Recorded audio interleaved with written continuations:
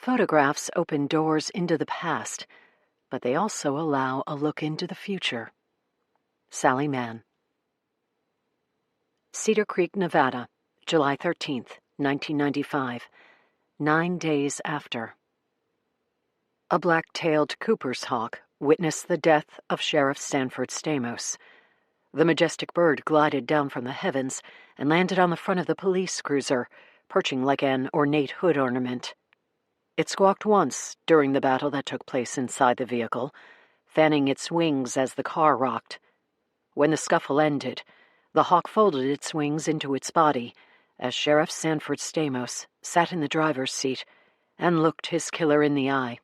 The sheriff's icy glare came not from an intense determination to lock eyes with the man who was about to kill him, but rather from the paralytic drug that coursed through his body and prevented even his eyes from moving. He wanted to do 1,000 things other than gawk at the man next to him. His training told him to either engage his attacker or put distance between them.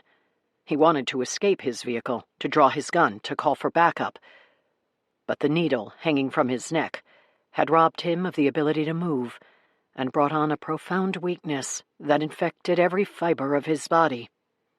The drug finally stole the function from his eyelids, and they fell shut.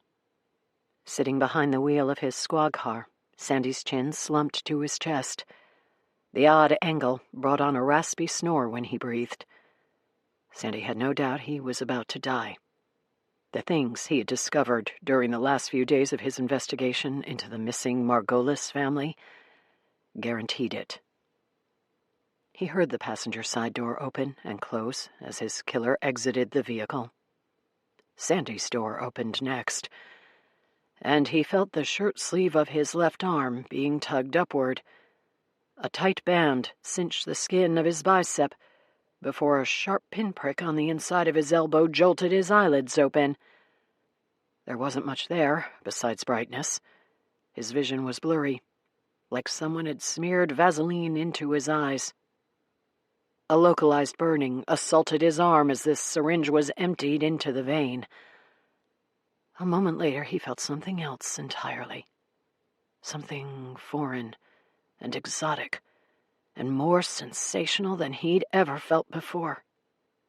A cloud of euphoria descended over him. Or perhaps he rose up into it. Either way, Sheriff Stamos forgot about the confinement of his vehicle. He forgot about his inability to move or talk. He worried not about his killer, but instead relaxed into the bliss that filled his body and mind. His soul, too. Was his soul being touched? "You're just another Harrison County junkie now." Sandy couldn't tell if the voice was his own or someone else's, if it originated from inside his head or was spoken to him. But he didn't really care. A second syringe was emptied into his arm before the door to his squad car slammed shut, and another level of ecstasy took control of his faculties.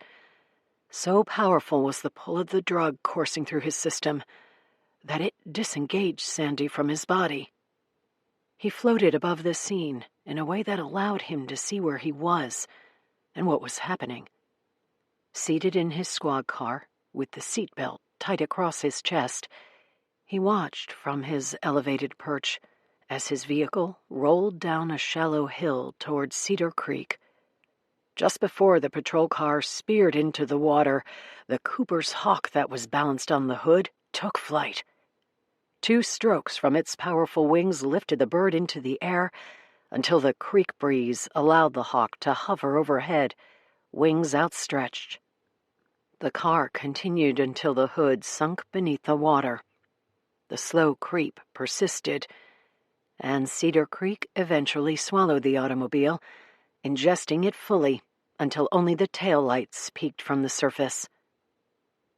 A foggy comprehension told Sandy he was submerged under the surface of Cedar Creek, but the feeling of euphoria and exhilaration that ran warm through his veins brought with it a weighty apathy that was impossible to overcome.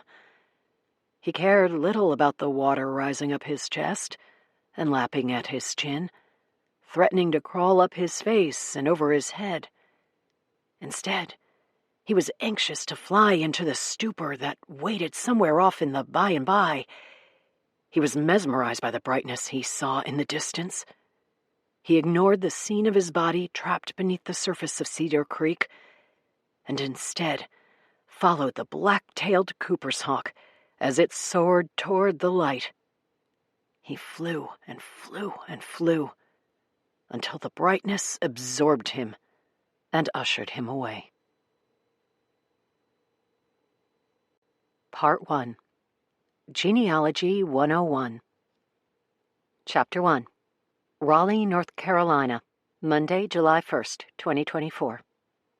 Sloane Hastings walked into the office of the chief medical examiner 15 minutes prior to the 9 a.m. start time that marked the beginning of her forensic pathology training. She and 3 other fellows were about to embark on a challenging 2-year fellowship that would culminate with each of them being crowned a medical examiner. That was, of course, if they could handle the trials and tribulations that waited for them. Sloane was sure she could. Becoming a forensic pathologist was all she'd ever dreamt of doing. A Duke graduate with a dual degree in criminology and forensic science, Sloane had cruised through medical school before completing a 4-year anatomical and clinical pathology residency. Now, she was 29 years old, and all that stood in the way of accomplishing her dream were 2 intense years of fellowship. The first of which was a grant-sponsored research year that required Sloane to explore an area of forensic pathology, advance the subject in some meaningful way, and write a thesis paper on the topic. After her research year, she would embark on a 12-month clinical program at the Office of the Chief Medical Examiner, studying under the renowned Dr. Livia Cuddy. There, she would perform hundreds of autopsies on her way to becoming a medical examiner. She was anxious, she was excited, and she was hungry. Dressed in a sleeveless black blouse that showed off her CrossFit-built athletic frame, white slacks, and high heels, Sloane showed her new ID card, which proclaimed her to be one of 4 first-year fellows as of 9 a.m. that morning, to the woman at the front desk. The door adjacent to the desk buzzed. She walked through and headed for the cage. Inside the OCME, and to new fellows in particular, the cage was infamous. Closed in by chain-link fencing and filled with rows and rows of forward-facing chairs, the cage was where fellows presented their cases each afternoon. Standing before the attending physicians and bathed in the glow of the smart board was like standing in front of a firing squad. Rumors and folklore ran rampant of fellows being crucified as they squirmed at the front of the cage while they stumbled through their cases and fielded questions from the wizards they were training under, who caught every misstep, highlighted every oversight, and corrected every misguided thought. It was a place Sloane feared and couldn't wait to conquer. Sloane knew the morgue was located in the basement, that the attending physicians' offices were located on the 2nd floor, and that the cage was somewhere on the 1st floor.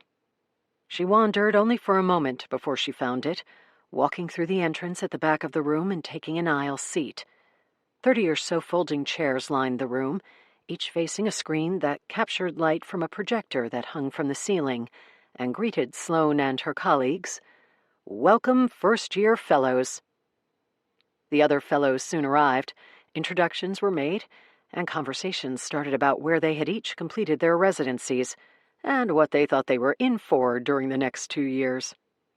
At exactly 9 a.m., a woman wearing green scrubs and a long white coat walked into the cage.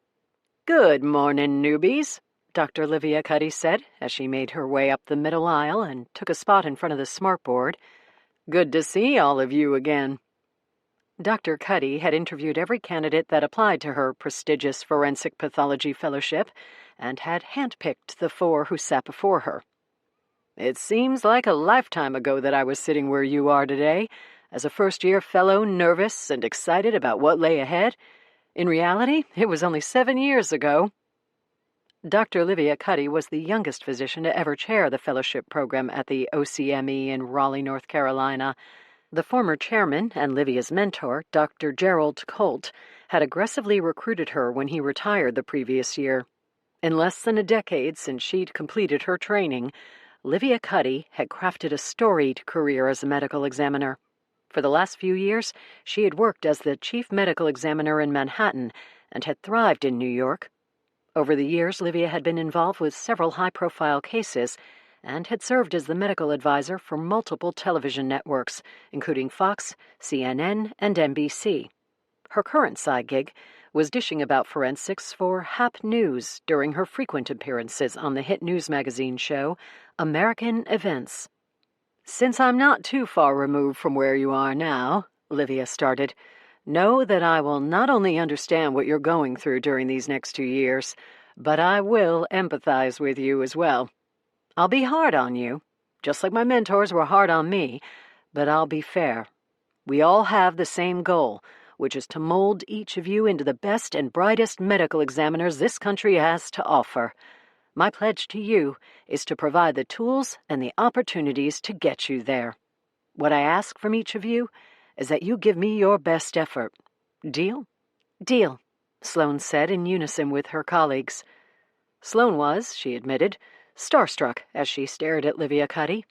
She'd seen the woman so many times on television, either discussing high-profile forensic cases or offering expert testimony and analysis on American events, that it was surreal to be sitting in front of her now. Even harder to comprehend, that she would be training under her. For most of her life, Sloane had ranked as the best and the brightest in the endeavors she took on, whether that was leading her debate team in high school, mastering the maze of cranial nerves in anatomy lab, or cranking out burpees with her CrossFit buddies.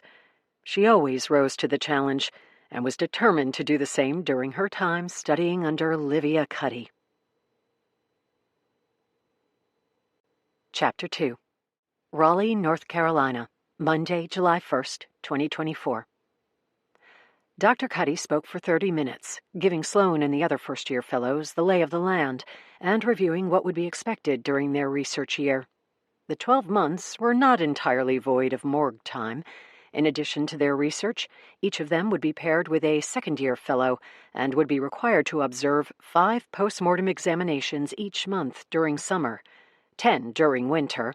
The final 3 months would require them to not only assist with the post-mortem exams, but also present the cases to the attending physicians and subspecialty pathologists that made up the staff at the OCME. The second year of fellowship would throw them fully into the morgue, promising each fellow 250 to 300 autopsies by the time they finished their training. "Any questions?" Livia asked. There were none. Livia checked her watch. "Okay. For the rest of the morning, I've scheduled with each of you for a 30-minute session to discuss your research topic. Sloane, you're up first." Sloane smiled and stood. "We'll talk in my office," Livia said. "Feel free to grab coffee," she said to the other fellows. "And while you're waiting, walk around and get to know this place. It's going to be your home for the next 2 years." Sloane waved goodbye to her new colleagues and followed Dr. Cuddy out of the cage. They walked down the hallway and into Livia's office. "Have a seat." Sloane sat in front of the desk while Livia slid into her chair and began typing at her computer. "The staff here at the OCME has chosen 4 topics unique to forensic pathology, and we randomly assigned each of our fellows to one of them. Ready to hear what the next year of your life will revolve around?" "Ready," Sloane said. The 2-year fellowship opportunity under Dr. Livia Cuddy was unique compared to other forensic pathology fellowships across the country, which were each made up of just a single year of training.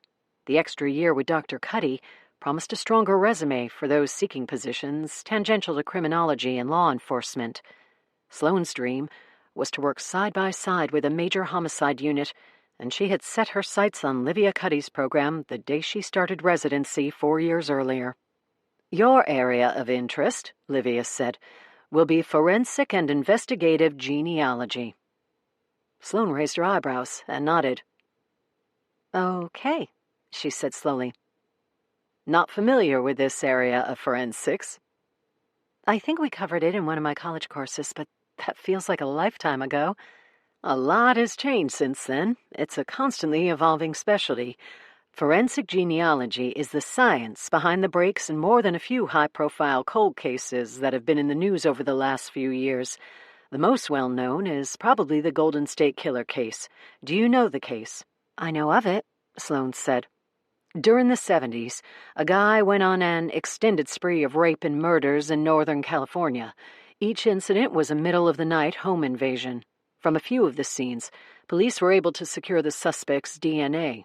There was no national DNA database back then, so the DNA went unidentified, but was preserved as evidence. The guy continued his reign of terror into the early 80s, and then abruptly stopped.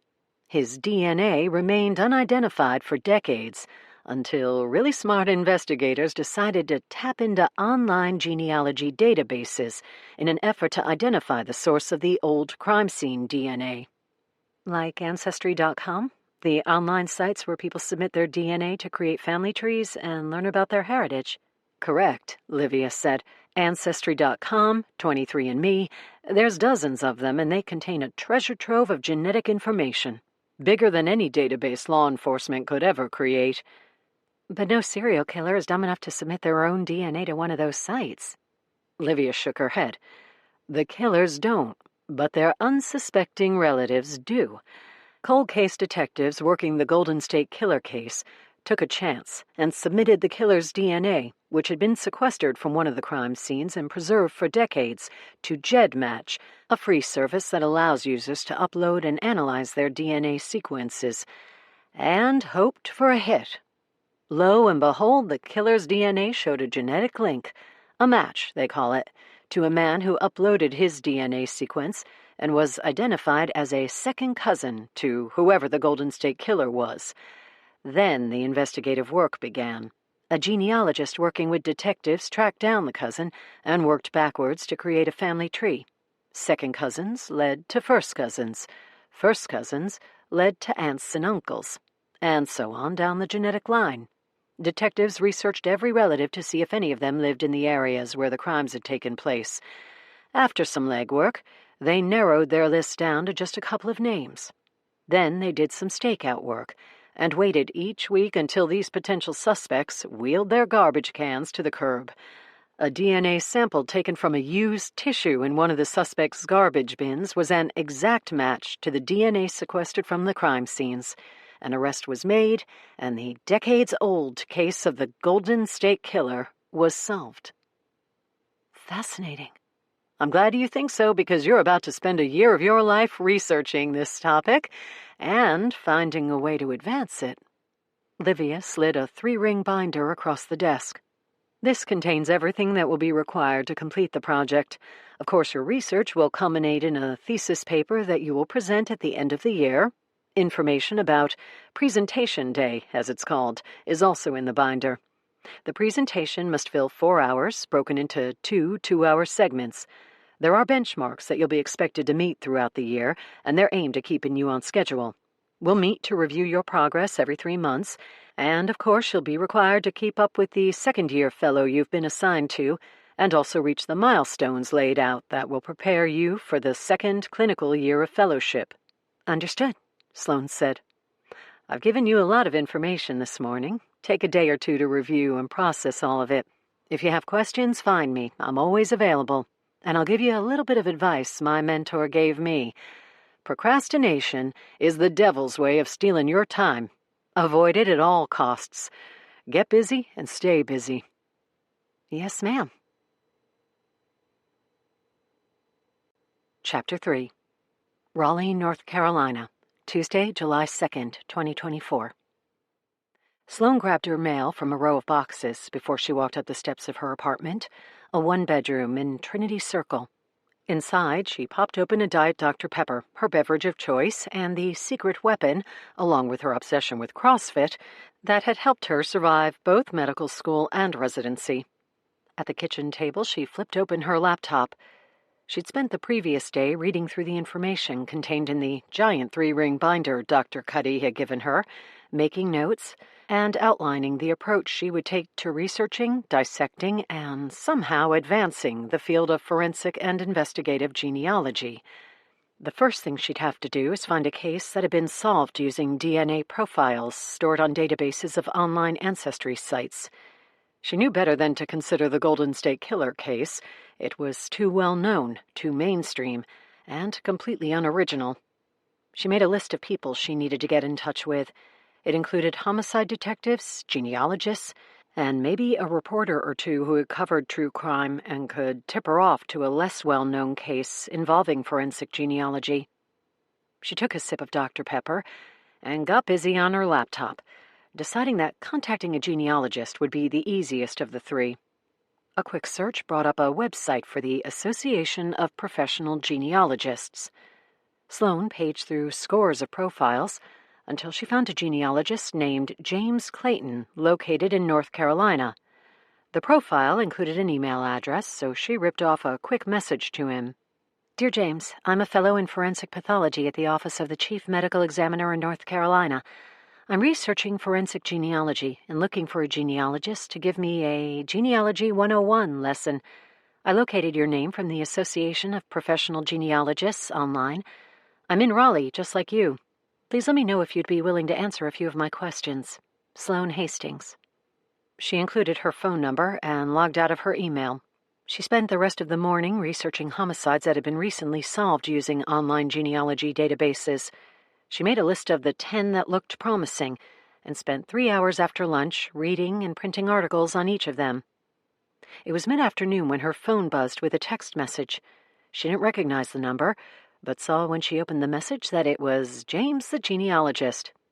Hi, Sloane. Thanks for reaching out. I'd love to talk. Yes, I'm also in Raleigh and can meet anytime.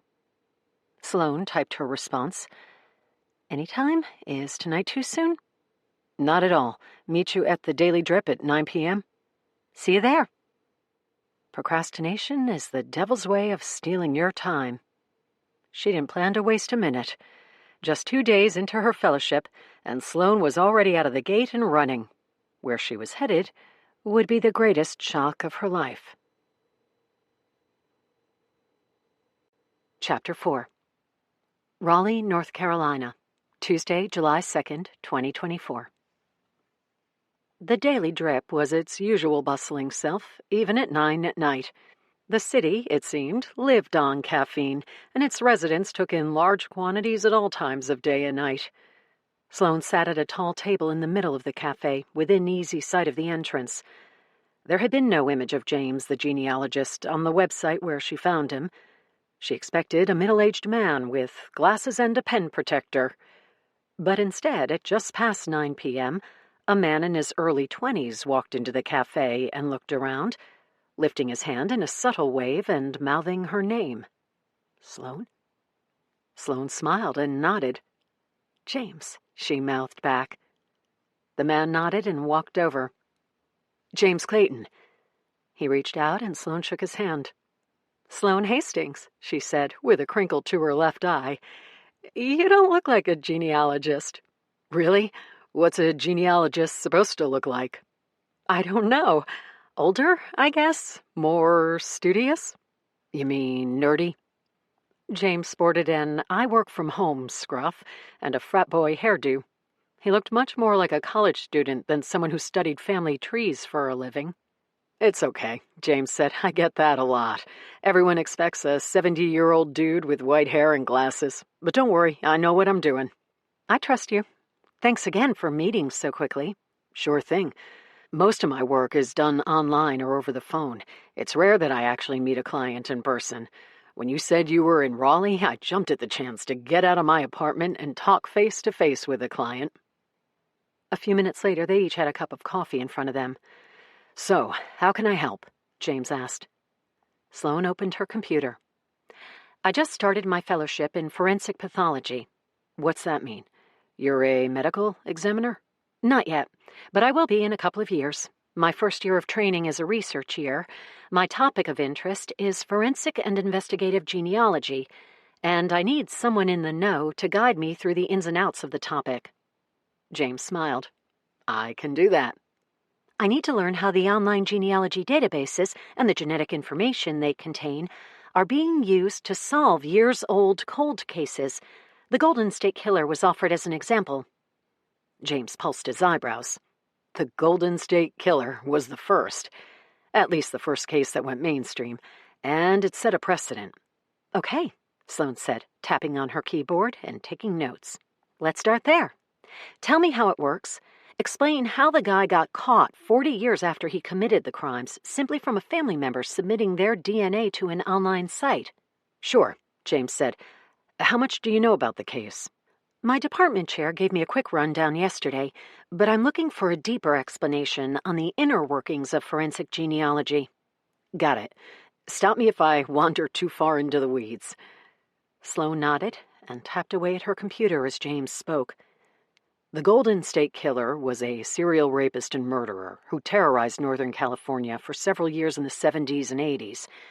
Back in the 70s, DNA technology was not what it is today.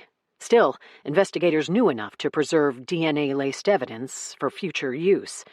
In the case of the Golden State Killer, that DNA evidence was in the form of rape kits. So rape kits were done on his victims, and those kits were stored in evidence for decades? Correct. It was 2017 when cold case detectives kicked their investigation into overdrive. That meant the rape kits had been preserved for close to 40 years before DNA was pulled from sperm cells sequestered in them. Amazing.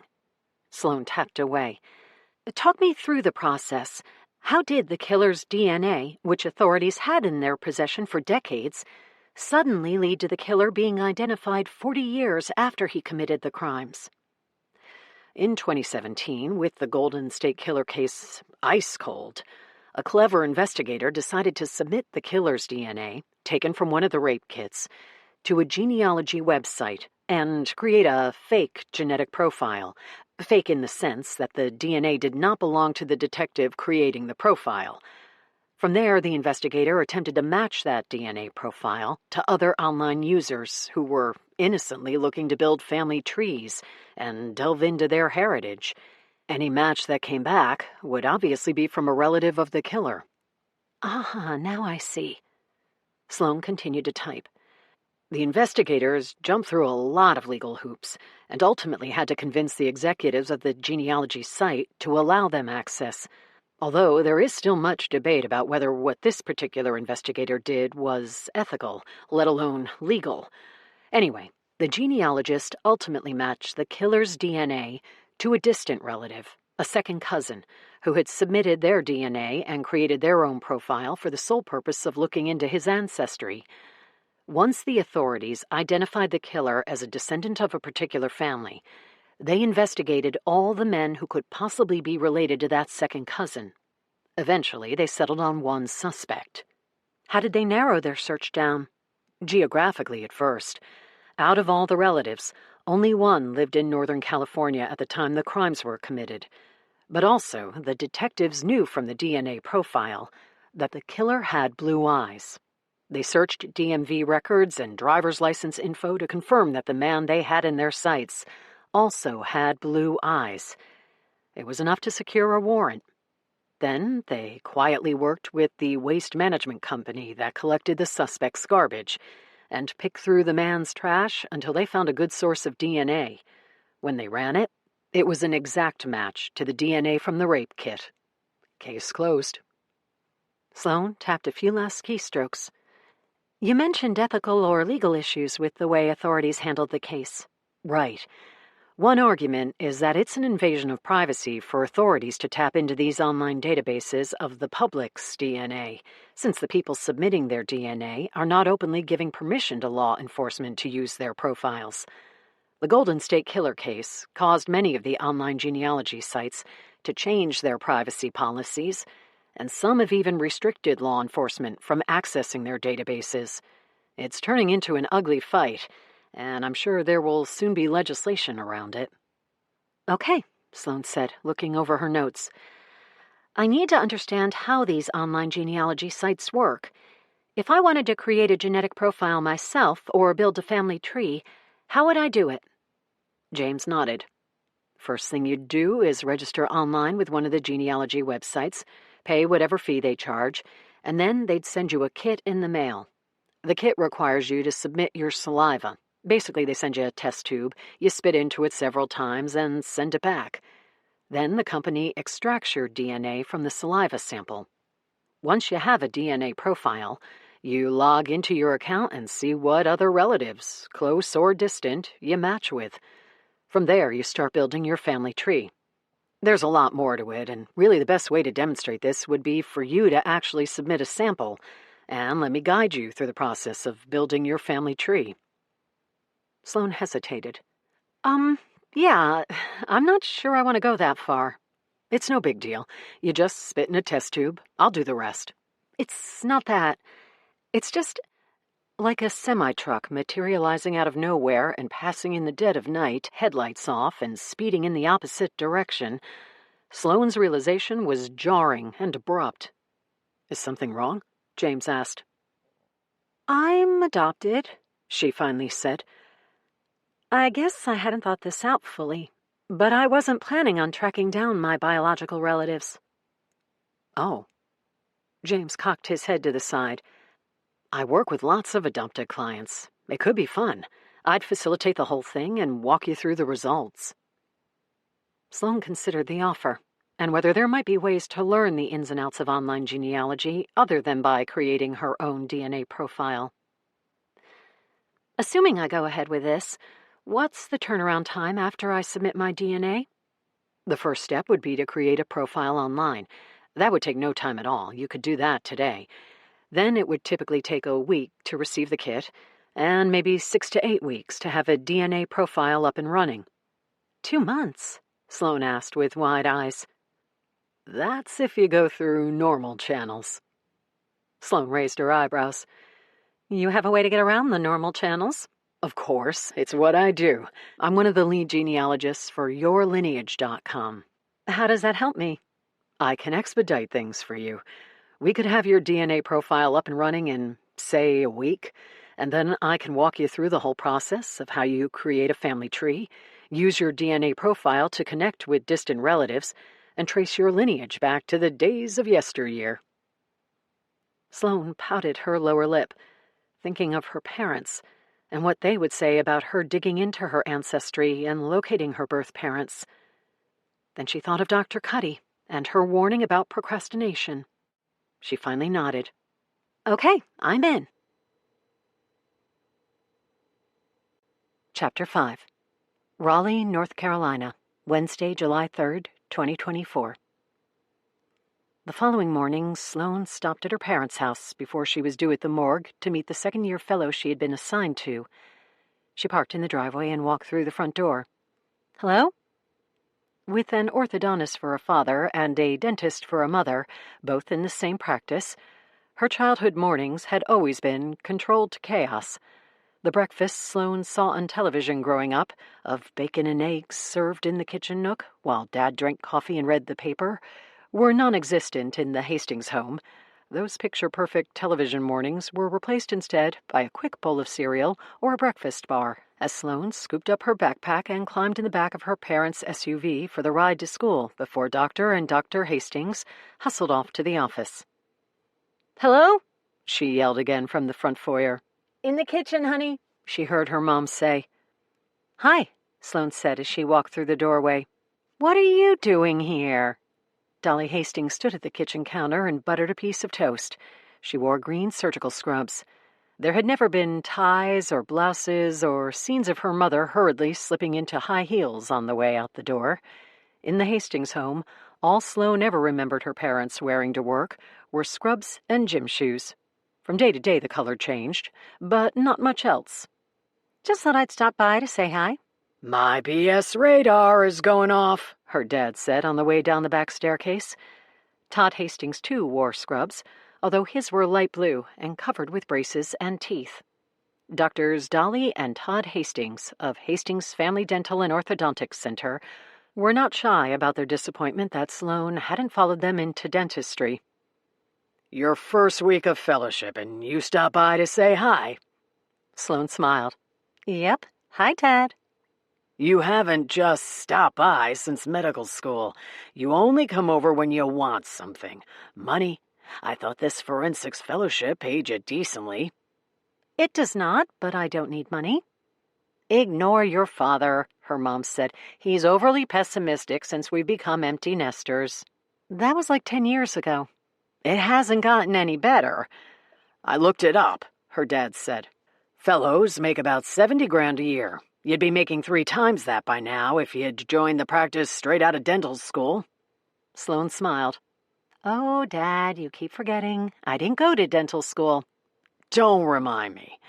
But you could have at least gone into oral surgery. We could use a good surgeon on staff. Do you have any idea how much business we refer out to the local oral surgeon? Dolly slapped Todd on the shoulder.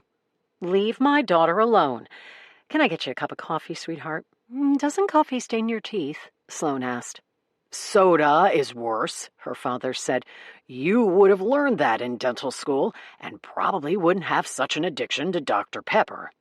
Diet, Sloane said. Diet, Dr. Pepper. The carbonation ruins your enamel. Will you two please stop? Dolly said. The ribbing would go on for her whole life, Sloane was certain. Her mother had gotten over it, but she was sure her dad would never fully embrace the idea that his thriving dental practice would someday be sold to someone outside the family. Sloane sat at the kitchen island, and her mother delivered a steaming cup of coffee. Really, sweetie, her mother said, checking her watch. Is something the matter? I've got patients at 9. Kind of, Sloane said. Her parents waited for her to continue. So here's the thing. I received my research topic and... And what? Her mother asked. It has to do with forensic genealogy, and it's going to require me to take a deep dive into those ancestry websites. So what's the problem? Her mother asked in a balanced voice.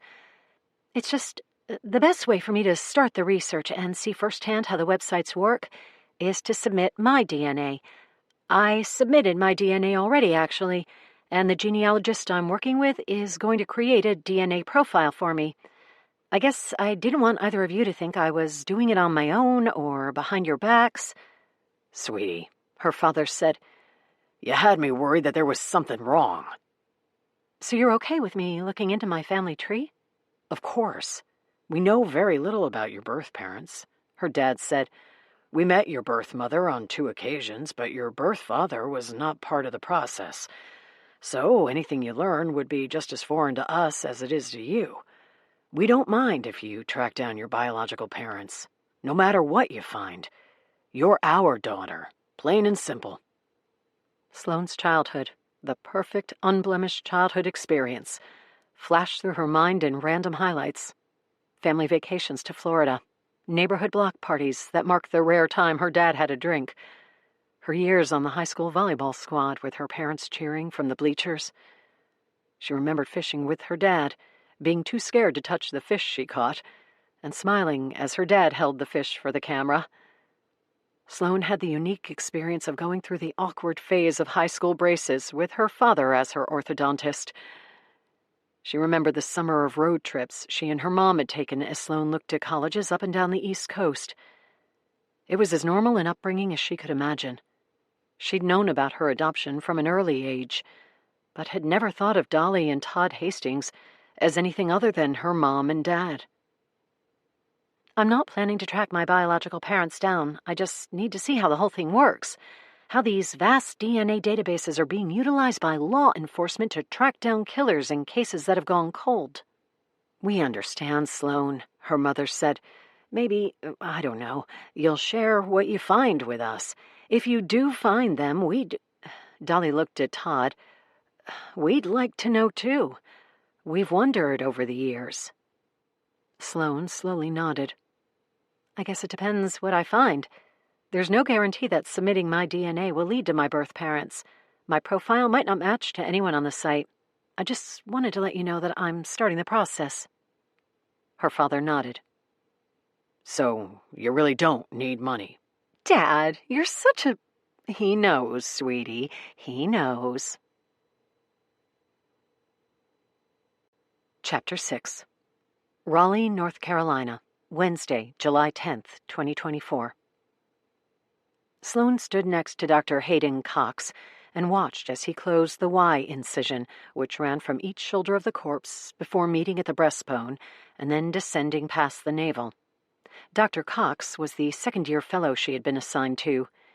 He used thick, ugly staples to bring the incision together, a sight that would turn a plastic surgeon's stomach.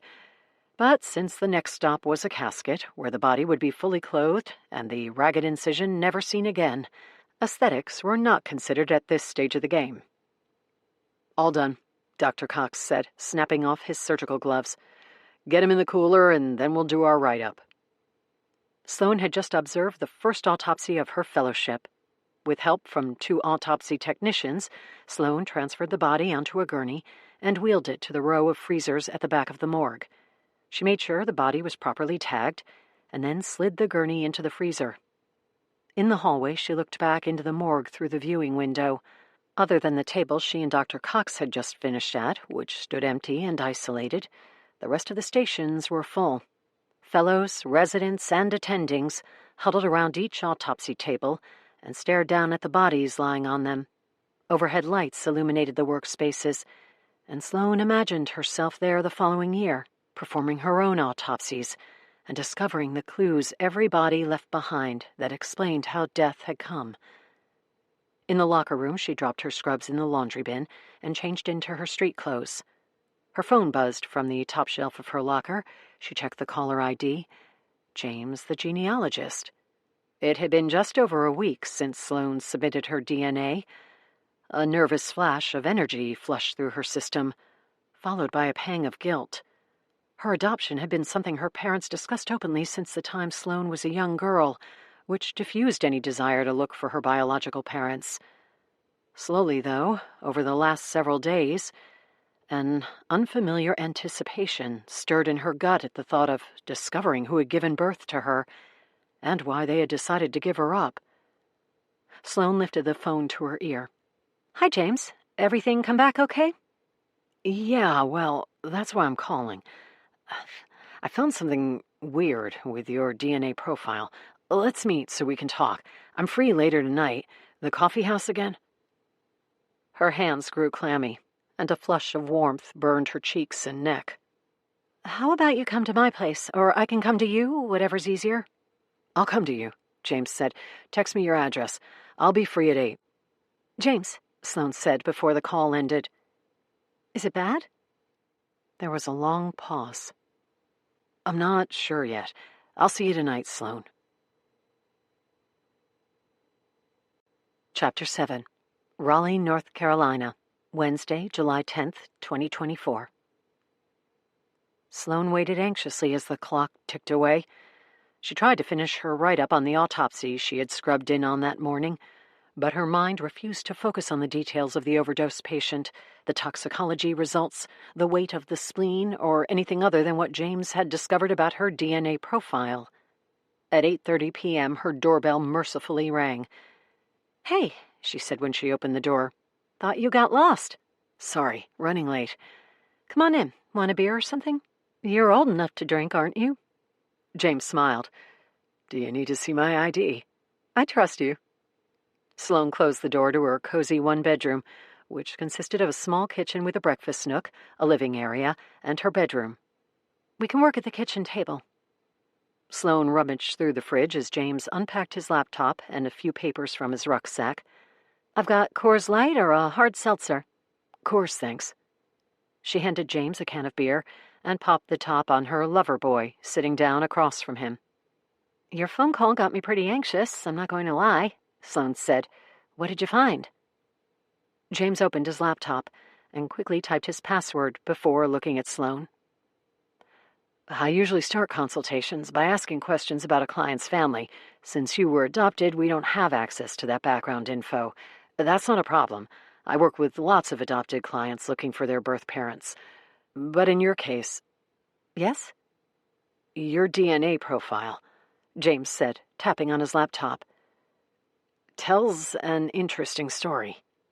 "Interesting how?" "Let's start with what we know for sure.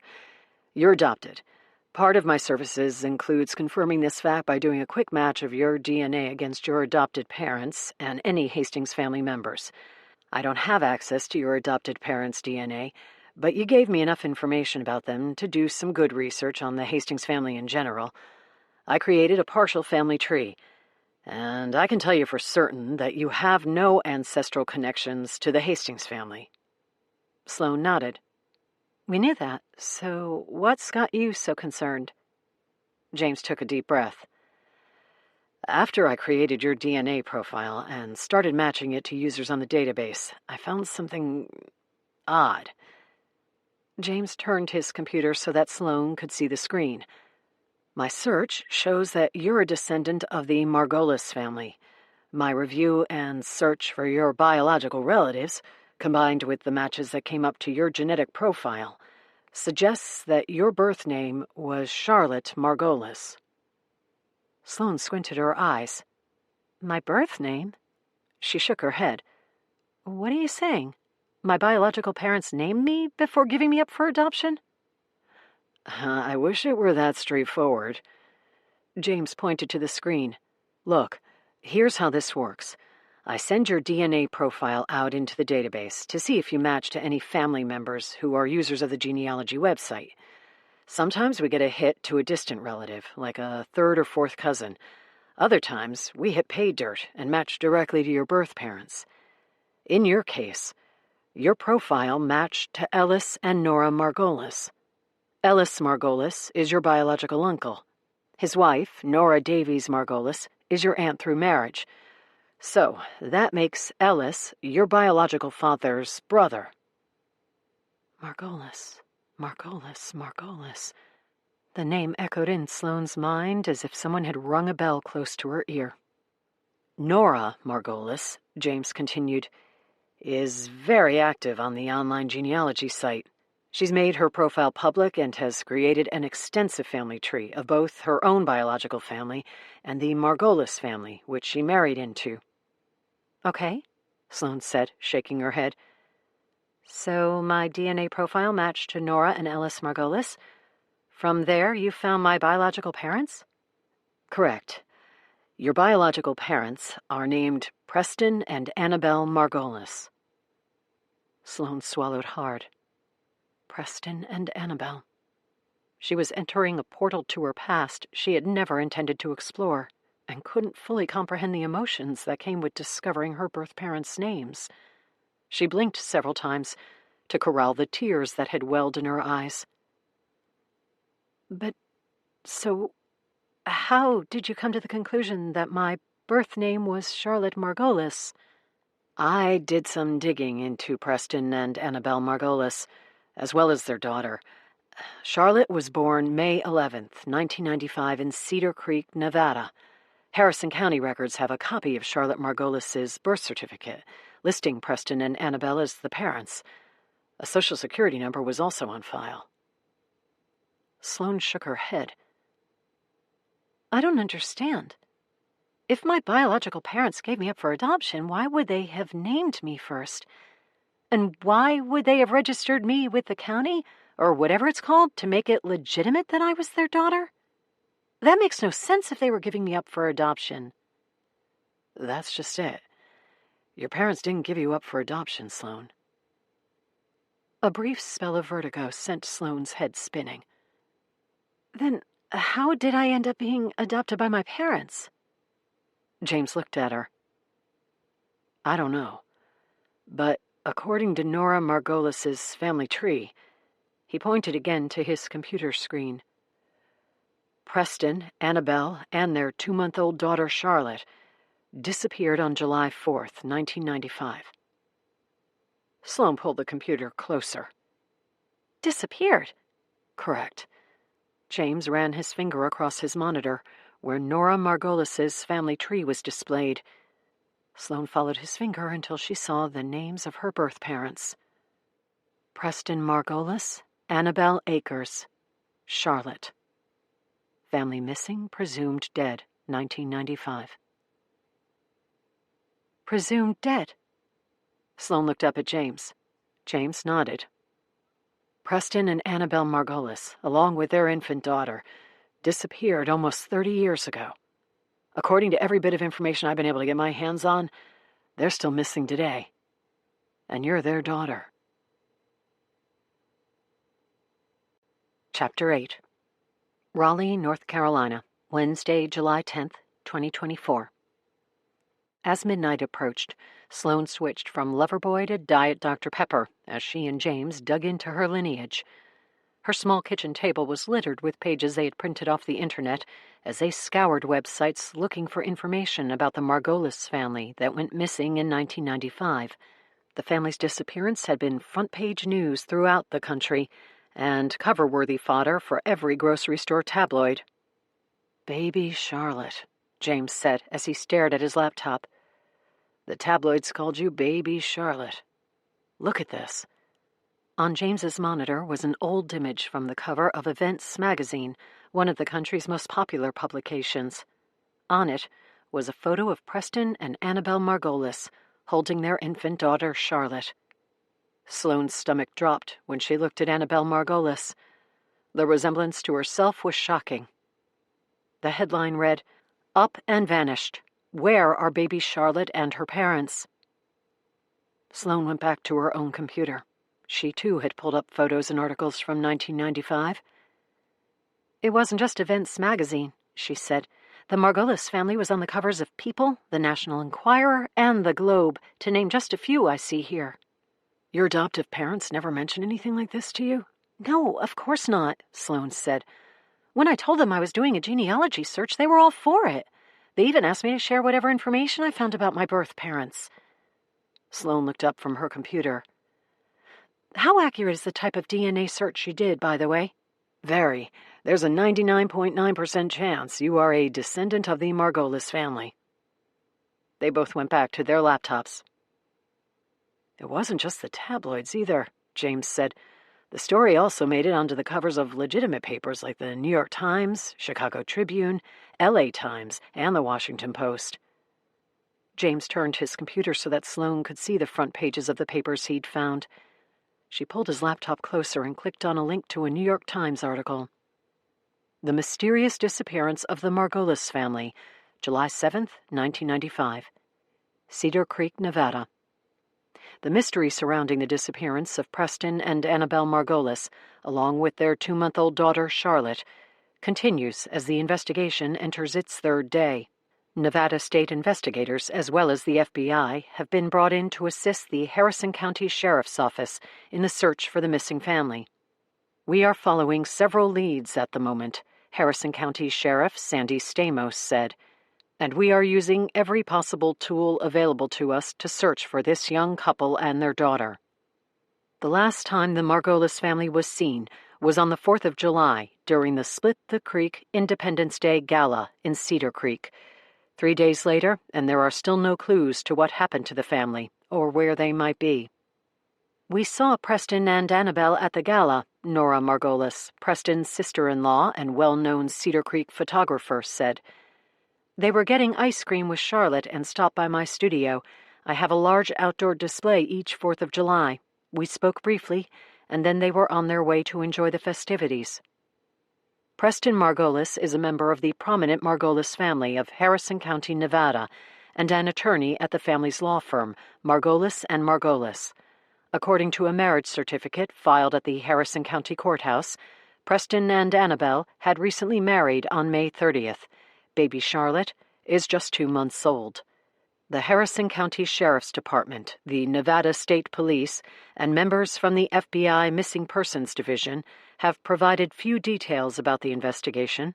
Adding another layer of mystery to the story, the New York Times has learned that Annabelle Margolis is a person of interest in the hit-and-run death of a local Cedar Creek man earlier in the summer. Annabelle Margolis's car was found abandoned near the scene of the accident, fueling speculation that the family is on the run to avoid prosecution. The hit-and-run accident from earlier in the summer is being treated as a wholly independent investigation unrelated to the disappearance of the Margolis family, Sheriff Sandy Stamos said. "That case is still open, and we have not taken any resources away from the investigation as we search for the Margolis family. We are confident that someone in Cedar Creek has information that will lead us to the family. Anyone with knowledge about the whereabouts of Preston, Annabelle, or baby Charlotte Margolis is encouraged to contact the Harrison County Sheriff's Office. This is an ongoing investigation." Sloane looked up from the computer. "This can't be real." I wouldn't have brought this to you if I wasn't sure about it. They both went silent for a moment. Look, Sloane, I've discovered some interesting bits of history for my clients, but this whole thing we've stumbled over is bigger than me. It's bigger than the genealogy site I work for. You need to talk with someone about this. I think you need to go to the police. I think I'll start with my parents. Sloane's research assignment faded into the far recesses of her mind. She was wholly consumed with the mystery of what happened to her birth parents, and how baby Charlotte ended up as Sloane Hastings. Chapter 9. Raleigh, North Carolina, Thursday, July 11th, 2024. She told herself to wait until the end of the day, until her parents were home from work, but the nervous energy that buzzed through her body would not allow it. She walked into her parents' dental practice, smiled at the staff behind the reception desk, and headed to her mother's office. Her dad's office was on the other side of the building, the orthodontics side, which had its own entrance and a second reception desk. Sloane's backpack hung from her shoulder and contained copies of everything she and James had learned the night before about Preston and Annabelle Margolis and their infant daughter, Charlotte. Sloane was in the process of removing a few of the items, the covers from People and Events magazine, both of which showed the once happy family of 3. In the Events photo, baby Charlotte lay cradled in her mother's arms, while Preston and Annabelle stared down at their infant daughter. The photo looked to have been professionally taken, perhaps in celebration of Charlotte's birth. "Sweetheart," Dolly Hastings said as she walked into her office. She wore her usual green scrubs with dental loops hanging from her neck. "Hi, Mom. "What are you doing here?" "I've got something I need to talk with you and Dad about." "Right now? We both have waiting rooms packed with patients." "I know. I don't mean to mess up your day, but I need to show you something." Sloane offered enough urgency in her tone to cause her mother to slowly close her office door. Dolly Hastings sat behind her desk and picked up the phone. "Hi," she said. "Can you please ask Dr. Hastings to come to my office?" "Thanks." Dolly looked at her daughter. "Your dad's on the way." Sloane nodded. "Thanks." It took only a minute for her father to arrive. "What's going on?" "Sloane has something she needs to talk with us about." "Sorry to barge in during a busy morning," Sloane said, "but this can't wait." "What is it, sweetie?" her father asked. "My DNA profile came back." Dolly and Todd Hastings looked at each other.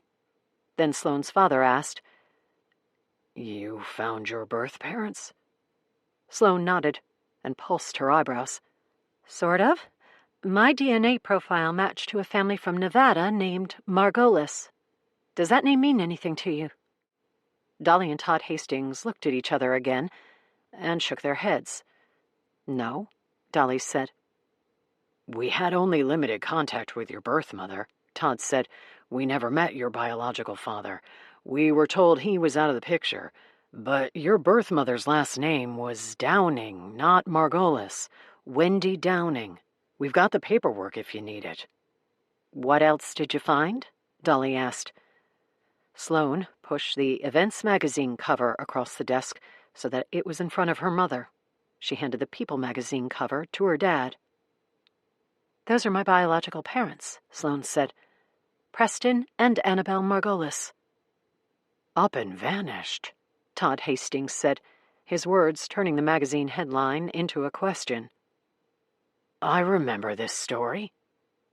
"I remember it too," Dolly said. "It swept the nation. The family disappeared without a trace." "What are you telling us, sweetie?" her dad said. "Your DNA profile suggests that these people are your biological parents." "Not just that," Sloane said. "I'm the baby they're holding." Chapter 10. Raleigh, North Carolina, Thursday, July 11th, 2024. The Hastings canceled their schedules for the rest of the day and drove home with Sloane. The 3 sat at the kitchen table with all of Sloane's research spread around them, tabloid covers, newspaper articles, and the detailed family tree James had constructed. Although Sloane had never seriously considered that her parents knew any more about her origins than they had already told her, the astonishment in their faces as they paged through Sloane's findings was enough to remove any morsel of doubt that might be hidden in the shadowed corners of her mind. "How accurate are these DNA sites?" her father asked.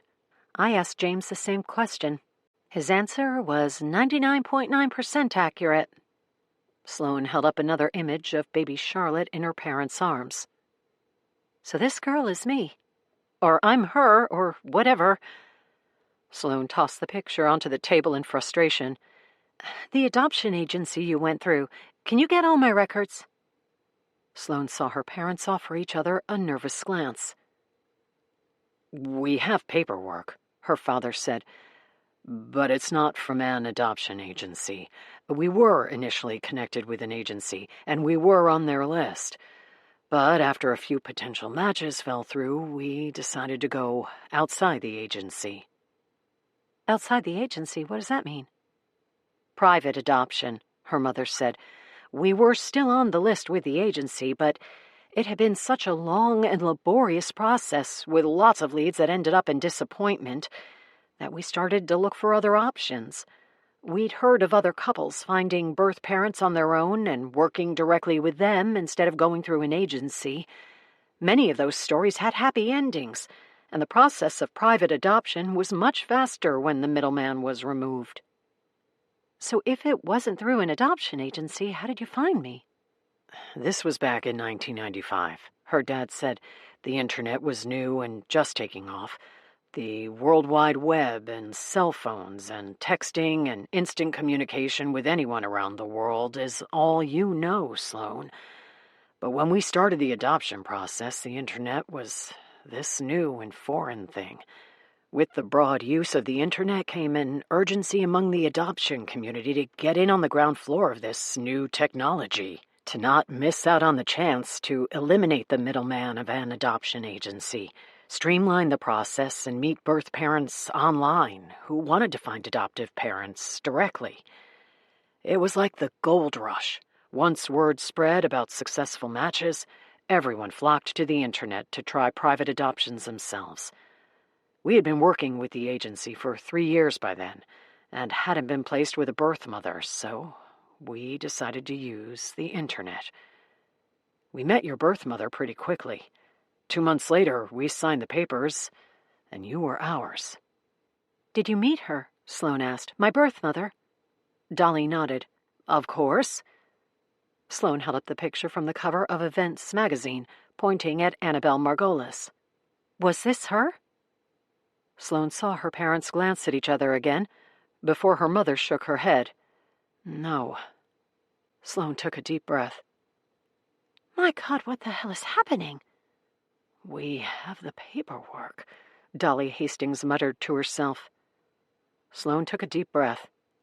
So, either my DNA profile, which is statistically impossible to be incorrectly matched to this family, is wrong, or something really shady happened when you adopted me. Like this Wendy Downing woman who claimed to be my birth mother kidnapped me, or something. Christ, I don't know. Her dad came over and rubbed her back. "It's okay, sweetie. We're going to figure this out. But I think..." Todd Hastings glanced at his wife. "With everything you've discovered, I think we need to call the police." Chapter 11. Raleigh, North Carolina, Friday, July 19th, 2024. It had been a whirlwind of a week. Day 1 had started with a patrol officer stopping by the Hastings residence to listen to Sloane's story and take a formal statement. Day 2 involved a detective from the Missing Persons Division of the Raleigh Police Department. Day 3 held a visit from the same detective, plus an FBI agent associated with the National Center for Missing and Exploited Children. Accompanying the FBI agent was an evidence technician who asked Sloane to sign a consent form before he swabbed the inside of her cheek and took a vial of blood. Proof that the FBI worked faster than even James, the genealogist. 2 agents from the FBI's Criminal Investigation Unit, arrived at the Hastings home 72 hours later with confirmation that Sloane's DNA indeed matched the DNA sample from Charlotte Margolis, which had sat undisturbed in an evidence locker at the Harrison County Sheriff's Office in Cedar Creek, Nevada, for nearly 30 years. The next 3 days saw FBI agents politely but formally interview Dolly and Todd Hastings. The initial questions centered around how exactly the Hastings had adopted Sloane in November of 1995, 4 months after baby Charlotte Margolis went missing. After preliminary inquiries, the agents separated Dolly and Todd and asked more probing questions. Sloane had holed up in her childhood bedroom during that first day, when the Hastings home became an interrogation center. The following day, her parents had been whisked away to answer questions at the North Carolina State Bureau of Investigation headquarters in Raleigh, leaving Sloane to nervously pace her apartment as she waited. On Friday, the third day of questioning, Sloane's parents were escorted to FBI headquarters in Charlotte, 2.5 hours away. Sloane tried to tough it out, but the walls of her apartment began to close in, and she felt a desperate need for space. Looking to distract her mind and escape the obsessive thoughts about her parents, the questions they were answering, and the FBI's suspicions about their role in her disappearance decades earlier, she decided work was the best place to be. She grabbed her keys on the way out of her apartment and headed to the morgue. As she turned out of the parking lot of her apartment complex, with her mind racing and preoccupied, she was oblivious to the SUV that pulled into traffic behind her. Chapter 12. Raleigh, North Carolina, Friday, July 19th, 2024. When she arrived at the office of the chief medical examiner, Sloane swiped her ID to open the door next to the reception area. She rode the elevator to the basement level, smelling formaldehyde even before the doors opened. She was told that the scent of the morgue, a combination of gross anatomy lab and hospital sterility, would eventually go unnoticed. It was the end of her 3rd week of fellowship, and her olfactory senses were still on high alert. She had texted Dr. Cox on her way over to the OCME to ask if he had a case that day. He did, a suicide. The post-mortem was scheduled for 11 a.m. Required to scrub in on 5 autopsies during her first month of fellowship, this would be Sloane's 2nd. She had lost the last few days tied up in the revelation of her DNA profile, and was behind schedule. In the locker room, she changed into scrubs, pulled a surgical cap over her head, and tied a mask across her face before entering the morgue. The high-pitched buzzing of a bone saw filled her ears as she opened the door. The noise was coming from Dr. Cox's table, as he sawed through the patient's breastbone to gain access to the chest cavity. "Take that, will you?" Hayden asked, handing Sloane the saw as she approached the autopsy table. Sloane placed the device on the surgical tray with the other instruments as the smell of burnt bone drifted in the air.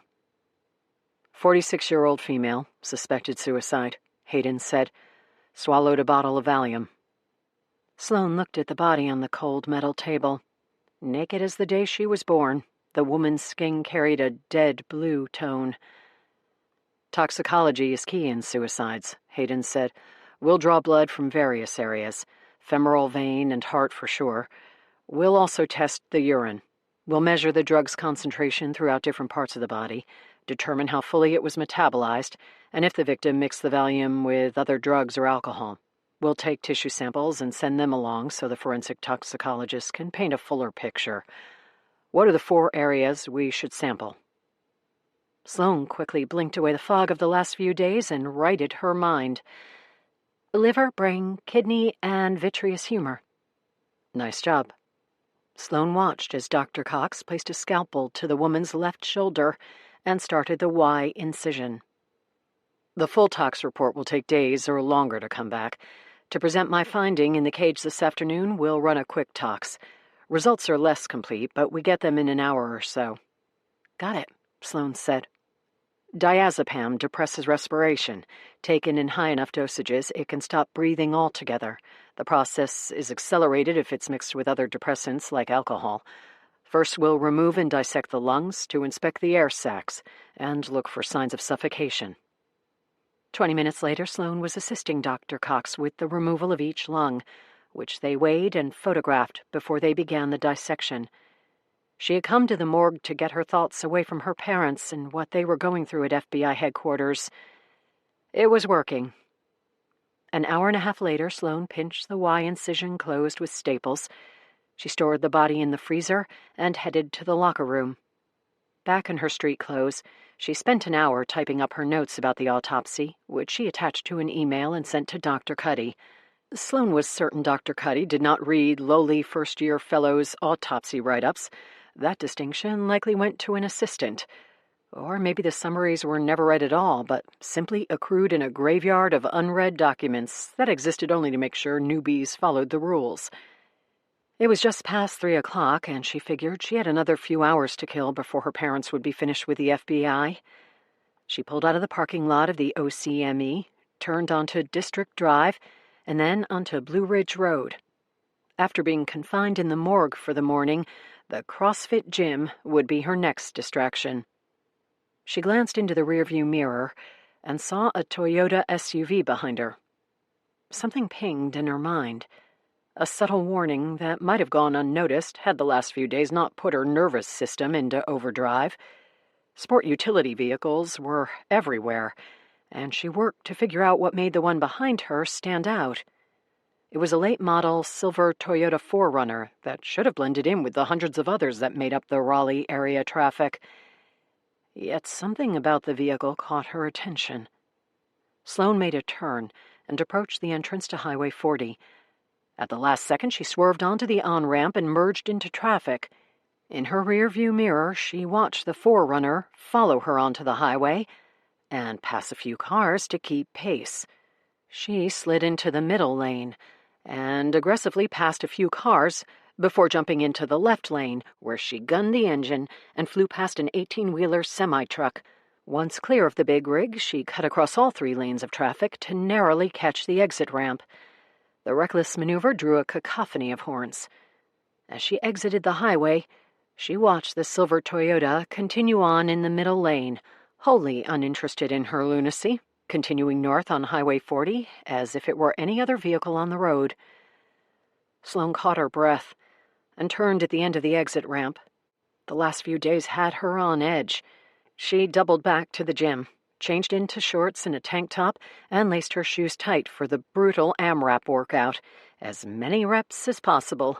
That was listed on the gym's chalkboard as the workout of the day. It was exactly what she needed. A popular CrossFit routine, it condensed a full-body workout into a small window of time. Music blared from speakers. The coach bounced on his toes to get everyone going, then counted down. 3, 2, 1, and the workout began. Along with 10 other CrossFitters, Sloane began on the rowing machine, worked through wall ball shots and cleans, and finished with a brutal cycle of muscle-ups until her body was drenched with sweat, her lungs burned like hell, and her shoulders and arms were engorged with blood and lactic acid. She took a cold shower, changed into jeans and a blouse, and checked her phone for messages from her parents. None. Outside, she surveyed the health club's parking lot and noticed nothing out of the ordinary. 10 minutes later, however, she spotted the Toyota parked under a maple tree across the street from her apartment. As Sloane slowly passed the SUV, she finally understood what had caught her attention about the vehicle. It was the license plate. Absent was the typical first-in-flight North Carolina plate. Instead, the 4Runner sported colorful mountains running along the bottom of the plate, and Nevada stenciled across the top. Chapter 13. Raleigh, North Carolina, Friday, July 19th, 2024. As Sloane pulled past the Toyota, she noticed it was empty. She turned into the parking lot of her apartment complex, slid into a spot, and looked around.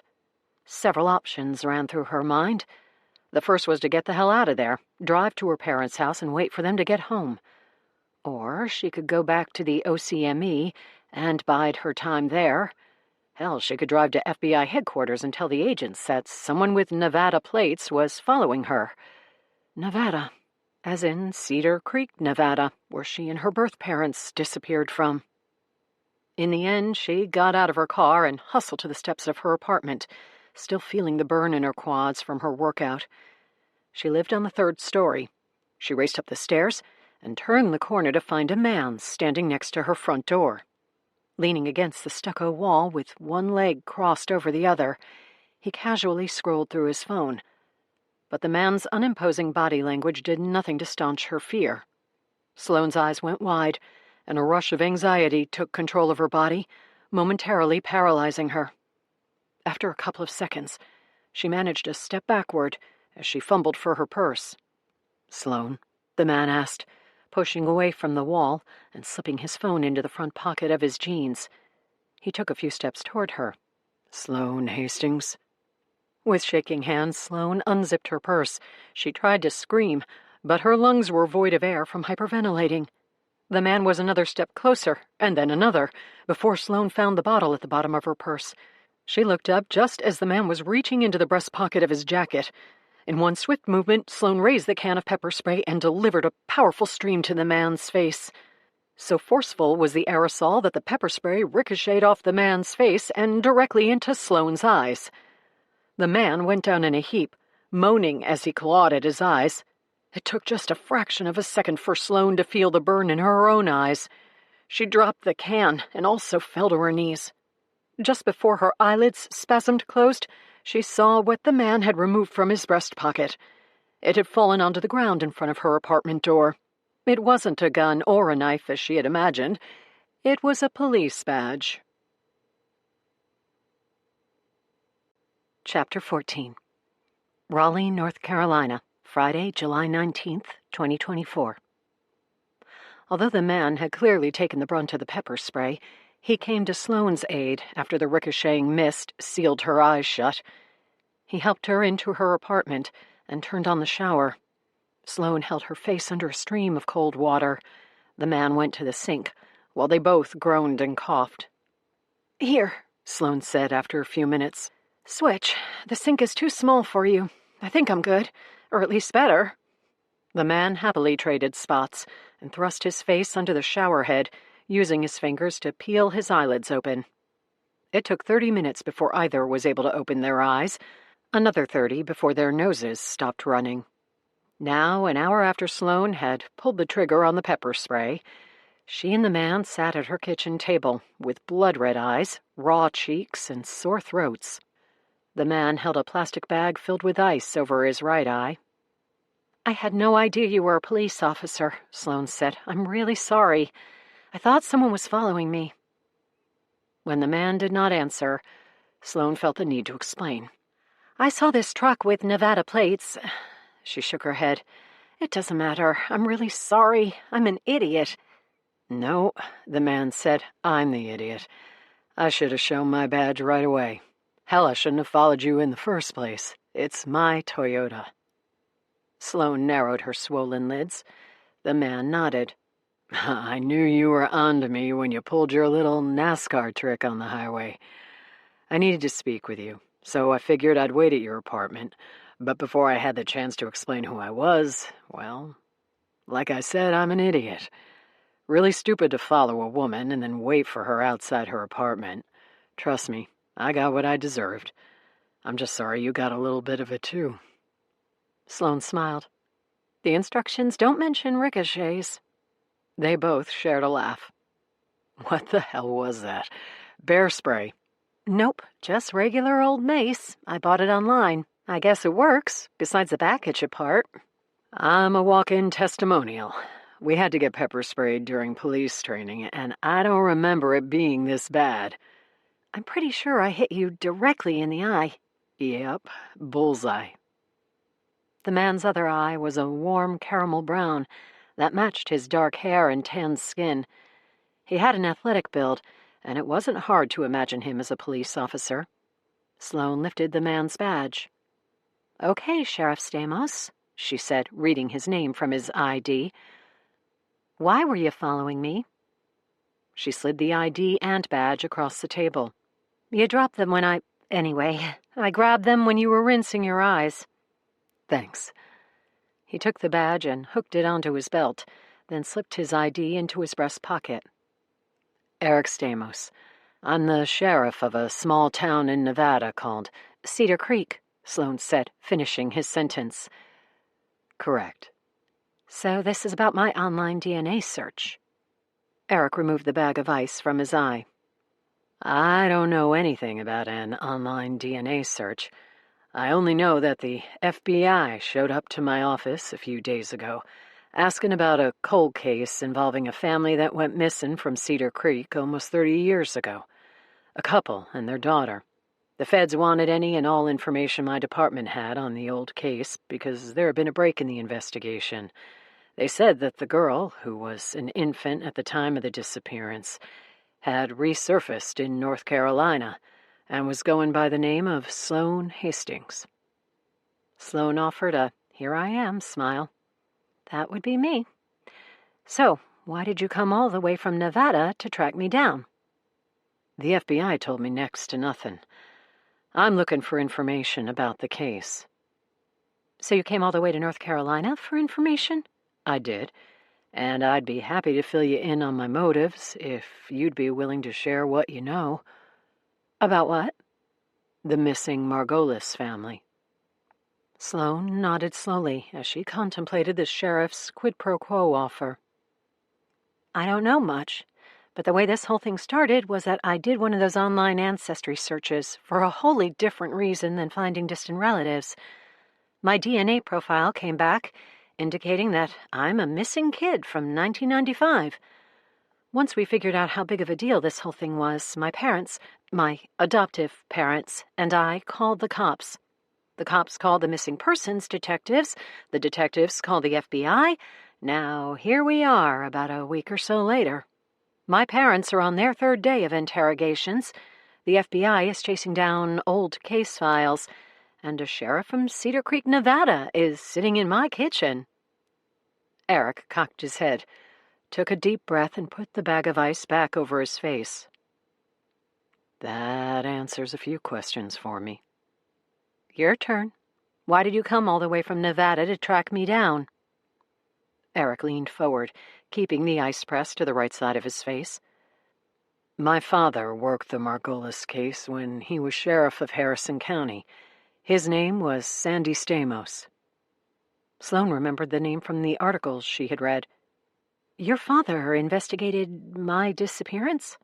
Eric nodded.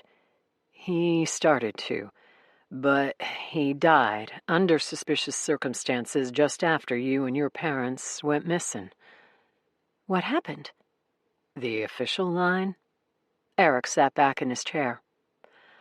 My dad was high on heroin, drove his cruiser into Cedar Creek, and drowned. That's terrible. It's also complete bullshit.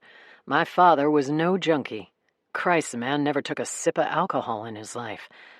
I don't believe for a second that he was a heroin user. So, Sloan chose her words carefully.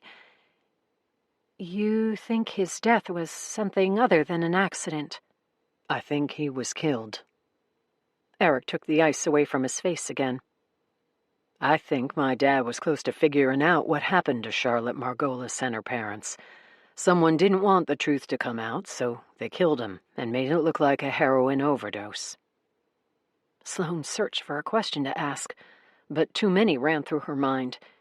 She finally settled on the most obvious. Why do you think that? I mean, do you know something about my birth parents disappearing? No, and until just recently, I never thought much about my father's death. I was 9 years old when he died, and I never really understood any of it at the time. When you lose your dad that young, you sort of tune out the rest of the world. I certainly never explored too carefully how he died. I only knew that my dad was gone. I come from a long line of law enforcement. My father was the sheriff of Harrison County, and my grandfather was sheriff before him. It was my grandfather who started me down this road of looking into my dad's death. My grandfather never believed the official narrative about what happened to his son. Wasn't there an autopsy? I'm a pathology fellow, and my first thought is that your dad had to have had a postmortem exam. He did. Was there heroin in his system? There was, but I don't believe any part of that autopsy report. You don't believe an official autopsy report? Not for a minute. So you think the autopsy was incorrect? I think it was manipulated to show what those in power wanted it to show. Who has the power to do that? The Margolis family. Look, my grandfather was 92 years old when he died last year. He had spent nearly 30 years searching for answers about what happened to his son. He never found any.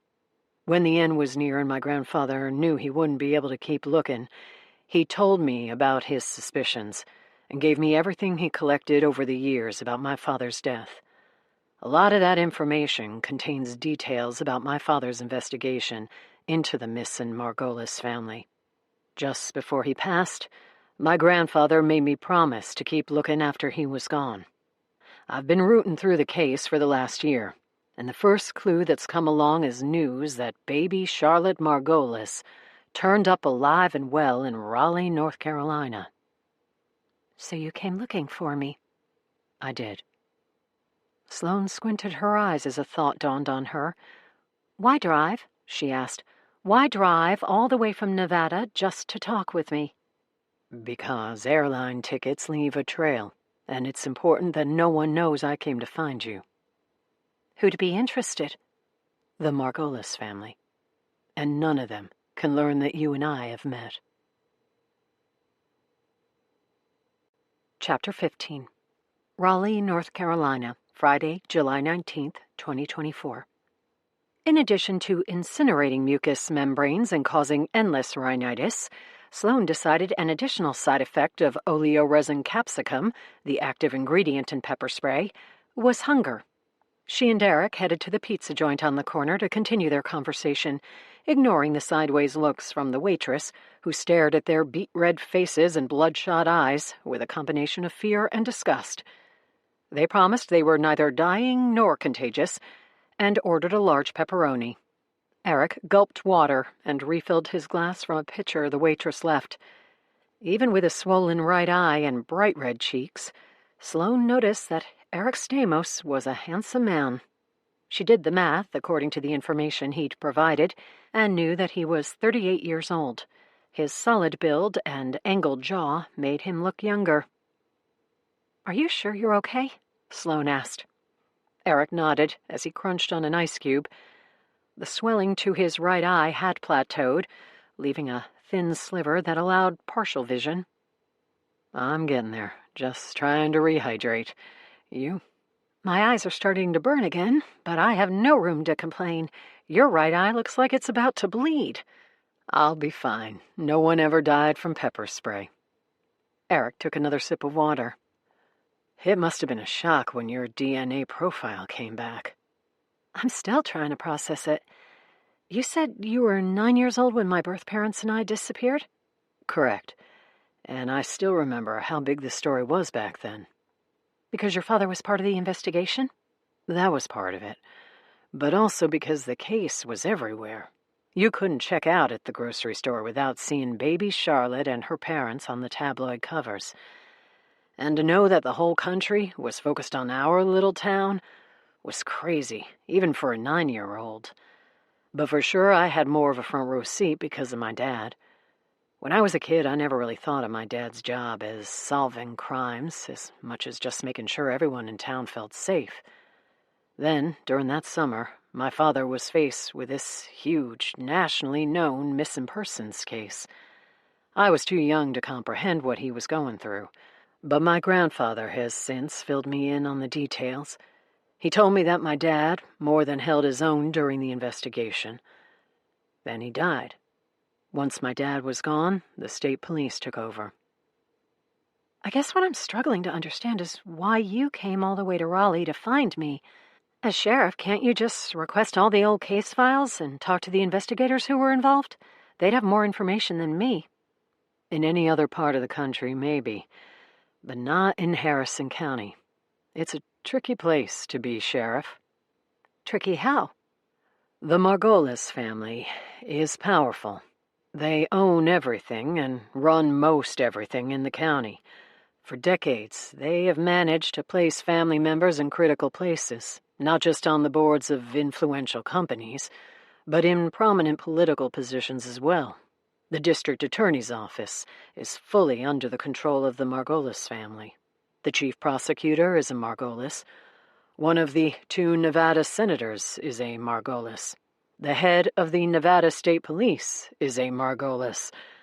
From local levels of government to some of the state's highest positions, the family has people in place to help them control everything that happens in our little county.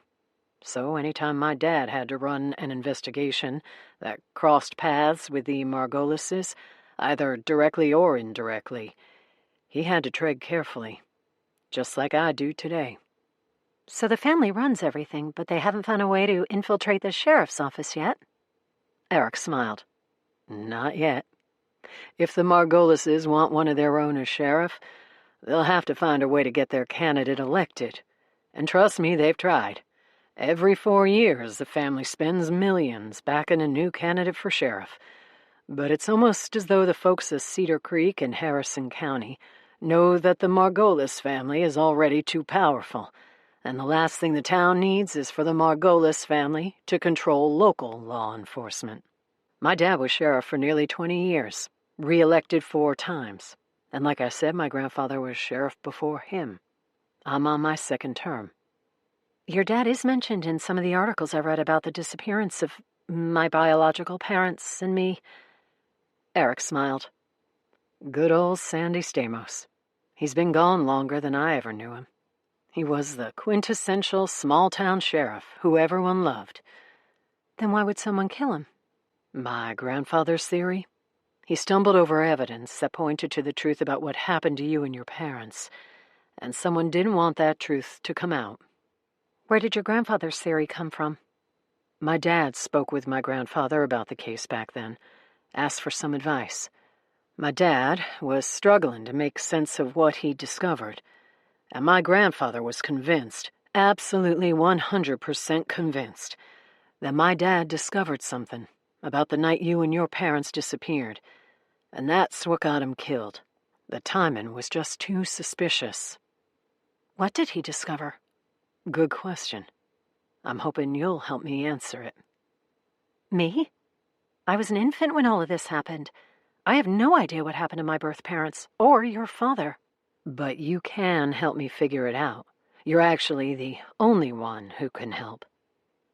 The waitress walked over and slid a large pepperoni pizza between them, along with plates and napkins.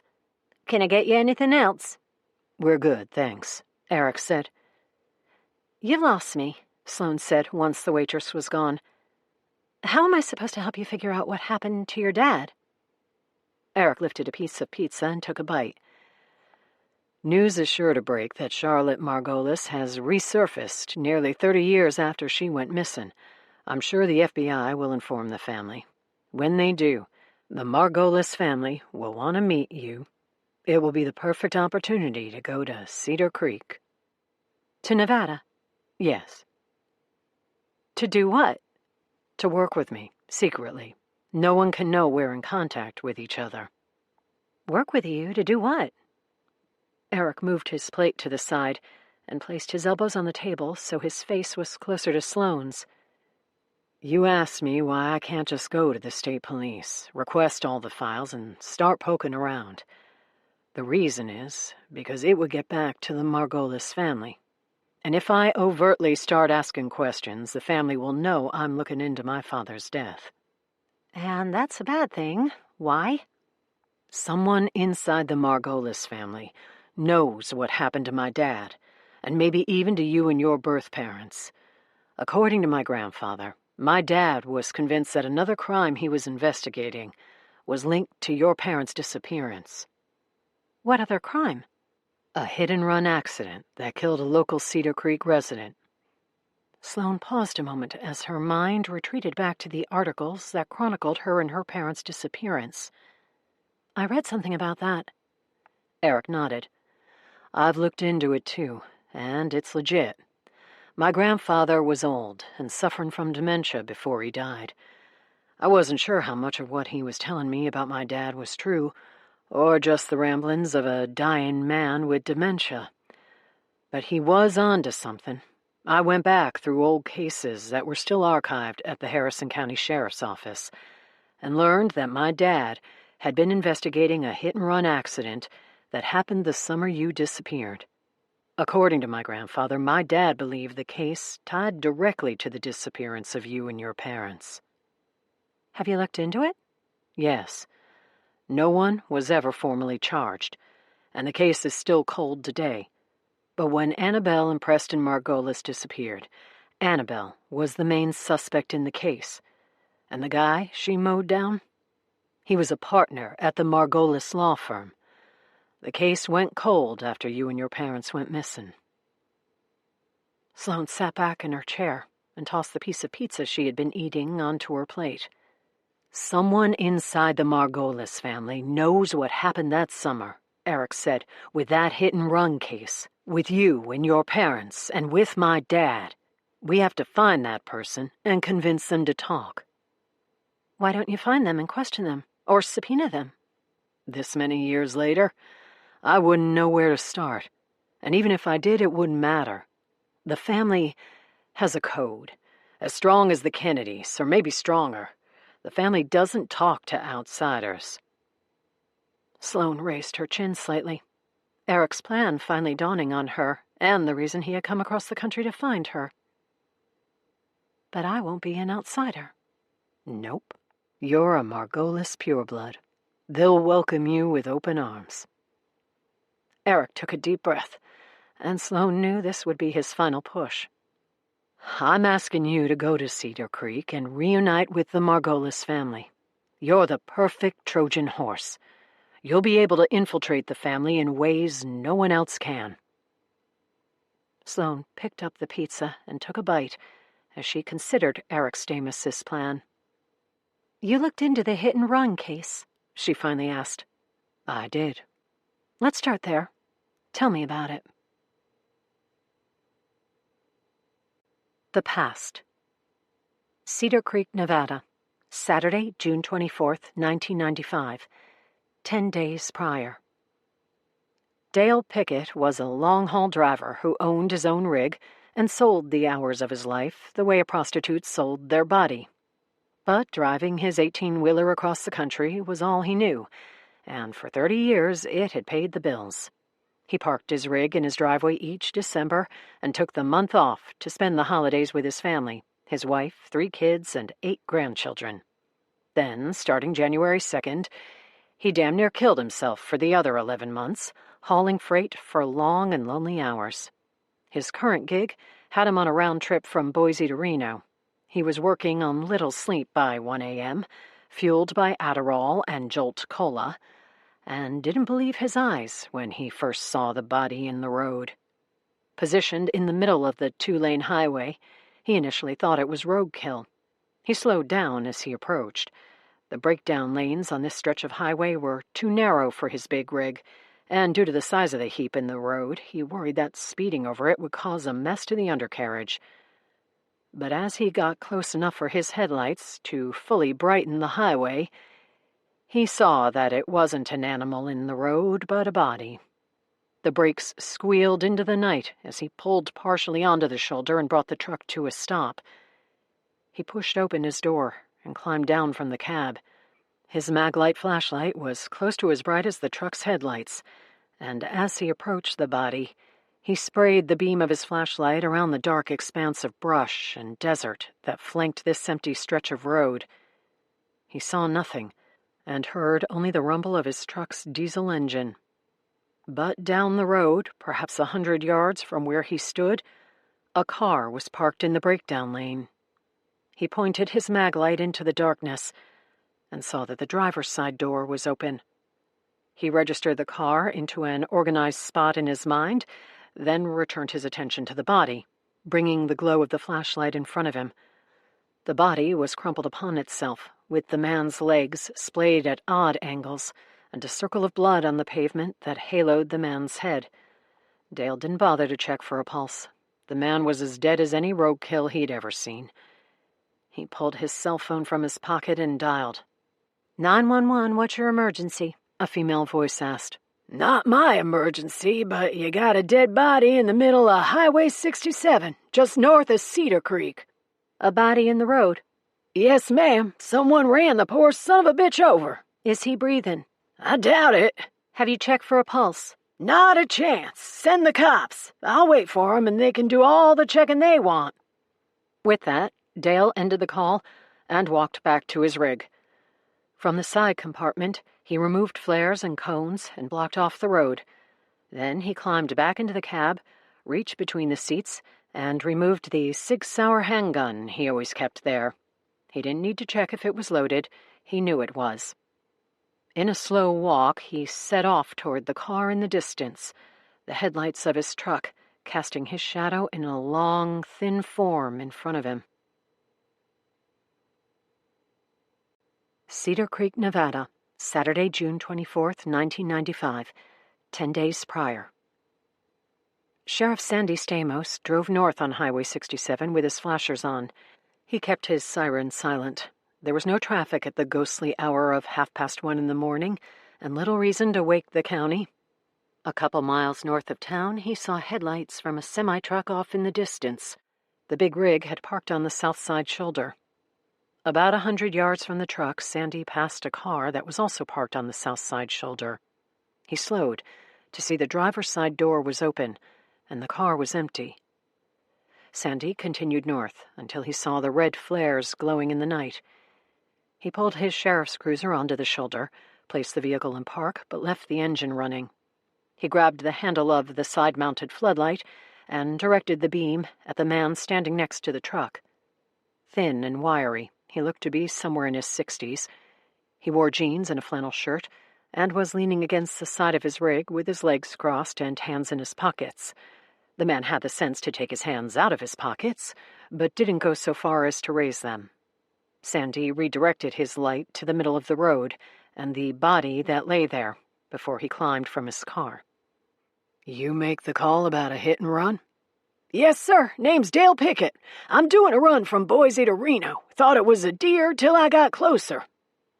The sheriff walked across the highway. Sandy Stamos. He extended his hand. Thanks for flaring the area off, Dale. Sure thing. Did you touch the body? No, sir. Not even to check for a pulse? Figured that was your job, and there's no doubt he's dead, so I didn't see the point. Sandy nodded. What can you tell me about the car down the road? I've got a good friend who hauls for a living. He's not the type to just hang out by his rig in this type of situation. Dale smiled. No, sir. Me either. Full disclosure, I got a firearm in my cab, registered and legal, and I got the papers to prove it. After I flared off the body, I noticed the car down the road and took my firearm to have a look. I didn't touch anything, didn't want to tamper with evidence, but I wanted to see if anyone was in the vehicle. And? Empty. Driver's side door was open, engine was off, and interior lights were dark, so I'm guessing the battery ran down. Front bumper is dented and the headlight is shattered to hell. A hit and literal run, Sandy thought. He took a moment to look up and down the road, then cocked his head toward the body. I'm going to have a look at this poor guy. The spotlight from his cruiser provided plenty of light, but Sandy removed the flashlight from his belt anyway. The man was in a heap, lying on his back with legs splayed, one arm pinned and hidden underneath him, and the other straight out to the side. There was a lot of blood, a circular pool around the man's head, as well as a streak on the pavement that ran for about 10 yards from north to south, matching the direction the abandoned car would have been heading. What do you do in a case like this? Dale asked. Calling an ambulance seems pretty useless. I'll have to get the medical examiner up here to move the body, and we're going to have to shut the highway down. I'll also call Highway Patrol. They'll want to get their accident investigation team on this. Give me a minute to make all those calls, then I'll take a formal statement from you before you get back on the road. Sure thing. Cedar Creek, Nevada, Saturday, June 24th, 1995, 10 days prior. By 6 a.m., nearly 5 hours after the accident was called in, investigators from the Nevada Highway Patrol had taken control of the scene, shutting down Highway 67 for a mile in either direction of the accident site. As they continued the tedious process of evidence collection, taking thousands of photos and hours of video that documented everything about the scene and the body, Sandy sat in his cruiser and waited for the plates to come back on the abandoned car. "You there, boss?" The female dispatcher's voice squawked from his shoulder-mounted radio. "Yeah, go ahead. You have an ID on those plates?" "Yes, sir. Car is registered to Annabelle Margolis." Sandy's pulse quickened. An ugly situation had just gotten messier. Annabelle was the newly minted wife of Preston Margolis. Sandy walked a fine line when dealing with the Margolis family. For the last century, the Margolis clan had acquired such a stranglehold on Harrison County that the family believed they were above the law. There was no problem that could not be solved with influence and money, and on the rare occasion when neither worked, the family resorted to good old-fashioned intimidation, or worse. But Sandy Stamos today, and his father before him, had kept the Harrison County Sheriff's Department clear of the Margolis shadow. Having just won his 4th re-election campaign, Sandy assured that the last vestige of power in Harrison County would remain free from Margolis corruption for at least another few years. The rest of Harrison County was another story. From the state police to the prosecutor's office, most of the public sector was firmly under the control of the Margolis family. "You still there, boss?" The dispatcher asked. "Yeah, thanks. I'll head out to the house. Keep that info to yourself for now, will you?" "Roger that, boss." Sandy knew he'd have to be careful with the details of his investigation. All around him were members of law enforcement who could be manipulated and influenced by the Margolises, including the Highway Patrol and the Accident Investigation Unit. He'd have to be selective with whom he shared details of his investigation, because as soon as word broke that Annabelle Margolis' car had been found near the scene of the hit and run, he'd feel pressure from every direction.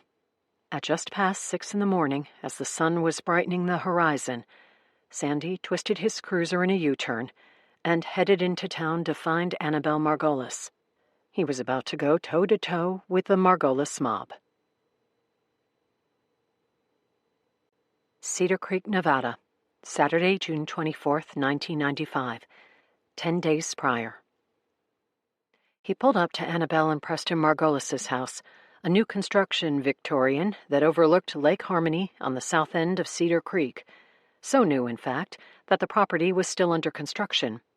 Preston, the youngest son of Reed and Tilly Margolis, was fresh out of Stanford Law and an up-and-coming star at the Margolis & Margolis law firm. That he was building an obnoxious lake house was no surprise. As a junior associate at the firm, there was no way he made an income to support the home Sandy was looking at.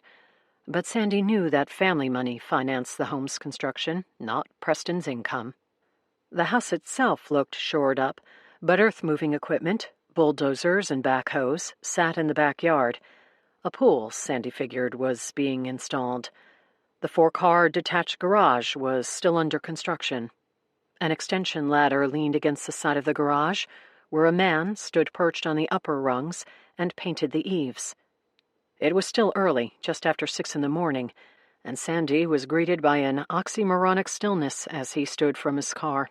The early morning offered the calm chirp of bluebirds and cardinals, the still reflection of clouds on the lake's surface, and a gentle breeze of summer.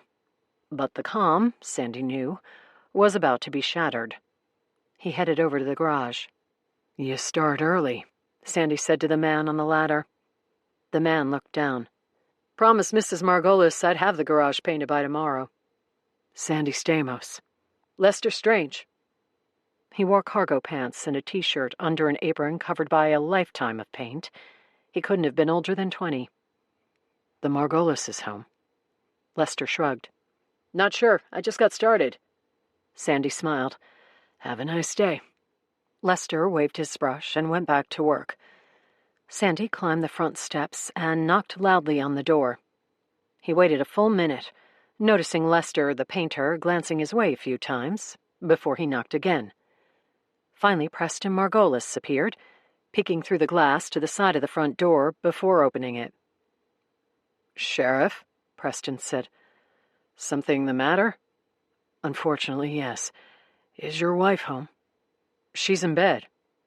"Could you let her know I need a word?" Preston, ever the attorney, stepped onto the front porch as he pulled the door closed behind him. "What's going on, Sandy?"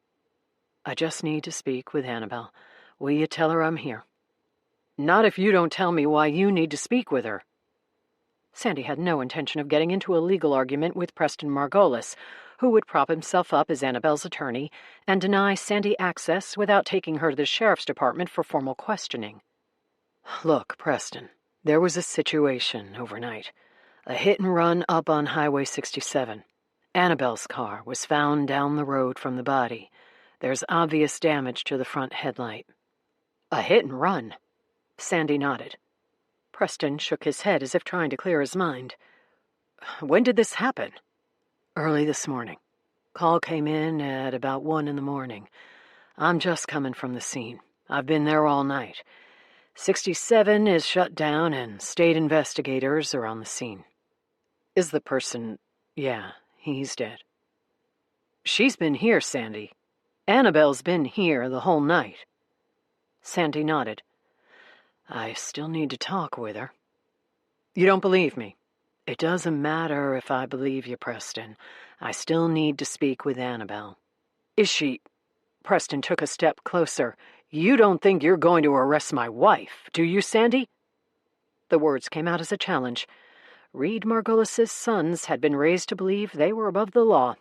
Sandy wasn't about to take the bait. "I'm not here to arrest anyone, Preston. Just to ask a few questions. Her car was found at the scene of the crime. I need to figure out how it got there." Sandy saw Preston look off into the distance, out at the lake, as he thought through his options. The man was either genuinely confused by the news Sandy had delivered, or he was one hell of an actor. "Mind if I check the garage first?" Preston finally asked, "to see if Annabelle's car is there. Maybe there's been a mistake." "Sure thing," Sandy said, following Preston down the front steps and over to the garage. "Your crew always start this early on a weekend?" "Lester," Preston said. "He's the family's handyman, a sort of jack of all trades. He's always around. Annabelle asked him to finish the garage, so he's been here at sunup every day this week." "Morning, Mr. Margolis," Lester said, as Preston and Sandy passed the base of the ladder. Mr. Margolis was a snot-nosed 25-year-old kid just out of law school, and Sandy found it odd that someone barely his junior would address him so formally. Welcome to the life of a Margolis. "Morning, Lester," Preston said. "Is there a problem, Mr. Margolis?" "No problem." Preston opened the side door of the garage and flipped a wall switch. Overhead fluorescence brought the garage to life. Of the 4 bays, only the first held a vehicle, Preston's BMW sedan. The second bay was empty, the third occupied by a 4x4 Gator tractor, and the fourth filled with a workbench and tools hanging neatly on the wall. "What the hell?" Sandy heard Preston whisper to himself. Finally he turned to Sandy and nodded. "I'll wake Annabelle, and we can all talk in the kitchen." "Thanks." 10 minutes later, Sandy stood in the kitchen of Preston and Annabelle Margolis's lake house. When the couple came down, Sandy noted that Annabelle, much like Preston, looked to have just climbed from bed.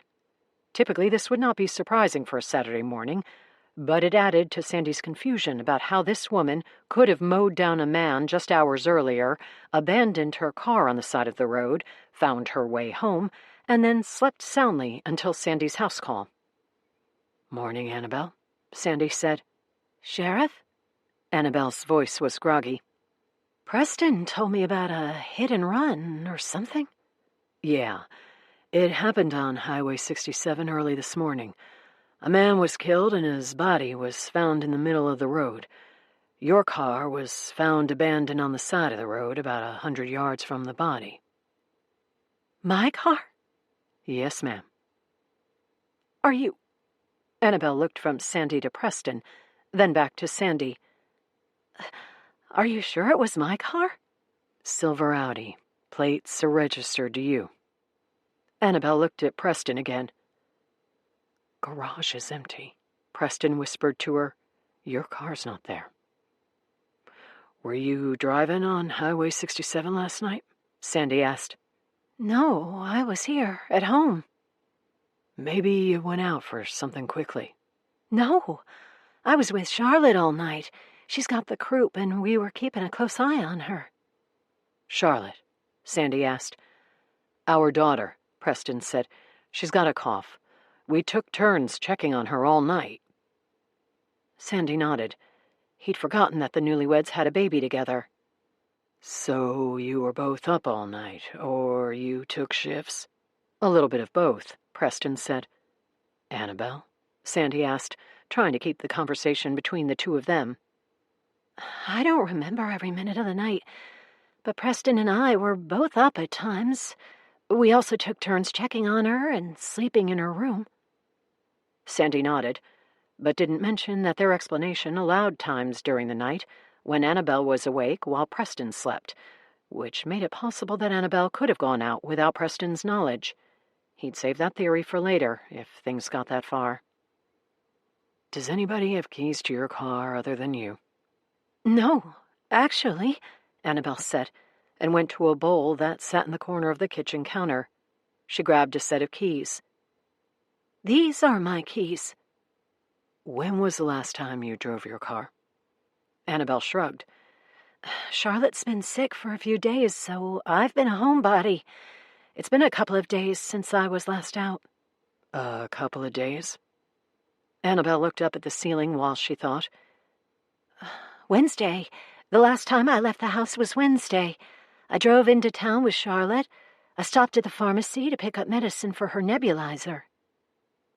As Sandy listened to Annabelle Margolis, he noticed that something felt off about the whole scenario. And not for the first time since he'd knocked on the front door. He had doubts that Annabelle Margolis was driving the car found abandoned out on Highway 67. I need you to be available for the next few days as we try to get to the bottom of this. So if you have any travel plans, I need you to cancel them. We're not going anywhere, Preston said. Sandy nodded. I'll be in touch. Hope your daughter feels better. Thank you, Annabelle said. Sitting in his cruiser a few moments later, Sandy looked back to the Margolis home. Preston and Annabelle stood on the front porch. Preston's arm was around Annabelle's shoulder. At the sight, a sinking feeling came to Sandy that Annabelle Margolis had nothing to do with the hit and run. The many enemies of the Margolis family blinked through his mind, and the chances of a simple open and shut case evaporated like a scent in the wind. Cedar Creek, Nevada, Monday, June 26, 1995, 8 days prior. Dr. Rachel Crane was the chief medical examiner for Washoe County. Her morgue was located in Reno, and Sandy knew it well. Over the course of his tenure as sheriff of neighboring Harrison County, he'd visited her on a number of occasions. Dr. Crane handled the post-mortem exams when Nevada State Highway Patrol was involved in a case. Baker Jauncey, the man found dead on Highway 67, had been transported to the Reno morgue after the scene was secured and all evidence had been collected. The revelation that Mr. Jauncey was a partner at the Margolis law firm further guided the collision course Sandy was on with the family, and he was happy to have an impartial player, such as Rachel Crane, handling the autopsy outside of Harrison County. Sandy made the drive to Reno, and now paced Dr. Crane's office while he waited, finally stopping to peer through the window. He thought back to his visit Saturday morning with Annabelle Margolis, and how little sense it made that her car had been found at the scene of the accident, if, in fact, she had not been driving it. A trickle of perspiration beaded on the base of his neck before rolling down his spine. "Sandy," Dr. Crane said when she entered the office, "I didn't expect you so soon." Pulled back from his thoughts, Sandy turned from the window. "Sorry, I drove straight down after you called. I'm feeling the pinch on this one and need answers before the Harrison County political machine starts churning." Dr. Crane nodded. "I've tried to stay clear." "Lucky you. I'm perpetually in the middle of it. I'm afraid my findings are not going to make your job any easier. I finished the autopsy this morning. I'm still putting my notes together, but I'll bring you up to speed. Something interesting? Unfortunately, yes. Follow me. It'll be easier to understand if I show you what I found. Sandy followed Dr. Crane out of her office and down a long hallway. The smell of formaldehyde filled his nostrils the closer they got to the double doors he knew led to the morgue. Dr. Crane pushed through the doors while Sandy stayed close behind. In the atrium outside the autopsy suite, they both donned surgical masks before entering. The 6 stainless steel tables were empty, and Sandy looked curiously at the contraptions that hung from the ceiling above each: a surgical light, an X-ray machine, and various hoses for spraying or washing or vacuuming or whatever other hellish things took place when bodies occupied the tables. He walked with Dr. Crane to a row of coolers where the bodies were stored, first before autopsy and then again as they waited transport to the funeral home. She opened one of the doors, and Sandy saw a pair of pale blue feet poking from under a white sheet. An ID tag hung from the big toe. Dr. Crane slid the shelf out and pulled back the sheet without ceremony or prompting. For Dr. Crane, staring at a dead body was a daily ritual to which she was as indifferent as Sandy was about strapping his firearm to his waist. "Can't you just tell me what you found, Doc?" "You didn't come all the way down to Reno for me to tell you what I found. You need to see it to understand it." "Understand what?" "The giant problem you have on your hands." Sandy's head ached from the thought of going toe-to-toe with the Margolis family. "I've got too many problems to count. Are you going to add to my list?" "Yes, and this will be your biggest," Dr. Crane said. "Because this guy wasn't hit by a car." Cedar Creek, Nevada, Monday, June 26, 1995, 8 days prior. "I literally found him in the road," Sandy said. "A trail of blood was streaked on the pavement. It sure as hell looked like a car hit him. Plus, investigators found this guy's blood on the underside of the car that was abandoned down the road." "Sorry," Dr. Crane said. "Let me rephrase. This guy was definitely run over by a motor vehicle, but that's not what killed him." Sandy watched as Dr. Crane turned Baker Jauncey's body onto its side, a task she accomplished by pulling on the sheet under him with one hand, while simultaneously pushing on the man's shoulder blade. The maneuver caused the man's right arm to flop onto the metal gurney before hanging limp off the edge. No matter how many times Sandy saw it, the lifeless slump of the dead surprised him, as if iron filled their insides, and the world were a magnet. "See this?" Dr. Crane asked, pointing to the back of Baker Jauncey's head. "What?" Sandy said, half looking through squinted eyes. "The big black hole in his head? Yeah, I see it." "The wound broke the skin and cratered the skull." Sandy looked at Dr. Crane. "I'm assuming skull fractures are common when people are hit by speeding cars?" "No. They're possible, but not common. The most common injury is femoral fracture, assuming the victim was standing when the vehicle struck them. In this case, he was not. No fractures anywhere on his body other than the skull. But back to your question. Depending on how the body reacts after being struck by the vehicle, many other injuries could follow, usually internal organ damage and bleeding. Head injuries can occur if the victim is thrown upwards, sort of somersaulted, and collides with the windshield. That wasn't the case here, since there was no damage to the vehicle's windshield." Dr. Crane used her gloved hands to expose the injury to the back of Baker Jauncey's head by peeling away the scalp, which she had dissected during the autopsy, so that bare skull was visible. The squishing noise roiled Sandy's stomach. A skull fracture this extensive would certainly have caused the windshield to crack, but even if miraculously the glass didn't shatter, this wound is definitely not from impact against a smooth, flat surface like a windshield. "What if he was struck by the car, sent into the air, and then landed on his head?" "That's an acceptable observation, but the dynamics of the skull fracture disprove the theory. Again, this fracture was not caused by impact with a flat surface, whether it's argued to be a windshield or the pavement. And then, Dr. Crane said with a sympathetic shrug, to follow your theory, the victim would have needed to be thrown upward, land on the pavement, sustain the head injury, and then get run over by the speeding car. Essentially, your theory requires the car to hit the victim twice, which is impossible by the laws of physics. Then what caused the head injury? My best bet? A baseball bat. Sandy blinked several times. A baseball bat? Based on the shape and depth of the fracture, as well as the discovery of wood fragments in the wound, some sort of rounded piece of wood moving at a high rate of speed created the fracture. A baseball bat is the most likely culprit. What are you telling me, Dr. Crane? I'm telling you that this guy was struck in the back of the head, likely with a baseball bat, causing blunt force trauma that fractured his skull and caused a brain bleed that killed him. Then, after he was dead, he was run over by a car. Sandy's mind returned to his visit with Preston and Annabelle Margolis, remembering how the couple seemed genuinely surprised to hear that Annabelle's car had been involved in a hit and run. Dr. Crane pointed again to Baker Jauncey's head. My official opinion on cause of death will be blunt force trauma resulting in a fatal brain bleed. Manner of death? Homicide. Sandy ran his hand through his hair as he took in the news. All the other injuries I documented, Dr. Crane continued, were caused post-mortem. After he was dead. Correct. Sandy ran his tongue along the inside of his lower lip as he considered his next move. And the one after that. I need you to sit on the autopsy findings for a while, he finally said. Don't share them with anyone. Can you do that? I haven't even written up my report. I can stall for a few days, maybe even a week or two. But the state police are involved, so I'll have some pressure on me.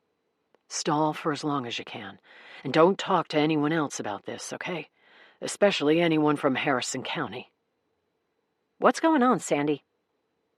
Sandy exhaled a long breath. The car found at the scene belonged to a member of the Margolis family, and the Vic was a partner at the Margolis law firm. For shit's sake, Dr. Crane whispered. Exactly. Once it becomes public knowledge that this is being called a homicide rather than a hit and run, the shit's going to hit the fan, and I need to prepare for it. Give me a week. I'll try. Sandy nodded and hurried out of the morgue.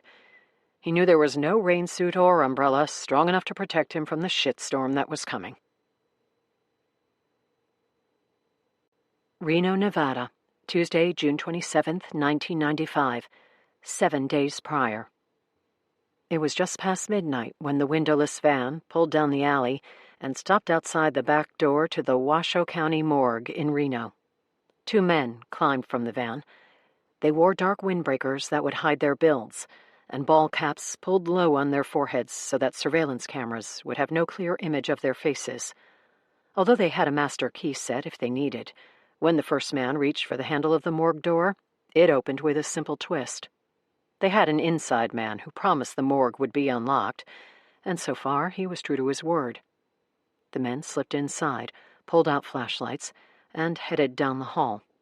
They took the stairs to the underground level, their soft-soled tennis shoes making little noise. They found the autopsy suite and headed to a row of coolers on the back wall. They found the third door and opened it, the only one that was unlocked. They pulled the gurney and the body it held from the freezer as cold air billowed into the suite. One of the men pulled on the sheet to reveal the dead man's feet, found the tag hanging from his toe, and confirmed the name, Baker Jauncey.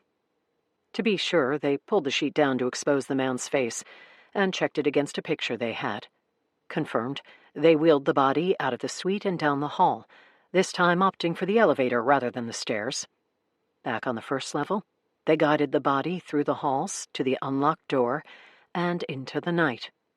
They opened the back doors of the van and slid Baker Jauncey's body in. A few minutes later, they were on the highway and headed north. An hour and a half later, they arrived in Cedar Creek, where they pulled up to the back door of the town's morgue. Inside, they pushed the gurney containing Baker Jauncey's body through the dark hallways until they reached the autopsy suite, where they deposited the body in the cooler. They swapped the Washoe morgue tag that was attached to Baker's right big toe. Just before 2 a.m., Baker Jauncey became the property of the Harrison County Medical Examiner's Office in Cedar Creek, Nevada. The M.E. promised his boss he would perform the autopsy first thing in the morning. Part 2. Undercover. Chapter 16. Raleigh, North Carolina, Friday, July 19th, 2024.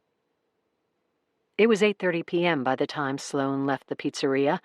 She had sat with Eric for 2 hours discussing her still-missing biological parents, Sandy Stamos's mysterious death, and the old, forgotten hit-and-run case that Eric believed was at the heart of Sloane and her parents' disappearance in 1995. Sloane felt Eric's desperation as she sat across from him. The man truly believed, after taking on his grandfather's burden, that Sloane was his only hope of discovering what happened to his father. Sloane promised Eric she would be in touch, but there were too many variables for her to commit to helping him. She apologized again for the mace incident, and then watched Sheriff Stamos drive off in his Toyota SUV with Nevada plates. She ran up the steps of her apartment, locked the door behind her, and opened her laptop as soon as she sat at the kitchen table. Her fingers raced across the keyboard as she typed into the search engine, Eric Stamos, Cedar Creek, Nevada. A slew of information popped onto her screen, and she clicked on the first link. It was an article from the Harrison County Post. Stamos wins re-election in landslide. Cedar Creek, Nevada, November 9th, 2022. Eric Stamos was easily re-elected sheriff of Harrison County last night, earning 72% of the vote. What was originally believed to be a tight race ended up a runaway. The latest polls offered mixed results heading into Tuesday's election. Most showed Stamos with a narrow lead, while others showed Trent Dilbert as the frontrunner. Dilbert ran an aggressive campaign, fueled by massive donations from some of Harrison County's wealthiest residents. Dilbert was endorsed by several prominent political figures, as well as the district attorney's office. But Stamos and his no-nonsense approach to law enforcement, as well as his family's long lineage of peacekeepers in the county, resonated with voters more than Dilbert's pricey campaign. This will be Stamos's second term as Harrison County Sheriff. He succeeds his father and grandfather, both of whom served several consecutive terms as sheriff. Stamos's father, Sanford Stamos, died in 1995. Eric Stamos was just 9 years old at the time. Sloane typed Eric's father's name into the search engine and found pages of articles about the man. She clicked again on an article from the Harrison County Post. Sheriff Stamos found dead. Overdose suspected. Cedar Creek, Nevada, July 15th, 1995. Sandy Stamos, the multi-term sheriff of Harrison County, drowned when his car crashed into Cedar Creek sometime late Thursday night.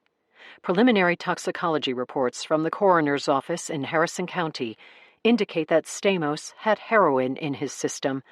Sources close to the investigation tell the Post that a syringe was found in Stamos's arm when the sheriff's body was pulled from Cedar Creek.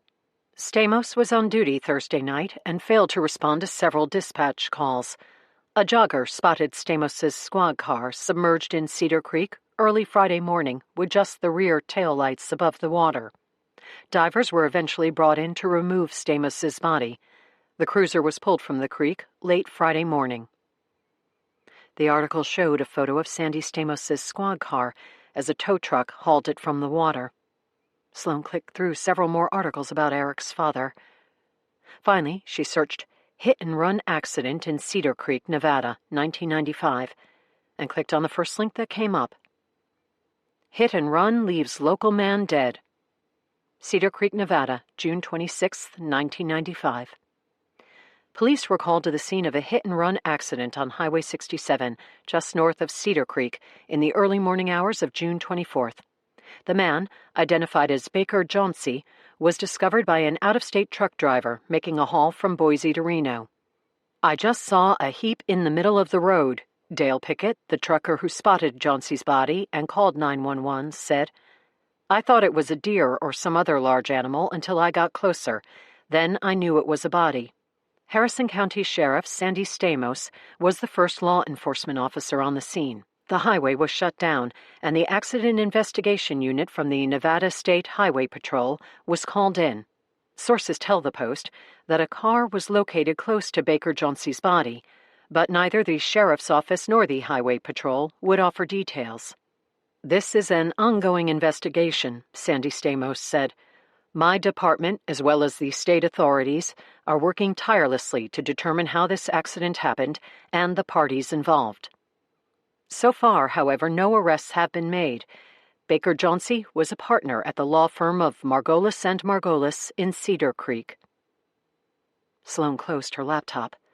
She could spend all night running down the rabbit holes of Eric Stamos, his father, the mysterious hit-and-run accident, and speculating about what any of it had to do with her disappearance 30 years ago.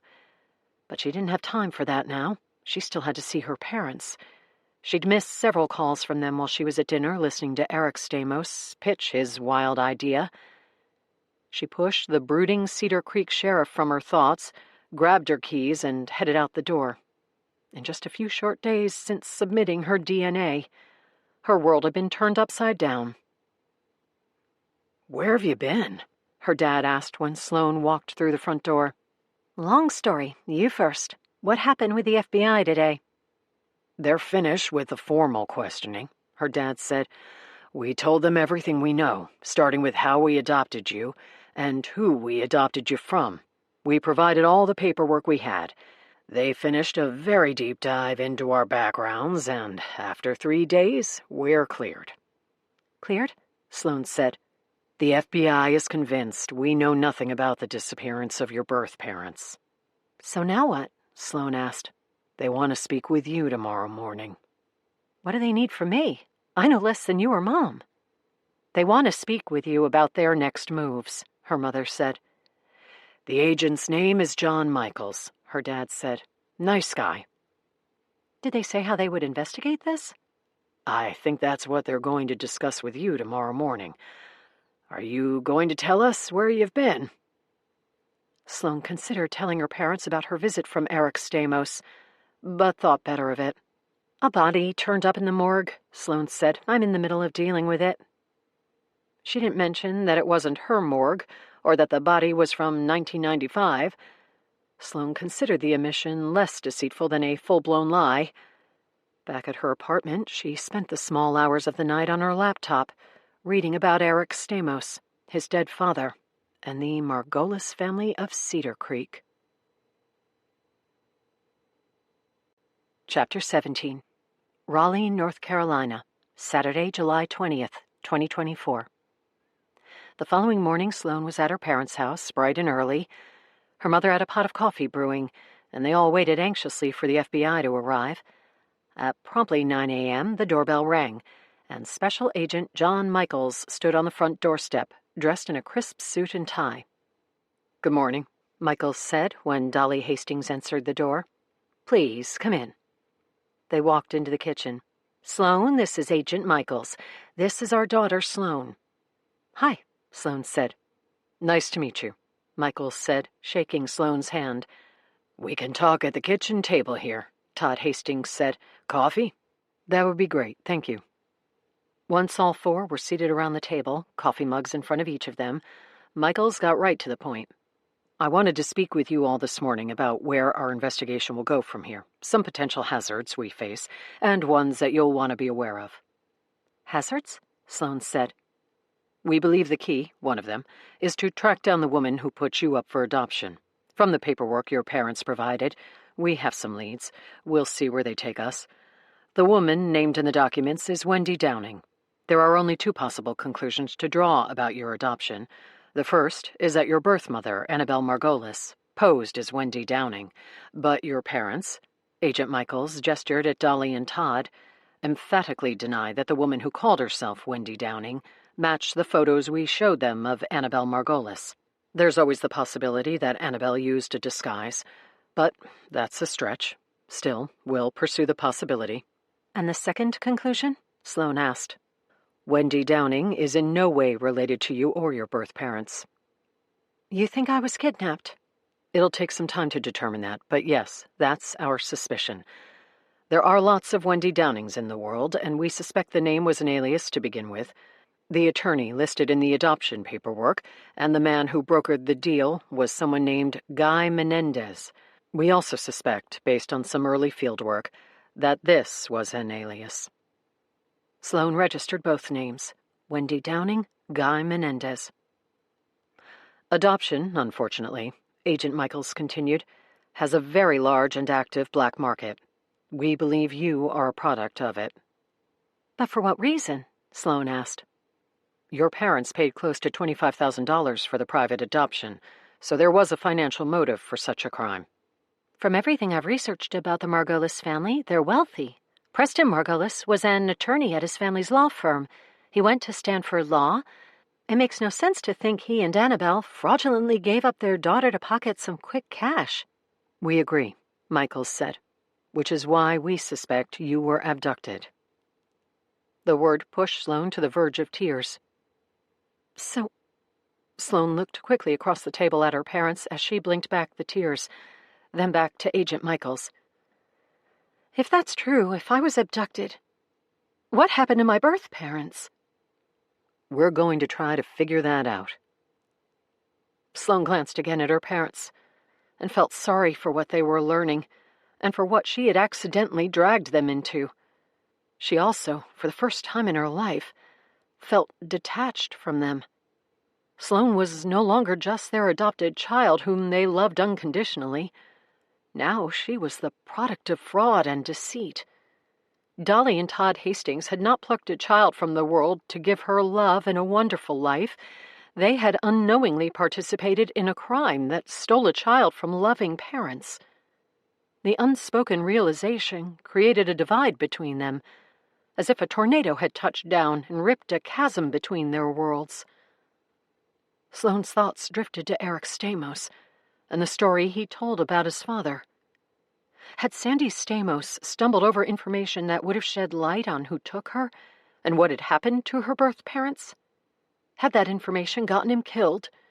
And could it be true that someone inside the Margolis family knew the truth? The thoughts brought with them a wave of urgency that crashed over her. The sensation drew her somehow to her birth parents, people she had scarcely thought of before this week, and with whom she had never before felt a connection. But this morning she felt not just tied to her birth parents, but a deep sense of obligation to figure out what happened to them. Eric Stamos' words echoed in her mind. Someone inside the Margolis family knows what happened to you and your birth parents. You're the perfect Trojan horse. The other thing I wanted to speak with you about, Agent Michaels said, pulling Sloane from her thoughts, is that we have notified the Margolis family about the developments in the case, specifically that DNA testing has confirmed that we've found Charlotte Margolis. We didn't share your personal information, but we were duty-bound to provide the Margolis family with an update, as this investigation has never been formally closed. Annabelle Margolis' parents are deceased, and she was an only child. There's no one on her side to tell.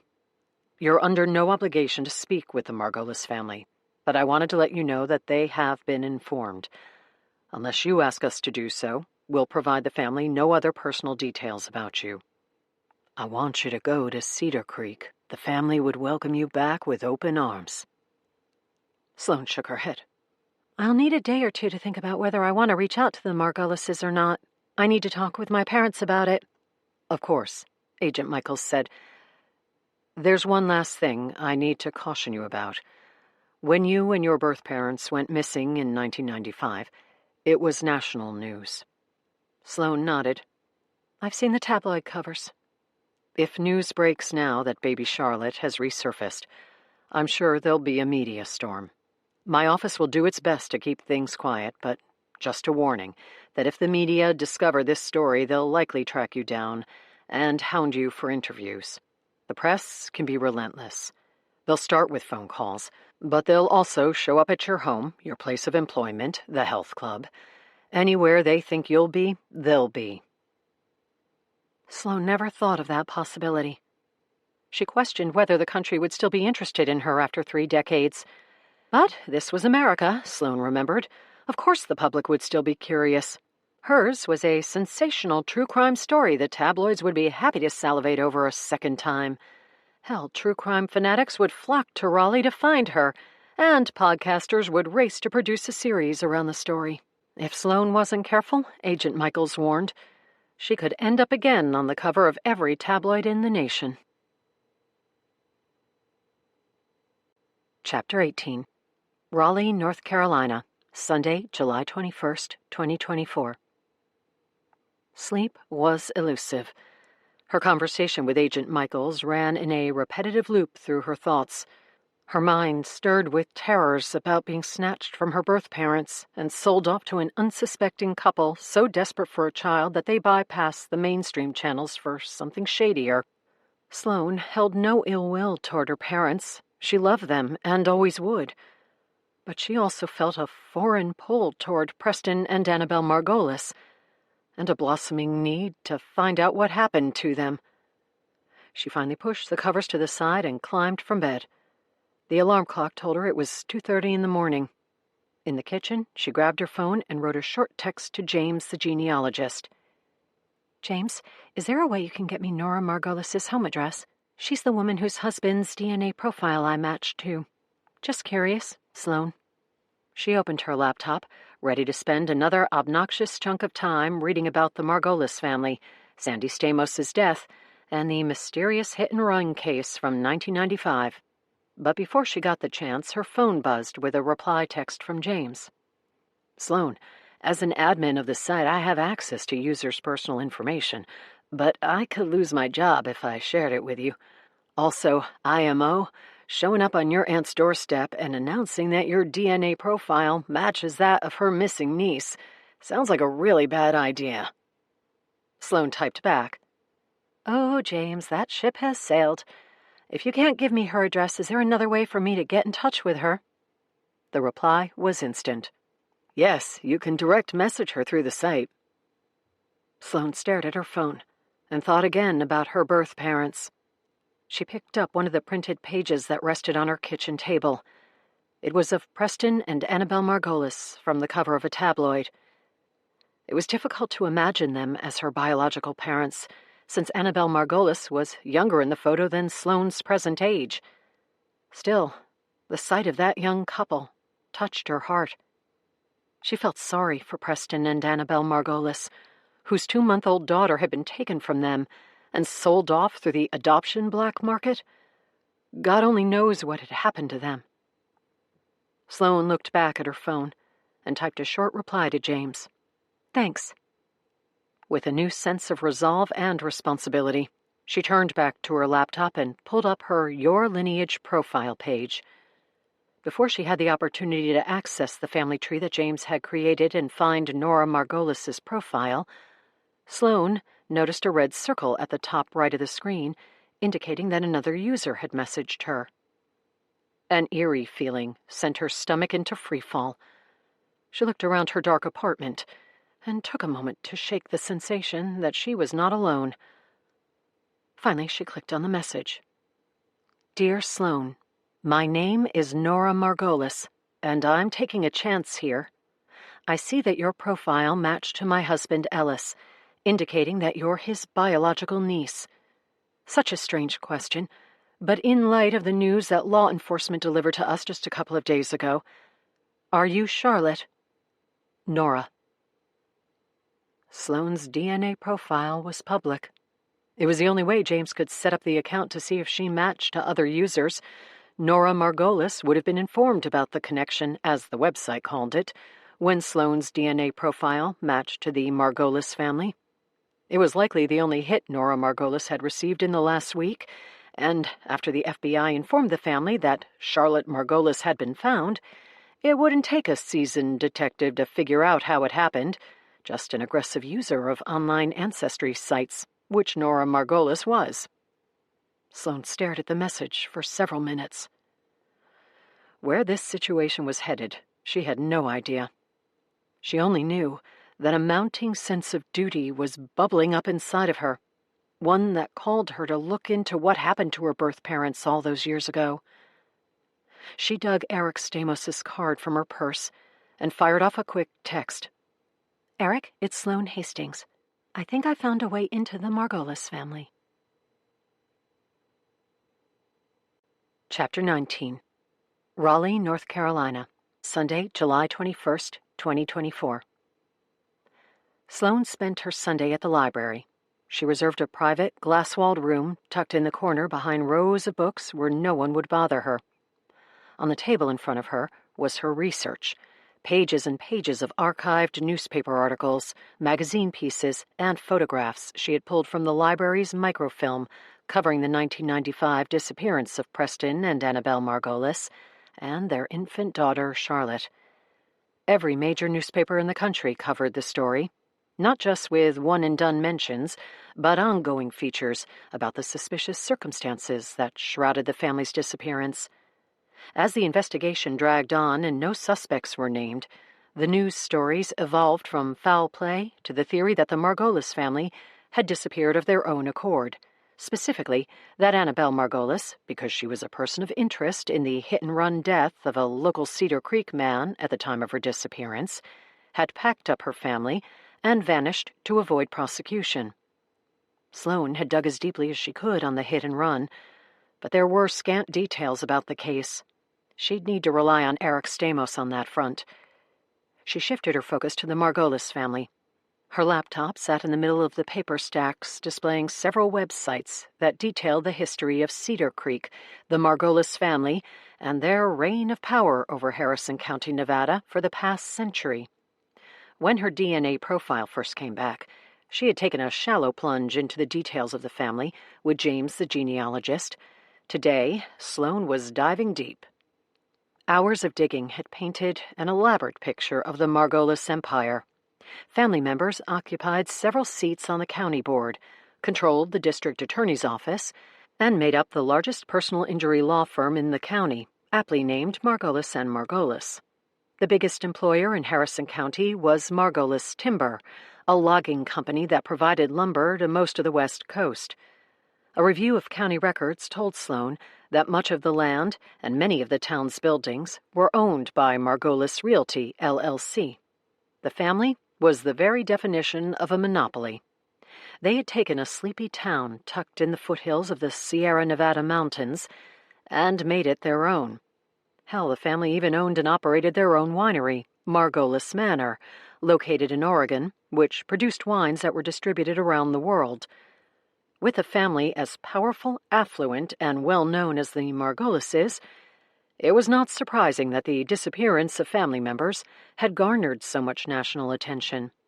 To the best of Sloane's research abilities, the disappearance of her and her birth parents hung around the news cycle for 18 months before it finally faded.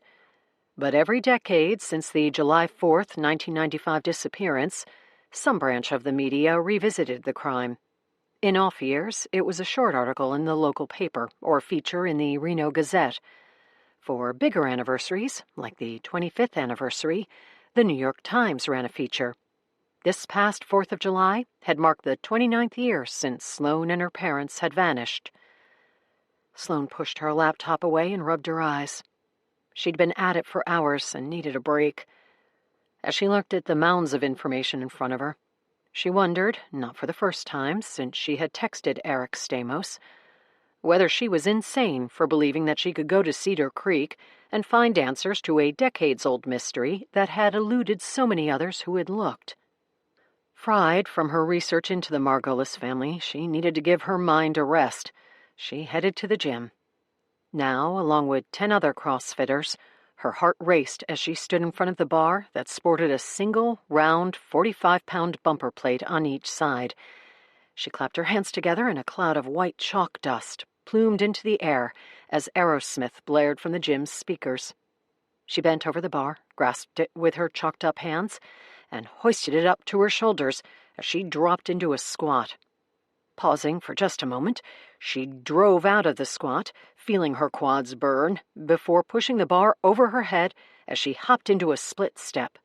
She held the bar high in the air, locking her elbows to control the shake in her arms as she steadied her core, completing a single clean and jerk. She dropped the bar to the ground, where it bounced until it came to rest. Then she repeated the process for a total of 14 reps, barely securing her elbows on the last one. She dropped the bar a final time and bent over her knees, giving in to the exhaustion. Her quads were saturated with lactic acid, and her shoulders were numb. Her heart pounded against her ribcage while sweat covered her body and dripped from her chin. A few other CrossFitters applauded her effort, knowing Sloane had reached a PR, personal record, during the final rep of the night. She headed to the stationary bike to burn off any remaining anxiety.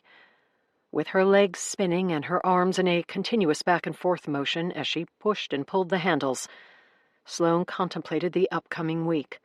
She was scheduled to fly to Reno on Friday afternoon and would arrive in Cedar Creek sometime in the evening. She had purchased a one-way ticket, not knowing when she would return to Raleigh. She'd have at least a month before she'd have to be back at the office of the chief medical examiner to satisfy August's required autopsy observations. To make up for her extended leave, Sloane was scheduled to scrub in with Hayden Cox every day this week, which would buy her some breathing room while she headed to Cedar Creek to meet the Margolis family and look for answers. The timer on the bike sounded, but with so many thoughts running through her head, Sloane pressed the button for another 20 minutes. She melted on the bike, sweating until her breath was gone and her muscles fatigued. But even her hellish workout wasn't enough to curb the nervousness she felt about her upcoming trip to meet Nora Margolis. Chapter 20. Cedar Creek, Nevada, Friday, July 26, 2024. She managed the 5-hour flight from Raleigh to Reno without incident, found her rental car, and headed out of Reno International Airport right on schedule. Cedar Creek was perched in the foothills of the Sierra Nevada mountains, an hour and a half to the north. The largest city in Harrison County, Cedar Creek was a mini metropolis, flanked by the Great Basin to the east and the insurmountable peaks of the Sierra Nevada mountains to the west. The creek for which the town was named originated from a large lake in Oregon, merged with tributaries that funneled down from the snow-capped Sierra Nevada peaks, and split the town in half before emptying into Lake Harmony on the south side of Cedar Creek. As Sloane crested the bluff that overlooked the town, she took in the aerial view. The quaint town sprawled out below her, revealing beautiful homes lining each side of the creek, and 3 arched bridges, one to the north, another to the south, and the third smack dab in the middle of town, that vaulted over the water to connect one side of town to the other. Had Sloane been visiting for reasons other than reuniting with the family she had been abducted from, and trying to wiggle her way into their good graces to find answers to what happened to her birth parents nearly 30 years earlier, she might have considered the place beautiful. Instead, she took a scientific approach to the town of Cedar Creek, the same way she had to the 5 autopsies she assisted with during the past week. Like the bodies and the clues they offered, Cedar Creek held something deeper than its beauty. The town held secrets, and Sloane was on a mission to dissect them from wherever they hid. For 100 years and 3 generations, the Margolis family had run this small splinter of the country, controlled the local government, and had managed to stretch their reach into state-run industries and offices. Sloane was unsure what sort of dangers lurked in Cedar Creek. She only knew that since discovering she was baby Charlotte, a girl who had disappeared when she was 2 months old and separated from parents who loved her, she had a burning desire to find answers. As Sloane drove down into the valley and toward Cedar Creek, she knew she was headed to the only place on Earth that she might find them. The 2-lane road twisted for a mile until it skirted along the creek, which Sloane estimated to be 2 football fields wide. On the edge of town, a sign welcomed her to Cedar Creek, a place where dreams come true. From what Sloane had learned so far about the things that had taken place here, she wasn't so sure about that. She drove north with a perfect view across the water, where the setting sun lit the creekside homes in the splendid glow of evening. When she entered the town center, she took a few minutes to explore, navigating through a series of roundabouts until the last spun her into the heart of town, a place known locally as the Block. She took in the shops, galleries, and restaurants the quaint town had on display. On the north side, she found the Louis Balat Bridge, named, Sloane knew from her research, for the structural engineers who had designed it, which stretched over Cedar Creek and took Sloane to the east side of town. She turned down a side street and found the Verbo home she had rented until September. A month felt suddenly inadequate to figure out what had happened to her parents 3 decades earlier. Sloane parked in the driveway and pulled her suitcase from the back seat. She looked at the mountains to the west, which cast long shadows over the town as the sun began its descent behind their peaks. At once she felt small and insignificant standing in this valley in northern Nevada, but also like she was meant to be there. Like the universe had brought her to this exact place at this exact time, to somehow right an injustice from decades earlier, to find answers for the Margolis family, Eric Stamos, and herself. She heard the crow of a bird, a long squawk that echoed into the evening.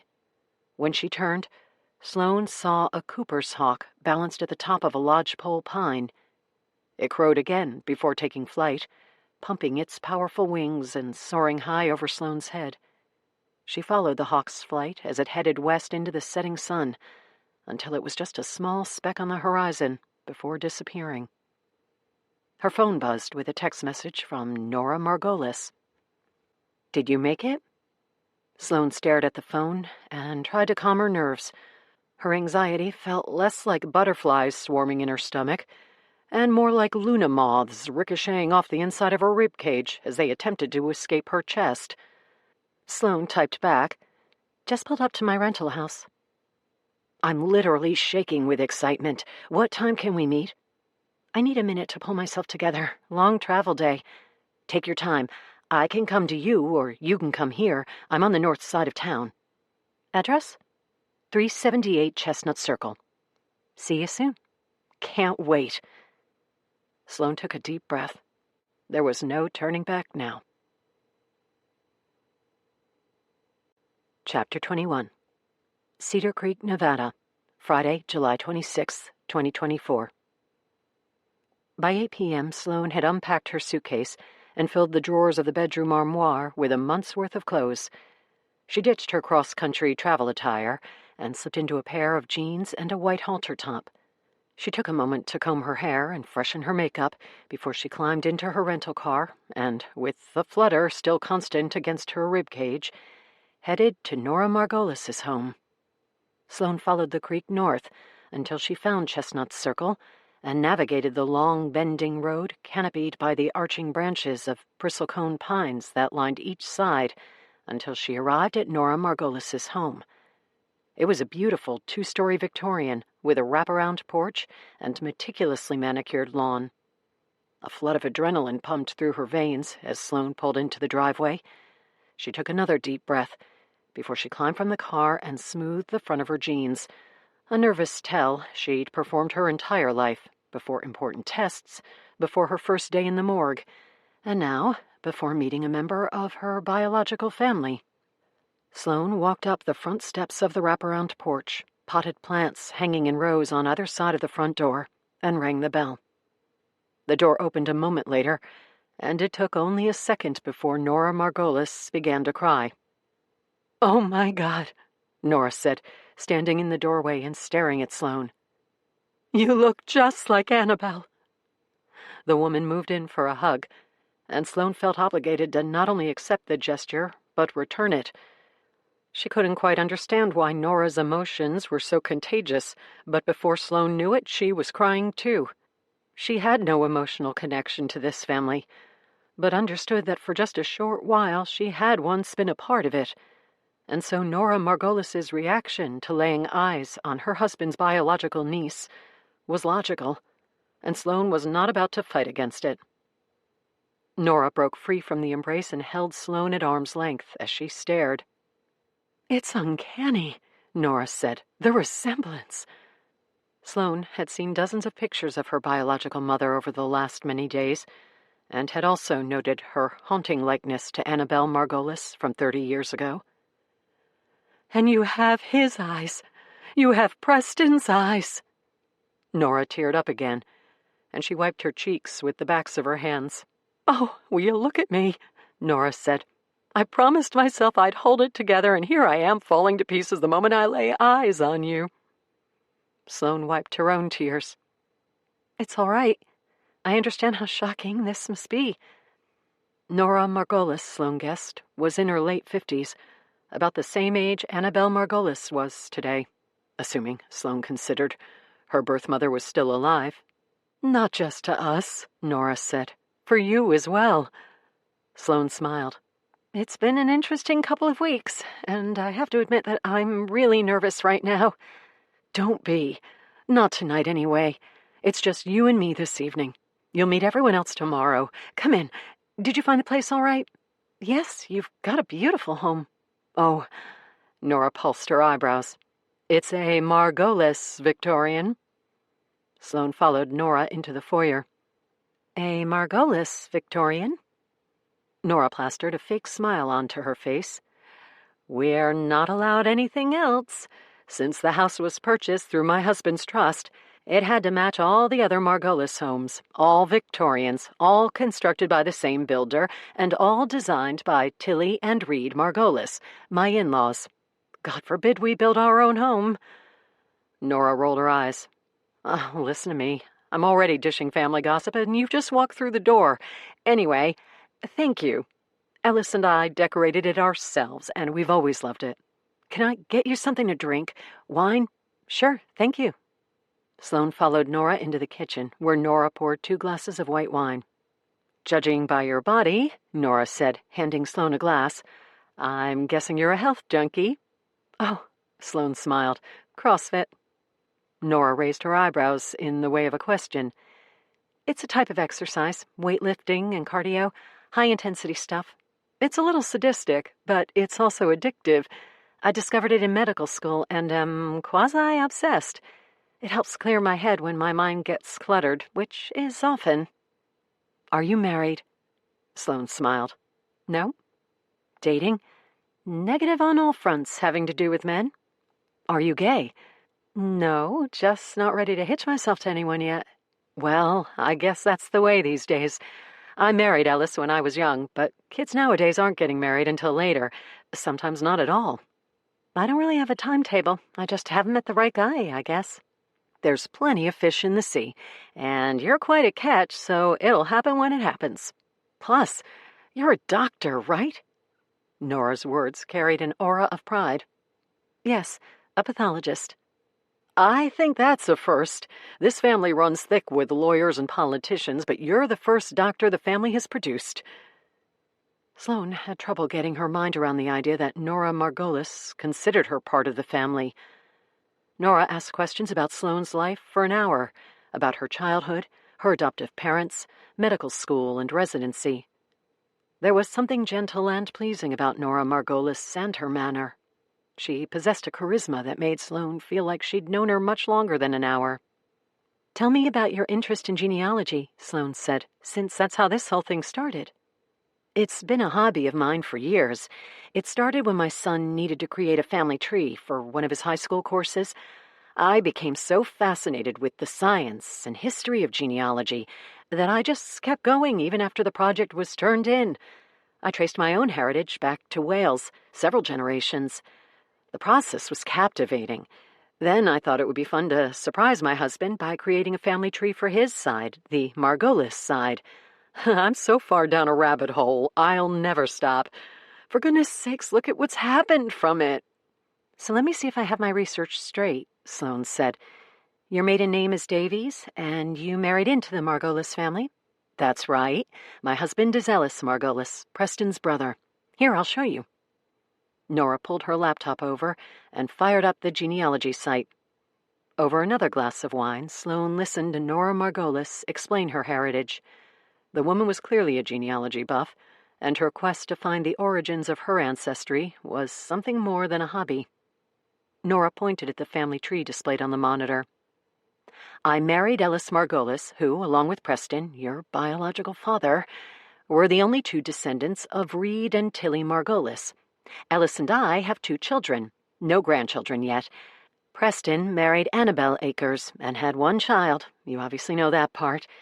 So my kids are at the bottom of the Margolis family tree.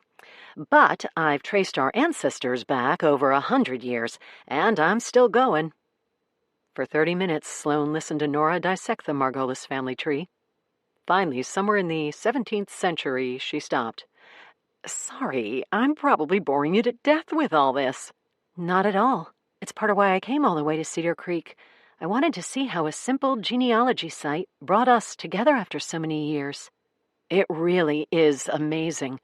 But, Nora said before she hesitated, I suppose the genealogy can explain how we found you after so many years, but it will never be able to tell us what happened to you and your parents all those years ago. I have to admit that part of the reason I reached out to you was selfish. I'm hoping your story can help shine light on what happened to Preston and Annabelle. Sloane smiled. That's the thing, Nora. I don't know what happened to me. Until a couple of weeks ago, I thought I had a pretty normal childhood. I knew I was adopted, but that just became my normal existence. It was part of my identity. My parents loved me, and I loved them. They provided a great childhood for me. That's all I knew. But after what I've discovered, I'm hoping to learn about my birth parents and what happened to them. I'm hoping you can help me, probably as much as you're hoping I can help you. It's been a mystery for 30 years, what happened to you and your folks. Unfortunately, I don't know any more than you probably do. That can't be true. You knew my birth parents, so that alone gives you a leg up on me. Can we start there? Can you tell me about my birth parents? Sure, Nora said. Your mother was a dear friend of mine. I'll tell you anything you want to know. Your mother. Sloane's mind flashed to her mom, who was recovering in Raleigh from a week of interrogation by the FBI. It was hard to find room in her mind for another parent figure.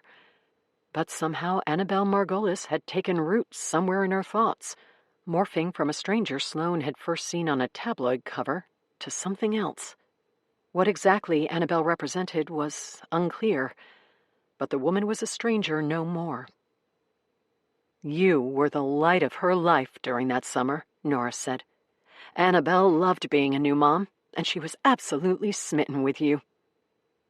Sloane attempted to swallow, but her esophagus constricted. She took a deep breath to collect her emotions, barely containing the tears that welled at the bottom of her lids. You and my mom were close. Ours was a short friendship, but a strong one. We only knew each other for about a year, but we became kindred spirits during that time, mostly, I think, because we were both outsiders as far as the Margolis family was concerned. I mean, by the time Annabelle came into the scene, I had established myself enough that I was accepted. Annabelle was a different story. The family didn't accept her. Oh, Christ, no. And I knew exactly what she was going through because I'd once been there myself when I first started dating Ellis. So, Annabelle and I became close. I was the person she could lean on when things got heated in the family. When you say the family didn't accept her, who are you talking about? Reed and Tilly. Why didn't they accept Annabelle? Nora raised her eyebrows. Lots of reasons. But the biggest was that Preston started dating Annabelle while he was engaged to another woman. Chapter 22. Cedar Creek, Nevada, Friday, July 26, 2024. My father was engaged when he met my mother. Nora nodded. To Stella Connolly. She was a perfect match for Preston, on paper anyway. She came rubber-stamped and approved by Reed and Tilly. Stella, like Preston, was a young, up-and-coming attorney at another prominent Harrison County law firm. Because she came from a wealthy and powerful family, Reed and Tilly loved her immediately. Sloane crossed her arms awkwardly. Did my father cheat on her with my mother? Stella Connolly certainly thought so. What do you think?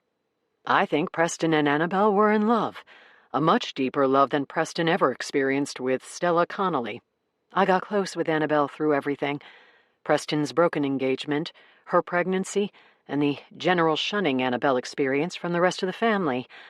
I knew how that girl felt because I had once been there myself. They didn't approve of you either? Not at first. But I had an advantage Annabelle did not. I came from money. My folks, before they passed, owned a string of restaurant franchises. When Tilly and Reed first heard that my family was in the fast food business, I was shunned. But when they heard my parents owned over 100 franchises and had made a fortune, I was welcomed with open arms. Just because your family had money? Absolutely. Before they knew that my parents were wealthy, I was just a lowly photographer who sunk her fingers into their sun so I could suck from the Margolis spigot for life. That's awful. They told you that? Not in so many words, but it's what they thought.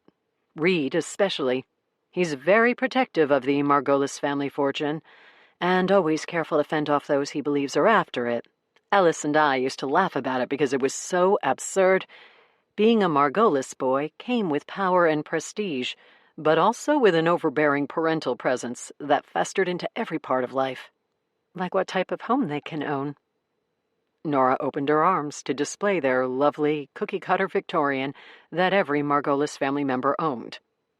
Anyway, when Preston called off his engagement to Stella, it caused quite a stir. When he started bringing Annabelle around, the mood around here turned icy. And when they announced that Annabelle was pregnant with you, well, let's just say the shit hit the fan. Cedar Creek is a small town, and it was even smaller 30 years ago. Preston and Annabelle were in the middle of lots of rumors before they disappeared, and after. What kinds of rumors? Oh, the usual kind when something like that happens. When one relationship ends right about the time another begins.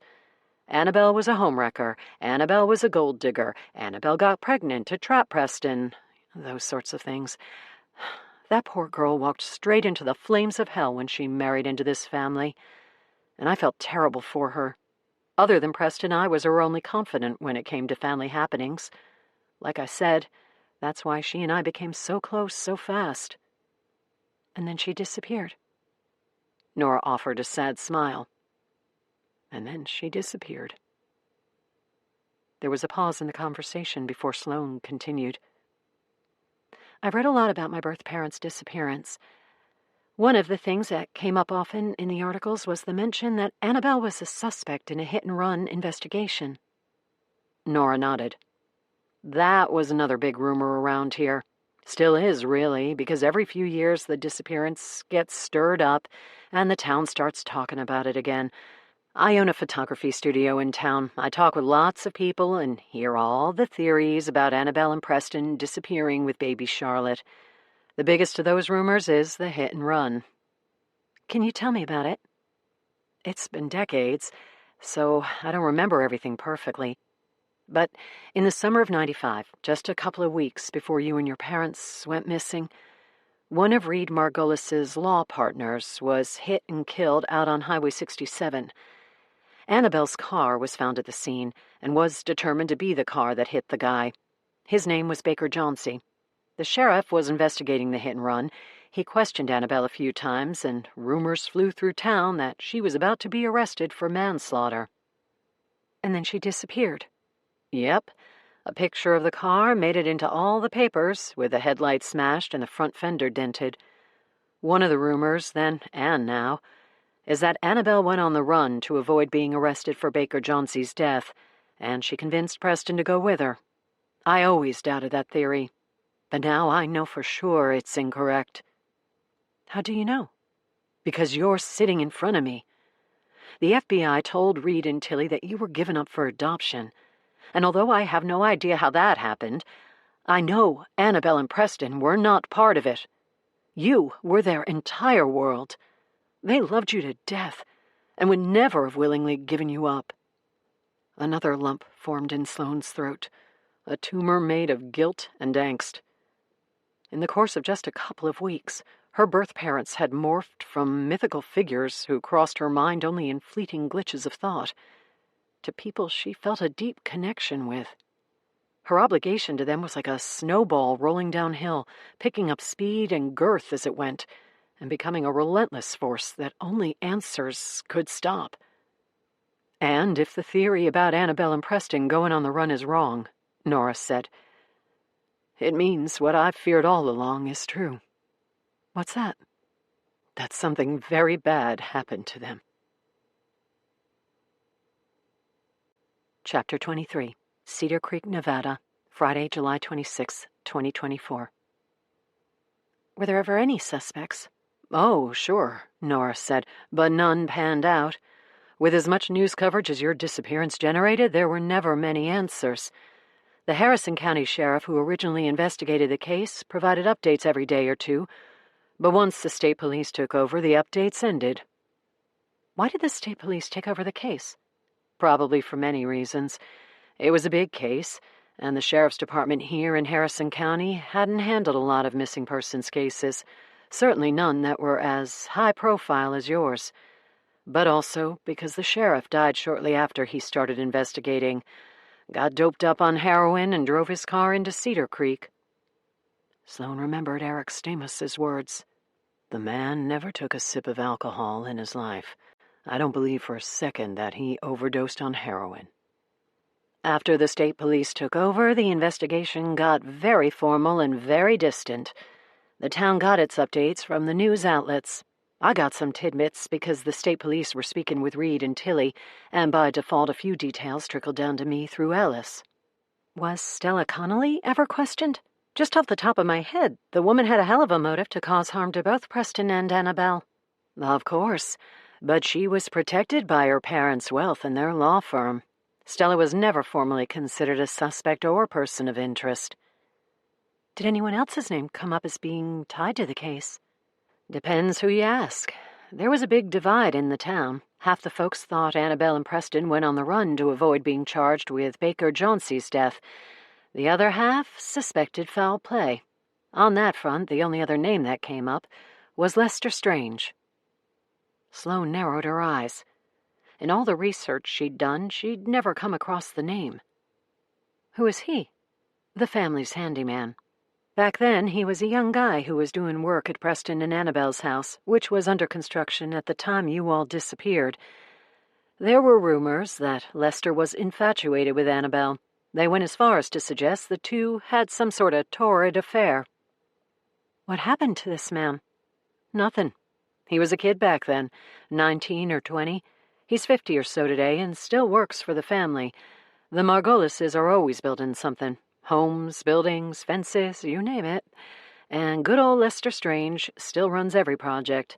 He also does a lot of work up at the winery, Margolis Manor. It's up in Oregon.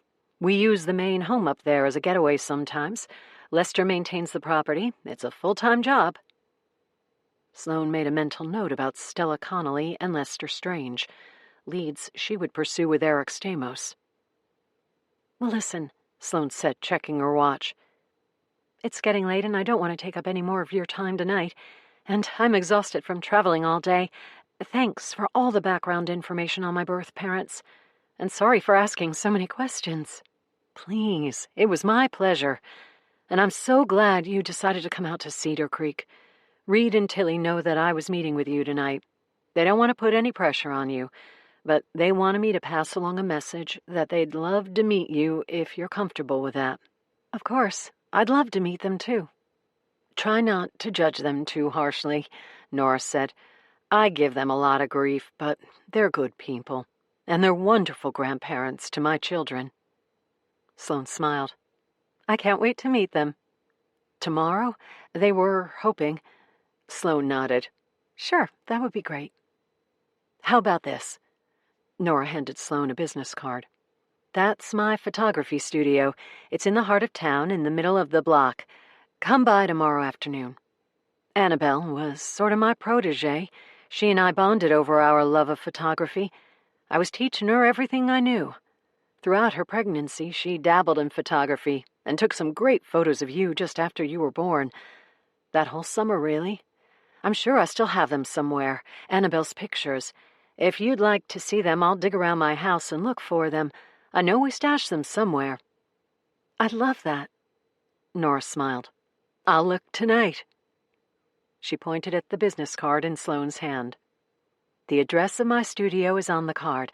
1 o'clock tomorrow, I'll have Reed and Tilly meet us there. Sloane smiled. See you then. Sloane, Nora said before she was out the door. I'm not sure we'll ever know what happened to you and your parents, but I'm sure glad I found you. Sloane smiled. Me too.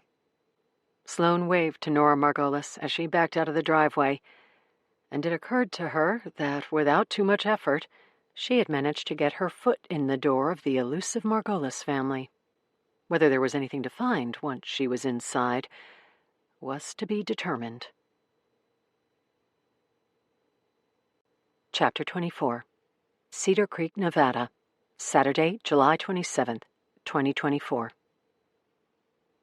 The following morning, before the sun was up, Sloane went on a run and explored the town of Cedar Creek. She'd been at it for 40 minutes when the sun crept from under the horizon. She made her way along the running trail that hugged the water, pausing as she crossed the Lewis-Balat Bridge that arced over Cedar Creek. Below her, the water's surface was peaceful and calm as it reflected the cotton ball clouds, bruised lavender by the rising sun. To the south, she saw the other two bridges that curved over the creek and connected each half of the town. To the west, the Sierra Nevadas absorbed the glow of the rising sun. From her perched position atop the bridge, the white courthouse was visible in the center of town, and she resumed her jog in that direction. She worked up a nice sweat and good burn in her lungs and legs as she approached the town center, picking up her pace and taking the 24 courthouse steps in a staccato of high knee raises that drained the last bit of energy from her quads. When she reached the top, she placed her hands on her head and sucked in the morning air as she slowly walked along the courthouse promenade, which was made up of 2 giant rounded doors flanked by 4 thick pillars on either side. When she had her breathing under control, she examined a placard near the front door that listed the mayor of Cedar Creek, the district attorney of Harrison County, and several county board members. Of the 12 names, 9 were Margolises. It dawned on her, as she stood in front of the courthouse in the center of the town that was owned and operated by the Margolis family, that her sudden reappearance had the potential to turn Cedar Creek upside down. She took one more look around the block, then skipped down the stairs and jogged back to her rental home. Showered and dressed an hour later, she drove out of Cedar Creek and into the foothills of the Sierra Nevada mountains, following the GPS as she navigated to the address Eric Stamos had given her. It took 30 minutes to traverse the serpentine roads and navigate the switchbacks that snaked through the mountains. Eventually, Sloane found the wooden bridge that crossed the gully below, the one Eric had told her marked the final leg of the journey to his cabin. She turned right at the end of the bridge, and a quarter-mile later found the driveway's entrance. The mailbox was hidden, and the address was poorly marked. She turned and drove through the canopy of trees until she reached the cabin and found Eric sitting in a chair on the front porch. He raised his hand as Sloane parked and climbed out of the car. The A-frame cabin was surrounded on 3 sides by thick forest and butted up against the gully she had crossed in her rental car. The 1-lane wooden bridge was visible in the distance behind the cabin. It was the very definition of isolated. "Find it okay?" Eric asked from the porch. "Just barely. You like living out here so far from civilization?" "It's my family's cabin. Come on in. I'll show you the place." Sloane walked up the porch steps. "Good to see you again," Eric said. "You too. And I promise I won't mace you this time." They both shared a laugh. Eric had fully recovered from the pepper spray incident, and Sloane was able to see both his eyes today. Still a light caramel brown that accented his dark olive complexion, evidence of a life spent outdoors. He wore a T-shirt that stretched under the tension of his broad shoulders and revealed the powerful cords in his forearms, suggesting that he found the gym as often as Sloane. "My grandfather built this place in the 50s, Eric said as Sloane followed him inside. "He used it as a family getaway spot and a hunting cabin. It's only 30 minutes from town, but feels like you're in another dimension." "That's for sure." "I inherited the place when my grandfather died last year. I've since turned it into ground zero for my research and investigation into what happened to my father." Sloane followed Eric through the cabin. Everything was bold oak and leather. The ceiling of the A-frame peaked 30 feet above their heads and was lined by broad wooden beams. The dining room table, A heavy slab of polished oak, with a long bench on one side and 4 chairs on the other, was covered with boxes and papers. "This is everything I've collected on my father's case. It includes everything I could get my hands on pertaining to the disappearance of you and your parents, as well as the old hit-and-run case that was linked to your birth mother." Sloane approached the table and the stacks of papers it contained. "This is all from the sheriff's office?" "No. Some was there, and I copied all of it before the FBI showed up to collect it the other day. Some of it came through Freedom of Information requests. Other parts came from contacts I have at the investigation unit of the Nevada State Police. And a lot of it is stuff my grandfather collected over the years as he searched for answers to what happened to my dad. It's kept me busy since he died. I've gone long stretches where all I do in my free time is work on the case and read through the files. Then I take breaks and don't look at the stuff for weeks. But since the FBI told me that Charlotte Margolis had resurfaced, I've been neck-deep in all of this." As secretive as Eric had been about tracking Sloane down in Raleigh the week before, it was little wonder why he had turned his family's remote cabin into the hub of his investigation into his father's death. Sloane checked her watch. "I'm ready to dive in. I've got to be back in town by 1 this afternoon. I'm meeting the Margolises." Eric raised his eyebrows. "That was fast." "I met with Nora Margolis last night. We had a good chat, and I learned some things. I'm meeting Reed and Tilly Margolis today. I don't think it'll be a problem to work my way into the family. Nora is just about the sweetest woman I've ever met, and she tells me Tilly and Reed are anxious to meet me. She also offered me some information about my birth parents." "Oh, yeah?" Eric pointed to the table. "Like what?" Sloane took a seat at the table. Eric sat across from her. "My father had been engaged when he met my mother, and so there were rumors the summer they disappeared that his jilted ex-fiancée was upset. Naturally, I'm interested in looking into her." Eric reached for a stack of papers and shuffled through them. "Stella Connolly. I found something in my father's notes about her. He and his deputies had made some visits to Preston and Annabelle's home on domestic disturbance calls, and each time it was due to Stella Connolly showing up and raising hell." He found the pages and handed them to Sloane. She read through handwritten incident reports dated the summer of 1995, 4 in total. Each described a 911 call made from Preston and Annabelle's home to report that Stella Connolly was trespassing, belligerent, and would not leave the property. Each incident ended with either Sandy Stamos or one of his deputies escorting Stella Connolly off the premises. There was never an arrest. But the final incident, on June 30th, 1995, was the closest the Harrison County Sheriff's Department came to hauling Stella Connolly to jail. Her father, a prominent Cedar Creek attorney, had been called to the scene to corral his daughter under the threat of arrest if he couldn't calm her down. Preston, Annabelle, and baby Charlotte disappeared 4 days later, on July 4th, 1995. Sloane looked up from the police report. "Nora Margolis said Stella Connolly was never an official suspect in my parents' disappearance." She held up the report. "She'd be the first place I looked." "She still lives in town. We should find a way to speak with her." Sloane nodded. "Maybe I'll give her a call and ask to meet under the pretense of learning more about my birth father." "That's probably the safest angle. What else did Nora Margolis mention?" "She told me about a handyman who worked for the Margolises that summer. They still employ him, from what Nora said." "Lester Strange. My dad had a file on him, but never made any progress. He'll be tougher to approach because he's tied so closely to the family. But that's where you come in, depending on how deep you get into the Margolis machine." "Nora said the guy was quasi-obsessed with Annabelle that summer. He's worth talking to, or at least looking into." "I'll add him to the list. What else?" "From Nora? Not much, other than that Reed and Tilly Margolis didn't like Annabelle." "Why was that?" "She was from the wrong side of the tracks, according to Nora. Her family wasn't wealthy, and Reed Margolis was suspicious that she was trapping Preston to gain access to family money. That she got pregnant with me out of wedlock sort of reinforced the theory. Again, all of this is according to Nora Margolis, who was, and technically still is, an outsider with a bitter taste in her mouth from how Reed and Tilly treated her when she started dating Ellis.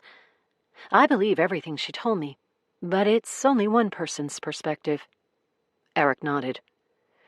You mentioned that you met with the FBI?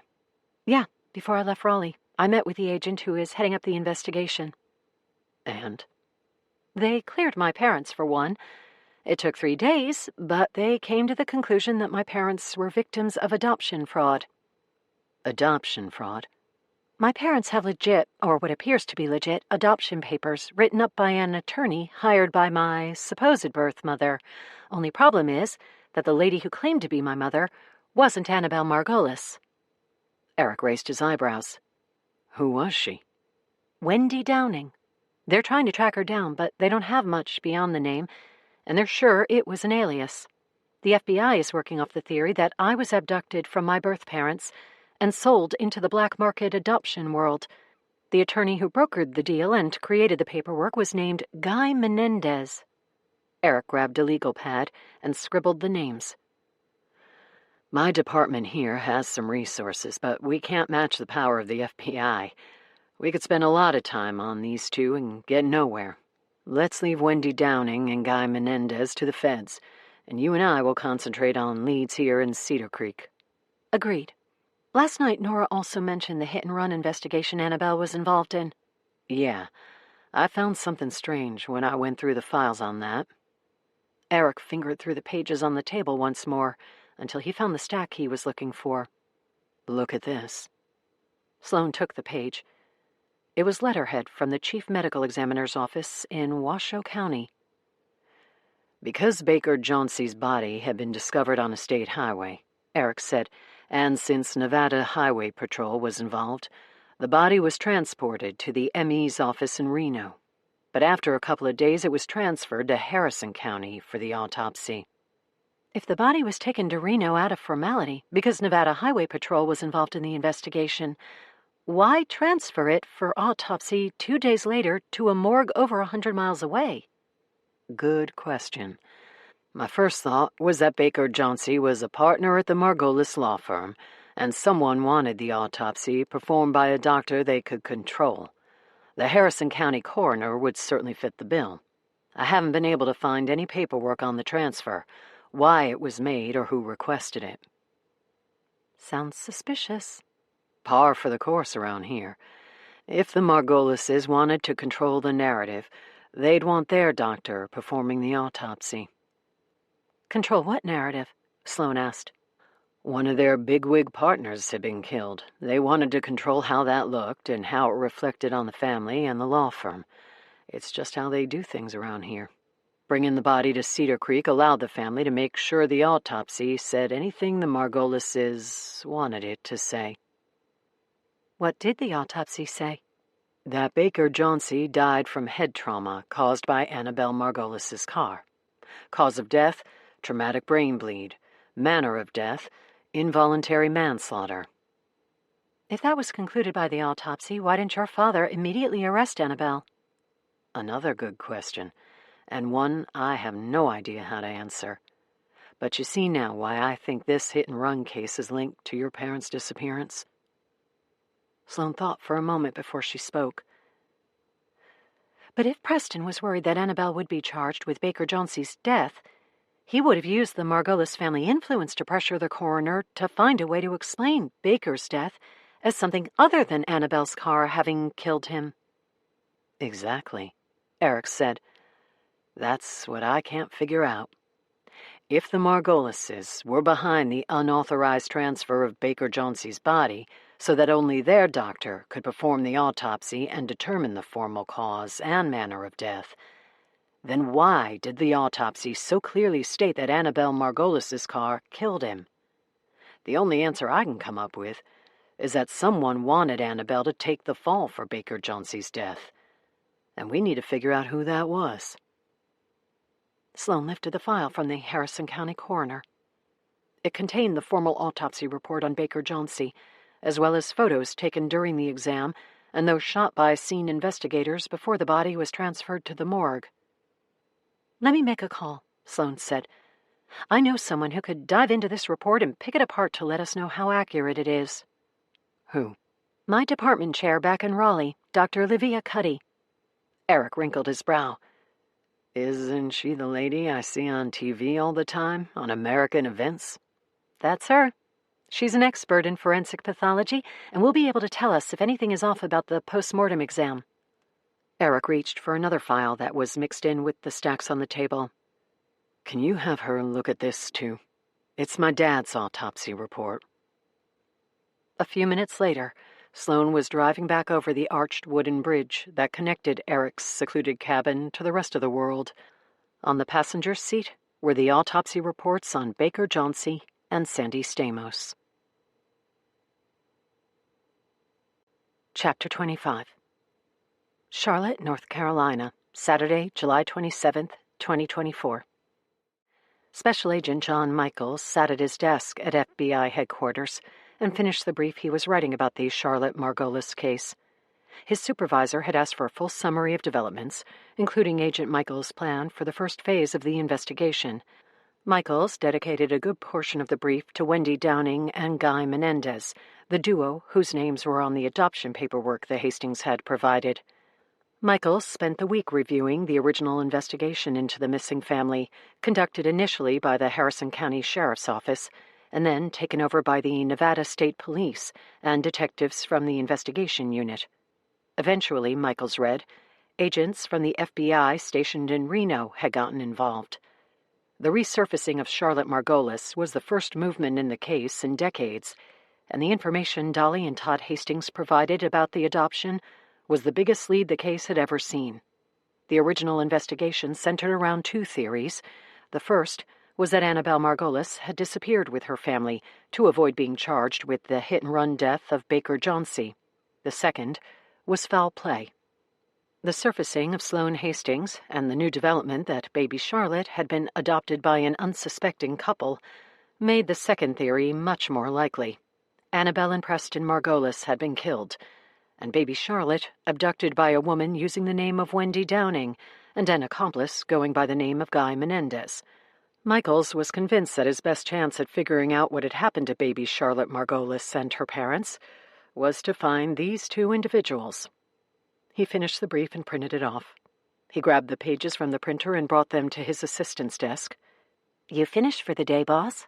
Zoe Simpson asked. "All finished, and thanks again for coming in on a Saturday. This new case has me swamped, and I appreciate the extra time you've put in the last couple of weeks." Zoe Simpson was his new assistant, assigned to him after his longtime aide retired earlier in the year. Nancy had been with him long enough to be called a secretary when she started, and never much liked being an executive assistant. Michaels loved Nancy and was still getting used to her replacement. "It's no problem," Zoe said. "I'll let you get out of here and enjoy the weekend, but I need one more thing." Michaels handed Zoe his brief. "Would you mind proofing it for me? I'll make corrections on Monday before I send it off." Nancy used to read every brief Michaels wrote and was a master proofreader. Writing had never been his forte, but somehow he had chosen a profession where nearly every thought that ran through his mind was required to be summarized in writing. He felt strange asking this 20-something-year-old girl to correct his errors. Nancy was 20 years his senior, and any corrections or suggestions she made to his briefs came from a place of wisdom and experience. "I'll take care of it," Zoe said. "Have a good weekend." "Thanks," Michaels said. "See you on Monday." He left FBI headquarters and decided to take Sunday off, his first day of rest since baby Charlotte Margolis had resurfaced. Zoe Simpson finished the email she was working on, checked her watch, and figured she would stay for an extra 15 minutes to make sure Agent Michaels was out of the building before she left. She was supposed to stay at her desk until 5 p.m., which she did most days, but when her boss left early or was called out of headquarters with no chance of returning for the day, she always cut out early, and working Saturdays was a drag. Had she known John Michaels was such a workaholic, she'd have thought twice about taking the job. She grabbed the 3-page brief he'd given her to proof. She thought about stashing it in her drawer until next week, but that would require her to get up earlier on Monday. She decided she'd spend the final 15 minutes of her Saturday reading it. A few sentences in, she was glad she had. Baby Charlotte Margolis, missing since 1995, had resurfaced, and Agent Michaels was heading up the investigation. Zoe knew the case well. She was a true crime fanatic and had taken a job at FBI headquarters and endured the long series of rigorous interviews and background checks, specifically for the thrill of being so close to criminal investigations. Now, after 3 months on the job, she was getting a look at her first salacious case. Zoe was active on many true crime websites and was a regular listener of the podcast Unsolved with Ryder Hillier. Ryder had covered the Westmont Prep killings in Indiana a couple of years earlier and had since taken on rock star status in the true crime universe. Ryder depended on her listeners to provide clues and tips about the cases she covered on her podcast. Baby Charlotte and the missing Margolis family from 1995 had been featured on Unsolved. Ryder Hillier promised to keep the case high in her stack of stuff and to revisit it for the 30th anniversary next year. Ryder had also encouraged her army of loyal listeners to drop her a line if they stumbled over any new leads or tidbits about the case. Zoe had stumbled over more than a tidbit. Baby Charlotte Margolis had resurfaced in Raleigh, and her boss was working the case. It was pure gold. Not only was Zoe in a position to break a new lead for Ryder Hillier and Unsolved, if she played her cards right, she could continue to follow the case secretly from behind her desk and without her boss knowing about it. In her excitement, she considered ripping off an email to Ryder Hillier, but reconsidered. The FBI did not tolerate leaks, so she'd have to be careful. She couldn't use her work computer to reach out to a well-known journalist. She'd wait until she was home. Or, better yet, she'd go to a coffee shop and log in through their free Wi-Fi using a secure VPN. Then she'd break the story about baby Charlotte's miraculous return. The Past.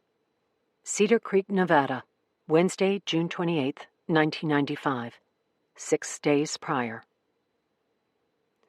4 days after Baker Jauncey's body was snatched from the Reno morgue in the dead of night, the Harrison County Post ran a story on the death of the prominent attorney. Since Sandy had called in Nevada Highway Patrol, he'd been relegated to the bench, like a second-string quarterback on Friday nights. He was still running his end of the investigation from the sheriff's office in Cedar Creek, but ascertaining details about the state's investigation had become increasingly difficult.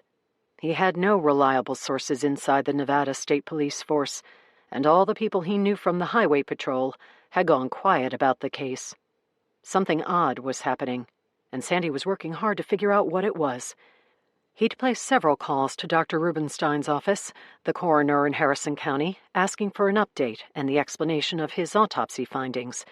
Sandy wanted to know how the coroner, who was a family doctor by training, but elected coroner of Harrison County by the Margolis political machine, could even perform an autopsy on a body that had already undergone a post-mortem exam in Reno. And Sandy was curious to hear how Dr. Rubenstein had come to a conclusion about the cause and manner of death that was in direct contradiction to Rachel Crane's analysis. None of his calls were being answered, so Sandy had to get his information from the newspaper. He opened the Post and read the article. Hit-and-run death turns up new details. Cedar Creek. The investigation into the hit-and-run death of Baker Jauncey, a local Cedar Creek resident, has been taken over by the Nevada State Police. Baker Jauncey, a partner at the Margolis & Margolis law firm, was found deceased on Highway 67 in the early morning hours of June 24th. Accident investigators from the Nevada Highway Patrol located a car near the scene of the accident that is believed to have struck the victim. The car was registered to Annabelle Margolis, the wife of Preston Margolis, an attorney at Margolis & Margolis, and the daughter-in-law of Reed and Tilly Margolis. An autopsy performed by Dr. Barry Rubenstein, the Harrison County coroner, confirmed that Baker Jauncey's death was consistent with being struck by a vehicle at high speed. "We are looking at every and all possibilities in this case," said Nevada State Police Chief Patrick O'Day. When asked if he had reservations about the case involving the prominent Margolis family, Chief O'Day said, "My office will follow the evidence wherever it leads, Annabelle Margolis is a person of interest in the investigation, but that's all I'm willing to share at this time. He folded the paper and picked up his desk phone. Rachel Crane answered on the first ring. "You see the post this morning?" Sandy asked. "I did." "Rubenstein is claiming his autopsy showed that Jauncey's death is consistent with a hit and run. Which means he's either totally incompetent, which is possible, he's a goddamn family physician who's never trained a day in forensic pathology, or he's a bold-faced liar." "I suspect a little of both." "I reported the transfer to my boss," Dr. Crane said. "He told me the order came from the higher-ups and that I should leave it alone." "Don't touch it, Doc. This is my fight and I'll take it on. Stay clear of the nonsense up here. You don't need the headache." "Sorry I wasn't able to keep the cat in the bag, Sandy." "Not your fault. But now that the feline is loose and roaming, I'm curious what it plans to devour next." Cedar Creek, Nevada, Wednesday, June 28th, 1995, 6 days prior. Marvin Mann had been a legal investigator for Margolis & Margolis for over a decade. As was the firm's policy, after 5 years, investigators were assigned to one of the partners.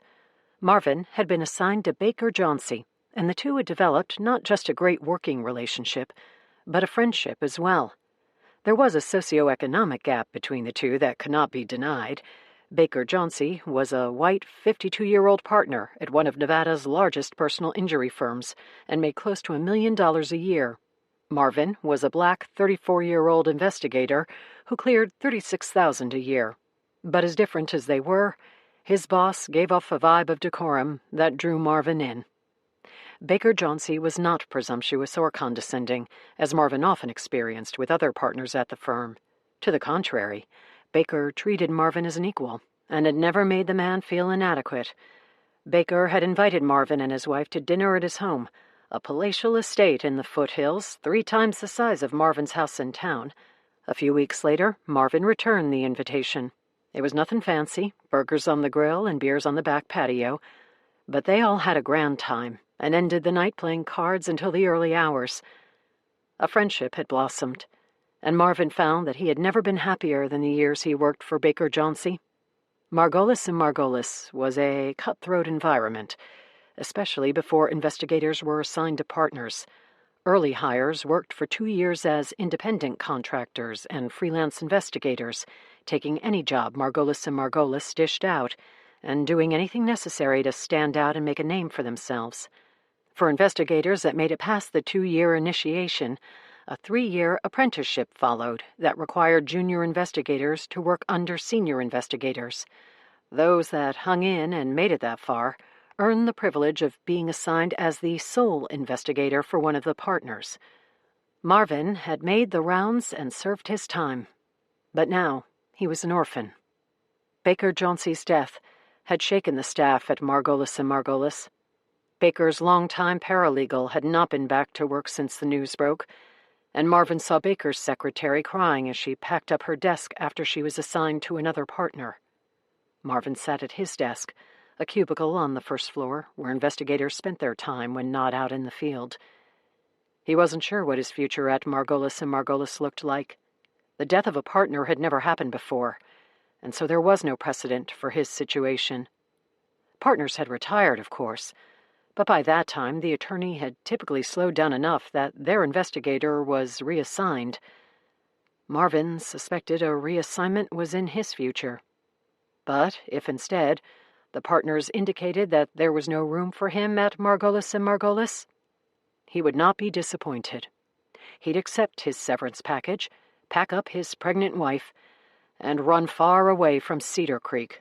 And he'd take his secrets with him, and hope no one ever came looking for him. Marvin lifted the manila envelope from his desk and held it in his hands. The way he figured things, he had 2 options. He could burn the envelope and the documents it contained, go to Baker's funeral and pretend he knew nothing. That was the safest option. The other was to give the documents to the one honest man in town who would do the right thing with them. Cedar Creek, Nevada, Wednesday, June 28, 1995, 6 days prior. His years as an investigator had sharpened his surveillance skills.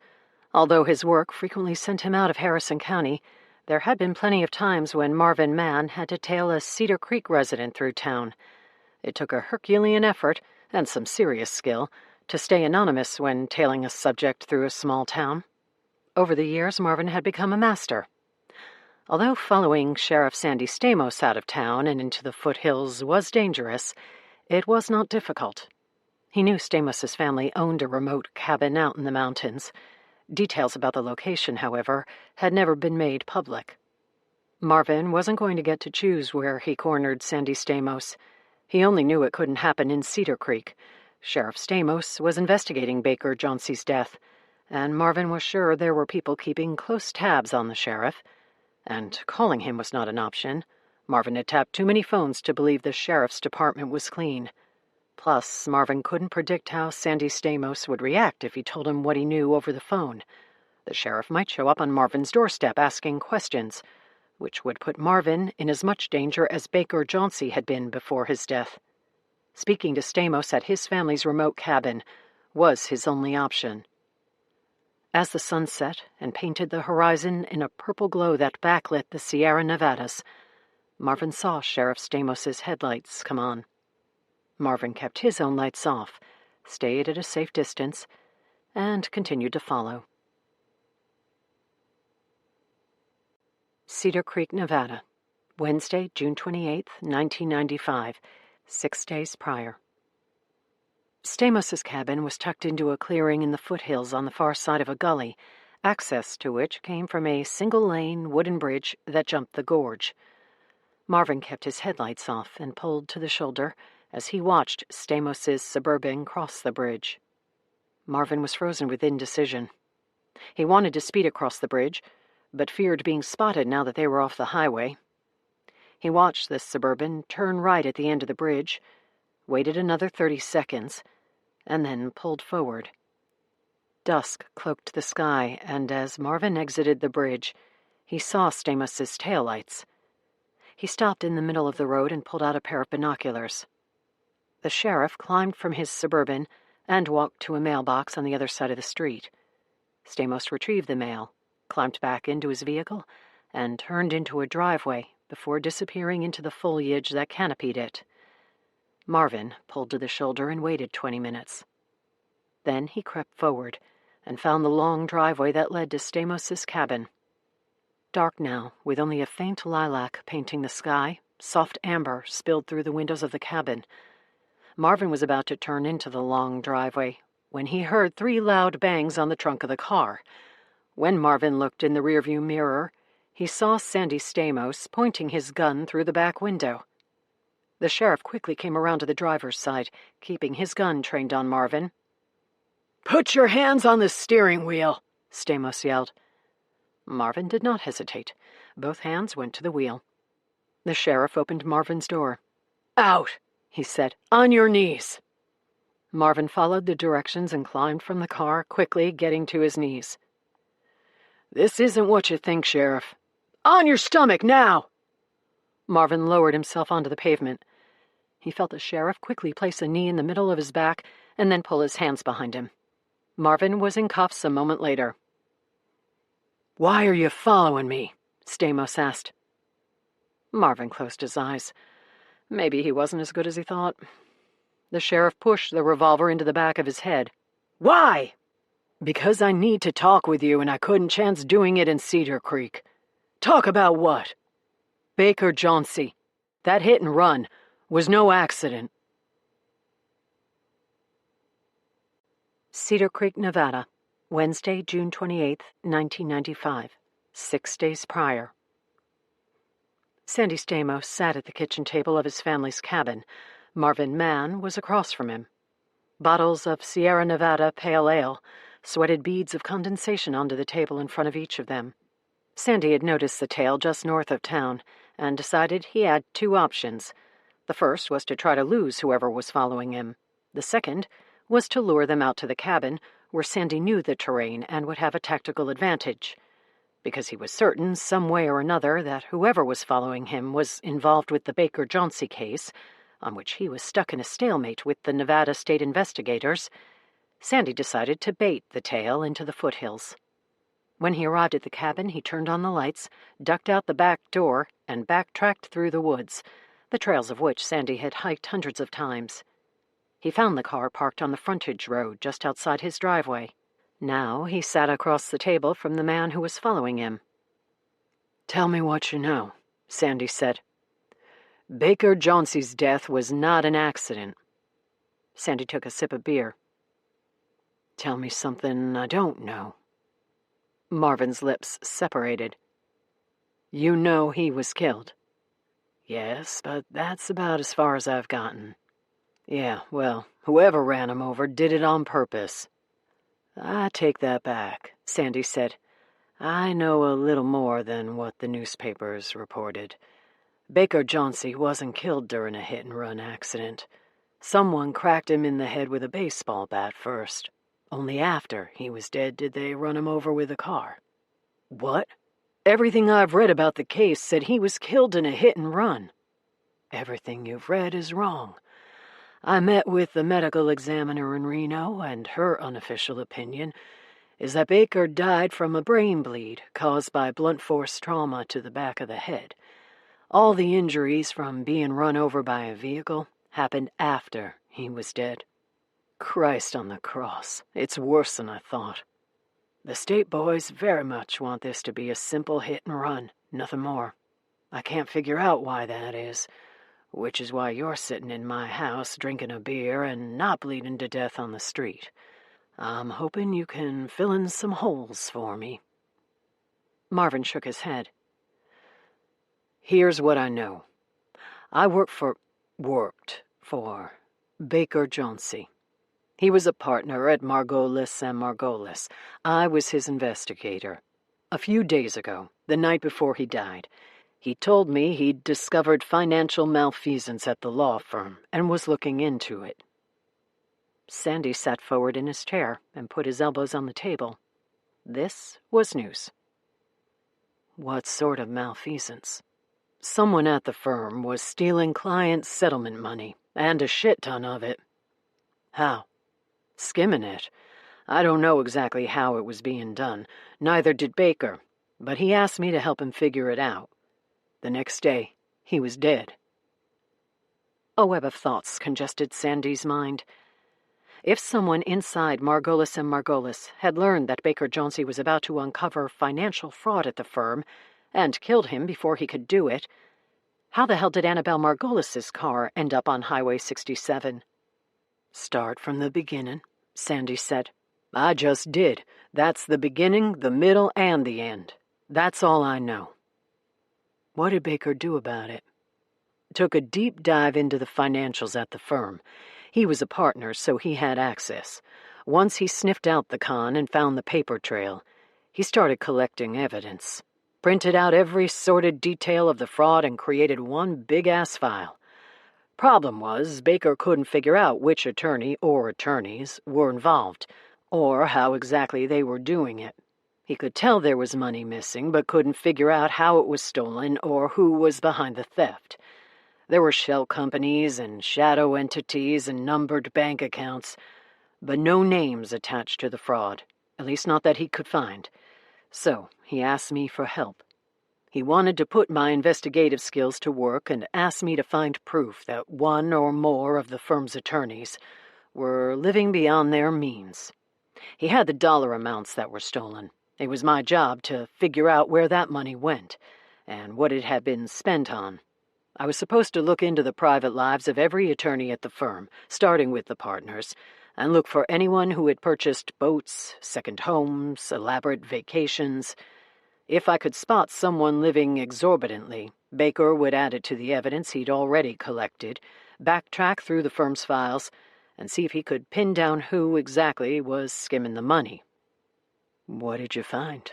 "Nothing. I never got the chance to look. Baker told me what he needed one day and was dead the next. That's why I'm here, Sheriff. Baker gave me all the paper evidence he'd extracted from the firm and told me to keep it in a safe place. He was dead the next day, and I was left with the evidence that killed him. Damn.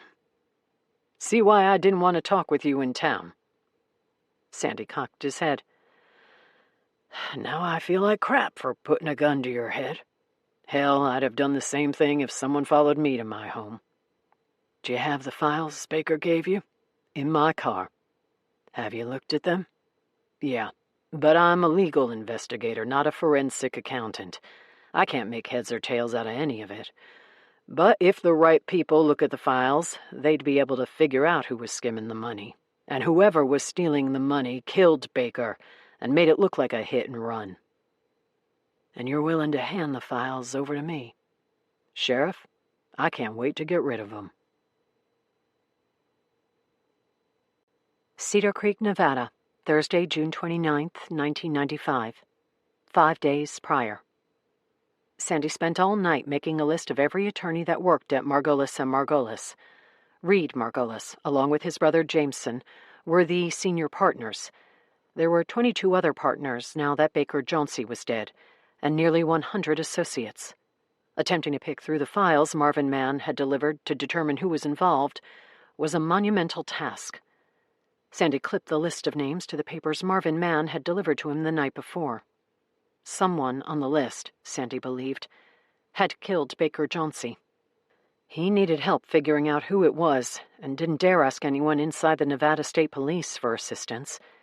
He was hesitant to mention the lead to anyone in his own department, for fear that somehow it would leak to a Margolis family member. His plan was to stash the files in a safe place until he could recruit some trusted help. He had an old college friend who had worked for the IRS for 20 years before moving to the private sector. Now he managed other people's money and was a financial genius. If anyone could decipher the pages of evidence Baker Jauncey had extracted from Margolis and Margolis, it was his friend. Sandy pulled up to the Reno National Bank at just past 9 in the morning. He parked the car and turned to Marvin Mann, who sat in the passenger seat. "Ready?" Marvin nodded. "The sooner I get these files off my hands, the safer I'll feel." They walked into the bank and told the receptionist they wanted to open a safe deposit box. She guided them to the elevators where they descended into the basement level and filled out paperwork. For safety, Sandy asked that Marvin be the primary name on the safe deposit box, and for Sandy to be added as the only other person granted access. A polite woman collected the paperwork and distributed 2 keys before showing them into the vault where the boxes were located. Theirs was number 311. The bank employee inserted her master key into the top slot, and Sandy inserted his personal key into the lower one. Once the box slid out of place, the bank employee smiled and left them alone in the vault. Marvin Mann took the files and placed them in the box. A few minutes later, they were headed back to Cedar Creek. Part 3. Reunion. Chapter 26. Cedar Creek, Nevada, Saturday, July 27th, 2024. Sloane made it down from the foothills, where she had spent the morning combing through the files Eric had obtained on his father's death, the hit-and-run accident that killed Baker Jauncey, and the disappearance of baby Charlotte and her birth parents. She was due to meet Nora at her studio at 1 o'clock, and had 30 minutes to freshen up. She pulled across the Louis-Balat Bridge, found her quiet cul-de-sac, and parked in the driveway. The autopsy reports for Baker Jauncey and Sandy Stamos were on the passenger seat. She grabbed them and hurried inside. She popped open a Diet Dr. Pepper, pulled out her phone, and sent a text message. "Hi, Dr. Cuddy. Would you have time to review a couple of autopsy reports for me? They have to do with my research into forensic genealogy. Let me know. Thanks." Sloane took 10 minutes to run a brush through her hair and touch up her makeup. As she applied a fresh coat of lipstick, she noticed the tremor in her hand. She had no idea what was waiting for her at Nora's studio in Reed and Tilly Margolis, but she'd traveled all the way across the country to find out. She finished her Dr. Pepper on her way into town, found Nora Margolis Photography on the corner, and parked. A quick glance into the rearview mirror was meant to settle her nerves. She'd spent 29 years as Sloane Hastings, never once thinking of herself any other way. Yet now, in just the last couple of weeks, Her identity had morphed. She'd become a part, small or large, she wasn't sure, of another family. Acceptance was not what she was after. She was looking for answers. But some part of her understood that to the grandparents she was about to meet, Sloane was something more than a stranger. They had once known her, if for just a short moment in time, as Charlotte Margolis. They had held her and fed her, and then that child was gone. Now, nearly 3 decades later, she was returning as someone else. For as nervous as Sloane felt, she could only imagine what Tilly and Reed Margolis were going through. She decided answers could wait. This afternoon, she'd simply be present. She finally stood from her car and walked to the front of Nora's studio. As soon as she opened the door, a crowd of people yelled, "Surprise!" Sloane froze in the doorway. In front of her were 50 strangers, all smiling and cheering. Nora emerged from the crowd and embraced Sloane in a hug. "Not my idea," Nora whispered into her ear. "But Tilly and Reed were just too excited. They invited the whole family. I've got a bottle of rosé chilling for after this is over. God bless you. Stay close. I won't leave your side." Nora disengaged from her hug and took Sloane's hand as the room quieted. Sloane felt every set of eyes fall onto her. "Everyone," Nora said loud enough to be heard over the whispers that filled the studio.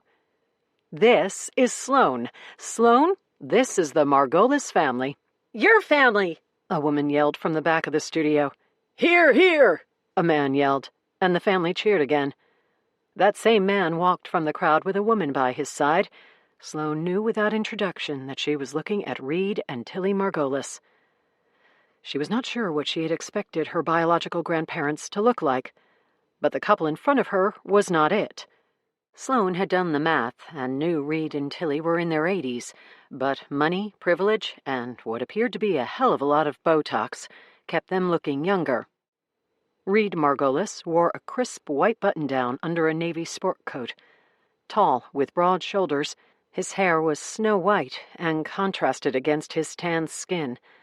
Khaki pants and docksiders gave the appearance of a man who had just stepped off a yacht in the Caribbean. Tilly was slighter in stature and sweeter in presence, less intimidating for certain. Tall and thin, she too sported a head of white hair, perfectly styled in a pixie cut. Her lips were plumped by filler, and her face tight, but softening from a long-ago lift. Despite the surgical augmentations, there was something sincere about the woman's presence. Unlike her husband's smile, which was plastic banana fake, and the same one he'd likely plastered across his face during countless business deals over the years, Tilly's was kind and genuine. Tilly approached and without hesitation lifted a hand to Sloane's cheek. "My sweet Charlotte," Tilly managed, before her eyes filled with tears. Caught off guard by both the outpouring of emotion and from being called Charlotte, Sloane took Tilly's hand, feeling the soft redundancy of skin that betrayed the woman's true age, and hugged her. "Don't cry," Sloane said, "because I'll cry if you cry." The embrace lasted a full minute as the family applauded the reunion. Tilly finally relinquished her grip and looked from Sloane to her husband. "Her eyes, Reed. I see him in her eyes." "It's crazy, isn't it?" Nora said. "That's the first thing I noticed. You have Preston's eyes." "And Annabelle's smile," Reed said. "It's beautiful." Sloane shrugged. "I've only seen pictures from the tabloids." "We're going to fix that," Nora said. "My husband dug Annabelle's photos out of the attic. I'll show them to you. They're much better than the stock photos the media used." "I'd love that." "I suppose introductions are not necessary, but Sloane, this is Tilly and Reed Margolis." "Hi," Sloane said. "I just can't believe it," Tilly said, still staring into the eyes Sloane knew reminded her of her son. "I'd love to tell you everything," Sloane said. "How I found you and how Nora helped. And, well, you know the whole story." "We'd love that," Reed said. "We're so very curious, as you can imagine." There was an awkward pause as Sloane looked at Tilly and Reed. Behind them, she sensed the rest of the family staring. "Okay," Norris said to the room, "let's not gawk at the poor woman like she's on display at a museum. I'll introduce Sloane to each of you. Remember, you all know each other, and for the last few days you've all known about Sloane. Sloane, however, knows no one. So let's not make this more overwhelming for her than it already is." For the first time, Sloane noticed the name tags, sticky white squares scrawled with blue Sharpie ink and attached to everyone's chest. "Let me bring Sloane around to everyone," Norris said to Tilly and Reed. "Then we'll circle back so you all can chat." Tilly reached out again and placed her hand on Sloane's cheek. "She's not going anywhere, Tilly." Sloane smiled and allowed Nora to whisk her away. For a hectic 2 hours, she met the Margolis family, aunts and uncles, cousins and second cousins, each of them playing some role in the family empire, whether it be the real estate holdings, the timber company, or the law firm aptly titled Margolis and Margolis. Sloane heard, as the parade of people came to speak with her, every family member's memory of Preston and Annabelle, from short quips to long stories. About Sloane, too, as an infant, and what they recalled about her short 2 months in Cedar Creek before the family up and vanished. Food had been catered, and they ate lunch at tables that had been erected around Nora's studio, as if they were all at a baby shower. By 3 o'clock, the crowd began to thin. By 4 o'clock, the studio was empty, but for Sloane and Nora sitting with Reed and Tilly. Sloane retold the story of the last month of her life, from first submitting her DNA to the online website, to discovering she was Charlotte Margolis, to learning that her birth parents were still missing, to the FBI questioning her adoptive parents, and finally to Nora reaching out and inviting her to Cedar Creek. Left unmentioned was the part about Eric Stamos tracking her down in Raleigh and convincing her that wriggling into the Margolis family was the only way for Sloane to figure out what happened to her and her birth parents nearly 30 years ago. Tilly asked 100 questions. Reed listened, but added little to the conversation.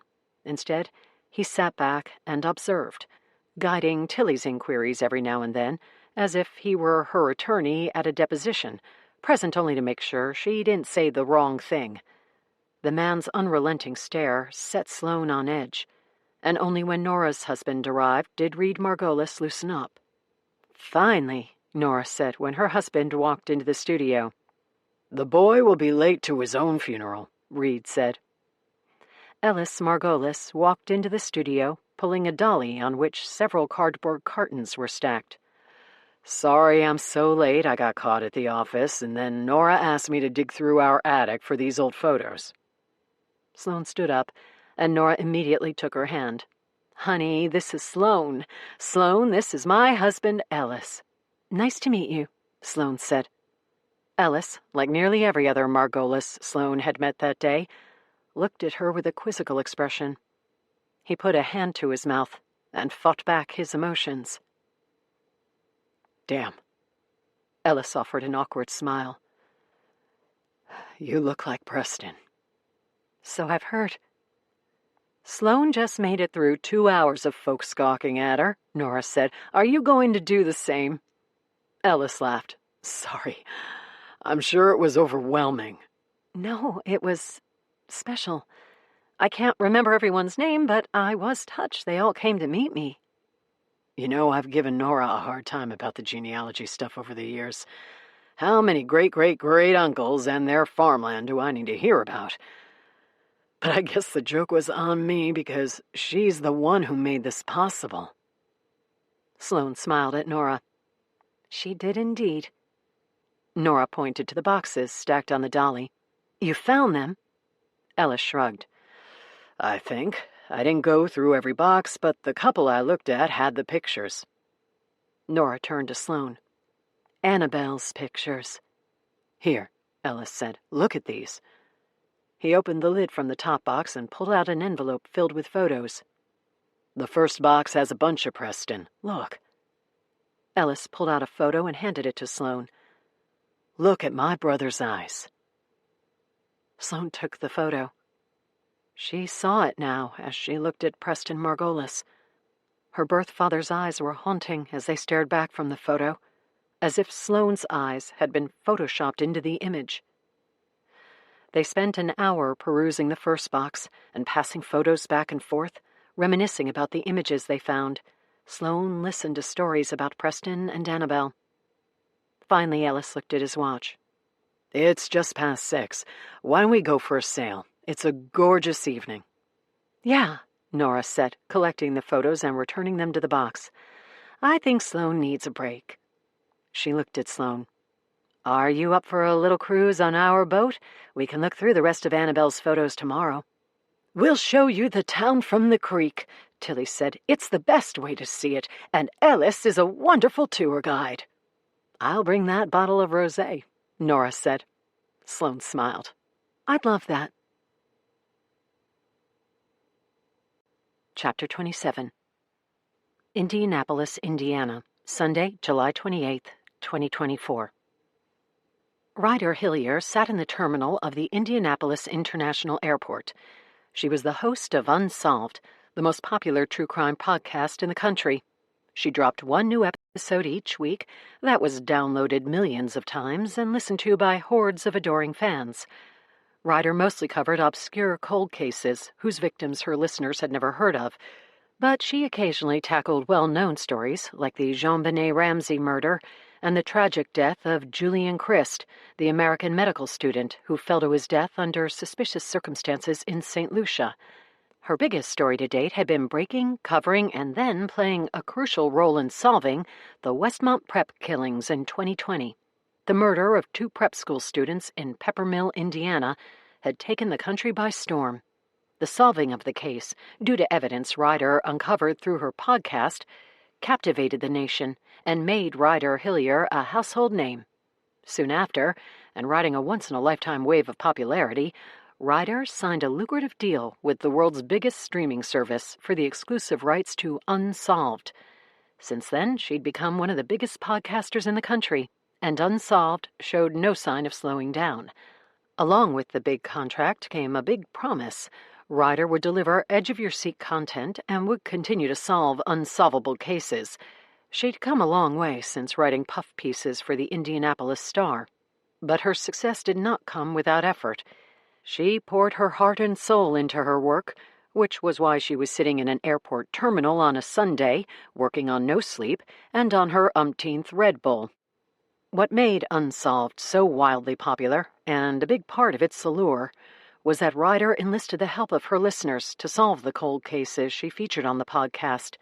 She recruited her army of fans, termed Unsolved Junkies, to help her find answers to crimes that had long been written off by police and detectives.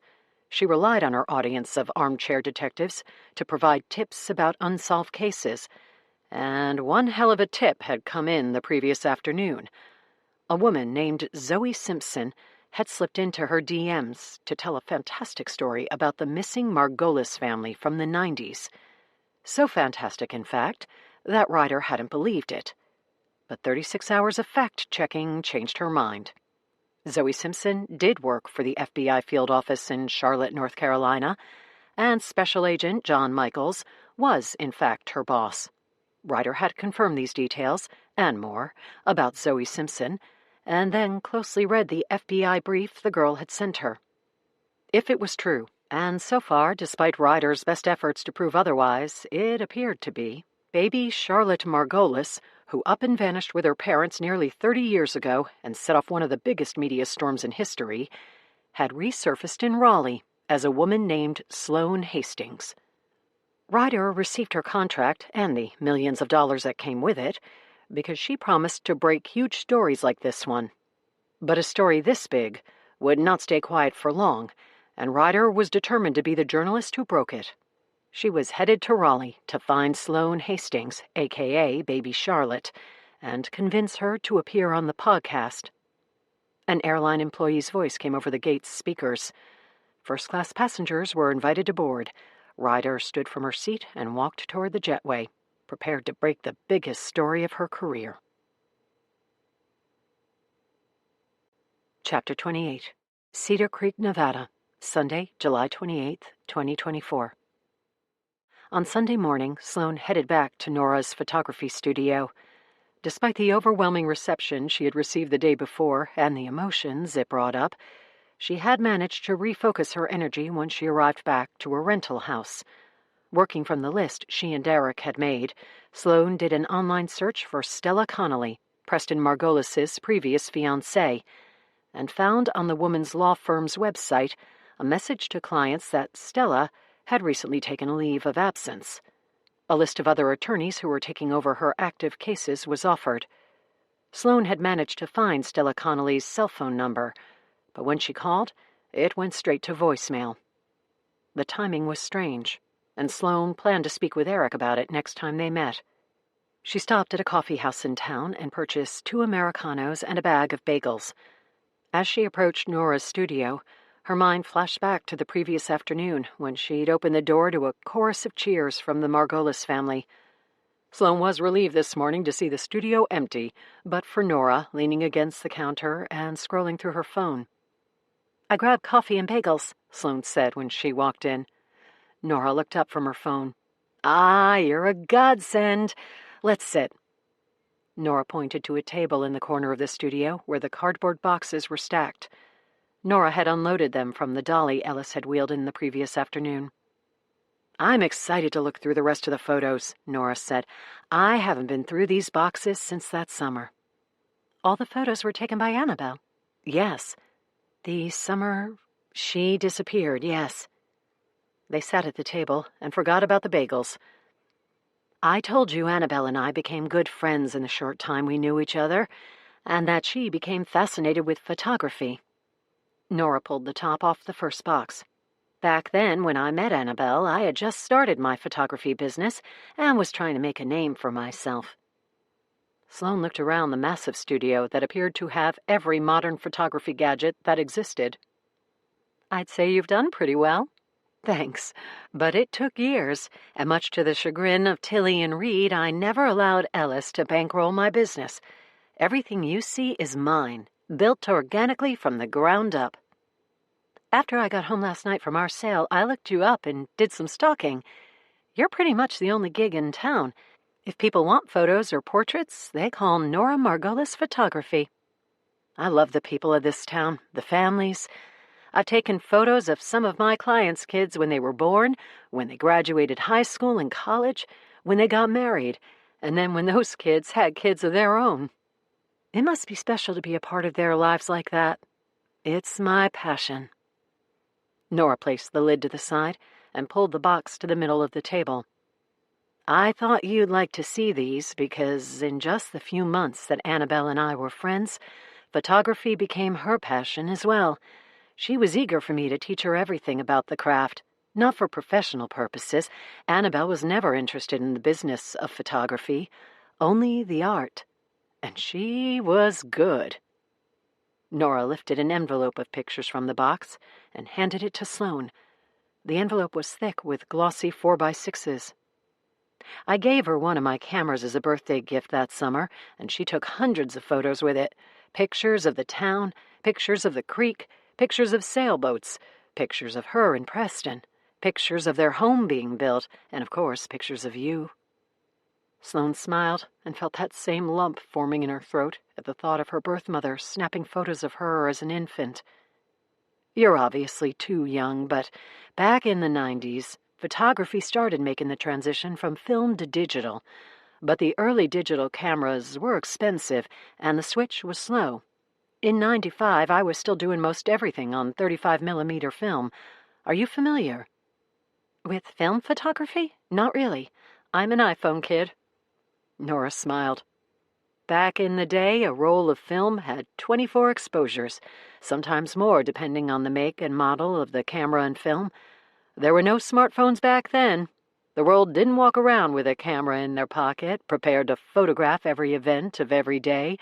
Back then, you'd use an actual camera, take a bunch of shots, and hope you captured something interesting."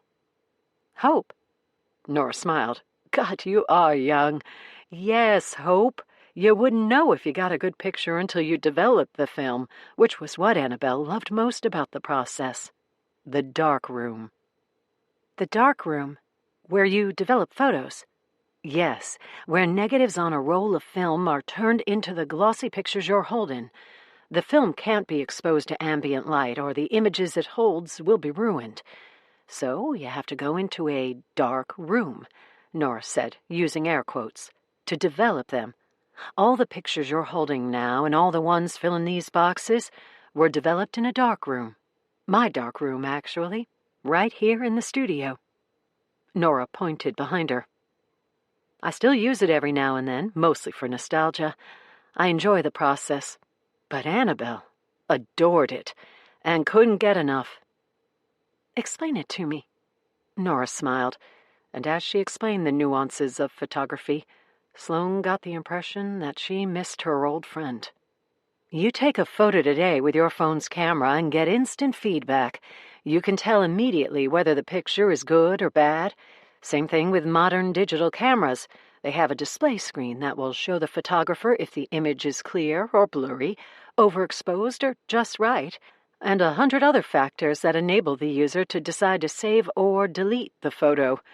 But back in the day, you had to press and pray.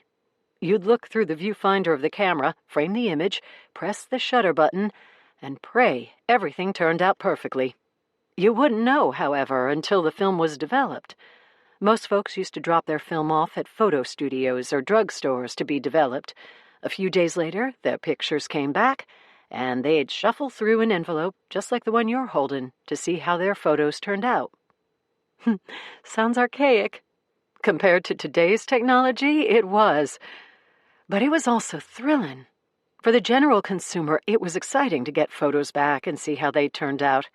For me and for Annabelle, when she went into the dark room, it was an obsession.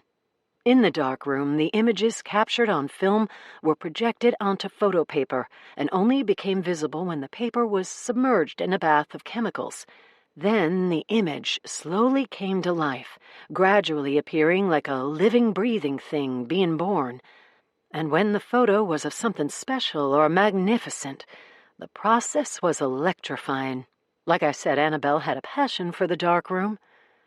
Nora smiled and shook her head. Will you listen to me? I'm boring you to death. Not at all, Sloane said. I'm intrigued to hear what my birth mother was so passionate about. Nora raised her eyebrows. I could show you, if you're interested. How to develop film? Nora nodded. Yes, in the dark room. I'd love that. Hold on, Nora said. She hurried over to the counter and grabbed a camera. Stand up, Nora said as she walked back to Sloane. Sloane stood, and Nora peered through the viewfinder of the camera and pointed it at Sloane. Smile. Sloane offered the camera a huge grin and heard the shutter rattle as Nora snapped a photo. Come on, Nora said. I'll show you how we used to do it. Chapter 29. Raleigh, North Carolina, Sunday, July 28th, 2024. Ryder Hillier drove the rental car out of the Raleigh International Airport. She'd done her research, tapped her sources, and had the address to Sloane Hastings' apartment on her GPS. A 20-minute drive led her to the tree-lined street and into the parking lot of the 3-story complex. She took a minute to get herself settled by attaching the microphone to her collar and setting up the video display on her smartphone before she exited the vehicle and climbed the stairs to Sloane Hastings' apartment.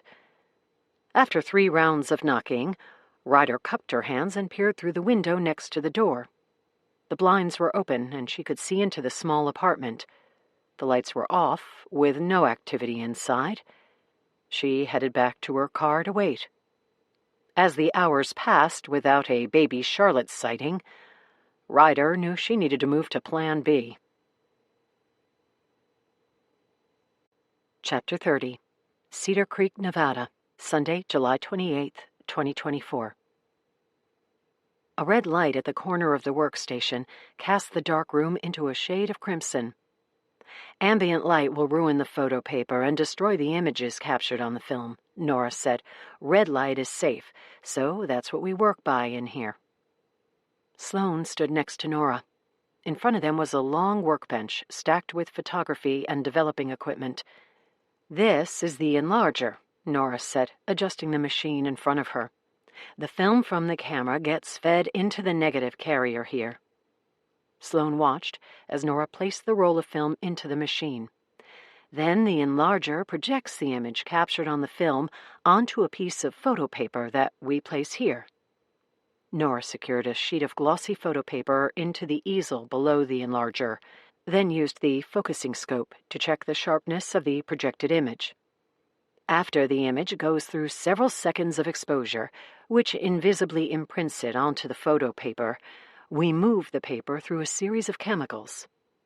The exposure process took nearly a minute before Nora unfastened the still blank piece of photo paper from the easel and used a pair of tongs to submerge it into a tray of liquid. "This first tray is developing solution. We leave it here for about 60 seconds. Sloane moved closer and watched over Nora's shoulder.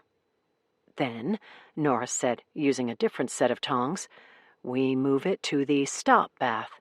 It stays here for just a few seconds before we transfer it to the final tray here, the fixer." "I still don't see anything," Sloane said, as she stared at the photo paper that rested below the surface of the liquid. "It takes a couple minutes. Keep looking." Eventually, after 3 minutes in the tray, an image began to take shape on the paper, faint at first, and then more vivid. Sloane watched the image of herself smiling into the camera come to life, slowly developing into a vibrant photo. Nora used the tongs to remove the photo, which she clipped to a clothesline to dry. As the photo dripped, Sloane's face came fully into focus. "There you have it. Nice picture of a beautiful young woman. It takes a long time, and it's a lot of work compared to today's world of instant gratification." "Yeah," Sloane said, "but I can see why you love it so much. I knew what was on the film, and I was still excited to see how it turned out." Nora smiled. Her face glowed in the red light of the dark room. "Your mom loved it, too." Back in the studio, Sloane and Nora made it through the first box. They spent the morning poring through the photographs Annabelle had taken the summer she'd disappeared. Nora gave a tutorial of every part of town captured in the pictures and explained the techniques Annabelle had used so expertly. Annabelle was, Nora told her, becoming quite a photographer. After a couple of hours, they decided to save the other 2 boxes for next time.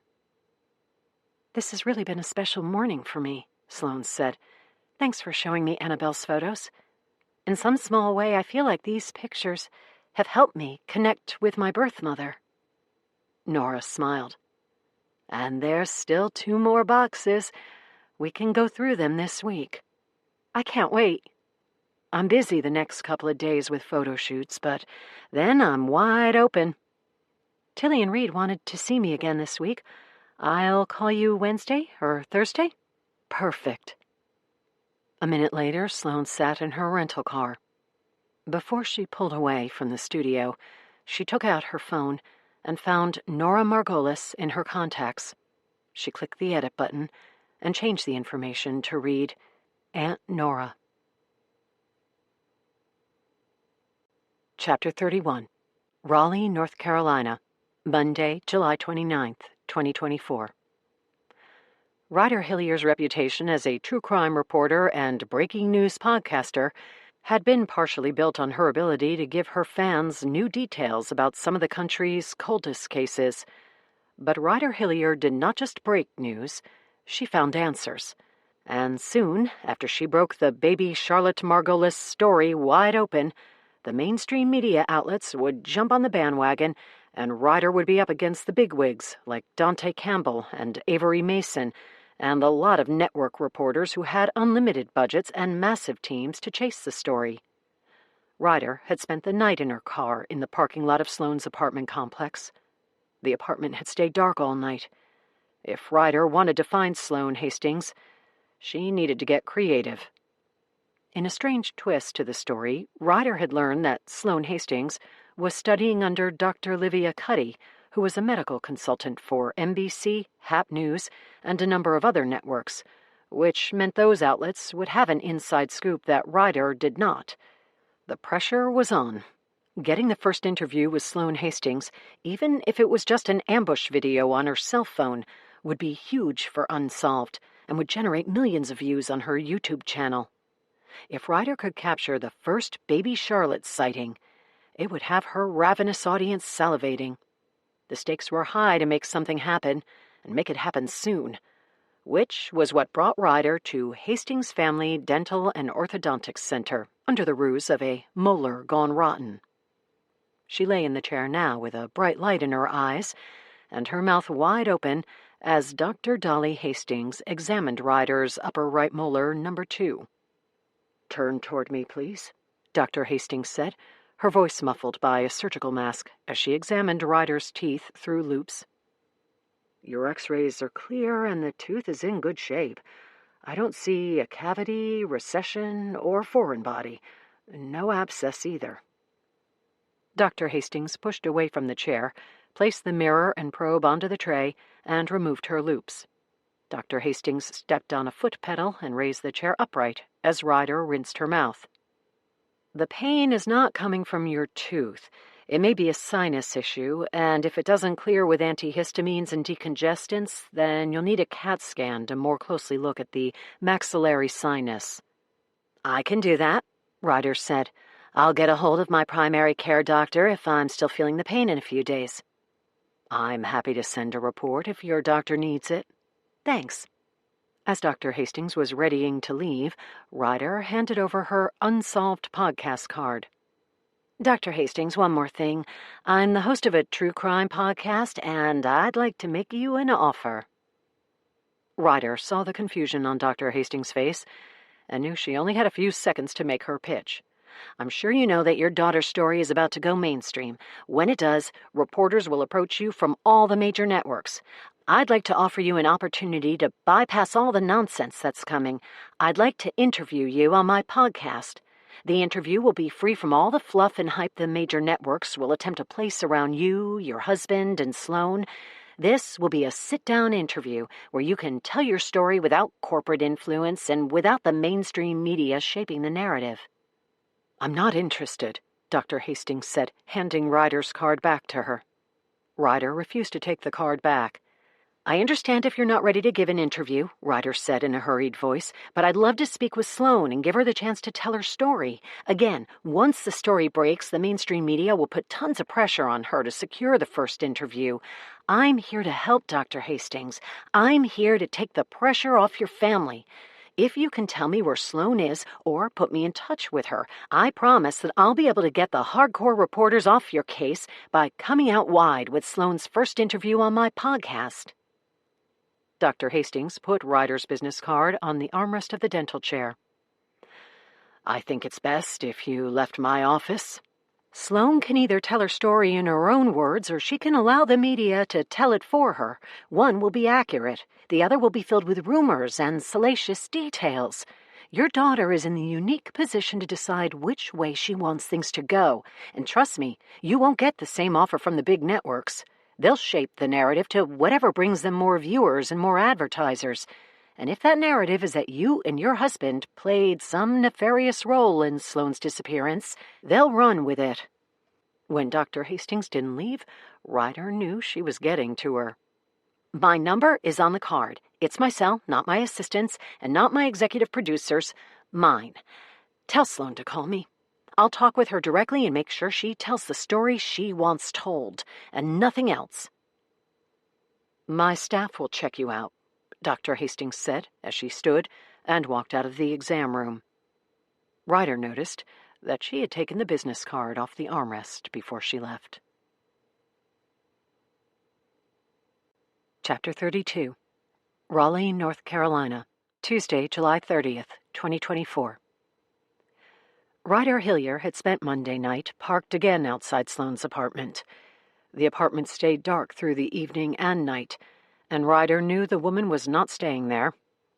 Now she was at the Raleigh Medical Examiner's office with a different plan.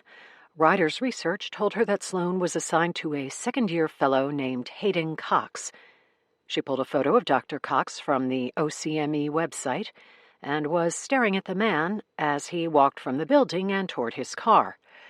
Ryder hustled across the parking lot. Dr. Cox? Hayden Cox paused as he was opening his car door. He looked at Ryder with a curious expression. Yes. Hi, I'm friends with Sloane Hastings and in from out of town. I was hoping to see her before I left, but I can't seem to find her. Dr. Cox smiled, but kept the curious look on his face. Or was it suspicious? The squinted eyes and half-smile made it hard to tell. Why don't you call her? Ryder smiled. I'm trying to surprise her. We went to college together. At Chapel Hill? Sloane Hastings had gone to Duke. Dr. Cox was testing her. Sloane said you were her second-year fellow, that she was studying under you. She is. So why don't you know what college she went to? Ryder offered a faux nervous laugh. Dr. Cox shook his head. Sorry, I got mixed up for a second, he said. Duke, of course. Sloane had to go out of town. I know this because last week she crammed all her scrub-ins into 1 week so she could be away for a while. Scrub-ins? When she assists me with an autopsy, she's required to scrub in on a certain amount of cases each month. She did them all in a week because something came up and she had to go out of town. Wasn't sure when she'd be back. I didn't get the whole story. Dang, I really wanted to see her. Well, I guess I'll call her now and tell her I missed her. Thanks. Sure thing. Dr. Cox climbed into his car, and Ryder watched him drive off. She wasted no time. Sloane Hastings wasn't staying at her parents' house or anywhere else in Raleigh. As soon as Ryder sat in her rental car, she pulled up the American Airlines app and booked a ticket to Reno for the next day. According to the app she consulted, Cedar Creek, Nevada was an hour-and-a-half north of Reno International Airport. Late Tuesday night, Ryder Hillier sat in her hotel room and stared at the video camera set on a tripod. She was headed to Cedar Creek the next morning, under the strong suspicion that Sloane Hastings had gone there to reunite with the Margolis family. She couldn't be certain, however, but was desperate to beat the networks to the story. To make sure it happened, it was time to enlist the help of her millions of listeners and recruit them in her search for baby Charlotte. She picked up the remote, pressed record, and spoke into the camera. Good evening, Unsolved Junkies. This is Ryder Hillier, coming to you from a hotel room in Raleigh, North Carolina, with breaking news and an urgent request for help. Chapter 33. Cedar Creek, Nevada, Wednesday, July 31st, 2024. The second time to Eric's cabin proved easier than the first. She crossed the long wooden bridge, turned right at the end, and found the driveway. She parked next to Eric's silver Toyota 4Runner. It seemed like a lifetime ago that she had sprayed him with pepper spray outside her apartment in Raleigh. Since then, she had agreed to work with him secretly to see if together they could uncover secrets about the summer her birth parents went missing and his father died. And she'd met Nora, who was growing into both a friend and confidant, as well as a conduit through which Sloane was getting to know Annabelle Margolis.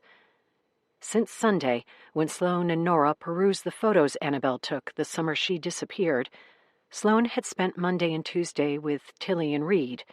She'd spent the afternoon at their home, having lunch and swapping stories. Although Reed remained standoffish, Sloane found Tilly Margolis to be nothing like what Nora had described. Perhaps the years had softened the woman. Tilly and Reed had asked about Sloane's childhood and dug softly, but deliberately, into how her adoptive parents had gone about finding her in 1995. The 2 days she spent with Tilly and Reed were emotional and exhausting, and Sloane was happy to take a break from the Margolis family and head to the foothills to see Eric. As she shut off the engine, the front door opened, and Eric hurried down the steps. Is something wrong? Sloane asked as she opened the car door. I found something in the files, Eric said. It has to do with what the state police discovered at Annabelle and Preston's house. Sloane followed Eric inside and sat across from him at the large oak slab table, covered with boxes containing the details of her and her parents' disappearance. Eric opened a file folder and turned a few pages. After the state police were brought in to investigate your parents' disappearance, according to what my grandfather told me, they became very tight-lipped about the investigation, and stop sharing details with the press and public. As I was digging through the case file, I found this." Eric slid a piece of paper across the table for Sloane to read. "What am I looking at?" she asked. "A summary of what crime scene technicians discovered at Annabelle and Preston's home. Look at the last paragraph." Sloane skimmed the page while Eric spoke. "Crime scene investigators performed a luminol test of Annabelle and Preston's home." "To look for blood evidence?" "Yes. Crime scene investigators use luminol spray to look for diluted blood. It's sensitive enough to detect blood even if someone attempts to clean it up and hide its presence. Technicians spray a surface, wait a minute, and then shine blue light on the area. If the area lights up under the blue light, the techs know blood has been there and was cleaned up."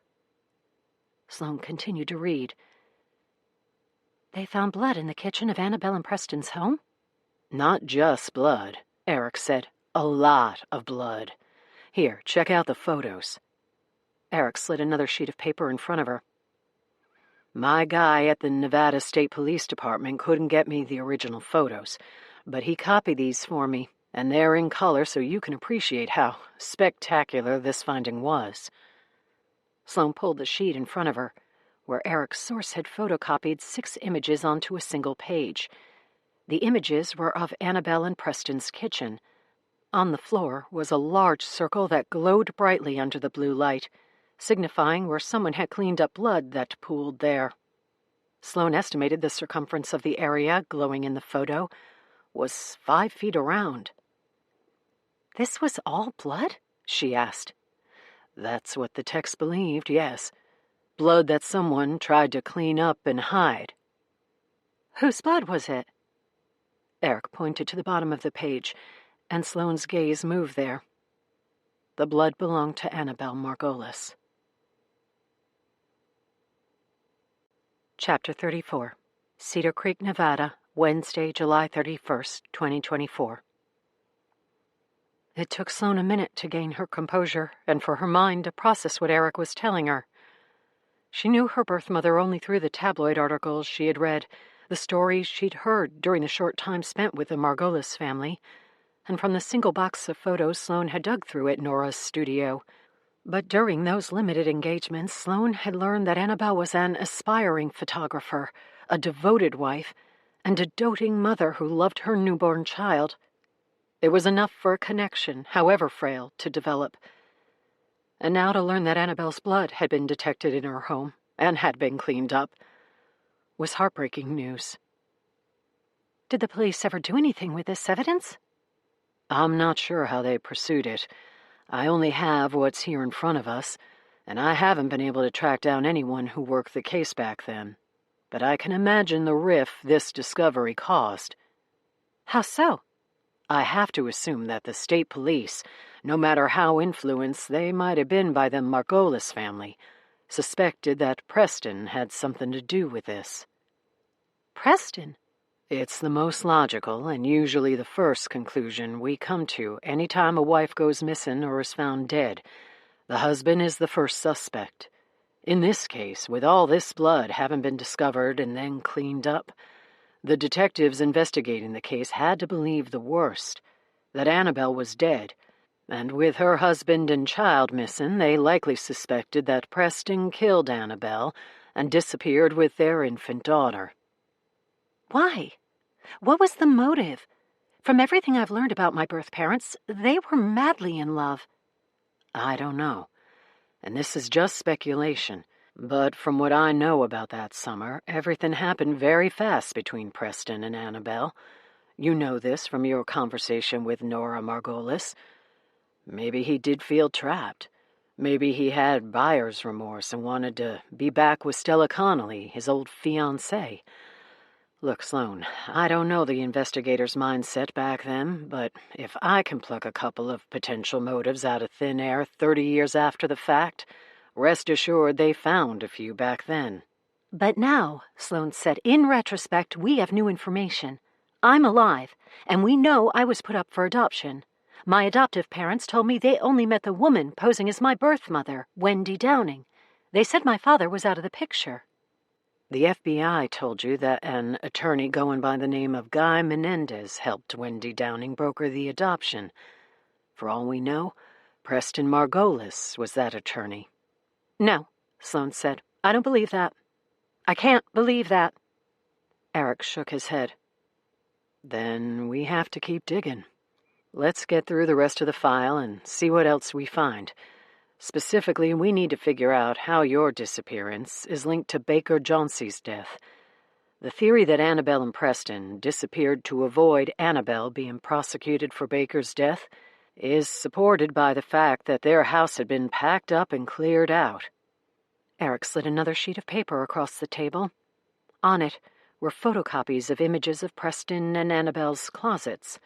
The spaces were empty, but for a few empty hangers and random items: a lone shoe, a sweatshirt in a heap, a makeup bag on the floor. Their closets were empty, Eric said, as if they'd packed all their clothes to hit the road. But Annabelle's blood. If Preston killed her, why would he pack Annabelle's things too? Subterfuge, to make it look like they all disappeared together. Eric pointed at the boxes on the table. There has to be more in the files that will help us understand what happened. Sloane nodded. Let's get busy. But before they could begin digging, her phone rang. When she looked at the caller ID, she saw that it was Dr. Cuddy. She held up a finger to Eric and answered. Hello? Sloane, it's Livia Cuddy. I was able to look at those 2 autopsy reports you sent. Do you have time to review them? Yes, thanks for getting back to me. Did you come across anything interesting? Much more than interesting. In my humble opinion, both reports are terribly inaccurate. How so? Baker Jauncey didn't die from a motor vehicle accident, and Sandy Stamos didn't drown. Chapter 35. Cedar Creek, Nevada, Wednesday, July 31st, 2024. Sloane set Dr. Cuddy up on a video conference call and set the phone at the head of the oak table so that she and Eric were in the frame. Introductions were made, and Sloane and Eric explained why they needed Dr. Cuddy's expertise on the 2 autopsy files Sloane had sent her. I see, Dr. Cuddy said. So, it's likely the coroner who performed these autopsies was politically compromised, or at least motivated to come up with exam findings that fit a specific narrative? That's entirely possible in this town, yes, Eric said. Dr. Cuddy nodded. Then that, and the fact that he is a coroner and not a trained pathologist, could explain the discrepancies. What did you find? Sloane asked. Let's start with Baker Jauncey. It's clear from the documented exam findings that this man was not killed by a motor vehicle, but rather from a blow to the head that caused a brain bleed. But the official cause of death was listed as a brain bleed from trauma suffered during the hit-and-run incident, Eric said. Yes, the official cause and manner of death were listed along with a brief summary of the exam findings. To a layperson, the truth would be difficult to find. It was only after I dug through the actual post-mortem notes and reviewed the exam photos that I determined the cause of death was incorrect. Couldn't the head wound Baker Jauncey suffered have been caused by the car that hit him? Eric asked. A head wound? Sure. This particular head wound? Not a chance. There are many factors that disprove the theory that a vehicle caused the head injury, but the biggest is that the wounds the vehicle produced to this man's body were caused post-mortem. Eric leaned his elbows onto the oak slab to get closer to Sloane's phone. He was dead before the car hit him? That's what the autopsy findings indicate, yes. Besides the wound to the head, all other injuries were caused after he was dead, and the head injury is inconsistent with a motor vehicle accident. From what I could see on the photos and in the coroner's notes, it was impossible for a car to have caused the head wound. Dr. Cuddy spent several minutes on the intricacies of person-to-vehicle encounters and the autopsy findings that are yielded in such circumstances. If Baker Jauncey wasn't killed by the car that ran him over, how did he die? Sloane asked. I closely examined the photos of the skull fracture, along with the measurements that were taken, and my best guess would be that a rounded wooden object was used to strike Baker Jauncey in the back of the head. The blow caused a brain bleed that killed him." Sloane and Derek looked at each other. They didn't need to speak what they both were thinking. Somehow, Sandy Stamos had learned that Annabelle Margolis was not responsible for Baker Jauncey's death, which explained why Sandy had never arrested her. And if Sandy knew that someone had killed Baker by striking him in the head and then staging the hit and run, that knowledge had likely gotten him killed. Had the same person who killed Baker Jauncey also killed Annabelle Margolis? "Thanks, Dr. Cuddy," Sloane said, forcing her mind back to the present. "Did you look at the other report?" "I did," Dr. Cuddy said. "This was your father, Sheriff?" "It was, yes." "And the official line was that your dad drowned when his car went into a body of water?" "The official report stated that my father was under the influence of heroin, lost control of his car, drove into Cedar Creek, and drowned." "Your father didn't drown, Sheriff. That much is certain." Sloane saw Eric squint his eyes and swallow hard at the revelation. She reached over and put her hand on his forearm. "How do you know that?" Eric finally asked. "Because there was no water in his lungs. If his body was found submerged in water and he was still breathing at the time, there would be water in his lungs. The sad reality of drowning deaths is that victims hold their breaths for as long as possible. Eventually, however, they inhale, and when they do, water is ingested into their lungs. The lack of water in your father's lungs means he never inhaled after he was under the water." "There was a theory," Eric said, "that he had been breathing from an air pocket that was trapped in the car. Isn't that possible?" "I'm afraid not," Dr. Cuddy said. "If he had been trapped in a vehicle that was submerged underwater and breathing from an air pocket, there would have been evidence of carbon dioxide intoxication and subsequent suffocation. It's called confined space hypoxic syndrome. Sloane will know all about that." Sloane looked at Eric and spoke. "If your dad had taken his last breaths while trapped in his submerged squad car and breathing from an air pocket, eventually the air pocket would have filled with the carbon dioxide he exhaled. Once all the oxygen in the air pocket was depleted, he would have suffocated. And when this happens, there are clear signs of it on autopsy, including hypercapnia and respiratory acidosis. Basically, his bloodstream would have been saturated with carbon dioxide, and his lungs would have filled with frothy blood that's classic in carbon dioxide poisoning." Sloane looked back to Dr. Cuddy. "I'm assuming the lungs were clean?" "Correct," Dr. Cuddy said. "And there was no exaggerated amount of carbon dioxide in the bloodstream." Sloane saw that Eric was struggling with the information, and she kept her hand on his forearm. "So, what does it mean?" he finally asked. "It means the last breath your father took was a regular one, from air filled with a normal mixture of oxygen. It means your father was already dead when his car went into the water. At least he had died before the water submerged him." "What killed him? How did he die?" "A massive amount of heroin," Dr. Cuddy said. "So massive, in fact, that it's impossible he injected it himself." Dr. Cuddy shuffled a few papers as she looked through her notes. "Based on the metabolized heroin in his system, it appears the drug was administered in 2 doses.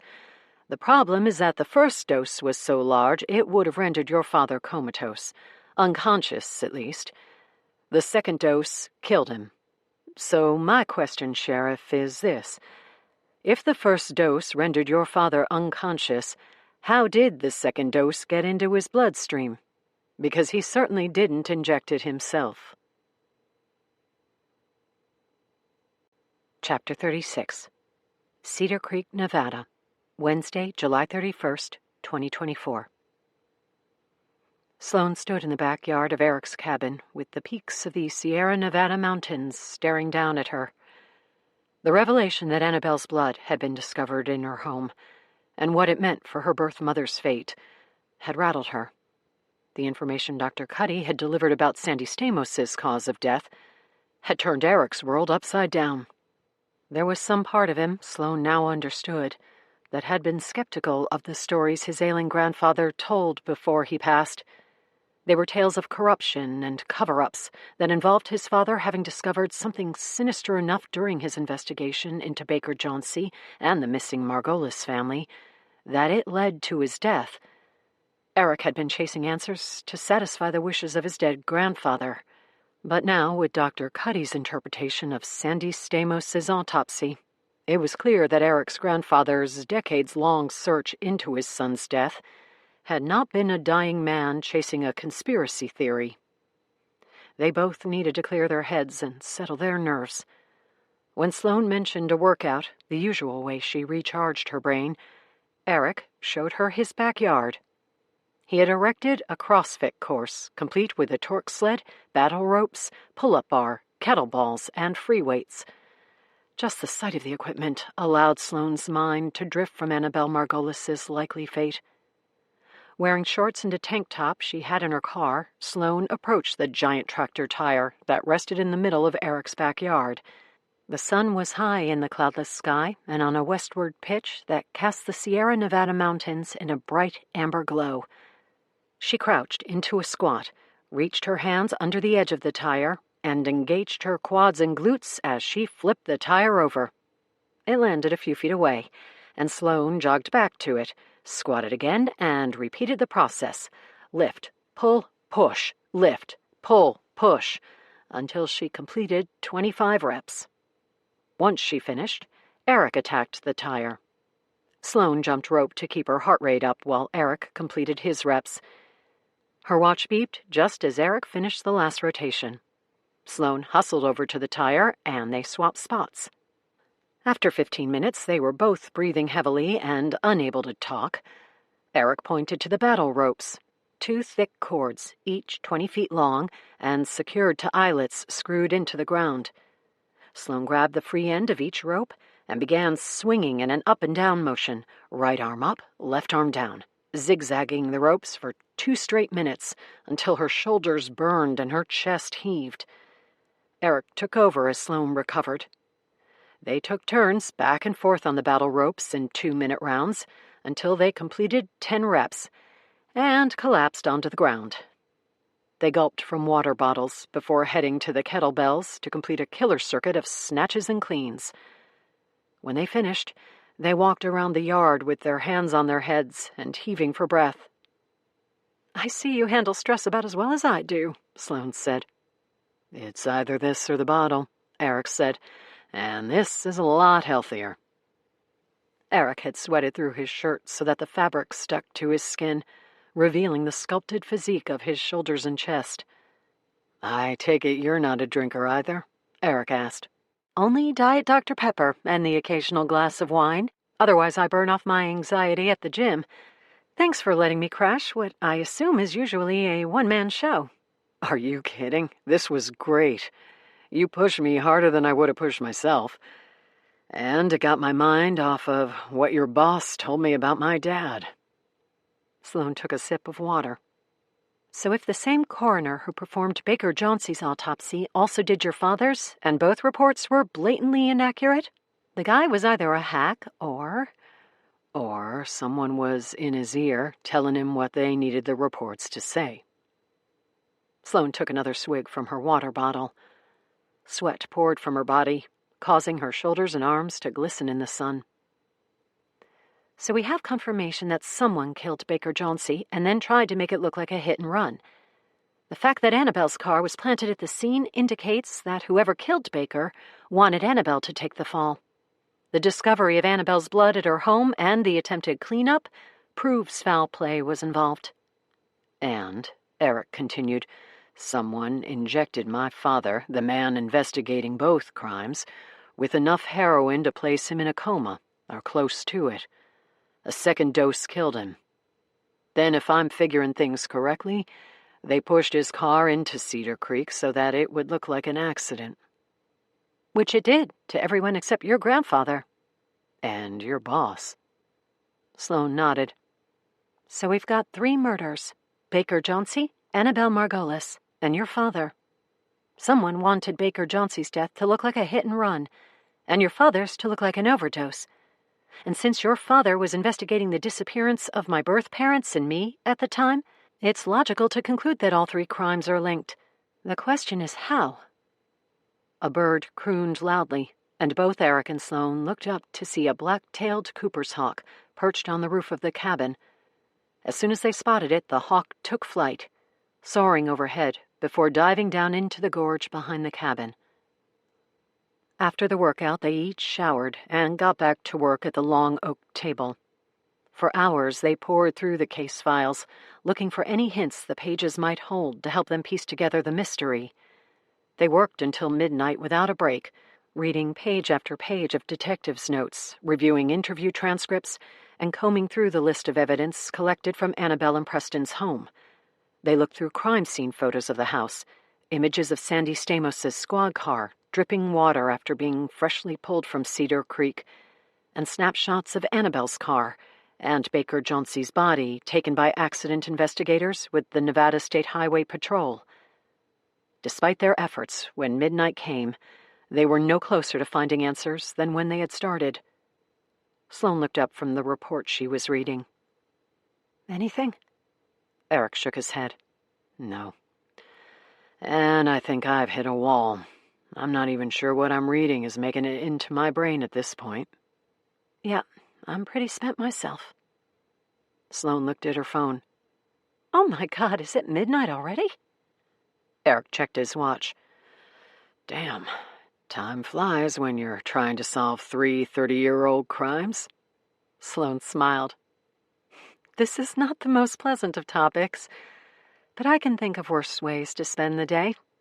It's been eye-opening, to say the least. She stood and stretched.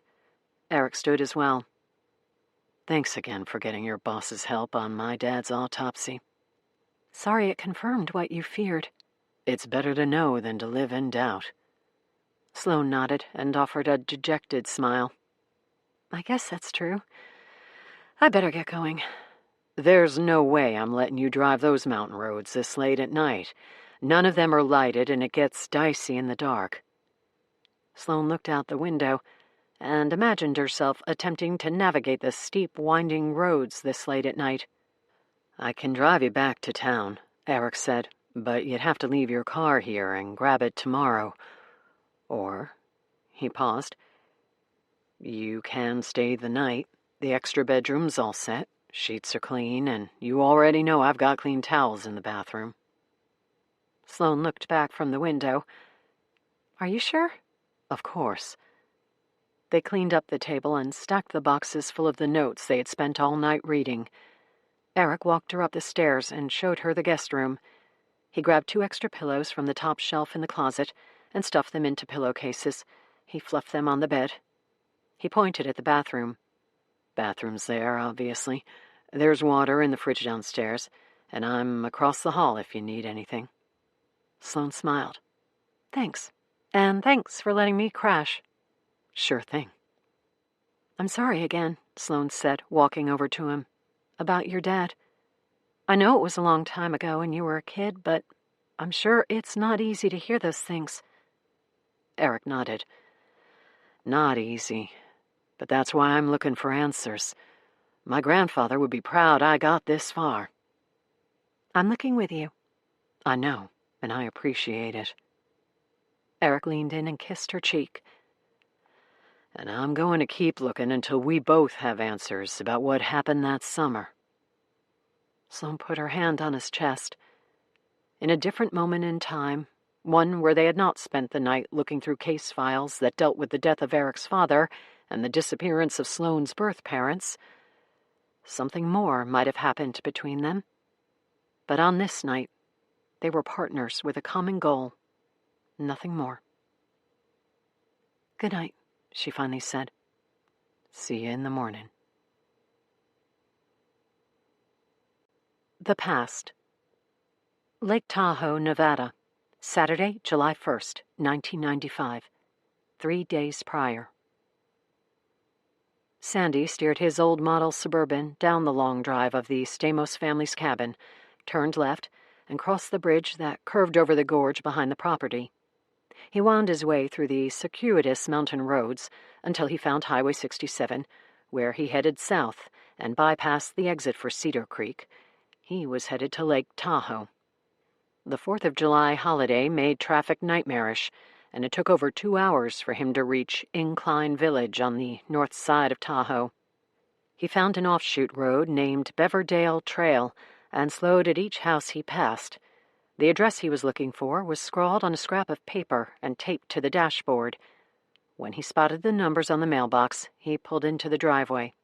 "Sandy Stamos!" Sandy heard the voice of his old friend just as he was opening the driver's side door. "Tom Quinn," Sandy said with a smile. "It's good to see you." Sandy had grown up with Tom Quinn. Unlike Sandy, Tom had hightailed it out of Cedar Creek and Harrison County as soon as he could. He attended college in Los Angeles and now made his home in the small East Bay town of Danville. He had a vacation home in Lake Tahoe and had agreed to meet Sandy there for an urgent matter. The two men embraced in a hug before Tom pushed Sandy away by the shoulders. "Damn, Cedar Creek must be treating you well. You look good, old friend." Tom wrapped an arm around Sandy's bicep. "You're built like a brick shithouse." "Working hard," Sandy said. "You look good, too. And this house? It's gorgeous." "Thanks. Elaine and I love it out here." "Thanks for having me out, and for doing this on a holiday weekend. I'm in a pinch, or I wouldn't have asked." "Not a problem. Come on inside. We'll sit on the back deck. It's got a great view of the lake." A few minutes later, Sandy was sitting with his childhood friend and staring down at Lake Tahoe over towering pines that lined the mountainside.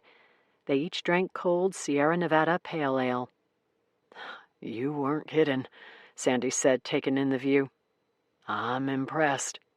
"Thanks, buddy." Tom Quinn had studied finance and accounting at USC and spent 10 years on the government's dole running audits for the IRS before entering the private sector to open his own financial planning firm. Tom Quinn had the sharpest financial mind Sandy knew, and Sandy needed his help. "So, what's going on in Cedar Creek that got the sheriff asking for favors from a finance guy?" Sandy smiled. "People come and go, but Cedar Creek never changes." Tom nodded.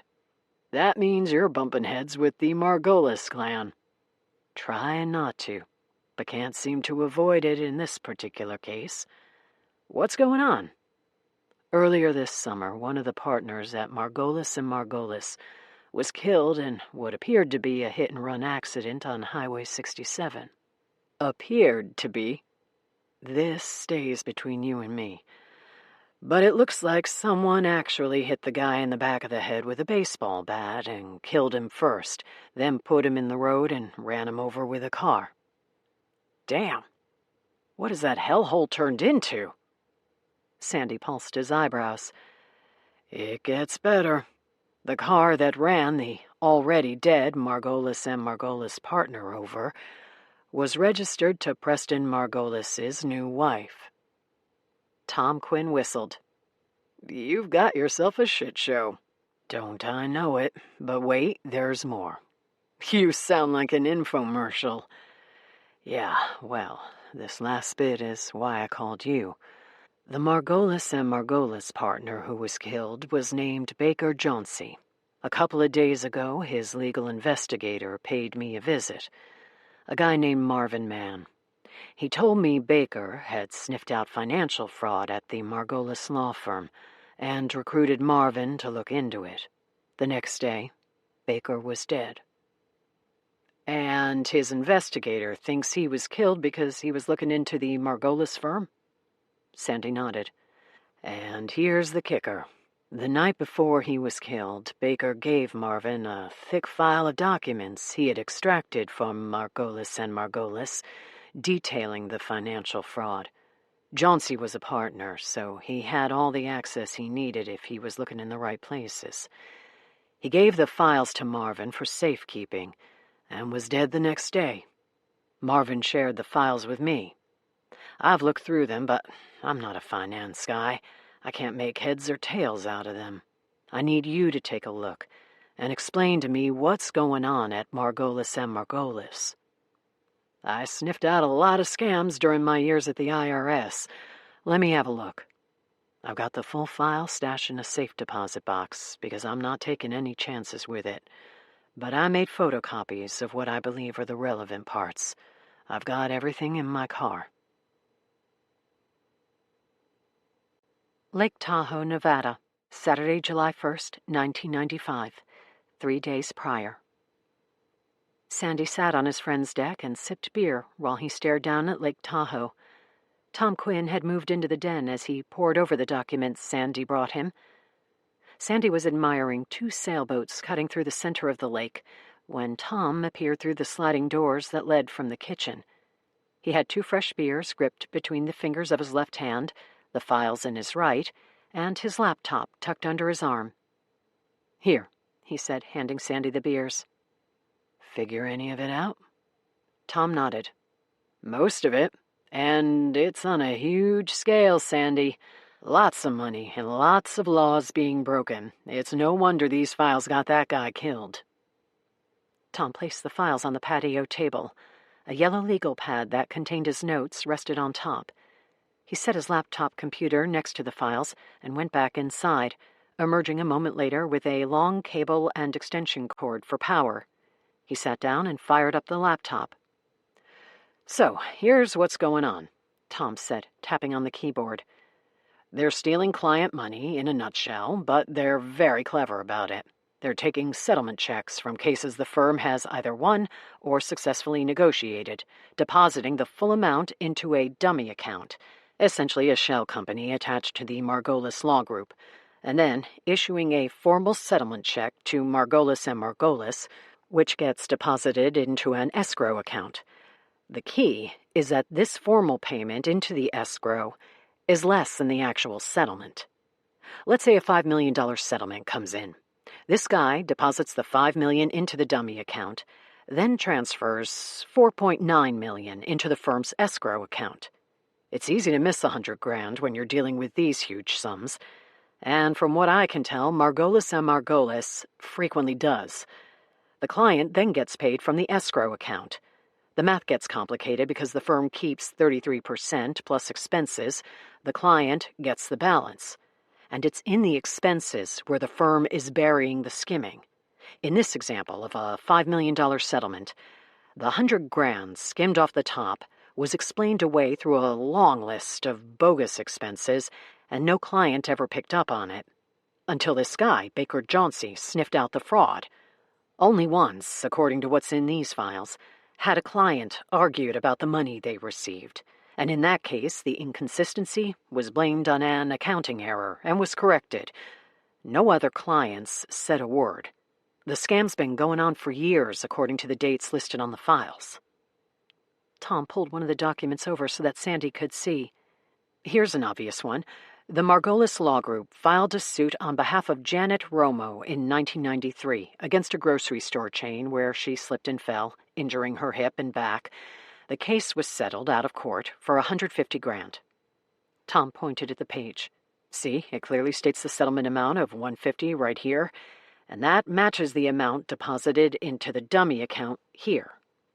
Sandy followed Tom's index finger as it slid between the 2 matching numbers. But here.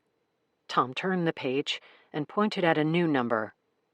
It shows that a settlement check was issued to Margolis and Margolis in the amount of $125,000. $25K off the top. Exactly. The $125 goes into the escrow account. The $25,000 is written off in expenses, and a check is issued to the client. And that's just the beginning. There are dozens of other examples in the files, and the amounts range from $10,000 to $100,000. All stolen funds. Tom nodded. Yeah. I haven't made it through all the files, but the total is just over $5 million so far. Enough to kill for, had someone discovered this and threatened to expose those involved. Sandy slowly nodded his head. Who were the attorneys involved? That's the problem. In order to pull off this level of fraud, shell companies and numbered accounts were created. One main company where the original settlement checks were deposited, and several others that the stolen funds were laundered through. I put a list together of every LLC, S corporation, and sole proprietorship listed. Other than those companies, there are only two other entities referenced in these files. The first is the Margolis firm. The second is the guy signing the checks that were eventually issued to the firm after a percentage was skimmed off the top. "Who was it?" Sandy asked. "He's listed in all the documents as Guy Menendez." Guy Menendez. Doesn't ring a bell? No. I'm not surprised. Tom opened his laptop. Are you familiar with the internet? A little. The sheriff's office has a website, but it was all set up by IT guys from the county. Margolis and Margolis has a site, Tom said, tapping his keyboard. And on their website is a list of every attorney at the firm. 116 in all. Tom turned the laptop to Sandy. Not one of them is named Guy Menendez. So who the hell is he? Sandy asked. An alias, I'm guessing. But if you figure out who this guy is, I'm pretty sure you'll know who killed Baker Johnsey. Part 4. From the Shadows. Chapter 37. Reno, Nevada.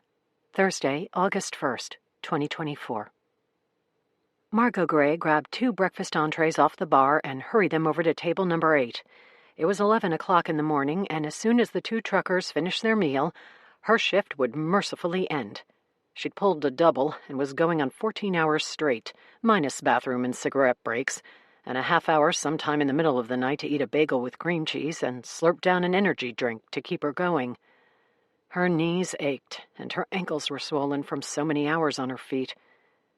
She slid the plates in front of her 2 last customers with a pleasant smile she was no longer aware she even offered.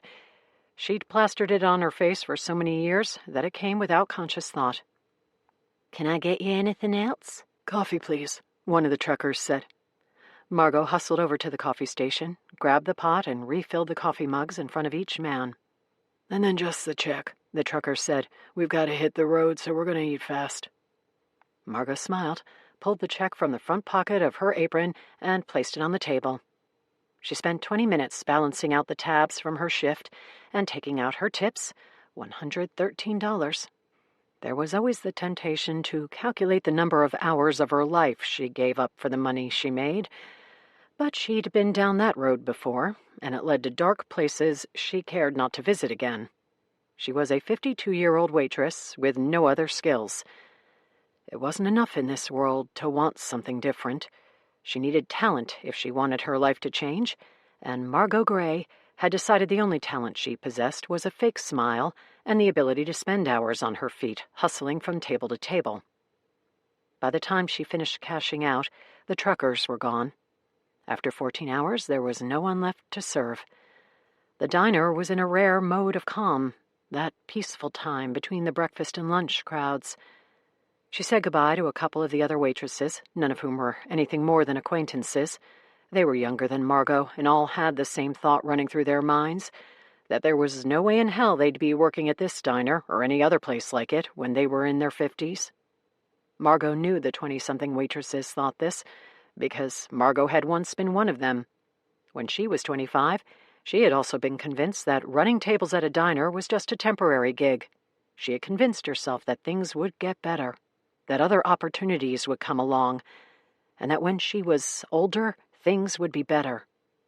A decade later, when she was in her 30s, she told herself the same story, but her conviction in the story weakened, as too did her belief in it.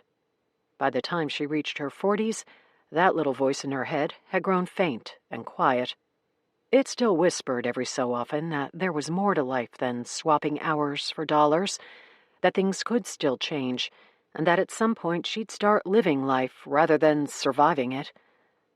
But she hadn't heard that voice since she turned 50, mostly because she was as certain about the permanency of this life now that she was in her 50s as she had been about its temporary nature when she was in her 20s. But another reason was because it hurt too much to listen to it.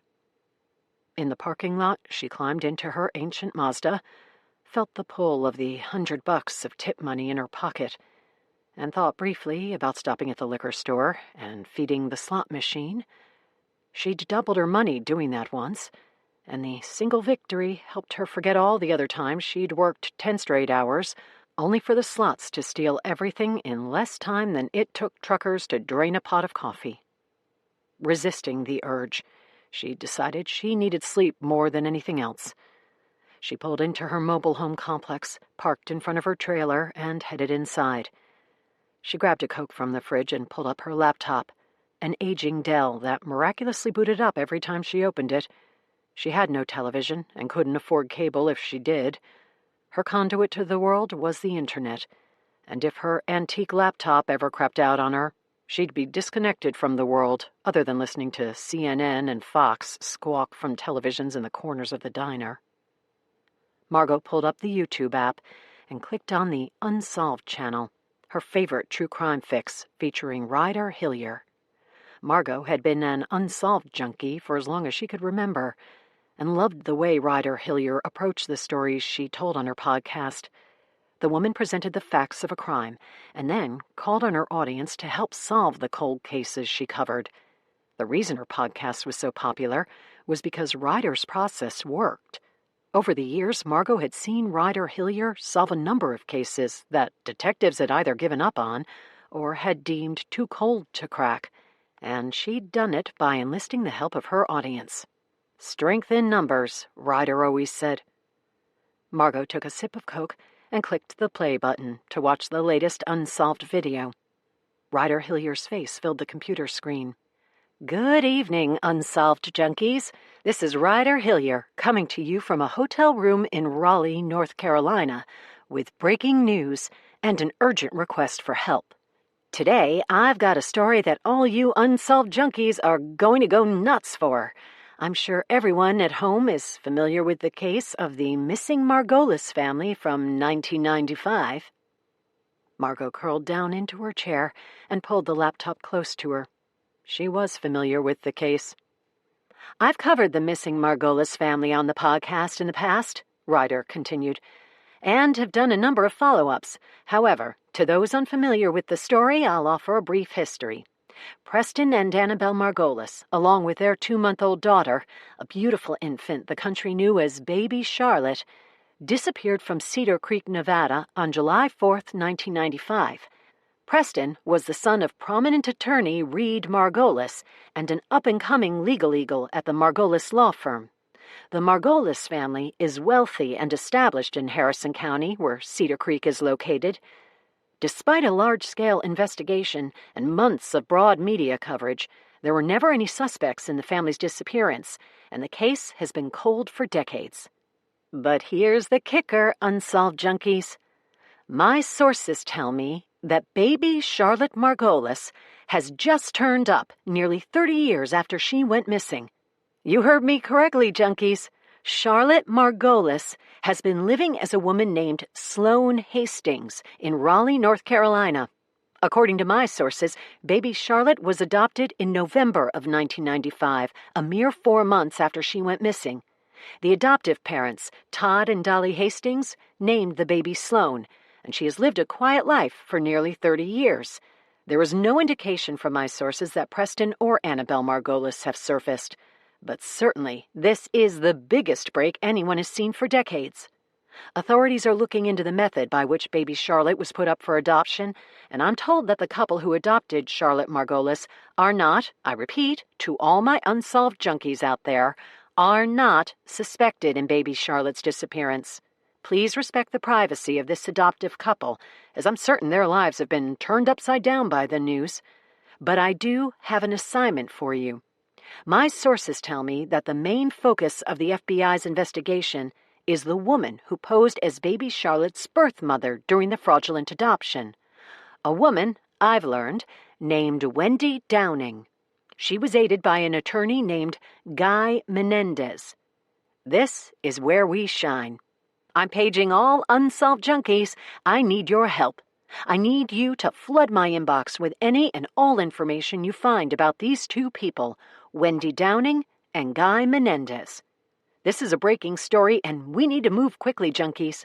I will be heading to Cedar Creek, Nevada this week to find and interview Sloane Hastings, a.k.a. Baby Charlotte Margolis. If Sloane is listening, or if any unsolved junkies know where I might find her, drop me a line. I hope to have more information for you soon. That's all for now, but be sure to check back daily. I'll be making updates on this story here, and I'll be recording the first of a multi-part podcast soon. Until next time, stay safe, junkies. Ryder Hillier's face faded, and the Unsolved logo came onto the screen. Margot slowly sat up and closed her laptop. She could hardly believe what she'd heard. Cedar Creek was just an hour or so from Reno. It took only a moment of contemplation before she pushed her chair over to the refrigerator and climbed up on it. In the cabinet above the fridge was her someday stash. Hidden in an old coffee container was $1,500 that she'd managed to squirrel away over the years. Someday she'd use it to take a vacation. Someday she'd use it to buy a new computer. Someday she'd use it to put a down payment on a new car. There were so many things to do someday that Margot lost track of them all. But there had always been one thing she knew she would do someday, and that day had arrived. She grabbed the roll of cash from the coffee pot and climbed off the chair. Over the last few years, she had started to believe that fate was a fictional thing, made up by people who had it good. Fate, Margot noticed, was never discussed by people with dead-end jobs and crappy lives. Fate only came into the picture when good things happened to lucky folks on the rise. Her life had never been touched by the mythical thing called fate. She'd been on a steady downhill spiral since birth. For her entire adult life, Margot had bounced around the country, chasing waitressing jobs and the fantasy of a better life. Somehow she ended up in Reno, serving truckers at a crummy diner. The last decade had provided little in the way of stability and had siphoned away any hope for a brighter future. But despite decades of proof that it did not exist, fate was the only way to explain why she was planning to drive to Cedar Creek, with hopes of righting a wrong that had been a lifetime in the making. Chapter 38. Cedar Creek, Nevada, Thursday, August 1st, 2024. When Sloane opened her eyes Thursday morning, it took a moment to remember that she'd slept at Eric's cabin. The scent of fresh brewed coffee pulled her from bed. She walked down the stairs just as Eric was pouring a cup. "Morning," she said, running a hand self-consciously through her hair. "Morning. Coffee?" "Yes, please. Smells wonderful." They sat at the kitchen table. Sloane was never happier to have resisted temptation the night before. Had she given in to her urges, her and Eric's relationship would be something different this morning. She would be distracted and confused. Instead, she was laser-focused on the task at hand. She had a vivid dream about her birth mother during the night. Annabelle was snapping photos of her infant daughter, and then moving to the darkroom to develop them. When Annabelle emerged from the darkroom, photo in hand, baby Charlotte was gone. In the fog of the dream, Annabelle looked at Sloane and asked where her daughter had gone. Sloane woke with a startle. When she finally fell back to sleep an hour later, she did so with a fierce determination to find answers when she woke. "Sorry to keep you up so late last night," Eric said. "I just wish we'd found something useful in the files. I feel like we've got more questions than answers at this point." "I've got to call in to one of my contacts at the Nevada State Police. I'm trying to track down one of the detectives who worked your case and see if he can give me any more details about the crime scene and the blood they found.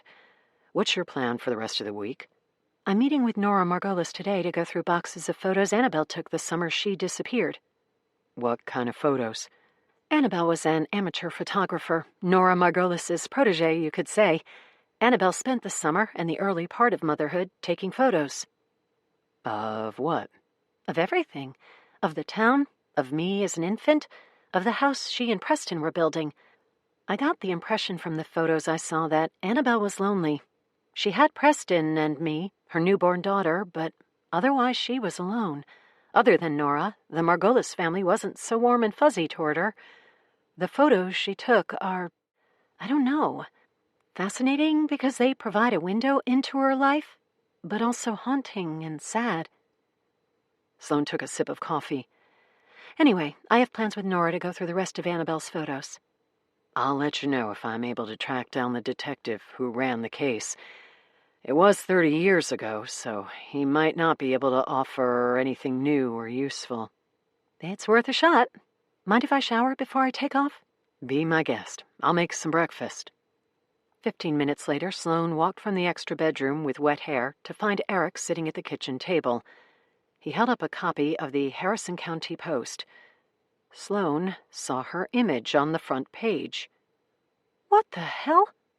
She hurried over and took the paper, skimming the article. The FBI said they were keeping a lid on the story, Sloane said. Well, it leaked, and you're all over the internet. Eric turned his laptop. Another image of Sloane stared back.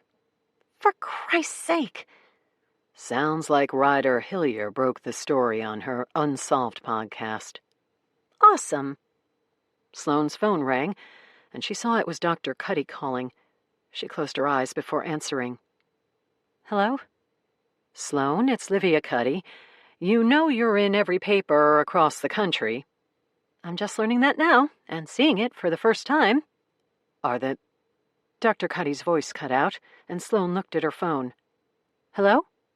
Sorry, Eric said. Service out here is sketchy at times. It's spotty at best. Usually the front porch is the safest place. Sloane hurried to the front door and stepped outside. Sloane? Yes, sorry, I'm in the mountains and cell service is bad. Are the stories true? Yes, I found out when I did an online DNA search of myself for the forensic genealogy project. Wow, Dr. Cuddy said.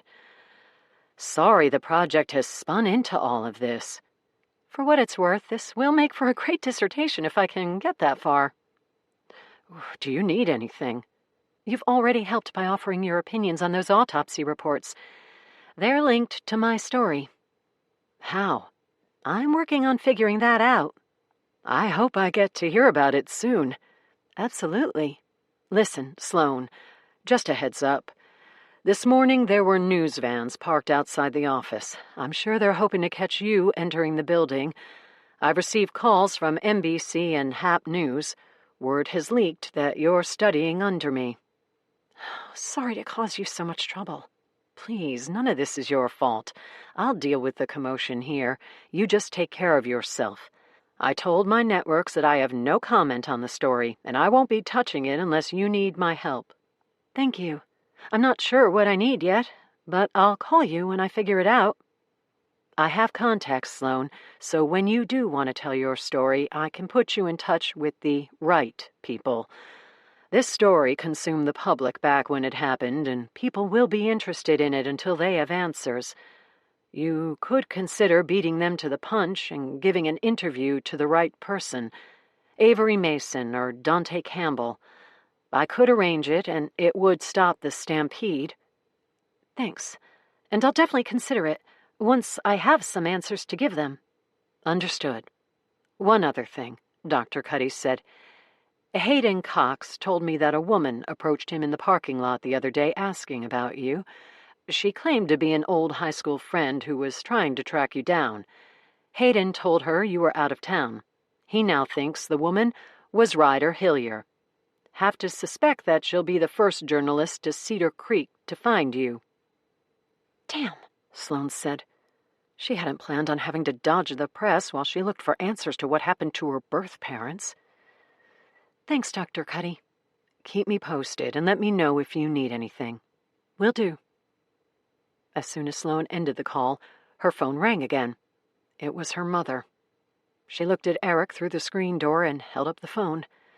Sorry, I've got to take this. She turned and walked down the steps of the front porch. Hello? Have you seen the papers? Her mother asked. Just now, yes. It's in the New York Times. Delightful. Listen, Sloane, on Monday morning I had something strange happen at the office. Silence followed, until Sloane realized the call had dropped. Damn it! She quickly redialed and listened through the static until her mother answered. Sorry, cell service is terrible up here. What happened on Monday? I had a patient ask about you, her mom said. A patient? She pretended to have a toothache and came in as an emergency. Once I was alone in the exam room with her, she said she was a journalist and wanted to speak with you. She gave me her card, and now I see that she's the lady with the podcast. Ryder Hillier? That's her, yes. Christ almighty. Mom, why are you just telling me this now? I didn't want to worry you. I thought she was a local reporter who was just fishing for information. I didn't know who she was. So you've heard of her? Yes, Mom. She has the biggest true crime podcast in the country with millions of listeners. She's the one who broke the story. How? Agent Michaels said they were keeping the investigation quiet. No idea. Did you tell her anything? No. But now there are news vans parked outside the house. Oh, my God, Sloane said. This is spiraling out of control.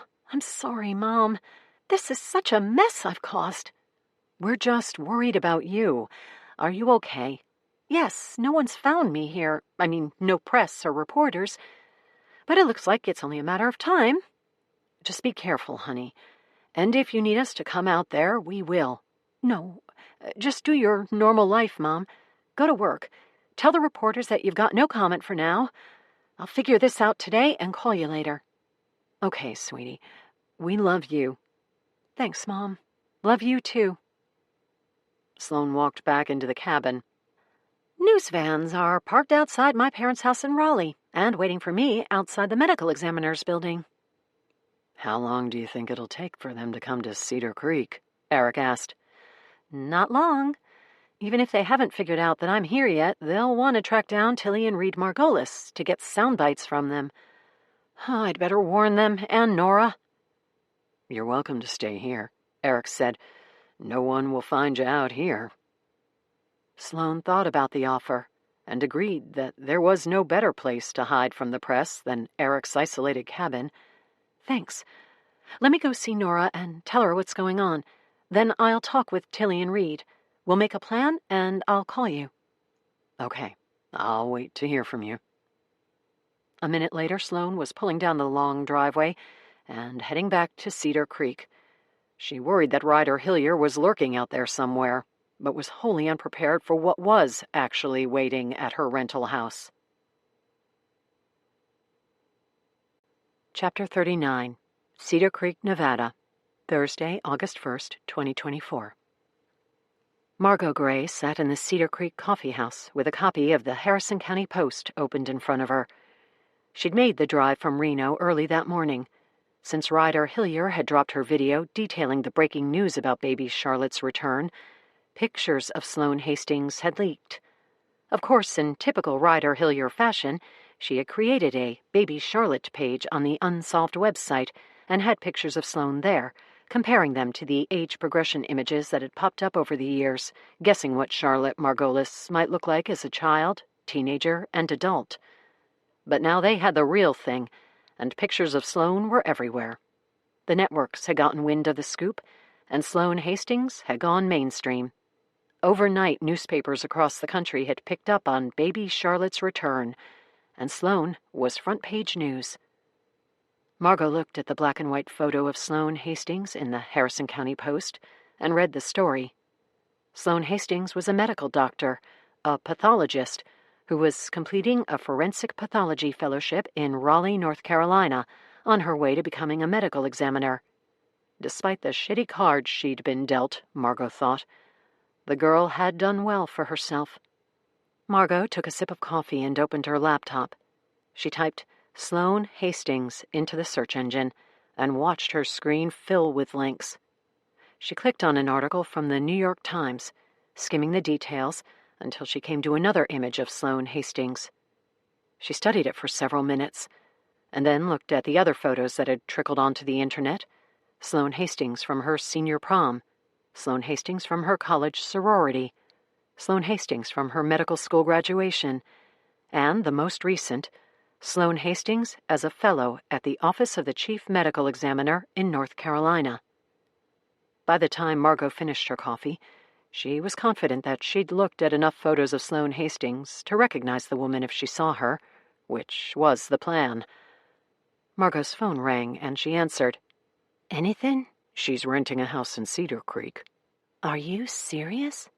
Margot's waitressing job had put her in front of an interesting cast of characters over the years. One of them, a regular at the diner, was Wiley Wagner, a middle-aged IT guy who knew more about computers than anyone Margot had ever met. They'd become friends over the years, and even more than friends every so often. Margot had asked Wiley for a favor, to use his computer skills to find Sloane Hastings. "Yep," Wiley said. "A Verbo in Cedar Creek under Sloane Hastings. The rental agreement started on July 26th and goes all the way to August 31st. "You got an address?" "Of course." Wiley ripped off the address, and Margot scribbled it onto the edge of the newspaper. "She's all over the news," Wiley said. "No kidding. I'm reading an article about her as we speak." "Why are you so interested in her? Is it because of that podcast you're obsessed with?" "I owe you one, Wiley," Margot said in lieu of an answer. "I'll give you a coffee on the house when I'm back in Reno." "Gee, thanks. I was hoping for dinner and a movie." "I'll think about it." Margot ended the call, packed up her laptop, and tore Sloane Hastings' address off the corner of the Harrison County Post before tossing the paper in the garbage on her way out of the coffee house. She climbed into her ancient Mazda and twisted the key. The engine protested, turning over several times before finally roaring to life. She dropped the Mazda into gear and headed off to find the rental home where Sloane Hastings was staying. Chapter 40. Cedar Creek, Nevada, Thursday, August 1st, 2024. Sloane passed the Welcome to Cedar Creek sign on the north side of town and followed the roundabouts until she crossed the Louis Spilett Bridge. She turned down the side street, cautiously watching for reporters or news vans. She saw none, but as she made the final turn to her rental house, she saw an old Mazda parked in the driveway. As she approached the house, she noticed a woman sitting on the front porch smoking a cigarette. Sloane considered turning around, but there was something about the woman that piqued her interest. She pulled her rental car into the driveway and parked next to the Mazda. When she did, the woman stood up. Sloane climbed from her car, but did not shut the door. She kept the engine running in case she needed to make a fast retreat. "Can I help you?" Sloane asked from the driveway. "You Sloane Hastings?" "Who's asking?" "My name's Margot Gray." The woman stepped down from the front porch and walked to the driveway. She spoke to Sloane over the roof of the Mazda, which sat between the two women. "I'm Sloane Hastings. What do you need?" Sloane saw what she thought were tears well in the woman's eyes. "I need to talk with you and tell you a few things." The woman's southern accent reminded Sloane of home. It wasn't Carolina twang, more Alabama drawl, but definitely different from the unrounded awes of Northern California and Nevada. "Talk with me about what?" "About what happened to you when you were a baby." A chill found Sloane's shoulder blades and quickly funneled down her back. "Are you one of those true crime junkies?" The woman rocked her head back and forth, and then shrugged. "Yeah, but that ain't why I'm here." "What do you know about what happened to me when I was a baby?" "Probably not as much as I should, considering, but definitely something." Sloane remained standing in the crook of the open car door, ready to drop back into the driver's seat and tear out of the driveway if need be. "How do you know anything about what happened to me?" The tears that had been building on the woman's lower lids finally spilled over and streamed down her cheeks. "'Cause I was the woman who gave you up for adoption." Chapter 41. Cedar Creek, Nevada, Thursday, August 1st, 2024. Sloane's heart fluttered, and a wave of heat coursed through her body, bringing with it a spell of dizziness. She held on to the car door for support. "You Her eyes squinted to slivers. You gave me up for adoption. I ain't proud of it, the woman said, still standing on the other side of the Mazda. I tried to hide from the guilt by telling myself that all I did was help a baby find loving parents. But part of me knew something was wrong with the whole thing. Over the years, I told that part of myself that even if the baby had been taken, from her actual parents, that she wouldn't know no difference. She'd still be loved. I never had parents who loved me when I was growing up, so I convinced myself I wasn't really hurting you none. You were still gonna be loved by that couple who wanted a baby so bad. I seen 'em on the news this morning, Dolly and Todd. Still remember their names. The woman wiped her cheeks with the backs of her hands. Anyway, I tried real hard to believe the lie I told myself, that I hadn't done nothing wrong. I needed the money so bad back then. Hell, I'd have believed anything I told myself. How did you find me? Back then? No, well, that too. But start with today. How did you find me here in Cedar Creek? Stories all over the news. Plus, I follow the Unsolved podcast, and Ryder Hillier was the one who first broke the story about baby Charlotte turning up after nearly 30 years. I'd heard the story before. I mean, everybody knew about it when it happened. But I never put it together till I heard the lady's name who put you up for adoption. Wendy Downing. Yeah, that's the name the lawyer told me to use. Sloane blinked and worked to understand what this woman was telling her. You're Wendy Downing.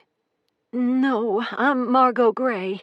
But in 1995, a lawyer named Guy Menendez paid me $10,000 to pretend my name was Wendy Downing so that he could, what he told me at the time, make sure a little girl was adopted by a couple who deserved her. Sloane looked around the quiet cul-de-sac and finally shut off her engine and closed her car door. How did you track me down here in Cedar Creek? Got a friend who's good with computers. He hacked into the system, or I don't know, whatever he did, and figured out that you rented this house. He knew the dates and everything, so I figured I'd sit on your porch till you showed up. If this woman could find her, Sloane knew it wouldn't be long before Ryder, Hillier, and the rest of the press corps showed up. She hoped she had at least enough time to hear Margot Gray's story. Let's talk inside.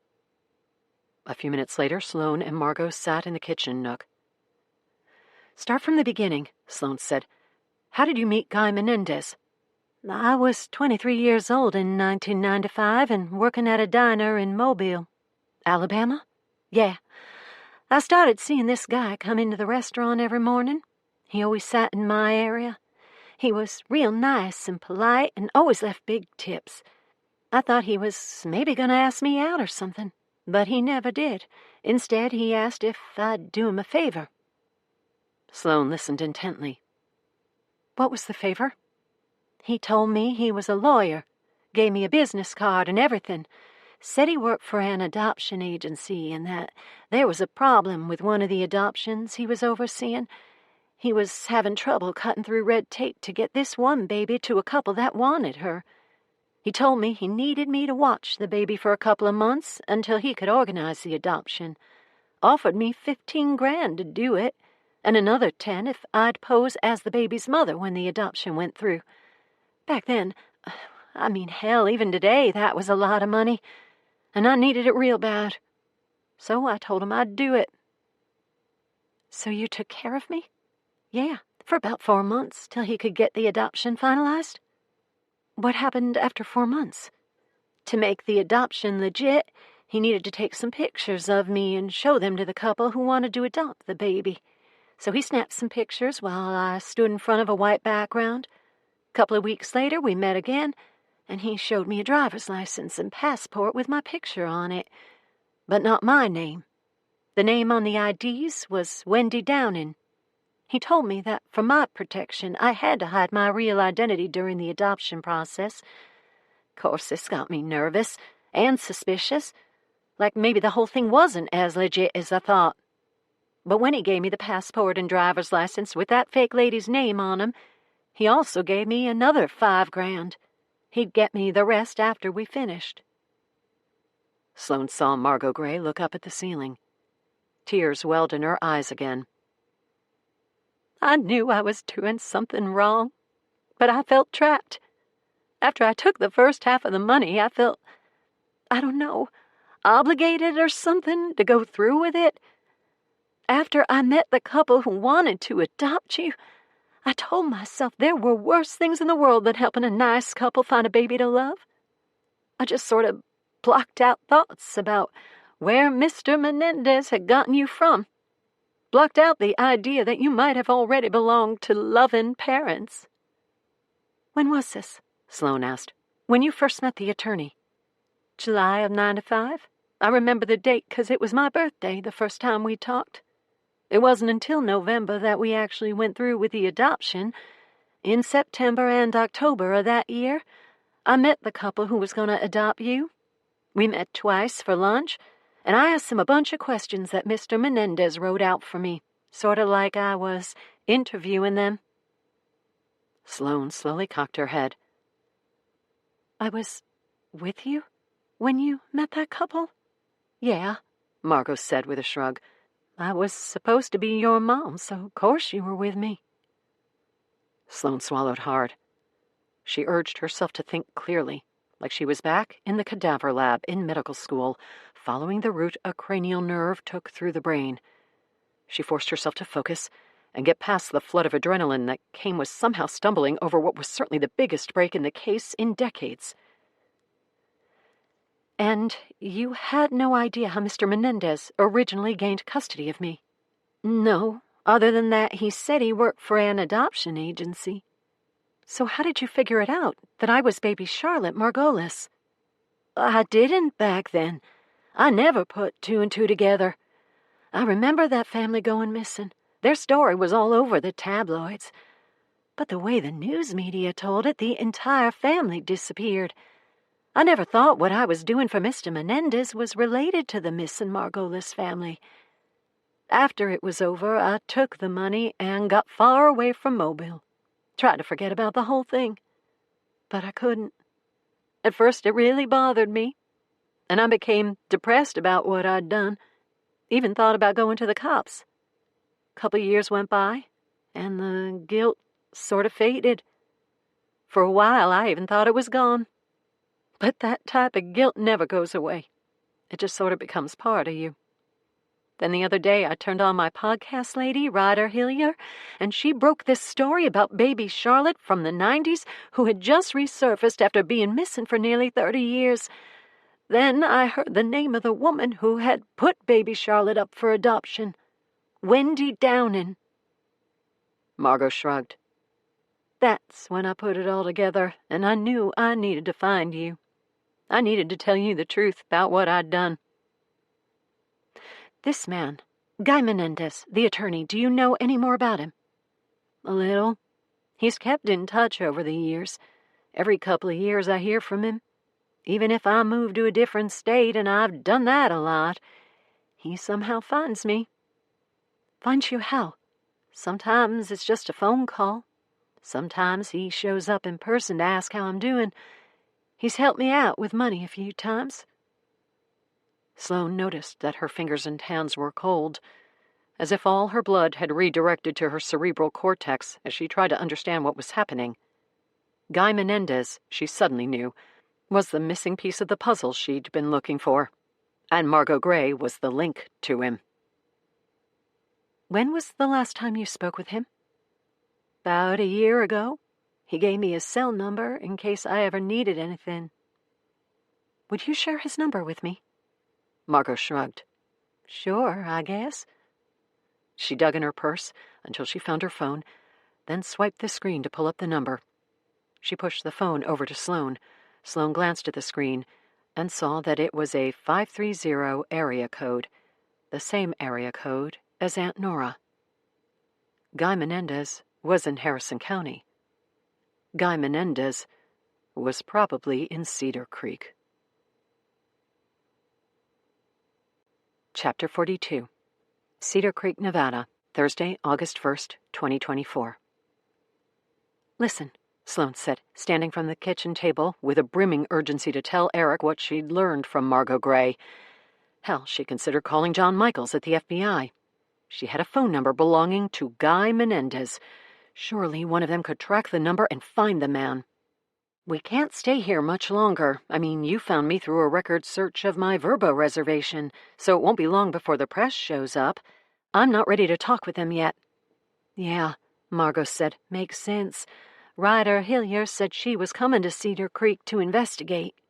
I have a friend who's a police officer. His name is Eric Stamos. He's the sheriff here in Cedar Creek, and I also know the FBI agent who's been investigating my case ever since I figured out that I was Charlotte Margolis. Would you be willing to talk to them? Sloane saw a change come over Margot's eyes. I'm not sure about that. The FBI? Would I get in trouble? I mean, I'm probably in some kind of trouble for what I did, right? I don't know, Sloane said, and knew immediately by Margot's expression that it was the wrong answer.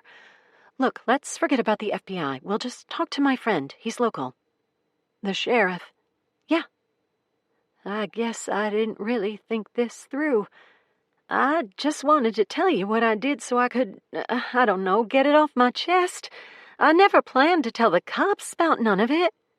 I understand, and I'm grateful you tracked me down, Margot. I'm so grateful. But the authorities are going to want to talk with you. You're probably the biggest break this case has ever seen. Trust me, though, they're not after you. If you tell them everything you just told me, I'm sure they'll work with you. Margot offered a nervous smile. Work with me? How? I don't know, Margot. I'm not a cop. But trust me, the police and the FBI will be interested in what you can tell them. I don't want to go to prison. You're not going to prison, Sloane said. There's probably a statute of limitations on what you did. At this point, you're useful to the FBI for the information you can provide. That's it. The FBI scares me. Sloane nodded. Me too. So let's start with my friend. He'll be able to help us figure out what to do next. Margot slowly nodded. Okay, I guess I'll talk to him. Perfect. Where are you staying? Nowhere. I just drove up from Reno. Sloane thought quickly of the best way to keep Margot Gray calm and close. Let's do this.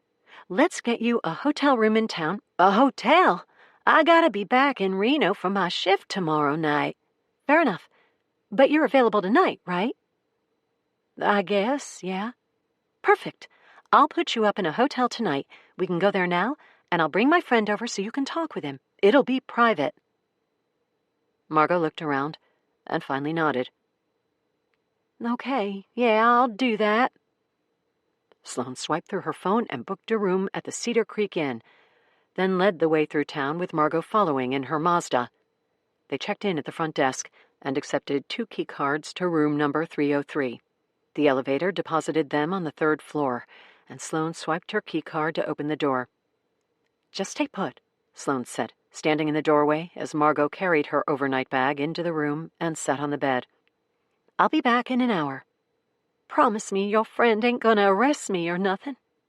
Margot kneaded her hands together as she rocked on the edge of the bed. I promise, Sloane said, although she didn't know if she was telling the truth or boldly lying to this woman. Her college years, which had been spent studying criminology, told her that there was no way for Margot Gray to come out of this ordeal unscathed. But in that moment, Sloane would have said anything to this woman, because Sloane knew that Margot Gray was a conduit to her past, through which all the answers about her birth parents' disappearance might be answered. A few minutes later, Sloane was in her rental car, driving toward the foothills and Eric's cabin. She tried his cell phone again, as she had on her way to the Cedar Creek Inn, but the call went straight to voicemail. No service. In a perfect world, Sloane would have convinced Margot Gray to drive with her to Eric's cabin. But Sloane knew the woman, as jumpy as she was, would never go for that. Leaving her was a risk. But even if Margot ran, she wouldn't get far. Still, Sloane hoped she'd been convincing enough for Margot to stay put, safe and sound at the Cedar Creek Inn. Chapter 43. Cedar Creek, Nevada, Thursday, August 1st, 2024. Margot Gray continued to rock at the foot of the bed after Sloane Hastings was gone. She searched for feelings that should be coursing through her body right about now. She waited for the relief she thought she'd feel after finally getting her secret off her chest. She tried to sense the weight of a 30-year burden being lifted from her shoulders. She anticipated the joy of having finally done the right thing. She looked for the pride she should be feeling for having pieced together what had happened all those years ago, and the righteousness for tracking Sloane Hastings down to tell her the truth. She looked for the inner peace that should have been on the other side of 3 decades of lies. But none of those emotions were there with her. The only thing present in that hotel room was fear. She didn't know much about the law, but it was hard to imagine that she wouldn't be in some kind of trouble for what she had done all those years ago. Even if the cops believed her story, that she didn't know the baby had been kidnapped at the time she went through with the adoption, she had still fraudulently posed as the baby's mother. That alone was probably some sort of crime. She bit her thumbnail down to the cuticle until she tasted the iron bitterness of blood. A thought occurred to her to run, to get in her car and drive far away from Cedar Creek. But where would she go? And how far would she get? She'd told Sloane Hastings her real name, and it wouldn't be hard for police to find her no matter where she went. Plus, all the money she had in the world was in her pocket, and it might last a week. She stood from the bed and pulled her phone from her back pocket. Mr. Menendez's number was still displayed on the screen from when Margot had shared it with Sloane. A thought occurred to her, and it made sense. At some point in this process, she would need a lawyer. She looked at Mr. Menendez's number and pressed send. It rang 3 times before the man answered. "It's Margot. I need your help." Chapter 44. Cedar Creek, Nevada, Thursday, August 1st, 2024. Sloane took the Louis Billat Bridge over Cedar Creek, followed the roundabout until she was heading north on Harmony, and tried not to speed as she merged onto Highway 67. She dialed Eric's number again and listened as the call went straight to voicemail. She kept trying with no luck and gave up when she exited the highway and entered the winding roads that twisted into the foothills. She'd already left 2 messages and sent several texts asking for a call back. Somewhere in the back of her mind, she felt the anxiety of a ticking clock that told her Margot Gray would not stay at the Cedar Creek Inn for long. After 30 minutes, she finally crossed the wooden bridge that jumped the gorge to Eric's cabin and turned down his long drive. Eric was packing his bag in the back of the 4Runner and turned when he heard Sloane's car crunching over the gravel driveway. "Something's come up," Sloane said through the open window as she pulled next to him. "I need you to come back to town right away." "What's wrong?" "I found Wendy Downing." Chapter 45. Cedar Creek, Nevada, Thursday, August 1st, 2024. Margot paced the hotel room and continued to gnaw at her thumbnail. It was a bloody mess by the time she finally heard a knock at the door. She hurried across the room, checked the peephole, and saw Mr. Menendez standing in the hallway. He wore a suit like he had all the other times he'd shown up out of the blue, either at her apartment or at whatever restaurant she was employed. It had taken him only 15 minutes to get to the Cedar Creek Inn, and Margot tried to figure out why he, too, was in Cedar Creek. She didn't bother asking if he lived there, if he'd followed her there, or if he was in Cedar Creek, like Margot, because the story of baby Charlotte's return was all over the news. She opened the door as he walked into the room, wheeling a large suitcase behind. "You alone?" he asked. "Yeah." Margot closed the door. "I didn't know who else to call. We're all over the news." "You did the right thing." "You've seen it, right? The baby Charlotte story?" Mr. Menendez nodded. "I've seen it." "Wendy Downing? They know who I am, or at least they know the name I used." "Tell me how you got here," Menendez said, tapping his index finger on the hotel room's armoire. "To this town and in this hotel room." Margot blew out a lungful of air that ricocheted off her bottom lip and fluttered her bangs. "You're gonna be mad." Just tell me, Margot. The true crime podcast I follow had breaking news that baby Charlotte had resurfaced. I knew about the story from back in the 90s, so I was interested in the details. Then I heard that baby Charlotte was put up for adoption by a lady named Wendy Downing, and that the FBI was looking for her. That's me, Mr. Menendez. That's the name you had me use on the ID you made me. Margot waited for a response. Keep going. Anyway, once I put two and two together, my conscience got the better of me. I asked a friend for help, and he figured out where Sloane Hastings was staying in Cedar Creek. So I drove up from Reno to talk with her.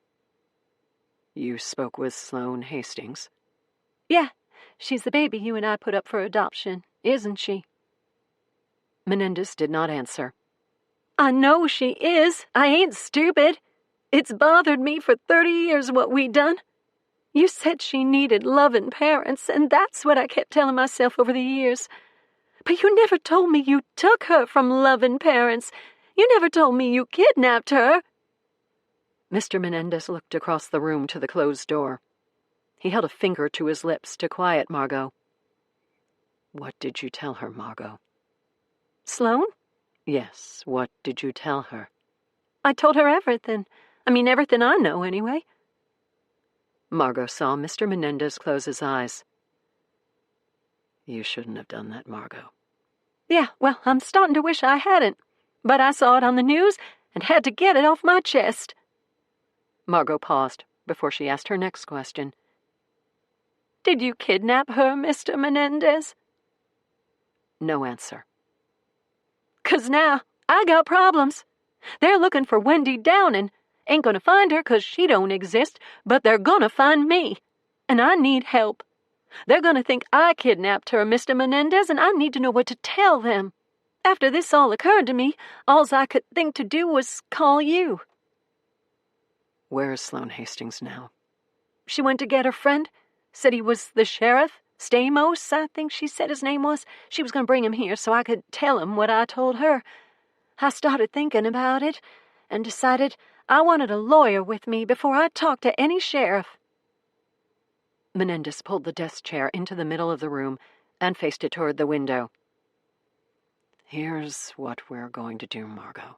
Sit. Margot stood from the edge of the bed and sat in the chair as Mr. Menendez paced back and forth in front of the window. He stopped to stare out the window. Margot figured he was looking down at the creek while he drummed his fingers on the windowsill and figured out their next move. Eventually, he reached into the breast pocket of his suit coat and walked across the room, deep in thought, Margot believed. I think I know how to handle this, Mr. Menendez said as he walked past her. How? Margot asked, suddenly feeling strange sitting in a chair in the middle of the room. Mr. Menendez leaned down from behind her and whispered in her ear. Do you feel better, having gotten our secret off your chest? I don't know, I guess. Good.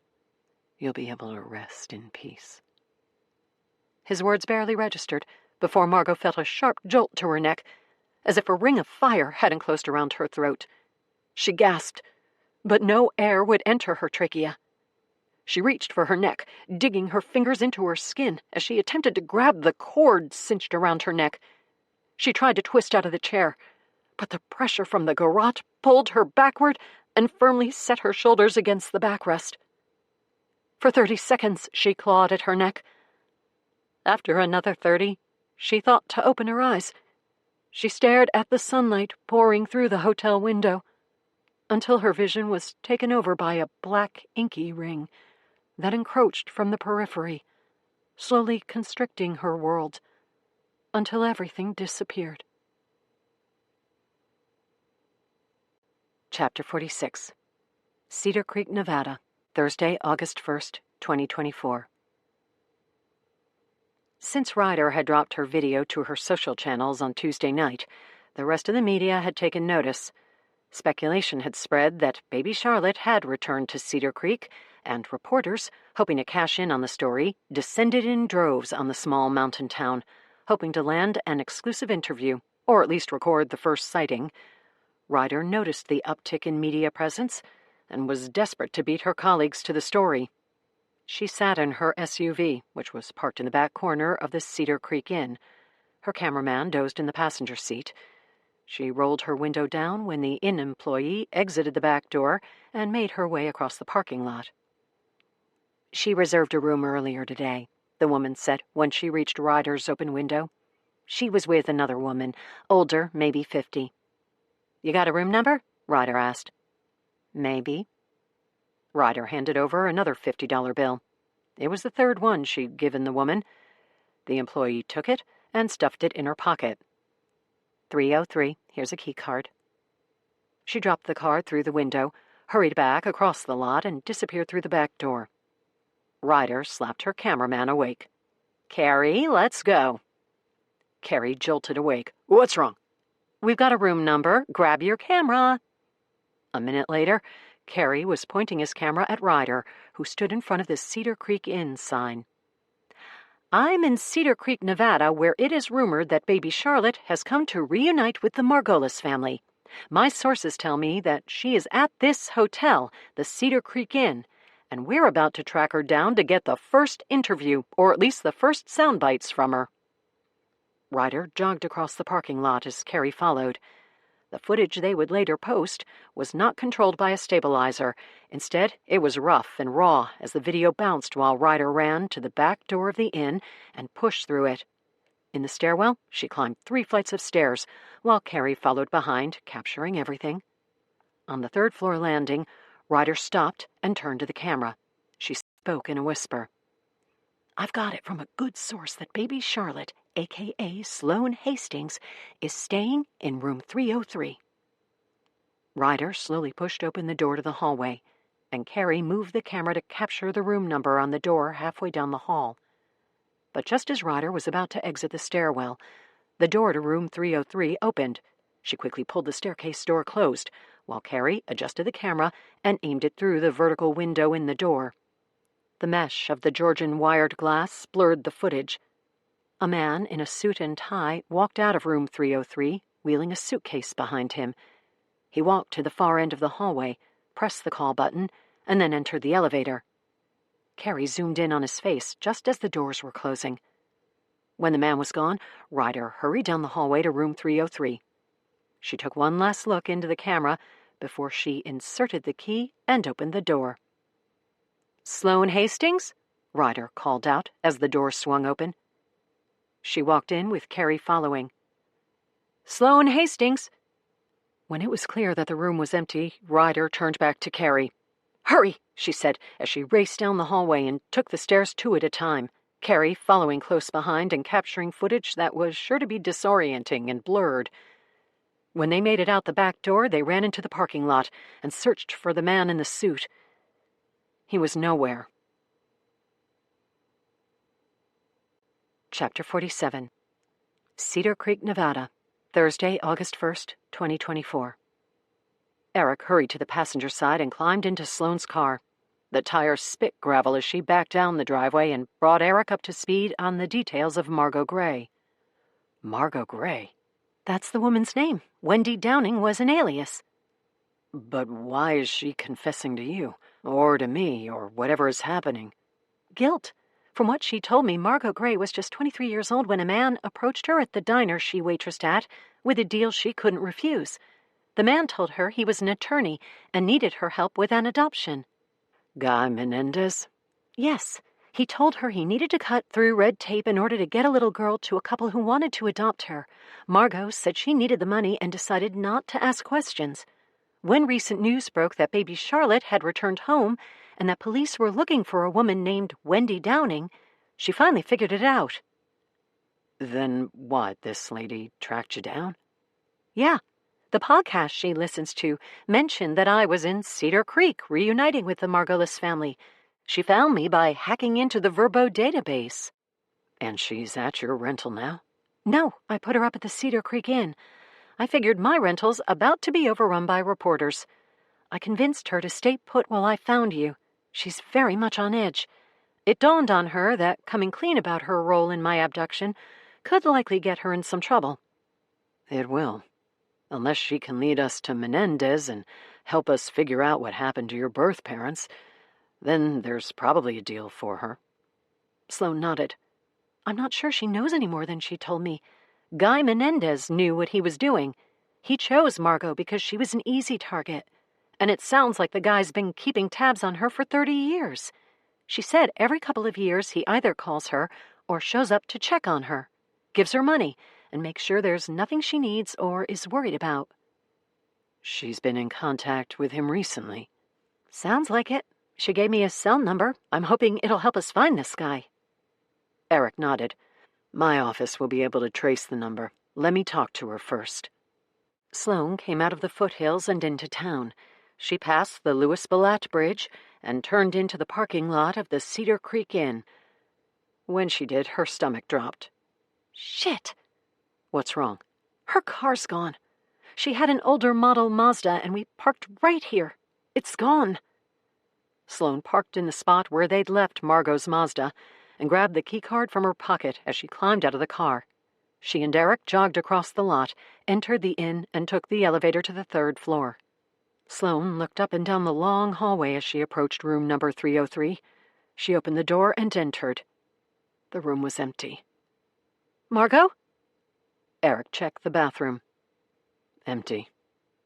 Sloane walked to the foot of the bed where the woman had been sitting when Sloane left her. Margot Gray was gone. The past. Cedar Creek, Nevada. Sunday, July 2nd, 1995. 2 days prior. Sandy Stamos turned down the long drive and pulled to a stop in front of the cabin. He opened the back hatch of the Suburban and grabbed the long padded bag that contained the rifle he'd taken from the Harrison County Sheriff's Department. He'd come up with his plan after visiting Tom Quinn in Lake Tahoe and had made the call on the way home. He opened the door to the cabin and checked the time, 4:05 p.m. Company was due to arrive at 5, and Sandy was going to make damn sure the man followed directions and came alone. He'd made a tactical decision by arranging the meeting at his cabin, and there were pros and cons to the choice. The cabin was isolated in the foothills, and there was no chance anyone would discover the 2 men meeting there. Also, the cabin was on his turf, and he knew the lay of the land. If things broke bad, he'd have the advantage. The con, of course, was that he might have invited the enemy into his home, thereby giving away the location of his family's cabin, a closely kept Stamos secret ever since his father had become sheriff of Harrison County decades earlier. He grabbed a Gatorade from the fridge and headed upstairs with the rifle slung over his shoulder. He opened the window in the main bedroom, stepped over the sill until his boot gripped the shingles of the roof, and then ducked through. He scaled the A-frame roof and made his way to the chimney. He took his position behind the red brick and surveyed the land. From his vantage point, he could see the entirety of the valley and the town of Cedar Creek off in the distance. He also had a bird's-eye view of the road that cut behind the cabin and ran adjacent to the gorge his property butted up against. From his perch on the cabin's roof, Sandy could also see the wooden bridge that jumped the gorge and arched over the creek below, the lone access point to his cabin. Sandy pulled the rifle from the soft carrying case and positioned it on a bipod atop the chimney. He checked the sight and adjusted the focus so that the reticle was aimed at the beginning of the bridge.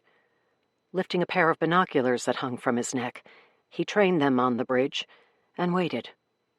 30 minutes passed before the vehicle came into focus. The BMW slowly crossed the bridge and turned onto the frontage road. Sandy kept the binoculars focused on the bridge for another minute, waiting for trail vehicles. None came. He turned back to the chimney, twisting the rifle in the process as he placed his eye to the scope. He adjusted the reticle to focus on the long driveway that led from the frontage road. As the car slowed and then turned onto the drive, Sandy set the crosshairs on the driver's side windshield. When Preston Margolis climbed from the car, Sandy kept the man in the crosshairs. Cedar Creek, Nevada, Sunday, July 2nd, 1995. 2 days prior. You alone? Sandy yelled from the rooftop.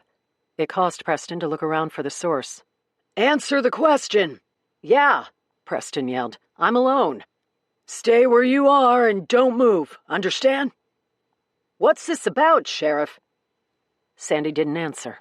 He left the rifle on top of the chimney and climbed down the side of the roof to where a shed stood next to the cabin. He jumped onto the roof of the shed and hurried over to the side where he'd set up a ladder earlier.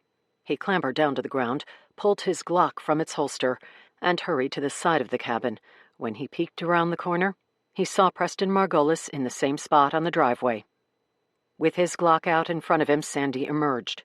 When Preston saw Sandy, he raised his hands. "What the hell, Sandy?" "Open the trunk." "What?" "Open it." "I'm alone, Sandy. Who the hell do you think I'm bringing with me?" "Humor me." Preston walked to the back of the BMW and pulled open the trunk. Sandy came around and pointed his Glock into the back of the empty space. He went to the passenger side door next and pulled it open. Also empty. "Feel better?" Preston asked. "Forgive me for trusting a Margolis as far as I can throw him." Sandy holstered his gun. "Where the hell are we?" "My family's hunting cabin." "Why did you have me come all the way out here?" "Because someone's trying to frame your wife for Baker Jauncey's murder, and I need your help figuring out who it is." Cedar Creek, Nevada, Sunday, July 2nd, 1995, 2 days prior. Sandy assumed two things when he concocted his plan to enlist the help of Preston Margolis. The first was that Preston had nothing to do with the murder of Baker Jauncey and would do everything possible to protect Annabelle. The second was that, as an attorney at Margolis and Margolis, Preston had unprecedented access to files and information that could help Sandy figure out who Guy Menendez was. "Can I get you a beer?" Sandy asked as they walked into the cabin. "Maybe a whiskey instead? It's not every day that I have a gun pointed at me." Sandy motioned to the kitchen island and for Preston to take a seat. He poured 2 fingers of Jameson into a tumbler and grabbed a beer from the fridge. Sandy took a stool next to Preston and pushed the whiskey over to him. Preston took a long sip. "Okay, Sheriff. Start from the beginning." "Someone at Margolis and Margolis killed Baker Jauncey," Sandy said, taking a sip of beer. "What?" Sandy nodded. "Marvin Mann, Baker's investigator, tracked me down a few days ago to tell me an interesting story.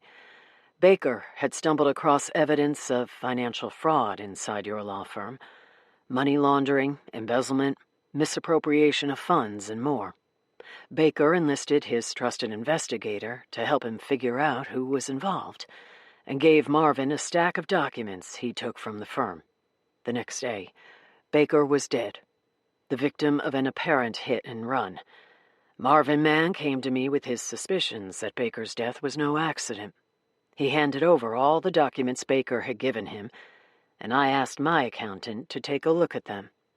The bottom line is that some very shady things are going on at your law firm. Baker Jauncey caught wind of them and was killed because of it." "Who?" Preston asked. "Who's involved in this fraud?" "That's why I asked you out here. I don't know who's involved, but I'm hoping if I share what I know, that you'll be able to figure it out since you have easy access to Margolis and Margolis files." "What did you learn?" Sandy walked over to a cabinet above the refrigerator and removed a few pages of the files Marvin Mann had given him. These were copies. The originals were still stashed in the Reno safe deposit box. "This is some of what Baker found at the firm. It's just a taste of what he gave Marvin Mann." Preston skimmed the pages. "If this is just some of what Baker found, where's the rest of it?" "Tucked away somewhere safe for now, and that's all I'll say until I know if you're going to help me."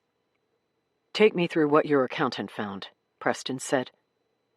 For 15 minutes, Sandy laid out the complicated puzzle of the fraud taking place inside Margolis and Margolis.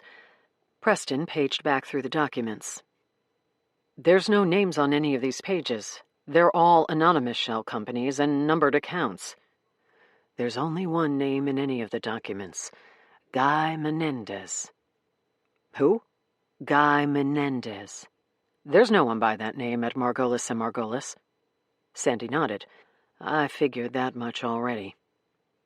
Tell me what this has to do with my wife. Sandy took a sip of beer. It was a setup, Preston. Someone killed Baker, and then made it look like he was hit by Annabelle's car. Why? Your guess is as good as mine. But here's what I'm stuck on. Your family has influence just about everywhere in Harrison County and much of Nevada.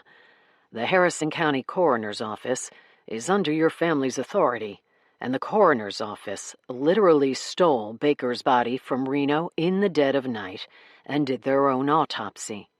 The only way that happens is if someone decided to meddle in the case.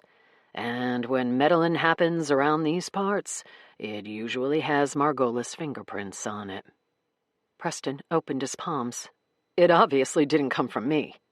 That's why you're sitting here, counselor. I need you to help me figure out what's going on. The Reno Medical Examiner's Office came to a wholly different conclusion about how Baker Jauncey died than did the Harrison County coroner. According to the coroner, the official cause of death was head trauma sustained during the hit and run. Reno says Baker was hit by a baseball bat. So, best I can tell, someone didn't like the idea that Baker's death was going to be blamed on him being cracked by a baseball bat, and much preferred the official line stating that he died from being run over by Annabelle's car. So just to be clear, my wife is no longer a suspect in Baker's death? Not so long as I'm running the investigation. What do you need from me? I need you to figure out who's behind the fraud at Margolis and Margolis. And you think the answer lies somewhere in the files inside my law firm? I do. Preston pushed the whiskey away and stood up. Then I'll go look. When? Right now. Cedar Creek, Nevada, Sunday, July 2nd, 1995. 2 days prior. Preston waited until nightfall to go to the offices of Margolis and Margolis. Hours earlier, he'd watched the cleaning staff exit the building, pack up their vans, and pull from the parking lot after leaving the offices immaculate for Monday morning. He drank coffee to keep himself alert as he bided his time.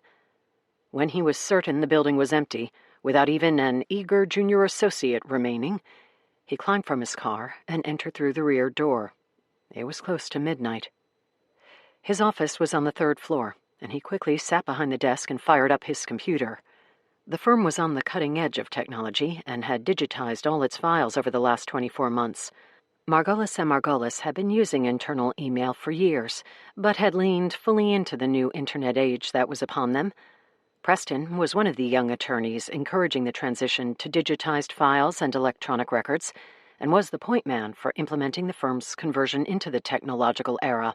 Because of this, he was more than familiar with the inner workings of the firm's digital files, and even without being a partner, had easy access to everything.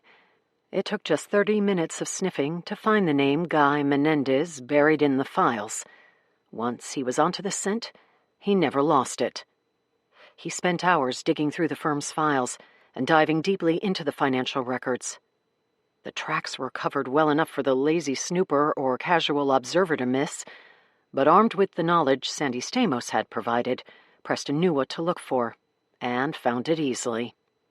So obvious was the fraud and theft that Preston wondered how it had gone unnoticed for so long.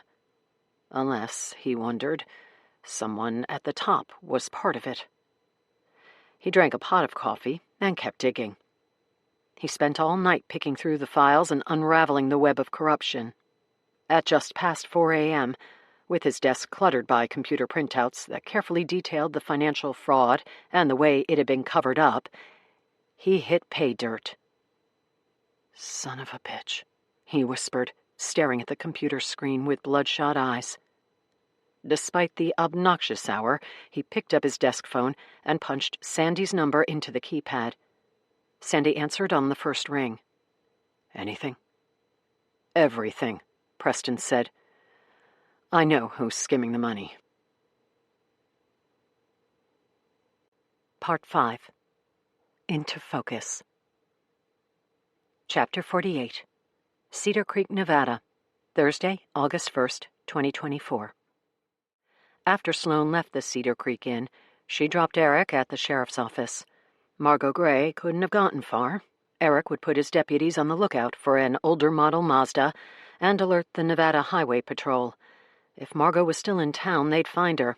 If she were on the road, they'd bring her in. Eric also planned to run the phone number Margot had provided that belonged to Guy Menendez. In the meantime, Sloane knew it wouldn't be long before the press found her rental house. She'd accepted Eric's offer to lay low at his cabin in the foothills. She needed to pack a few things first, so she headed back to her rental house with a heavy mix of disappointment and frustration. As she pulled into the driveway, the sun was setting, lighting the clouds above the Sierra Nevada mountains in an eerie glow of crimson that screamed to Sloane that the opportunity to unlock the secrets of her past was bleeding away. Inside, she grabbed a Diet Dr. Pepper and sat at the kitchen table. She found Special Agent John Michael's card and called him.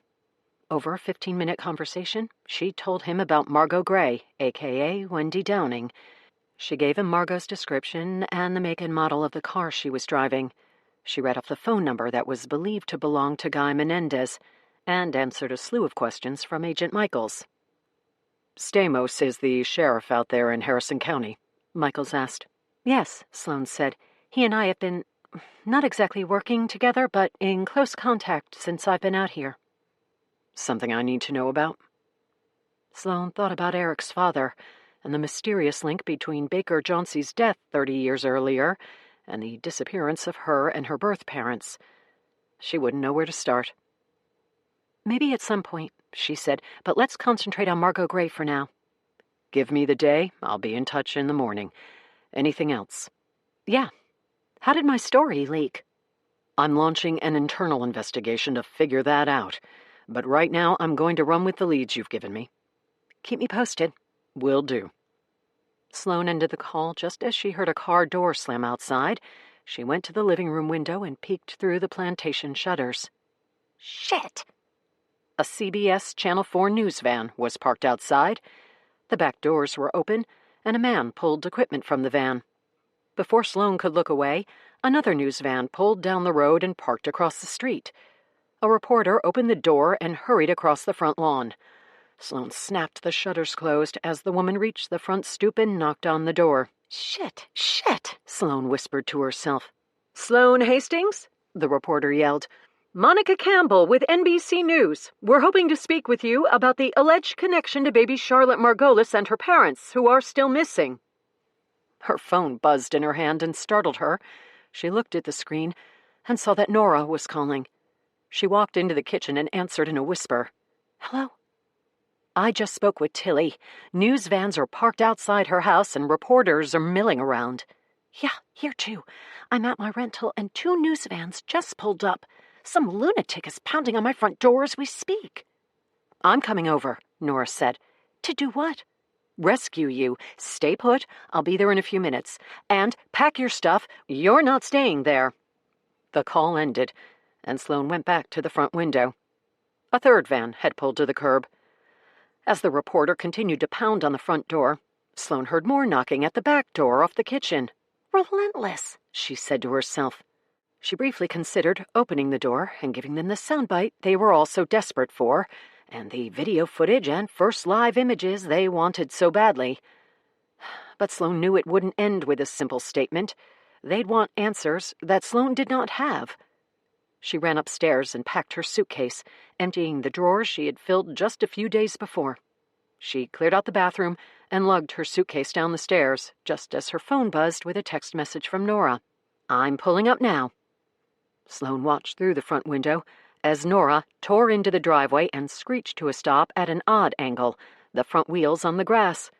She opened the driver's side door and stormed past the reporters, who thrust microphones in her faces and shouted questions as cameras rolled and recorded everything. Nora kept them at bay with an opened palm and a shake of her head until she was on the front porch, when Sloane opened the door and pulled her inside. "This is insane," Sloane said. The weight of the situation was beginning to dawn on her. Baby Charlotte Margolis had dominated the news and tabloids for nearly a year after she and her parents disappeared, and even this many decades later, the American public was obsessed with her story. And now they were desperate for the sequel, The Return of Baby Charlotte Margolis. "You're like a famous movie star dodging the paparazzi." Nora looked down and saw Sloane's bag. "Good, you're packed." Nora grabbed Sloane's suitcase. "Follow me." "Where are we going?" "We're getting the hell out of here." "They'll just follow us." "Unlikely," Nora said. "Just trust me. Ready?" Sloane nodded. Nora opened the front door and ran down the steps with Sloane's suitcase in tow, and Sloane close behind. "Sloane Hastings!" one of the reporters yelled. "Are you baby Charlotte Margolis? Where are Preston and Annabelle Margolis?" Another reporter yelled. Sloane ignored the questions as she raced to Nora's car, ripped open the passenger's side door, and quickly climbed in. Nora threw the suitcase into the back seat, sat behind the wheel, and slammed her door closed. The engine was still running, and she dropped the car into reverse, screeching her tires as she backed into the street and scattering the cameramen who had encroached on the vehicle. When she was clear, she put the car into drive and sped off. It took just a moment for the news crews to throw their equipment into the backs of the vans and start their pursuit. But by then it was too late. As the vans spun around the cul-de-sac, a Ford F-150 skidded to a stop at the end of the street, blocking the crews from exiting the neighborhood. The drivers of each of the three vans laid on their horns. When the F-150 stayed put, one of the drivers got out and approached the pickup truck. "Get the hell out of the way!" The window of the F-150 rolled down to reveal Lester Strange, the Margolis family's longtime handyman. "No can do," Lester said. Chapter 49. Cedar Creek, Nevada, Thursday, August 1st, 2024. Nora pulled down the alley behind her studio and parked next to the dumpster. "Who is that in the pickup truck?" Sloane asked. "Lester, our handyman. He's as loyal as they come. I asked him for a favor, and he didn't hesitate. He bought us some time. Come on." Sloane followed Nora down the alley and through the back door of the photography studio. Inside, Nora closed the blinds. "You're safe here for now, but the rest of this town is a crapshoot. Reporters believe you're staying at the Cedar Creek Inn, and there are a bunch of news crews there. Now they obviously found your rental house. Reporters are lurking outside the gates of Tilly and Reed's estate, too. They'll probably go to my house at some point, but my studio is too far removed for anyone to find us here, for a while at least. We're working on Plan B." "Maybe I should just talk to them?" "No way," Nora said. "You need a lawyer before you do that. You could get a nice payday out of it if you give the right person an exclusive. Probably pay off all your medical school debt. Plus, I'd talk with that FBI agent you mentioned before you start dishing out interviews. Never know what you can and can't say." Sloane walked over to the window and peeked through the blinds. "So we're just going to hide at your studio? For how long?" "Hopefully not long. Tilly said things should be ready in about an hour." "What things?" "Until we can help you organize the right journalist to speak with in the right setting, we're getting you out of Cedar Creek." "And going where?" "Margolis Manor. The family's winery is the only logical choice. It's only a few hours away, but it may as well be on the other side of the earth, because once we're there, no one will find us or bother us. Even if the press somehow tracked us there, the property is massive and impossible for anyone to penetrate. We can stay there until things settle down, or at least until we figure out your best path forward." "Are you sure? I feel terrible that I've brought all this drama with me." "Of course. It was Reed's idea. A couple 1,000 acres of isolated land covered by wine grapes in Oregon. It's perfect. Reed's arranging things now, and we'll call when everything's set. The press outside the front gates of Reed and Tilly's estate are throwing a wrench into things at the moment, but he's figuring that out as we speak. For now, we'll just wait here until we get the all clear." Sloane rubbed the front of her pants. A buzzing nervousness filled her gut. She needed to find a discreet way to call Eric and let him know what was happening. "Oh, look at you," Nora said. "You're a nervous wreck." Sloane forced a smile.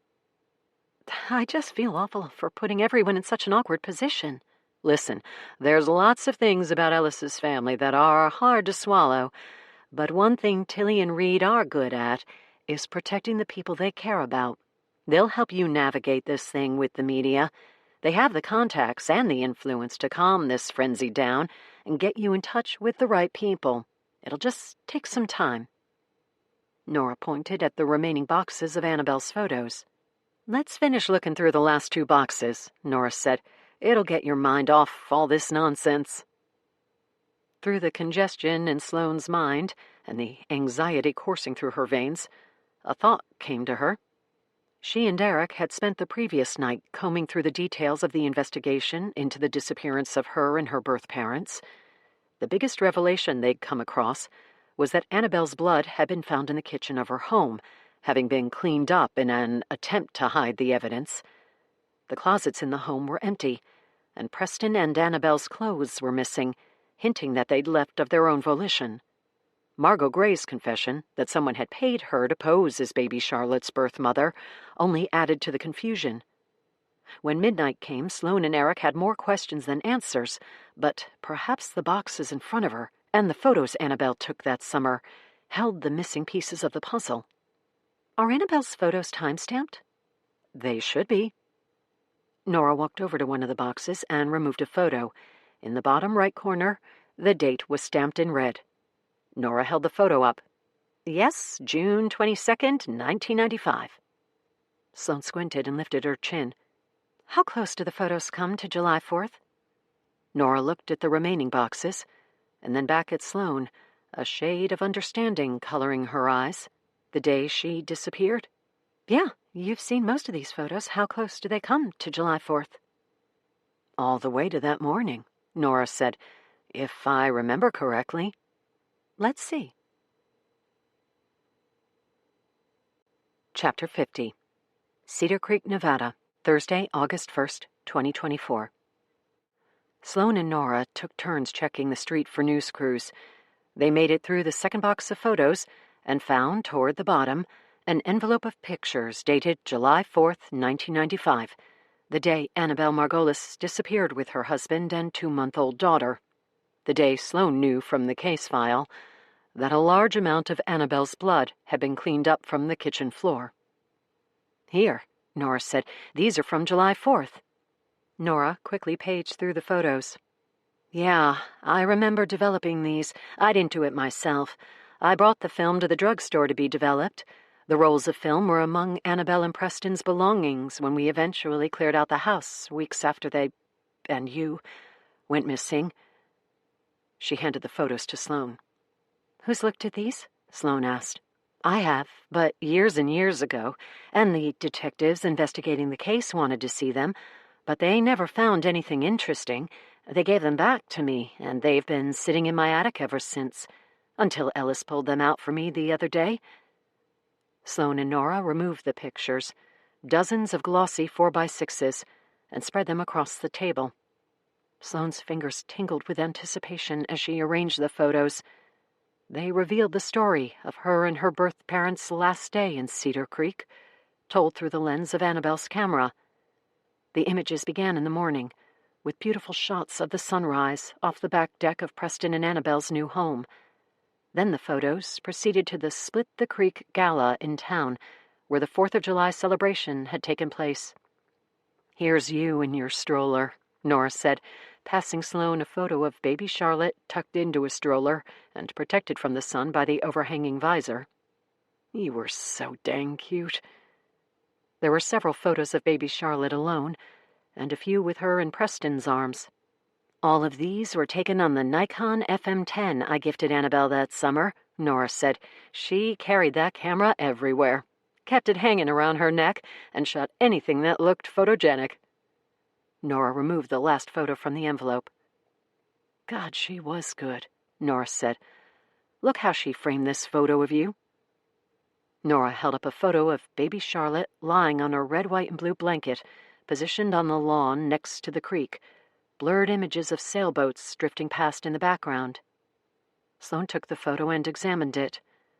The date was stamped in red at the bottom of the photo. the Split the Creek Gala for the 4th, Sloane said.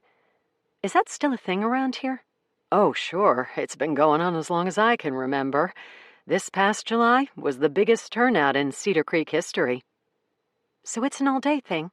Yes, starts in the morning and runs straight through until sunset. A huge fireworks show wraps things up at night. Sloane held up the photo of herself on the blanket. So this is sometime in the late morning or early afternoon, based on the sunlight. And this is the last photo in the bunch. Are there more from that day? It's the day we all disappeared. It's worth looking at what Annabelle's last photos were. Unless this is it, and then it doesn't tell us much. Nora shook her head. These photos were from the last roll of film we found. We didn't find any other rolls in the house.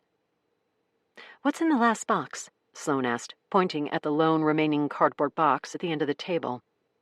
Just random photography equipment that was left at Preston and Annabelle's house. No one knew what to do with the stuff when we were emptying out the house, so I took it. Nora stood up and walked to the far side of the table. She lifted the last box and carried it over to Sloane. When Nora removed the top, she paused. Her forehead burrowed with wrinkles. What the hell? What's wrong? Sloane asked. More pictures? No, just this. Nora reached into the box and from the random bits of equipment removed a camera. It's Annabelle's. The Nikon FM10 I gave her that summer.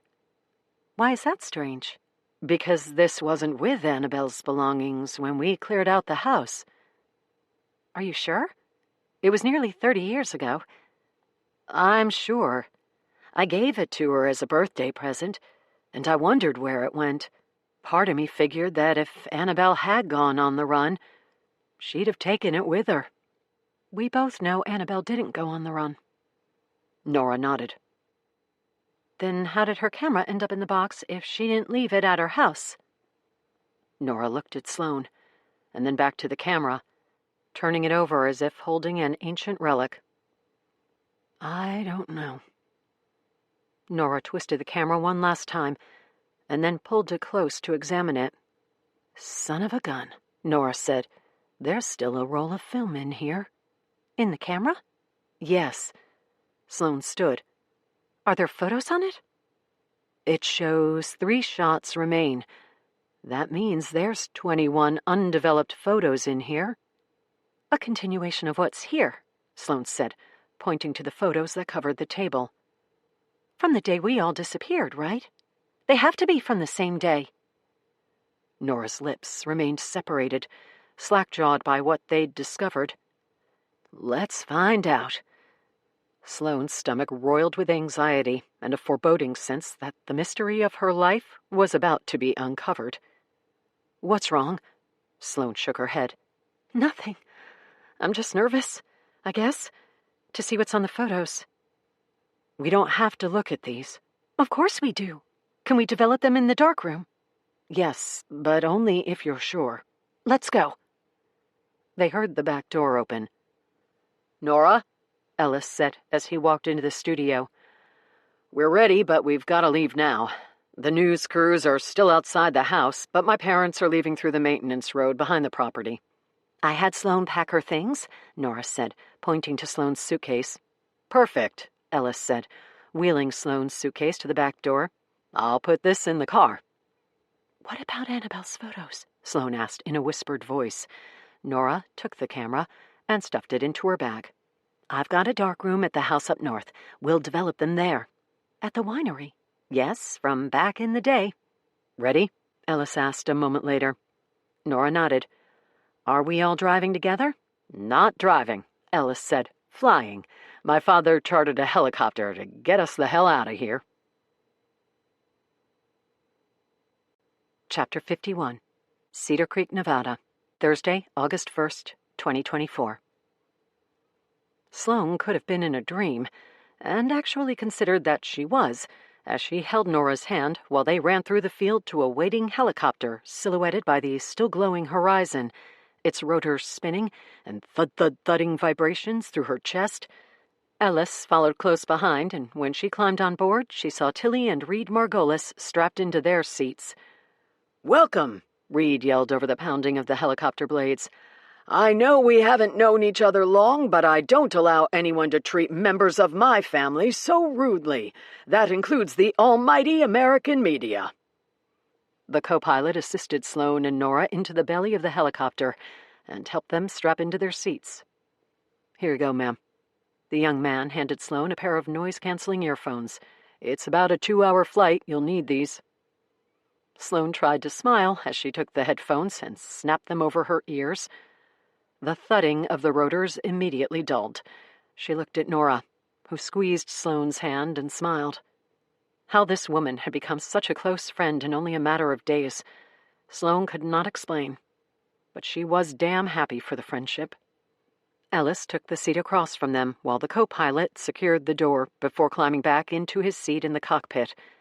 Through the headphones, Sloane heard the pilot's voice. "Okay, folks, settle in for a 2-hour flight. Weather is clear and skies are calm. Should be uneventful." Sloane looked out the window as the helicopter lifted off, the grass of the prairie flattening with a downward push from the rotors. Momentum pulled her back into her seat as the helicopter accelerated, heading northwest toward Oregon. Chapter 52. Bend, Oregon, Thursday, August 1st, 2024. Margolis Manor was a sprawling estate that covered 2,000 acres in Bend, Oregon. It was dark by the time they arrived, and the Margolis home was brilliantly lit from above. Nora pointed out landmarks as they approached: the main home, the guest cottage, the tennis courts, the winery, and the vineyard. When the helicopter landed in a clearing 100 yards from the pool, Sloane got the impression that this was not the first time the family had arrived at the estate in such a fashion. The pilot shut down the engine, the co-pilot opened the door, and they all spilled out. Sloane took Ellis's hand as he helped her and Nora down the steps, before turning his attention to his mother, who took the stairs gingerly and relied on her son's assistance. 2 men appeared and spoke briefly with Reed before pulling luggage from the compartment. Reed Margolis led them all across the lawn, past the pool and patio, and through the back door of the home. Sloane walked into the kitchen and realized how magnificent the place was. From concrete countertops to cherrywood cabinets and 20-foot ceilings, the home was gorgeous. "Welcome to Margolis Manor," Reed said with a smile. "Thank you," Sloane said. "I'm sorry, I'm a bit overwhelmed at the moment." "We apologize for whisking you away like that," Tilly said. "We just couldn't believe the number of news vans parked outside the gates of our home. We knew things would only get worse, and we're not prepared to speak with the media just yet." "I'm just stunned that there's so much interest," Sloane said. "You shouldn't be," Reed said. "When you all went missing that summer, it was the biggest story in America. You're learning about it today by paging through recorded history. We lived it. The press was incessant back then, and remained that way for years. It's no surprise your return has caused such an uproar, and we're not about to walk blindly into the media trap we fell for decades ago. It was, excuse me, a goddamn mess. Accusations, conspiracy theories, rumors, and flat-out lies. We're not going to allow that same thing to happen again. We're going to control the narrative this time around, and the best way to do that is to address the media on our terms. We've bought a few days by coming here, and we'll take the weekend to figure out the best approach." It was not hard, Sloane thought, to see that Reed Margolis was the patriarch of the family, the one who called the shots and made the decisions. "I'm really sorry for any problems this has caused," Sloane said. "Oh, stop it," Tilly said, coming over and taking Sloane's forearm in her soft hands. "This is not your fault, and we'd have it no other way." "I'm all for taking a minute to figure out our options," Ellis said, "but we're going to have to speak with the press at some point. Mostly they'll want to hear from Sloane, but all of us will have to make statements. We should get our talking points laid out so we're all on the same page." "For Christ's sake, Ellis," Reed said, "this is not trial prep. We'll get on the same page tomorrow after I make some calls to the networks and inquire about interviews." "I'm not sure if this will help," Sloane said, "but my department chair back in Raleigh is the medical consultant for NBC and HAP News. I could reach out to her and see if she could put us in touch with anyone." Reed nodded.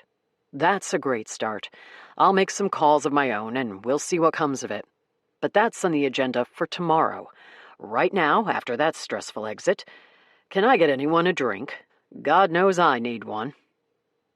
A few minutes later, 2 bottles of Margolis Manor Cabernet were opened, and they all sat in the living room watching American events, during which Avery Mason recapped the details of baby Charlotte's miraculous resurfacing after nearly 30 years.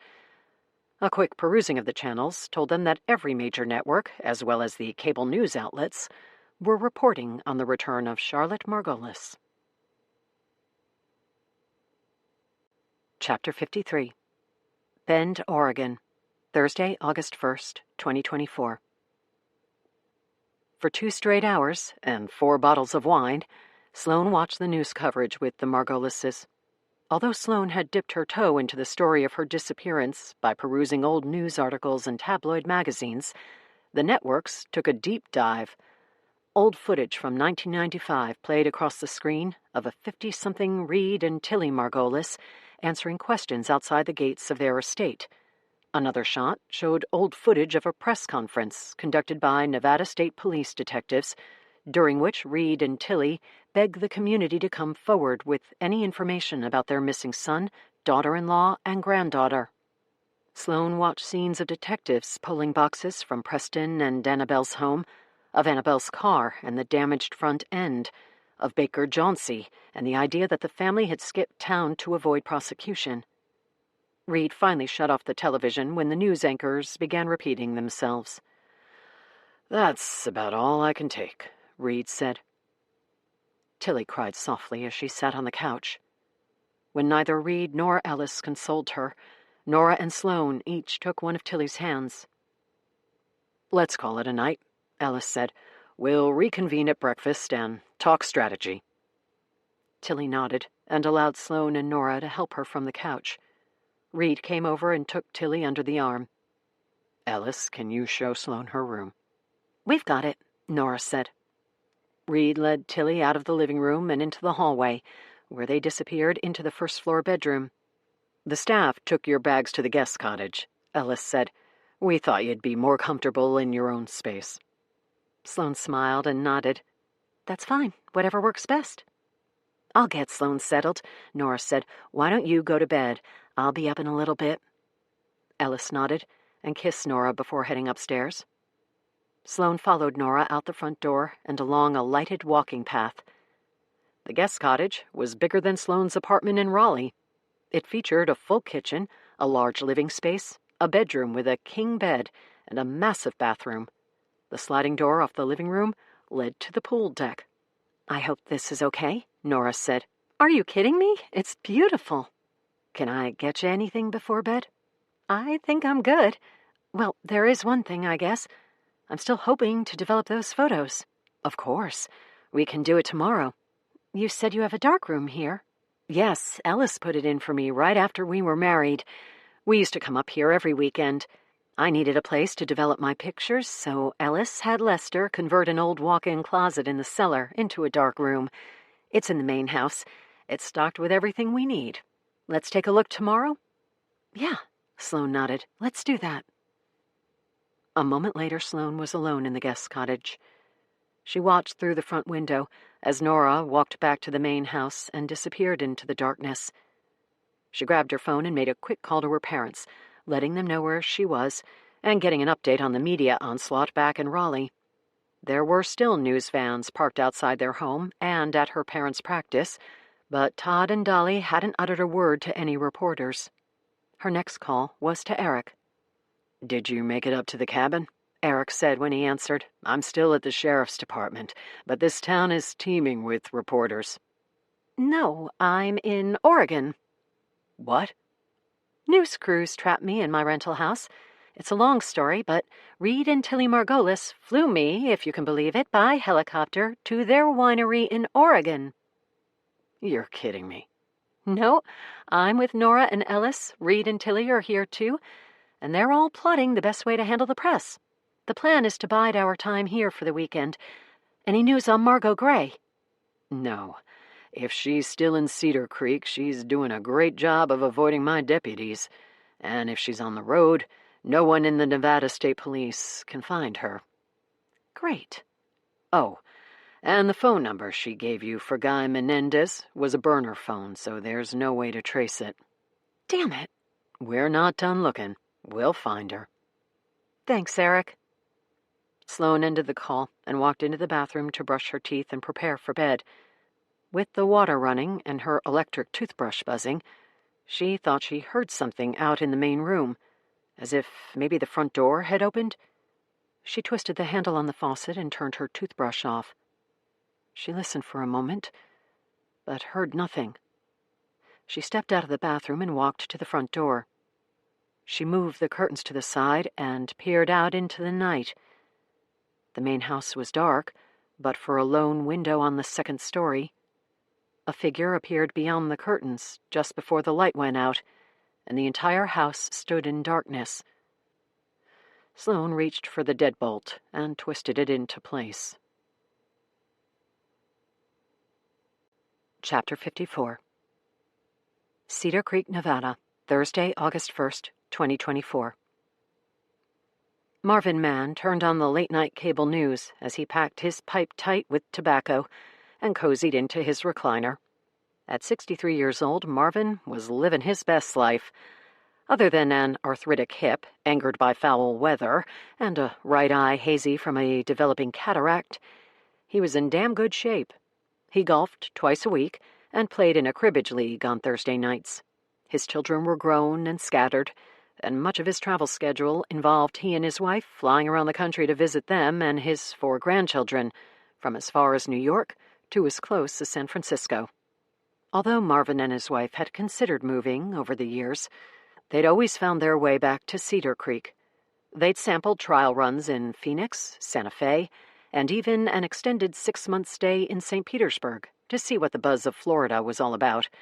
None of the locations suited them quite right, and after years of searching, they decided Cedar Creek was the place they'd live out their years. It wasn't simply home or where he was born. It was where he'd made his living. His occupation was not something he could pick up and perform in another state. Marvin had spent more than a decade as a legal investigator for Margolis and Margolis, and when his tenure ended with the death of Baker Jonesy, he retired from legal investigation and set up his own private investigation service. Today, his agency employed 26 investigators, and although he'd slowed down over the years, Marvin had yet to retire. In his 60s now, he was no longer doing field work. That was for the kids who could hide in hedges and stay awake all night on stakeouts. His role nowadays was as the face of the agency. He nurtured his network of contacts, which included attorneys, law enforcement personnel, Nevada State Police detectives, and a short list of ex-cons he kept on the payroll when he needed something dicey. The bottom line was that until someone could step up and run the agency more efficiently, Marvin was going to continue working. He didn't mind. He finished packing his pipe just as a replay of American events came back from commercial break. He heard Avery Mason's familiar voice as she started his segment. Now to breaking news, the news magazine host said, out of Cedar Creek, Nevada, a small town in the foothills of the Sierra Nevada mountains. Of course, many of us are familiar with Cedar Creek because of the missing Margolis family that captured the attention of the nation. In 1995, Preston and Annabelle Margolis disappeared with their infant daughter, Charlotte. For decades, there have been no breaks in the case, and the family's whereabouts have remained a mystery. But now, in a stunning twist to the nearly 30-year-old mystery, baby Charlotte Margolis has been found alive and well in Raleigh, North Carolina. Marvin turned his attention away from his pipe, stood from his recliner, and walked slowly toward the television. The picture of a pretty young woman filled the screen. Sloane Hastings submitted her DNA to an online genealogy site, and learned she was not only related to the Margolis family of Harrison County, Nevada, Avery Mason continued, but that her DNA profile suggested she was baby Charlotte Margolis, missing for nearly 3 decades. Sloan Hastings is a 29-year-old physician training to become a medical examiner under our network's very own medical consultant, Dr. Livia Cuddy. Sloan Hastings' adoptive parents, Dolly and Todd Hastings, are dentists from Raleigh, North Carolina. So far, there are no details about how the Hastings came to adopt Charlotte Margolis, but our sources assure us that Dolly and Todd Hastings are not suspected in baby Charlotte's disappearance. To this point, there is no word on the whereabouts of Preston and Annabelle Margolis. The FBI is involved in the investigation, and we will keep you up to date on any developments. Here with us now in the studio is Dr. Craig Fanning, a genealogist who will help us understand how this remarkable discovery was made using genetic tracing and DNA technology. Marvin lifted the remote and shut off the television. He stood in silence as the information settled and his mind processed what he'd just heard. He had long suspected that the timing of the Margolis family's disappearance, so closely packed around the deaths of both his old boss, Baker Jauncey, and Sheriff Sandy Stamos, was not a simple coincidence. He knew back then that the events were all connected, but had lacked the courage to try to piece the details together. He placed the unlit pipe to his mouth and walked into his office. He sat at his desk and opened the top drawer, pulling it as far as it would slide. Taped to the back of the drawer, he found the small yellow envelope he'd hidden there years ago. Inside was a key to the safe deposit box he had opened with Sandy Stamos. For nearly 30 years he had paid the yearly fee on the box, but had never once been back to the Reno bank to look at the contents. He'd read through those documents once, and that had been enough. They had gotten 2 people killed, and Marvin had never been anxious to revisit the documents. Still, he knew enough not to get rid of them. He pulled the key from the envelope and spun it in his fingers. It was time, Marvin knew, to wake the demons from the past. He'd allowed them to sleep too long. Chapter 55. Bend, Oregon, Friday, August 2nd, 2024. Sloan woke Friday morning to a steady clinking coming from outside her window. It took a moment to remember where she was. The king-sized bed and its down comforter swallowed her and kept at bay the chill from the air conditioner in the guest cottage. The pounding outside continued. She pushed the covers to the side and stood from the bed, lifting the plantation shutters and squinting against the morning sun. Out in the field, 50 yards from her bedroom window, was a large yellow construction machine that looked like a backhoe. Instead of a bucket on the end of the long arm that extended out in front of the machine, however, was a metal post. Sloan watched as the man controlling the machine raised the post high in the air and then drove it into the ground.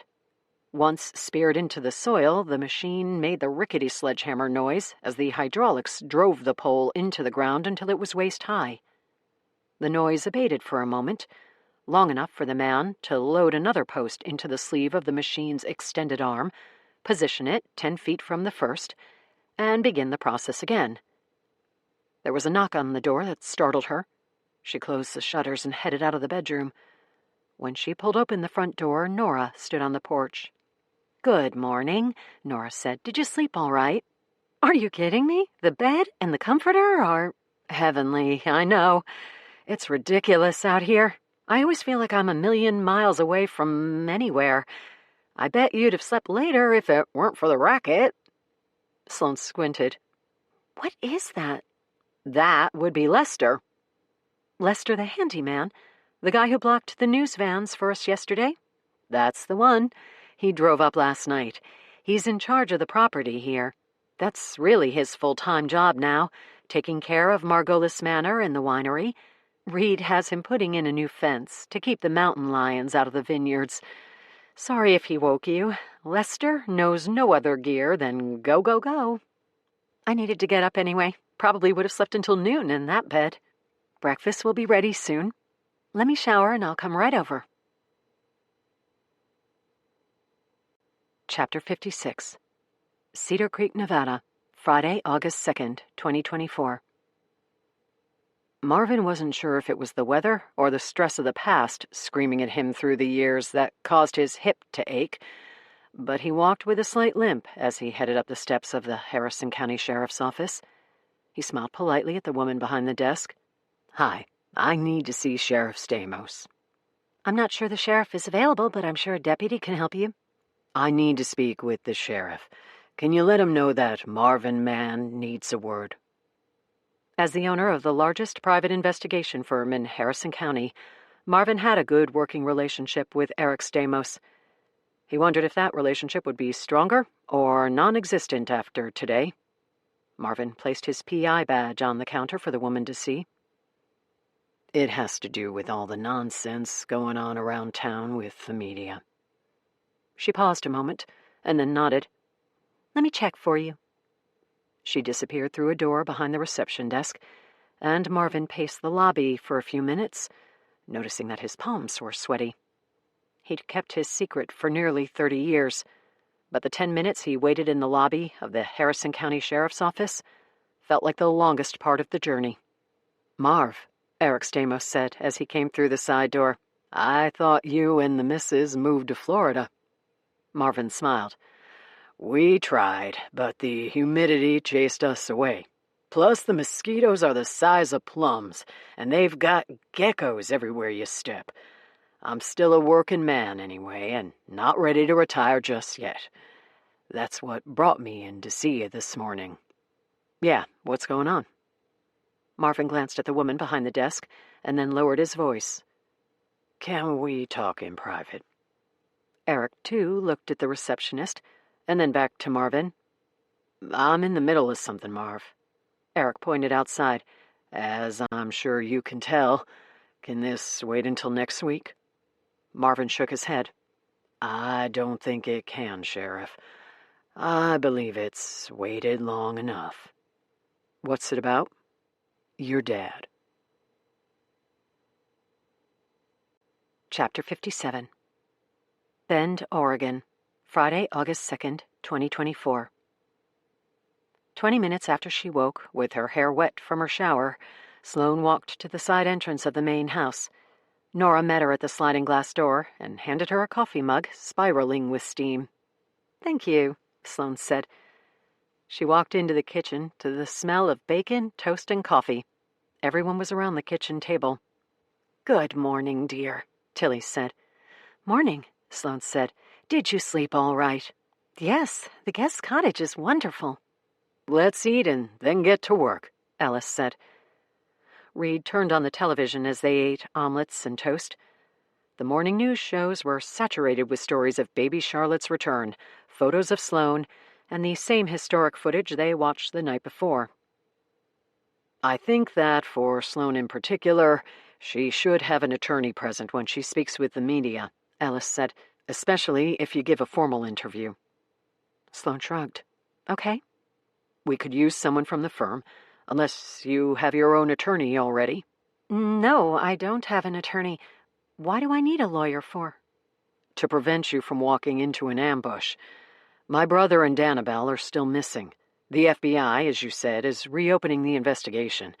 If we all start spouting off at every random question posed to us, a federal agent somewhere will try to use our words against us." "To do what?" Sloane asked.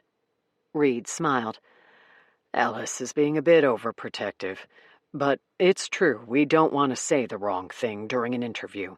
If we all grant interviews and do so with legal representation present, the chance for misinformation to be spread will be lessened. Unfortunately, we learned that the hard way back when all this happened. The media will twist your words and statements to match whatever narrative they hope to sell. We won't let that happen this time." Ellis wiped his mouth and stood. "I'll make some calls. Do you have anyone in mind, Dad, from the firm? If not, I'll make the call on who we all use." "The call's yours, son."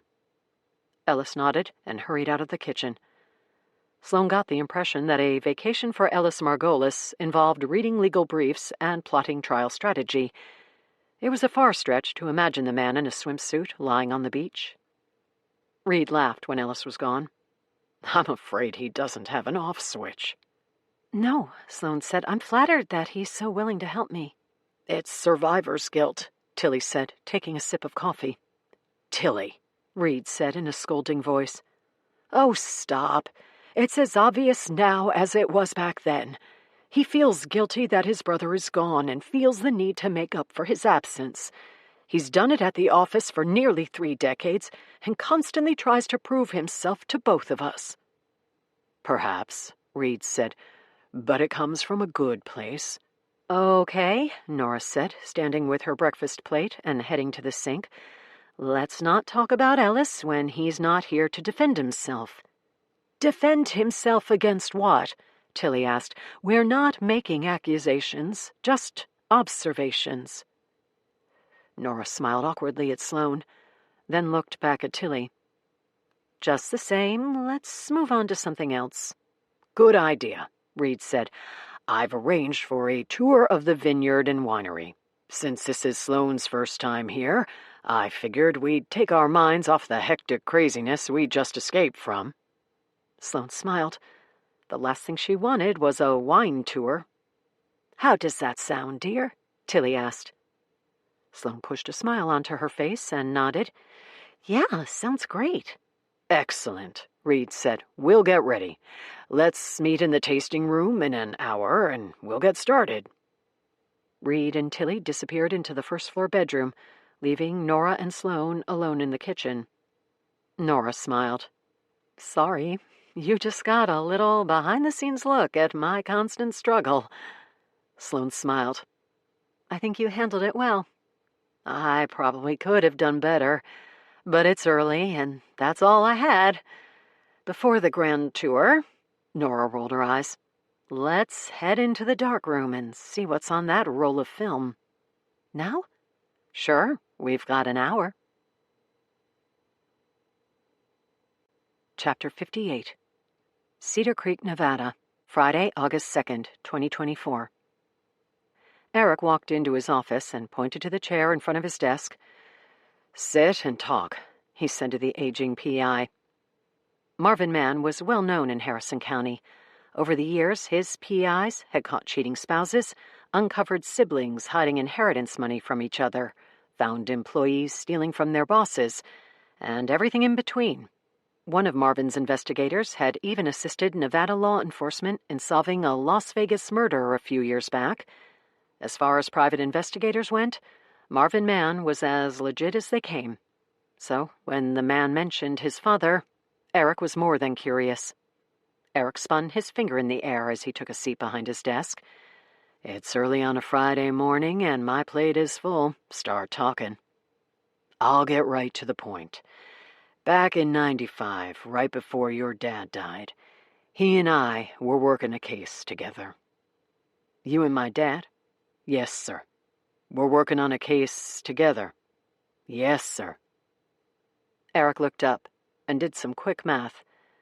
Your PI firm hasn't been around long enough for you to be doing PI work for my father in '95. It wasn't PI work, and you're right. I didn't even have my agency at the time. Back then, I was a legal investigator for Margolis and Margolis. My boss was Baker Jauncey. Eric sat up straight, as if his spine had turned to ice. The guy who was killed in the hit and run. That's him, Marvin said. Only it wasn't a hit and run. Eric stood up and closed his office door before returning to sit on the edge of his desk in front of Marvin. How do you know that, Marv? Your dad told me. Why was my dad talking to you about Baker Jauncey? I told you, Baker was my boss.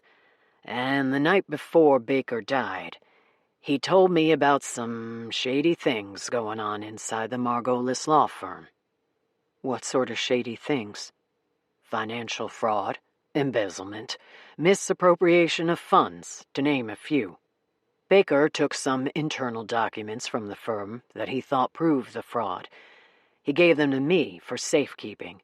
Then he asked me to look into the fraud to see if I could figure out who was behind it, and to do it very quietly. The next day, he was dead. Eric cocked his head. What's it got to do with my dad? I was spooked after Baker was killed, and I suspected that the hit and run was no accident. I went to your father to tell him my suspicions. But, like stink on shit, your pop was already all over it. He told me Baker was killed by blunt force trauma to the back of the head, and it wasn't Annabelle Margolis's car that did the damage, but rather a baseball bat.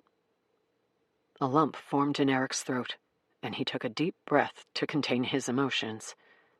After hearing Dr. Cuddy's interpretation of Baker Jauncey's autopsy, Eric had assumed that his father knew the truth for the simple reason that he hadn't arrested Annabelle Margolis. To hear Marvin Mann confirm this fact filled him with pride that transported him back to the 9-year-old boy who looked up to his dad. The autopsy from the Harrison County Coroner's Office states that Baker died from being struck by a car, Eric said. How did my dad figure it out? Your dad told me that the Harrison County Coroner's Office repossessed the body, or whatever it's called when one morgue snatches a body from another. But before Harrison County took the body, the medical examiner down in Reno had a look. That first autopsy report was never formally registered. Instead, the Harrison County coroner determined Baker's head injury was the result of being hit by a car. And we all know who owns the Harrison County Coroner's Office. The Margolis family. Bingo! With what your dad learned from that original, unofficial autopsy, coupled with the documents Baker had given me, your dad and I knew Baker's death was a direct result of what he had discovered inside the Margolis law firm. And we both knew that Baker had not only been killed because of what he'd stumbled over at Margolis and Margolis, but that the killer was very likely someone at the firm. Eric stood and paced his office. What did my dad do about it? Your dad decided to go toe-to-toe with the Margolises. He went about it quietly and kept his investigation under wraps. No one knew that Baker had taken the documents from the firm, so your dad and I stashed the files in a safe deposit box until we could figure out what it all meant. Last I heard, your dad was going to ask an accountant friend to look at the documents to see if he could make sense out of them. Who? Marvin shook his head and shrugged. No idea. The last time I spoke with your dad was that day at the bank when we stashed the documents. About a week later, Preston Margolis and his family disappeared, and that story occupied the town's attention for the next several weeks. Hell, the whole country dropped everything to pay attention. Shortly after the family disappeared, your dad died when he drove his cruiser into Cedar Creek, supposedly out of his mind on heroin. But I've always known your dad's death was no accident, and was definitely not an overdose. Eric threw up his hands. Christ, Marv, how come you've never mentioned this to anyone before now? Put yourself in my shoes, brother. Baker gave me the files and was killed the next day. I gave those files to your dad, and he was dead a week later. I had a wife and 3 young kids at the time, and I knew 2 things. 1, that no person on earth knew that I had any idea about fraud at Margolis and Margolis. And 2, that if the people who killed Baker and your father knew I had seen the documents, I was a dead man.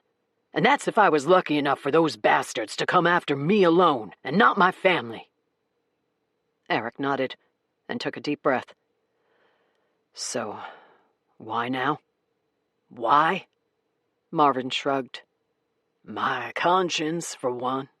It's been eating at me for nearly 30 years. And then there's this girl who just showed up, baby Charlotte. I know that whatever happened to her and her parents can't be a coincidence. It has to be connected to your dad and Baker, and whatever got them killed. I just need you to promise me you won't let them go after my family. I don't even know who they are, Marv. Maybe you will if you take a look at the documents I gave your dad. Marvin reached into his pants pocket and removed the key he'd retrieved from his desk drawer the night before. "This is the key to the safe deposit box your dad and I opened all those years ago." "Where?" Eric asked, walking over to Marvin and taking the key. "Where's the safe deposit box?" "Reno," Marvin said.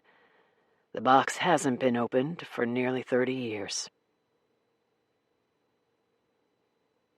Chapter 59. Bend, Oregon, Friday, August 2nd, 2024. Sloane followed Nora out of the kitchen and through the long hallway, at the end of which was a door to the cellar. Nora opened it and clicked on a light before starting down the rickety wooden steps. Sloane followed close behind.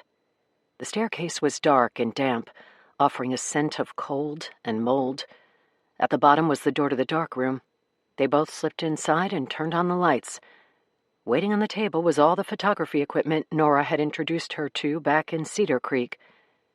Nora placed the Nikon FM10 onto the table and removed the roll of film that had sat dormant in Annabelle's camera for nearly 3 decades. Nora held it up. "Want to give it a shot?" "Me? Sure. I bet you know what you're doing, just like Annabelle. I can try, as long as you don't let me ruin anything." "You won't ruin anything," Nora said, handing Sloane the film roll. A sensation came over her when Sloane took the film in her hand, as if some personification from the past had reached across time, hurtling 3 decades in the blink of an eye, to place the film in her hands. Sloane shook her head to dispel the sense of déjà vu that came over her. "Okay, I know that we start with the enlarger." "Yep," Nora said. "The film gets loaded here, and then we focus the image of the negative onto the easel below and imprint it onto the photo paper." "Got it," Sloane said. "But first we dim the lights." "Correct." Nora turned off the lights, momentarily sending the room into pitch blackness that blinded Sloane. It was so dark that blinking had no effect on her vision. After a few seconds, Sloane heard a click. The crimson glow of the safe light returned Sloane's sight. Nora helped her load the image into the enlarger and focus the first image onto the photo paper below. After a series of exposures, Nora handed Sloane a pair of tongs. "Take the paper from the easel and place it into the first tray of liquid," Nora said. Sloane carefully lifted the blank photo paper and slid it into the tray, submerging the paper. She remembered from her time in the dark room at Nora's studio that this first tray was filled with developing solution and that the photo paper remained there for 60 seconds. "Get ready," Nora said, looking at her watch to gauge the time. "Okay, move it to the stop bath." Sloane used tongs to lift the still blank paper from the developing solution and transfer it to the second tray, where it remained for a few seconds before Nora prompted her to transfer it to the final tray, the fixer. It was there, Sloane remembered, that the image slowly came to life on the photo paper.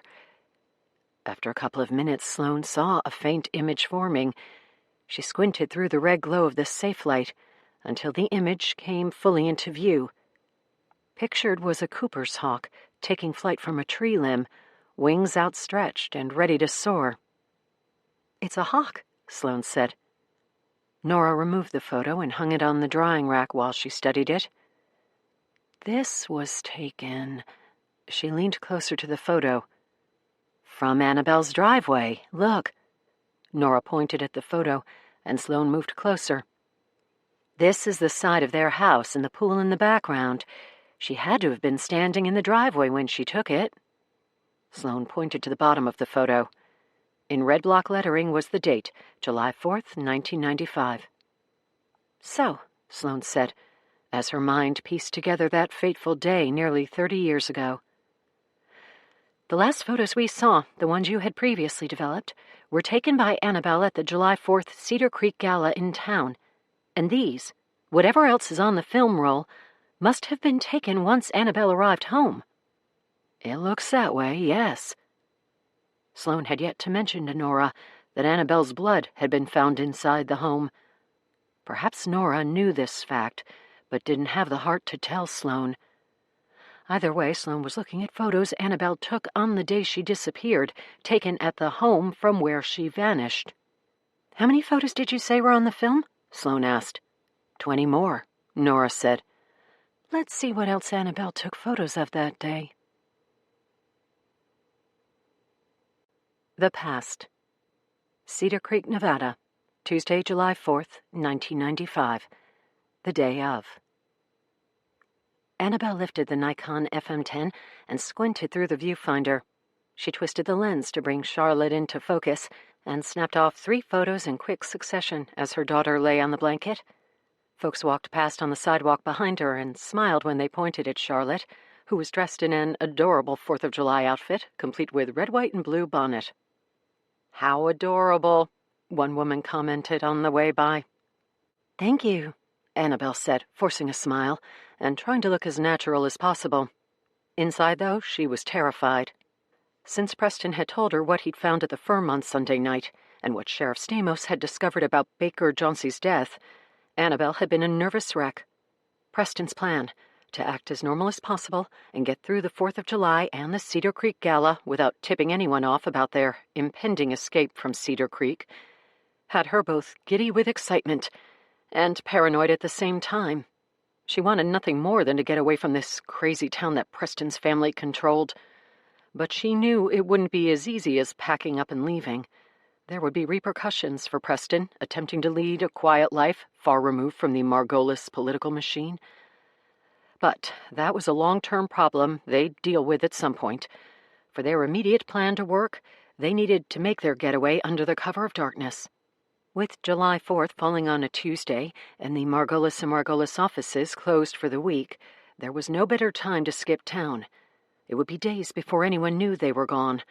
Preston wasn't due back at the office until the following Monday, and by then, most of their plan would not only be set in place, but well underway.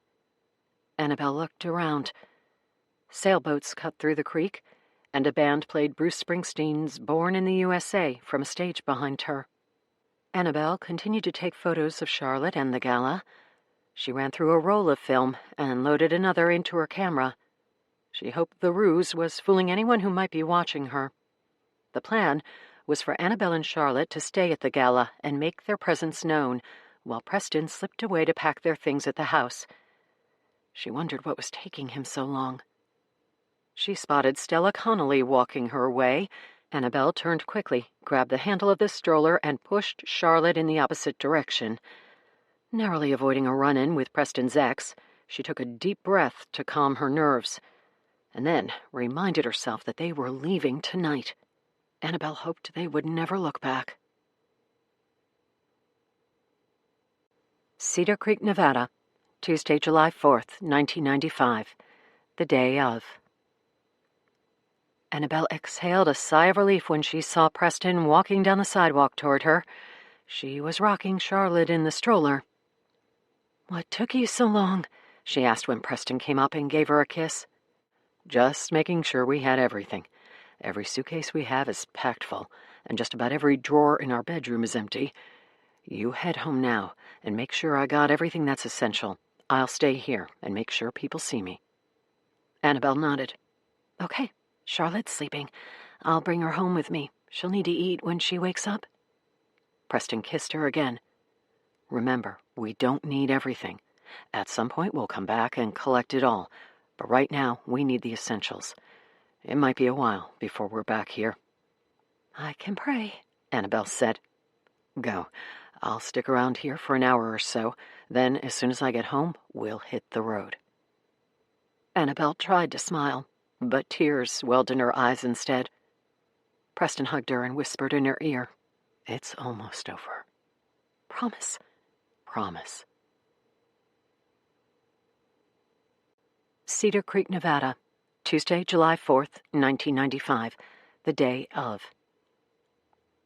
Annabelle pulled into her driveway and parked. She opened the trunk of the BMW in anticipation of stuffing it with luggage. As she turned from the car, she took a moment to admire the house where she was supposed to raise her kids and grow old with her husband. Despite the forced design, it was a beautiful home. She looked to the still unfinished 3-car garage, with Lester's ladder tilted against the side. She saw the tread marks in the grass left by the bulldozers and backhoes that had dug the hole for the pool. Waiting at the corner of the driveway were chest-high stacks of pavers, meant to line the side of the house and lead to the back patio and pool deck. Part of her was sad that she'd never see this home completed the way she and Preston had planned.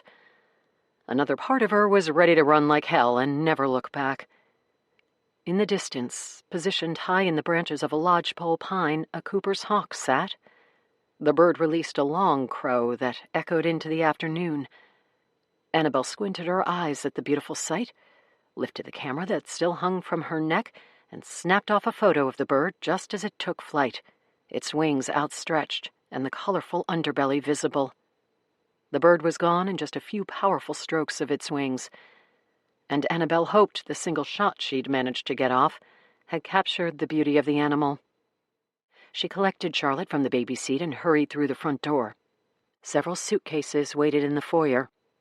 For the first time, she allowed herself to believe her family was actually leaving. She climbed the stairs to the second floor. In her bedroom, she placed Charlotte in the bassinet next to the bed and walked into the bathroom to wash her face. Things had been spiraling out of control ever since her car was found abandoned on the side of the road where Baker Jauncey's body had been discovered. In her postpartum confusion, and suffering from sleep deprivation over the last 2 weeks, Annabelle's mind had spun with possible explanations, even conjuring the possibility that she had taken her car out that night during a forgotten moment of delusion.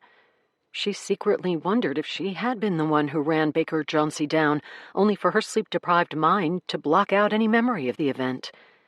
She had become sick with these thoughts, until Sheriff Stamos invited Preston out to his hunting cabin to break the news that Baker Jauncey had not died from injuries suffered when Annabelle's car struck him, but had instead been killed by a baseball bat. And, Sheriff Stamos added, whoever killed Baker Jauncey was likely behind the fraud happening inside Margolis and Margolis. Preston had spent all of Sunday night at the office digging through the firm's files and looking into the fraud. When he came home early Monday morning, he told Annabelle about everything he had found. It was then that they decided they had to leave Cedar Creek. Annabelle was not so naive to think that they could escape this God-forsaken place without interference from Preston's family. She only hoped that she, Preston, and Charlotte were far enough away when the rest of the Margolis family figured out their plan. Annabelle cupped cool water in her hands and splashed her face. She soaked a washcloth and rubbed the coolness into the back of her neck. Finally, she took a deep breath and walked back into the bedroom. Charlotte was sleeping in the bassinet. She opened the dresser drawers to make sure Preston had packed everything she needed. She was about to check the armoire when a car door slammed outside. Annabelle hurried to the bedroom window, hoping Preston was ahead of schedule and that they might get an early start on their stealth exit from Cedar Creek. But when Annabelle pulled the window curtain to the side, it was not Preston she saw. "What the hell?" she whispered to herself. Annabelle's breath caught in her throat. Although she wasn't sure why, intuition maybe, but a premonition more likely. She lifted the Nikon FM10 that still hung from her neck, placed her eye to the viewfinder, and snapped several photos as she stood at her bedroom window, capturing the person's movements as they walked across the driveway into the front door. Annabelle's stomach dropped when she heard the doorbell chime. She thought briefly about not answering, but her car was in the driveway with the trunk open. It was obvious someone was home.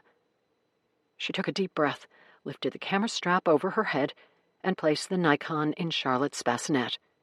She grabbed the handle and carried her daughter down the stairs. Chapter 60. Reno, Nevada, Friday, August 2nd, 2024. Eric and Marvin made it to the Reno bank in just over an hour.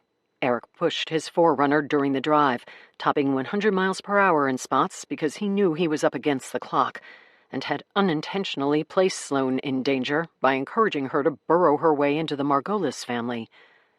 Eric believed his father's death was related to Baker Jauncey's hit and run, and that someone inside the Margolis family possessed information about it.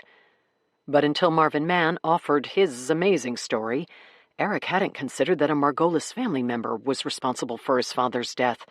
If it were true, Eric had sent Sloane into the lion's den. He pulled into the bank's parking lot and hurried Marvin along as they walked through the revolving doors and into the lobby. They rode an elevator to the lower level, where Marvin showed his ID to the gentleman behind the desk. "Marvin Mann, I've got a safe deposit box that I'd like access to." The man tapped his computer and checked Marvin's ID before disappearing into a back room. He was gone for some time, leaving Eric to wonder if the PI was telling tales. The man finally walked back through the door and slipped a piece of paper across the counter. On top was a photocopy of Marvin's driver's license. "Sign here," the man said, and Marvin obliged. "Follow me, sir. I'll show you into the vault." The man came around the counter and led Marvin and Eric into a large atrium where a locked gate protected the vaulted room. "I can only allow named persons into the vault," the bank employee said, looking at Eric, "but you're welcome to wait out here." "Do you have a private room where we can take the box?" Marvin asked. "Yes, sir, we have several." The man walked to one of several doors off the atrium and unlocked it. Inside was a chest-high table in the middle of the small room. No chairs. "You can wait here," the man said to Eric. Eric nodded and walked into the room. He watched the bank employee unlock the gate to the vault. Marvin Mann disappeared inside. Chapter 61. Reno, Nevada, Friday, August 2nd, 2024. A few minutes later, Marvin Mann emerged from the vault, carrying a thin safe deposit box. He walked into the small room where Eric waited and placed it on the table. He lifted the top of the metal box to reveal a stack of papers inside. Marvin removed the documents and slipped on his reading glasses. "Yup," he said. "These are them." Eric took the first stack of pages and read through them. They looked to be financial statements. He noted a couple of pages indicating the creation of a limited liability corporation. Another page was a spreadsheet of financials, and the third was a list of deposits made into a numbered account.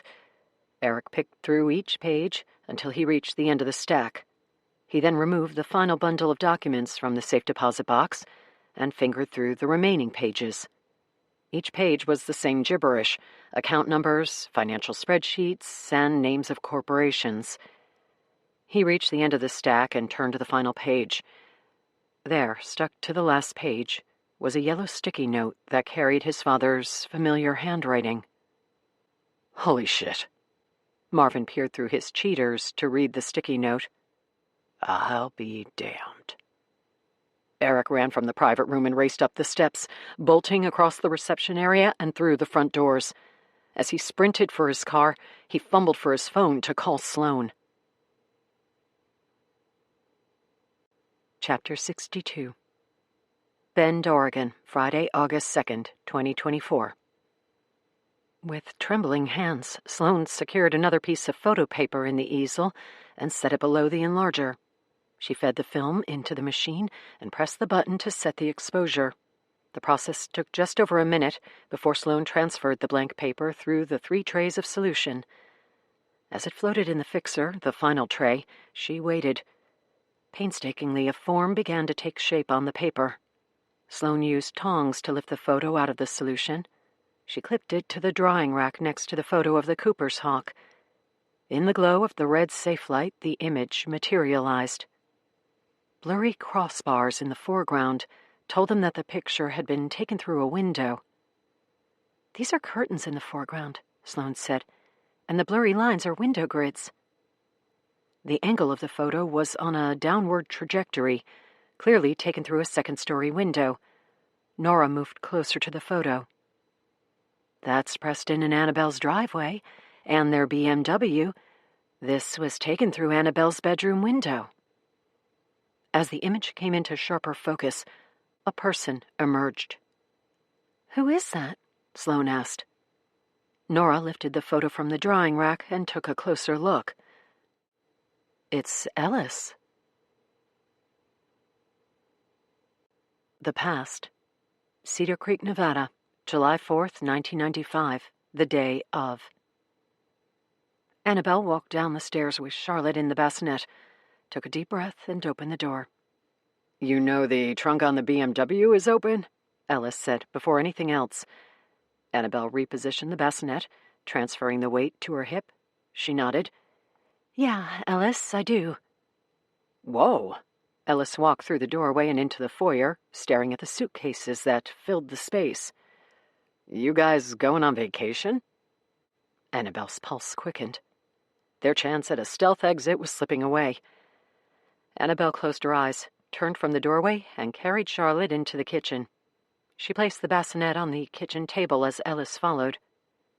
Seriously, Ellis said, letting out what Annabelle considered a nervous laugh. Are you impressed in going somewhere?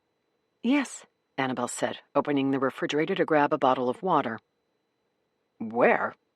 As far away from this place as possible. Annabelle surprised herself with the edge to her voice.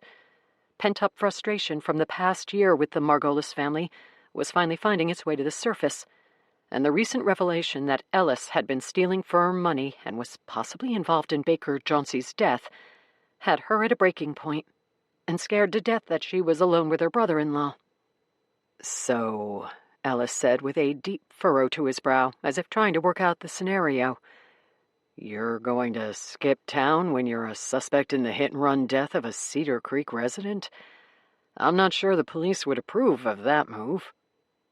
Now it was Annabelle who laughed. She came around the kitchen island and smiled in Ellis's face. No, Ellis. I guess you haven't heard. Baker Jauncey wasn't killed by my car. He was dead before the hit-and-run. The furrow left Ellis's forehead, and genuine confusion came over his face. The reaction caused Annabelle to smile bigger. The autopsy, Ellis started to say, but Annabelle cut him off. The autopsy is wrong, but don't take my word for it. Talk with Sheriff Stamos. He's the one who told Preston and me about it. You see, someone took my car that night and tried to make it look like I killed Baker Jauncey. But here's where it gets interesting. Annabelle smiled again. Sheriff Stamos thinks the same person who killed Baker Jauncey is also embezzling money from Margolis and Margolis. Annabelle lowered her voice. You wouldn't know anything about that, would you, Alice? A long pause. No, I would not. Annabelle turned and slammed the bottle of water onto the counter. We know, Ellis. Preston and I know everything. He went through the computers at the firm. He went through your computer, Ellis. Preston knows everything about what you've been doing. So I take back what I said earlier. Don't ask Sheriff Stamos. You won't have to. He'll be tracking you down to ask you a few questions. Ellis stepped backwards, the fingers of his right hand sliding over the granite countertop as he inched away. Annabelle saw him swallow hard, turn, and slowly walk through the front door. She heard his car start as he pulled out of the driveway. Chapter 63. Bend, Oregon, Friday, August 2nd, 2024. The dark room glowed in eerie crimson as Sloane and Nora stared at the photo of Ellis. What was Ellis doing at Annabelle's house that day? Nora asked. The question came in a whisper, and Sloane got the impression she was asking herself. Let's see what else is on the roll of film, Sloane said. Nora looked at her and nodded. She hurried to feed the film into the enlarger and worked to see a preview of the negatives. The next several are blurred, Nora said. What's on them? Nora shook her head as she tried to decipher the images. They're too blurry to make anything out. She kept feeding the film through the enlarger. Here, she said, squinting at the tiny image and trying to make sense of it. It's two people. Let's develop this one. They ran through the process again, exposing the image onto the photo paper in the easel and then transferring it to each of the 3 trays of chemicals, the developing solution first, then the stop bath, and finally the fixer. Nora started the timer, and after the paper was in the last tray of liquid for a minute, she lifted it out with tongs and clipped it to the drying rack. Sloane squinted through the darkness to make out the image that was slowly evolving. Here it comes. In the photo were 2 people facing each other. Their shapes sluggishly took form. It's Annabelle, Sloane said. But how? Nora moved closer to the photos and waited another few seconds until the image took hold. That's... She paused as though allowing the print to come into fuller form to make sure she was correct. Tilly, Nora finally said. That's Tilly standing with Annabelle in the kitchen. After another few seconds, the colors came through, and a clear image formed. Sloane saw Annabelle and young Tilly Margolis standing in front of the kitchen counter. Sloane looked at Nora. All the pictures we've developed to this point were taken by Annabelle. Yeah? Nora asked, not understanding.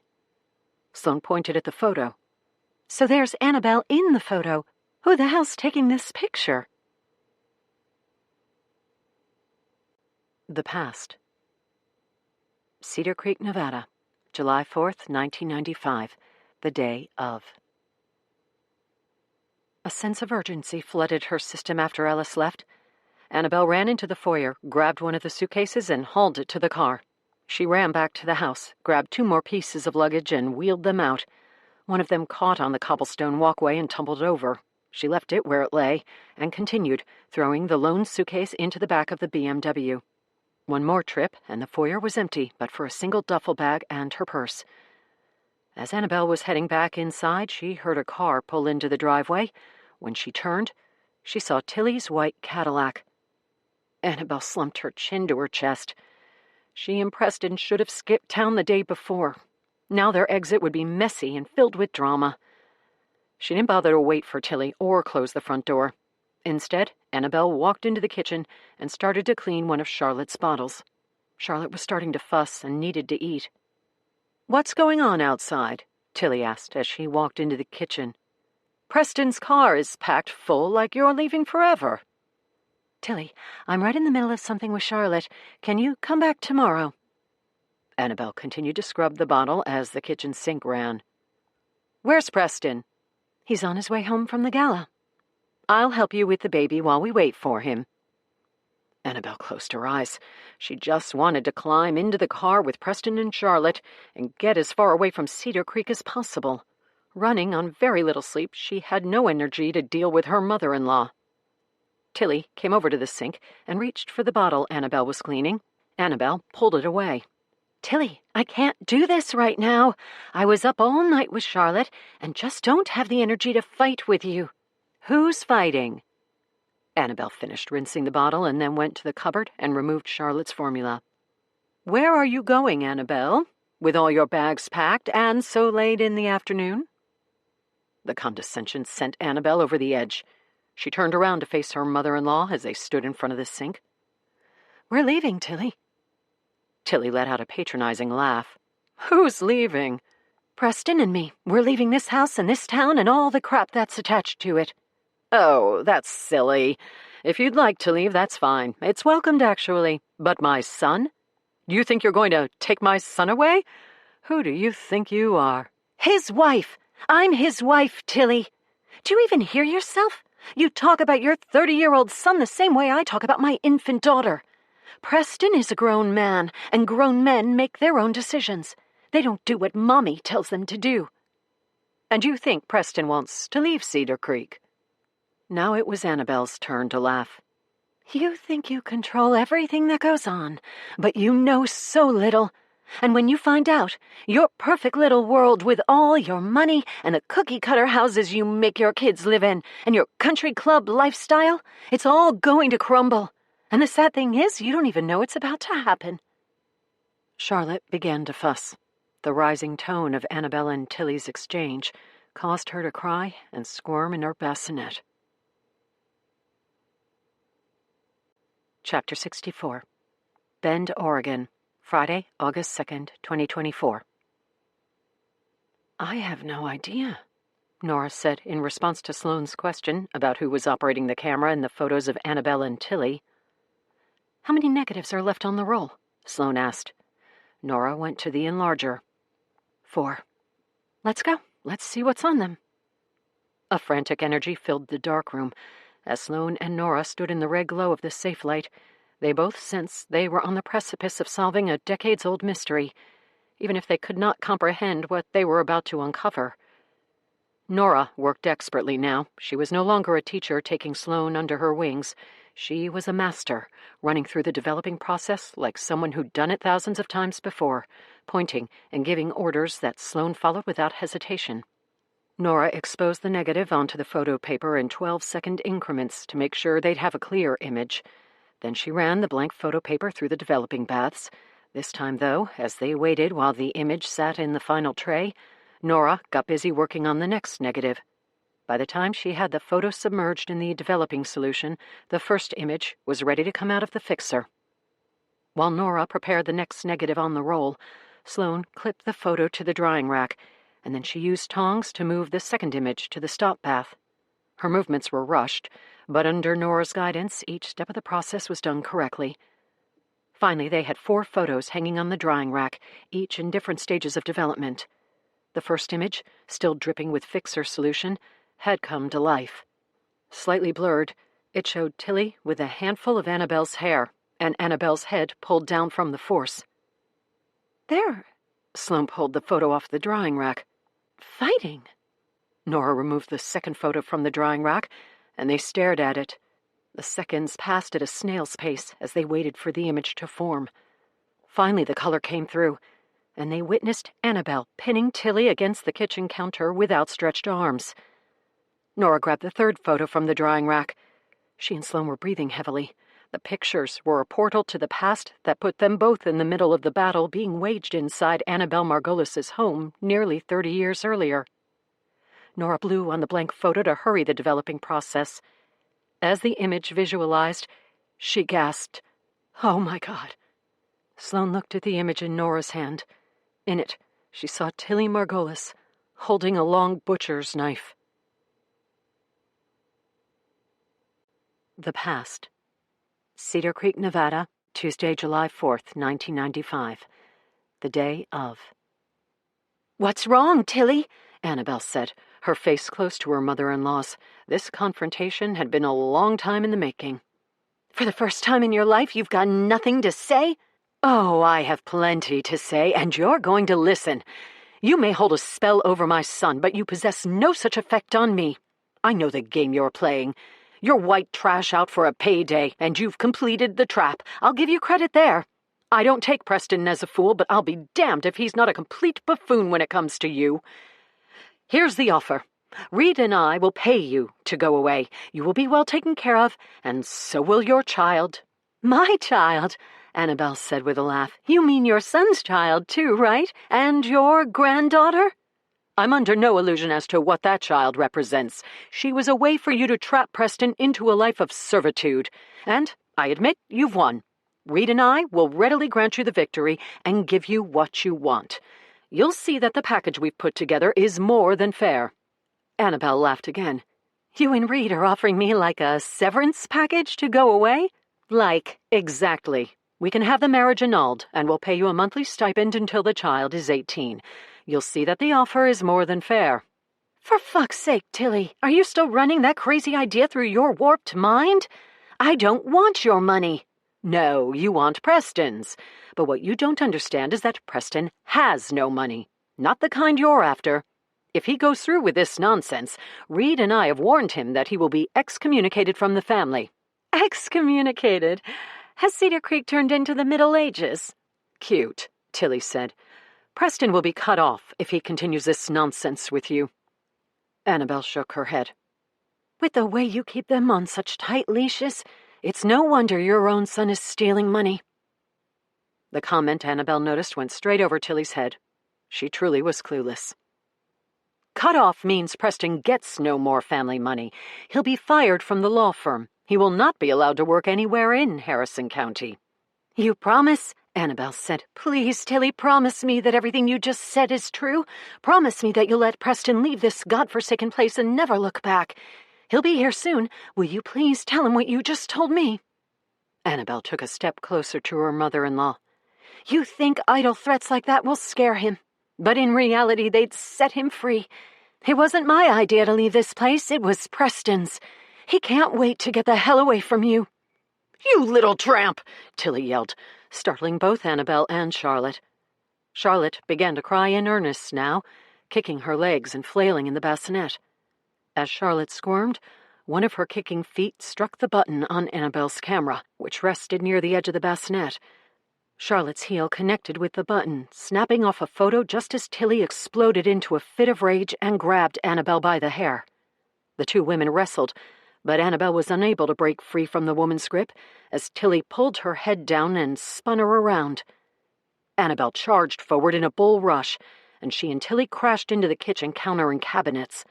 The impact was jarring and caused Tilly to lose her grip on Annabelle's hair. Annabelle pinned Tilly against the counter until she could safely back away from her. When her mother-in-law turned around, her right hand gripped a long, serrated knife from the butcher's block. Annabelle was so shocked by the sight of the knife that she had no chance to react. Tilly plunged the blade into her midsection. Annabelle let out a cry, more from fear than pain. Strangely, she felt nothing at all, until Tilly pulled the knife from her gut. Then Annabelle felt the warm flow of blood pour over her hands as she grabbed at her stomach. Lightheadedness quickly descended, and Annabelle was only peripherally aware when Tilly plunged the knife into her a second time. A moment later, Annabelle collapsed onto the kitchen floor. The house would have been eerily silent but for Charlotte's wailing. As Charlotte's legs flailed, her heel activated the camera again, firing off another photo, this time of Tilly holding the bloody knife. Cedar Creek, Nevada, July 4th, 1995. The day of. When Preston pulled up to the house, he saw his mother's car in the driveway. God damn it! He saw the trunk to the BMW open and suitcases piled inside. He had hoped to escape Cedar Creek without confronting his mother, and God help him tonight if his father was inside. Preston shut off the engine and opened the car door. As soon as he did, he heard Charlotte crying from inside the house. Not simply crying, though. His daughter was screaming in a way Preston had never before heard. He ran to the house, took the front steps 2 at a time, and rushed through the front doorway. He jumped over a duffel bag that lay in the foyer, and when he made it to the kitchen, he saw Charlotte in her bassinet, positioned on the kitchen table. His daughter was kicking and squirming and unleashing a blood-curdling scream that colored her face fire engine red. He took a step into the kitchen, and the story unfolded. Annabelle lay on her back, one leg bent backward at the knee, arms crumpled at her sides, and a pool of dark red blood encircling her body. Standing next to Annabelle's body was his mother. She held a serrated kitchen knife smeared with blood in her right hand. When Preston looked at her, she dropped the knife, and it clattered to the floor, the noise momentarily overcoming Charlotte's screams. "She attacked me, Preston," his mother said. "You must believe me. She attacked me, and I defended myself." Charlotte continued to wail in her bassinet. "What did you do, Mother?" "It was self-defense." Preston reached his hands to his head and grabbed his hair as he stared down at his wife, and the blood, and the knife. "Oh my God. Oh my God, oh my God. She attacked me, and I defended myself," his mother said again, this time with anger in her voice. Preston shook his head and reached for the phone, lifting it off the wall jack. "What are you doing?" "Calling an ambulance." "No," Tilly said. "You can't do that." Ignoring his mother, he began to dial. Tilly ran over and swiped the phone from his hands. It skidded across the floor. "You can't. She's already gone. It's over, son, and it's better this way." Preston's eyes filled with rage, and he shoved his mother backward. Tilly stumbled and fell onto the floor next to Annabelle, barely missing the pool of blood. As the anger bubbled from him, Preston climbed on top of his mother and placed his hands around her neck. "What did you do?" he said through clenched teeth as he violently gripped his mother's neck. "Did you kill her in front of my daughter?" Preston saw his mother's face turn a deep purple. She opened her mouth, but nothing came out. "You hated her. Even though I loved her, you hated her. I'll kill you like you killed her." He spat the words out in a craze-filled scream before he heard a loud crack and felt the concussion of something striking the back of his head. The blow took the strength from his arms. like a spigot had been opened that bled all the energy from his body. Although he tried to continue squeezing his mother's neck, his hands and arms would no longer cooperate. After a second, Preston slumped to the floor, and just before his eyes closed, saw Ellis standing over him. There was a baseball bat in his hands. Charlotte screamed, and Preston looked at the child. Her feet continued to flail, her right heel striking the camera a final time. Part 6. Soaring. Chapter 65. Bend, Oregon, Friday, August 2nd, 2024. Sloane and Nora stared at each other as Nora held the photo showing Tilly with a knife in her hand.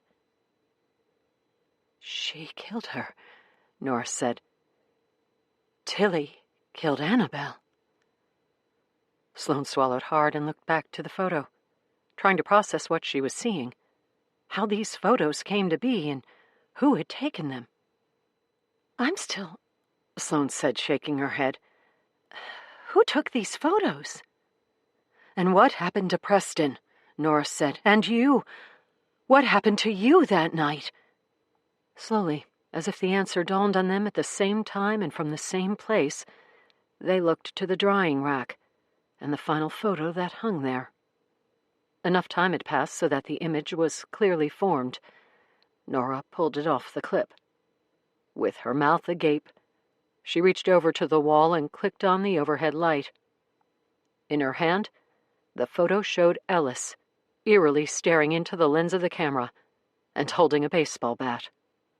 Sloane's mind made the connection to Dr. Cuddy's impression of Baker Jauncey's head wound, which she believed had been caused by a baseball bat. "Nora?" A voice yelled from somewhere outside the dark room. It was Ellis. "Nora?" He yelled again. This time his voice was louder and closer. Nora and Sloane looked at each other with panicked eyes. They'd left the cellar door off the kitchen opened, and footsteps pounded down the steps.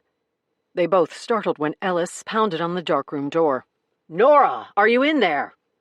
Nora held her finger to her lips for Sloane to stay silent. But when Sloane placed her trembling hand onto the table to steady herself, she knocked over one of the trays containing the developing solution. It fell off the table and crashed onto the floor. "Nora!" Ellis yelled. "Open the door!" The door shook as Ellis pounded from the other side. Chapter 66. Cedar Creek, Nevada, Friday, August 2nd, 2024. Eric drove close to 100 miles per hour as he raced north out of Reno and away from the bank where he and Marvin Mann had discovered his father's message, a sticky note written in his father's cursive that was now affixed to his dashboard. It read, "Guy Menendez equals Ellis Margolis." "Call her again," Eric said to Marvin Mann as they raced north toward Cedar Creek. "It's going straight to voicemail," Marvin said. "Her phone is either off or she has no service. Even an old man like myself knows this." "Just try," Eric said, knowing that Sloane was at Margolis Manor with Ellis and in grave danger. Marvin tried again. "Voicemail. Text her, same message." Marvin worked his fingers over the keyboard of Eric's phone, retyping the identical message he'd sent numerous times since they'd left the bank. "Ellis Margolis is Guy Menendez. Find an excuse to leave and call me." "Done," Marvin said. Eric ran a hand through his hair as he thought. "Look up the number for the police department in Bend, Oregon." "Where?" "Just do it, Marv." Marvin used Eric's phone to search. "Got it." Marvin dialed and handed Eric the phone. "Bend Police Department," a woman said on the other end. "Hi, my name is Eric Stamos. I'm the sheriff down in Harrison County, Nevada. I've got an emergency and need to speak with someone up there, your chief or someone in charge." "Do you need to call 911? "No, the emergency is up by you. I need to speak with someone in charge up there." "And what was your name, sir?" Eric took a calming breath. "This is Sheriff Eric Stamos from Harrison County, Nevada. One moment, please." An eternity passed before someone returned to the line. This is Chief Mortensen. Who am I speaking with? Hey, Chief, this is Eric Stamos. I'm the sheriff down in Harrison County, Nevada, and I need your help. Sure thing, Sheriff. What's up? I need you to get some uniforms over to Margolis Manor. The winery? Yes, sir. I've got a situation developing. If you could go out there and check on things, I'd consider it a personal favor. What's the issue out at the winery, Sheriff? It's a long story, and we don't have time for me to give you all the details. I've got a friend out at the winery, and I think she's in danger. I can't reach her by phone, and I need you to go check on her. What's this friend's name? Sloane Hastings. Sloane, the girl in the news? That's her, yes. There was a short pause. This phone number you're calling from is the best way to reach you, Sheriff? Yes, sir. I'll head out there myself and let you know what I find. Thanks, Chief. If you can make it a priority, I'd appreciate it. I'm headed there now. Chapter 67. Bend, Oregon. Friday, August 2nd, 2024. Shit, Sloane whispered as the tray crashed to the floor. Nora! Is Sloane with you? Open the door! Ellis pounded, and the doorframe shook. They both looked again at the photo of Ellis, eerily staring from the photo, a baseball bat in his hands. They heard heavy footsteps as Ellis walked away from the darkroom door and bounded up the steps. Moments later, he was back. They heard jingling. Keys, Sloane whispered. Are those keys? No, Nora said. The lock is not key-activated. It's a deadbolt. When they heard hammering, they understood. Ellis was going to dismantle the lock one way or another. He's coming in, Nora. Follow me, Nora said, running to the far side of the darkroom. Sloane hadn't noticed the other door. She'd only been in the room for a moment originally before Nora had cast the space into darkness. Then the room had been lit by the glow of the red safe light. But now, with the overhead lights ablaze, she saw it. A heavy wooden door, rounded on top and with thick wooden planks, creating an ornate X across the front. Nora twisted the lock and pushed the door open. The hinges protested in a high-pitched screech until the door came to a halt. Based on the franticness of his hammering, Ellis had heard the door open. Nora, stay in the darkroom. Something's happened. It's not safe for you to leave. Sloane saw Nora hesitate and sensed her doubt. Sloane knew she wanted to believe her husband. She grabbed Nora's hand and pulled her through the doorway and into the darkness beyond. Where are we? Sloane asked. The caves of the winery. Caves? Where they keep the wine while it ferments and ages. Their voices echoed in the dark, damp tunnel. They turned and hurried through the corridor until the light from the darkroom lost its reach. After another few steps, they were in complete darkness. I left my phone in the guest cottage, Sloane said. Do you have yours? No, Nora said. It's in the kitchen. They half-jogged through the cavernous space, placing their hands on the wine barrels that lined the tunnel for guidance. Finally, they emerged into a large atrium of the tasting room. Nora felt for a light switch and clicked it on. Strings of bulbs lined the ceiling in long lines and blinked to life. The circular atrium had 3 tunnels leading from it, each lined with oak barrels of fermenting wine. In the middle of the vestibule was a mahogany bar used for tastings. Massive double doors were closed, but Sloane could imagine them open, with sunlight pouring through, and wine enthusiasts filling the space. Sloane ran for the double doors that would take her from the caves and lead her out into the vineyards. But Nora's scream stopped her cold. When she turned, she saw Nora standing by the bar. On the ground, creeping from behind the bar, appeared to be a puddle of red wine, as if Cabernet bottles had shattered. Sloane took a hesitant step toward the tasting bar, and then another, and another, until she stood next to Nora and looked behind the mahogany. On the floor lay Tilly and Reed Margolis. In each of their foreheads was a gaping hole. A still-expanding pool of blood was spilling across the floor. The images Sloane and Nora had developed in the darkroom flashed through her mind. Tilly holding the serrated knife, Ellis gripping the baseball bat. The tabloid covers of Annabelle and Preston, cradling their newborn daughter, also clouded her mind. The crime scene photos she'd reviewed with Eric. The flashes and thoughts came too quickly to comprehend. As her eyes refocused on the carnage in front of her, something else stole her attention. Help! Sloane looked at Nora. Help! The voice was feeble, and Sloane could not decipher its source. She felt Nora grip her hand, fearing Sloane knew that perhaps Reed was still alive. But another look at the wound in the man's forehead confirmed he was dead. Sloane had seen enough gunshot wounds during her rotation through emergency medicine to know that a hole through the forehead was not survivable. Please, help me! They both looked toward the tunnel to their right. The pleas were coming from the darkness within. Chapter 68. Bend, Oregon. Friday, August 2nd, 2024. Ellis Margolis hadn't felt this out of control since that fateful summer in 1995, when things had begun to fall apart. Back then, it was Baker Jauncey who had set off the cascading dominoes. With some luck, and some difficult decisions back then, Ellis had navigated his way through that situation. His mother had become his unwilling accomplice after she killed Annabelle during a rage-fueled altercation. Their relationship had never been the same since that night. His mother hated Ellis for killing Preston, even though he'd done it to save her life. At least, that's how the story played out. The truth was that after Annabelle had revealed to Ellis that Preston knew about the fraud at the law firm, Ellis had no choice but to kill them both. But when he returned to Preston's house on the 4th of July, his mother had already taken care of Annabelle. And when Ellis saw Preston choking his mother, he knew there would never be a better opportunity to solve all his problems. That night at Preston's house had drawn Ellis and his mother together in a way they had never before known. They'd never been closer. To hold another's secrets brought people together more powerfully than even unconditional love. Their livelihood depended on the other staying quiet about that night, and for 29 years they both had.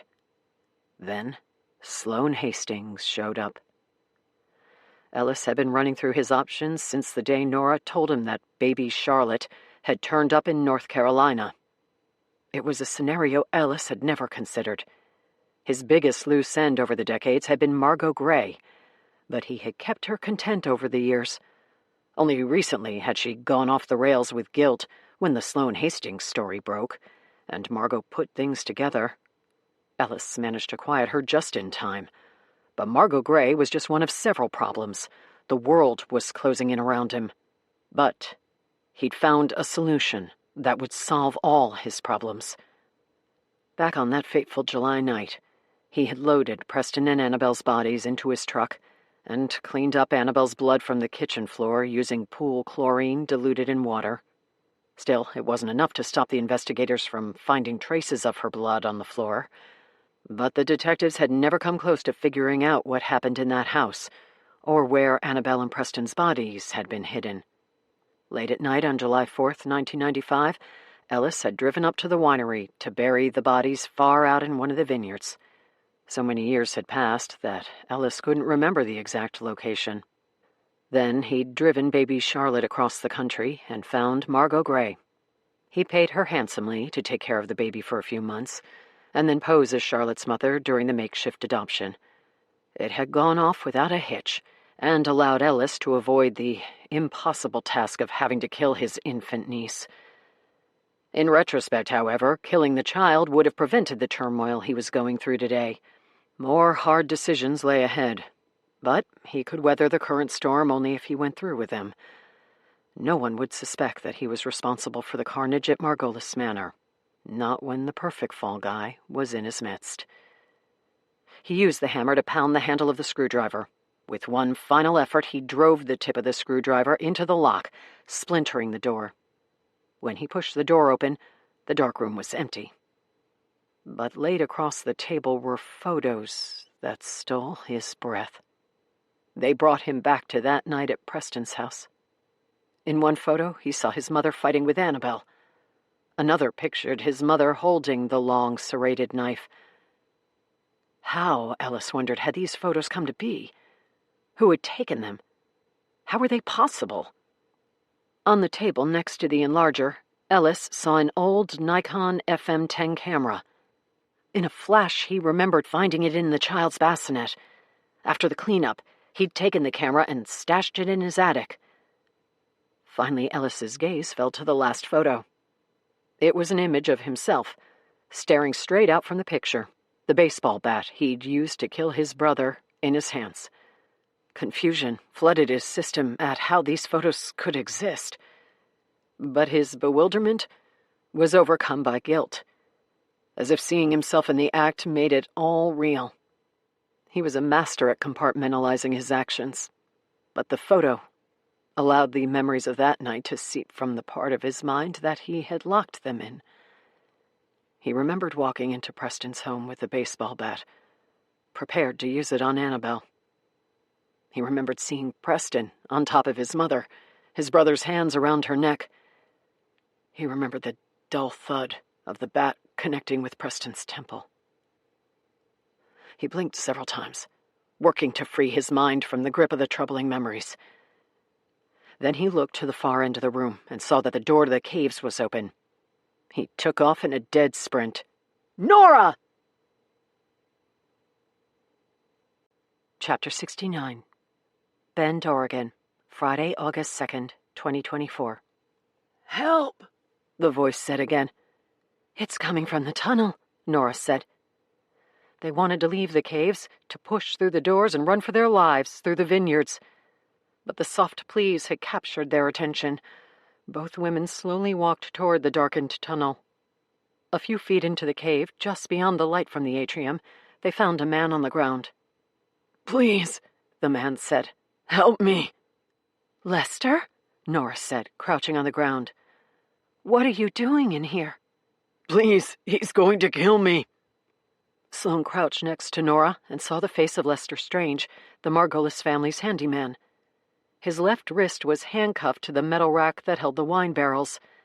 His face was badly beaten. "He's going to kill me. He's going to kill everyone and make it look like I did it. Please." Lester pointed down the cave. "There's a sledgehammer down there. I use it to rack the wine. Please." Sloane didn't hesitate. She stood and ran into the darkness. After a moment of searching, she found the sledgehammer and carried it back to Lester. "Look out," she said to Nora. Lester pulled his handcuffed wrist away from the metal rack, removing all slack from the handcuffs. In one swift motion, Sloane brought the hammer down and obliterated the cuffs.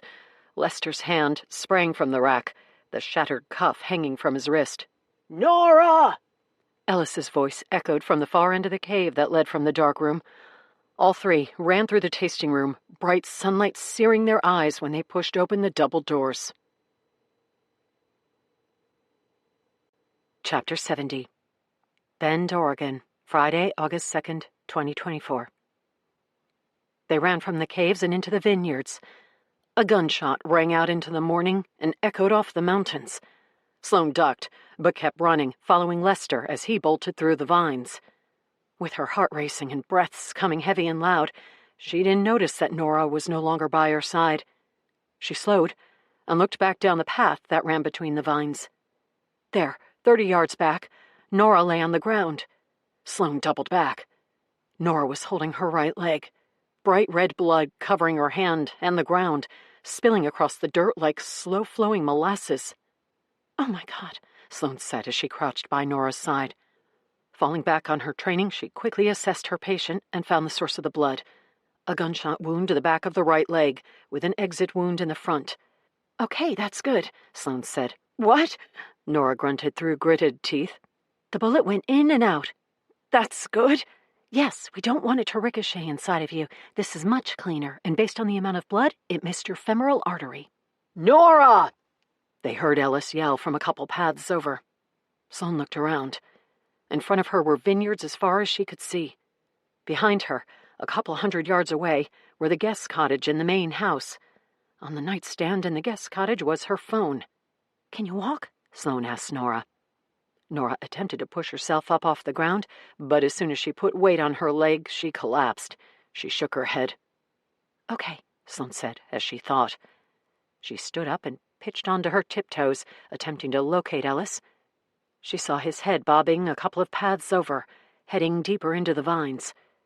She grabbed the bottom of her blouse and ripped the fabric, tearing off a strip from the bottom. When she broke it free, she had a thin length of silk 2 feet long. She crouched down and secured the fabric around Nora's leg, cinching it close to her groin. "Ouch," Nora said when Sloane set the knot, which dug into Nora's skin. "It's a tourniquet. Well, the best I can do at the moment. It needs to be tight for it to work." Sloane stood up again and tried to find Ellis. "He is heading into the vines. My phone is back at the guest house." "Don't leave me here." Sloane smiled. "Not a chance." She leaned over Nora, as if Nora were a kettlebell.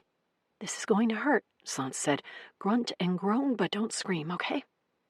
Nora nodded. Sloane grabbed Nora under the armpits and lifted her like she was performing a kettlebell clean. She got Nora to her feet. Nora hopped on her left leg. Sloane bent down and placed her shoulder to Nora's hip, then lifted her over her shoulder. Compared to the weights Sloane was used to lifting, Nora was light. She took off in a controlled jog, heading back to the main house. "Hang in there," Sloane said as she ran. Chapter 71. Bend, Oregon, Friday, August 2nd, 2024. Sloane was breathing heavily as she came to the edge of the vineyards, her quads burning worse than during any CrossFit routine. But she ignored the pain. She had a singular goal: to get to the house and call for help. At the edge of the vineyard, she paused. The cover the vines provided gave her a sense of protection, and she was hesitant to exit from them. She looked left and right while Nora continued to groan as she lay over Sloane's shoulder. Between the edge of the vineyards and the back of the guest cottage were 100 yards of field. Sloane took off in a jog, Nora bouncing on her shoulder as she ran. Halfway through the field, another gun blast sounded and brought Sloane to her knees. Nora tumbled from her shoulder and cried out in pain as she rolled onto the ground. Sloane took inventory, feeling her body for a wound or blood. She found neither, and felt no pain. Another gunshot rang out. Sloane crawled over to Nora, the cattails of the field enough to give them partial cover. Lying on her shoulder, Sloane looked over the cattails to see Ellis charging across the field to where they were lying. "He's coming," Sloane said. "We have to go." "I can't," Nora said. "You go. Get to the house and call for help." "I'm not leaving you." Nora shook her head. "He won't kill me. I'm his wife." Sloane remembered the image of Tilly and Reed Margolis lying dead in the tasting room, and had a different thought about that. She couldn't leave Nora, and knew in an instant that she would either die defending her or killed to protect her. She grabbed Nora under the arms and dragged her to the edge of the large machine that stood in the middle of the field. It was the yellow tractor-looking machine she had seen Lester using earlier in the morning to drive fence posts into the ground. It wasn't much, but it was more protection than lying in the grass. She dragged Nora around to the front of the machine and peeked around the edge. As soon as she did, another shot rang out. Sloane dropped back to the ground. Ellis was close, and even if Sloane were willing to leave Nora, running for the house would mean getting shot. To lie there and wait would mean the same. Chapter 72. Bend, Oregon, Friday, August 2nd, 2024. Ellis Margolis ran from the edge of the vineyard and saw Sloane Hastings carrying Nora over her shoulder. He fired off another round that caused the women to tumble into the prairie grass. He continued his pursuit and saw Sloane stand from beneath the cattails. He fired again.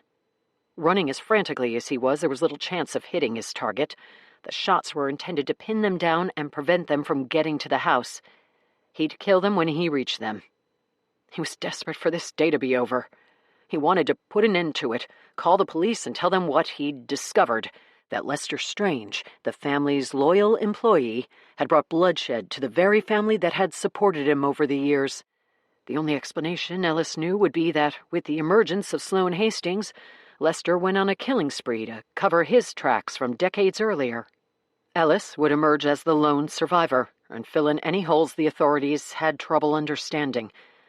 The truth, if he could pull it all off, would remain hidden, as it had for the past 3 decades.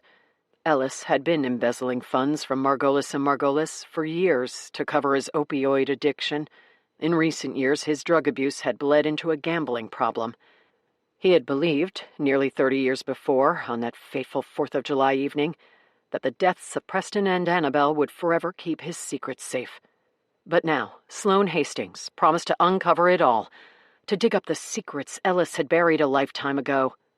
The bloodshed at Margolis Manor was the only way to keep it all hidden. He would find a way in the coming years to compartmentalize even this terrible day.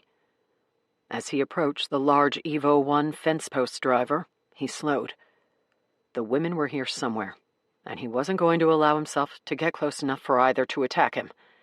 He'd seen the Hastings woman's muscled physique, and would leave nothing to chance. He circled around the big yellow machine, approaching from the front. He heard a moan, and recognized Nora's voice. After another step, he found the women lying in the cattails huddled against the machine. A white fabric of some kind was wrapped around Nora's leg. "Please, Ellis," Nora said. "Stop this madness." He looked at her with pity. Killing his parents had been difficult. Killing his wife would be the hardest thing he did. "Did you shoot them, Ellis? Did you shoot your parents? Please tell me it wasn't you." Where did the pictures come from, Nora? In the darkroom. Where did those photos come from? Annabelle's camera. The one I gave her that summer. But who took them, Nora? Nora never had the chance to answer. Sloane sprang from the ground and charged at Ellis, putting her shoulder into his midsection. The collision knocked the wind from his lungs and the gun from his hand. Chapter 73. Bend, Oregon, Friday, August 2nd, 2024. Sloane drove her shoulder forward, lifting Ellis off the ground and driving her legs like she was pushing the heavy sled at the gym. In a final effort, she lunged upward and threw Ellis to the ground, landing on top of him. With Ellis on his back and Sloane straddling his chest, she dug the thumb of her right hand deep into his left eye socket. Ellis released a guttural moan as a sickening popping noise came from his eye. Sloane rolled to the side and looked for the gun in the tall cattails. She ran back to the spot where she had originally tackled him and searched while Ellis moaned. She spotted the black handle first, then the silver metal of the barrel. She reached for it, just as she felt a hand grab her ankle. She screamed as she fell forward, Ellis pulling her leg backwards. She reached for the gun, but as her fingers brushed the handle, Ellis dragged her backwards through the tall grass. Sloane kicked her legs and tried to crawl forward. The gun was just out of reach, but her body moved in the wrong direction as Ellis rose first to his knees and then to his feet, gaining traction with each movement. Sloane flipped onto her back, breaking her ankle free from Ellis's grip. She pulled her knee to her chest and then exploded forward in a powerful kick to his groin that connected with full force and brought the man to the ground. Sloane scrambled back to the gun as she heard sirens in the distance. She found the gun again, this time taking it in her hands and turning to Ellis. But he was no longer doubled over from her kick. He was standing over her, his left eye swollen and sunken with blood flowing down his cheek. Sloane's back was against the giant yellow machine, and she pointed the gun at Ellis. She knew instantly from the deranged look in the man's only remaining eye that she would have to shoot him if she hoped to stop him from killing her. Her right index finger began to depress the trigger, but before she did, she heard a rumble like a car backfiring. For a moment, Sloane believed that she had fired the gun, but she felt no recoil. Her back, however, began to vibrate as the fence post driver roared to life. She saw Ellis look up at the big machine, just as the driver shot a fence post down onto his head. The weight of the post and the power of the driving machine sent the post into his skull and through his chest. The machine echoed in the redundant clinking that had woken her that morning, and then went silent. It took Sloane a moment to understand the physics of what had happened. But as she looked at Ellis Margolis standing stiff and upright, she realized that the 10-foot fence post had been driven through his body and into the ground, killing him instantly, and riveting him into place. Sloane lowered the gun and slowly turned. When she looked up into the big machine, she saw Lester Strange sitting in the operator's seat, his hands on the controls. Chapter 74. Bend, Oregon, Thursday, August 15th, 2024. Nearly 2 weeks after her harrowing ordeal at Margolis Manor, Sloane was back in Oregon. The FBI had summoned her. For the past 10 days, since Agent John Michaels and his task force had reviewed the photos Sloane and Nora discovered on Annabelle Margolis' camera that told the story of the night she and Preston disappeared, the FBI had used ground-penetrating radar to explore the property around the winery. The day before, they zeroed in on 3 specific locations where the ultrasound showed foreign objects deep underground. Experts were brought in to confirm that the soil had been disturbed and relaid years before. Knowing Ellis Margolis had access to earth-moving equipment stored on the property suggested that the bodies had been buried deep in the ground. Cadaver dogs were brought to each of the 3 sites and offered a positive response to one of them. Excavation was underway. Agent Michaels met Sloane at the front gates and escorted her in a golf cart to the digging site far out among the Cabernet vines. The area was cordoned off by yellow crime scene tape. Backhoes and front loaders roared as their hydraulic arms clawed into the earth and lifted massive amounts of soil to deposit into waiting dump trucks that beeped when they reversed out of the area. Agent Michaels pulled up to the site, and Sloane exited the cart. Crews of agents stood by, while others watched a large monitor powered by a gas generator that told the operators of the earth-moving machines how deep to dig. "That's it!" one of the agents yelled as the front loader lifted its final bucket full of soil from the deep hole in the ground. The agent came over to Michaels. "We're at about 3 feet away. We've got to go by hand now."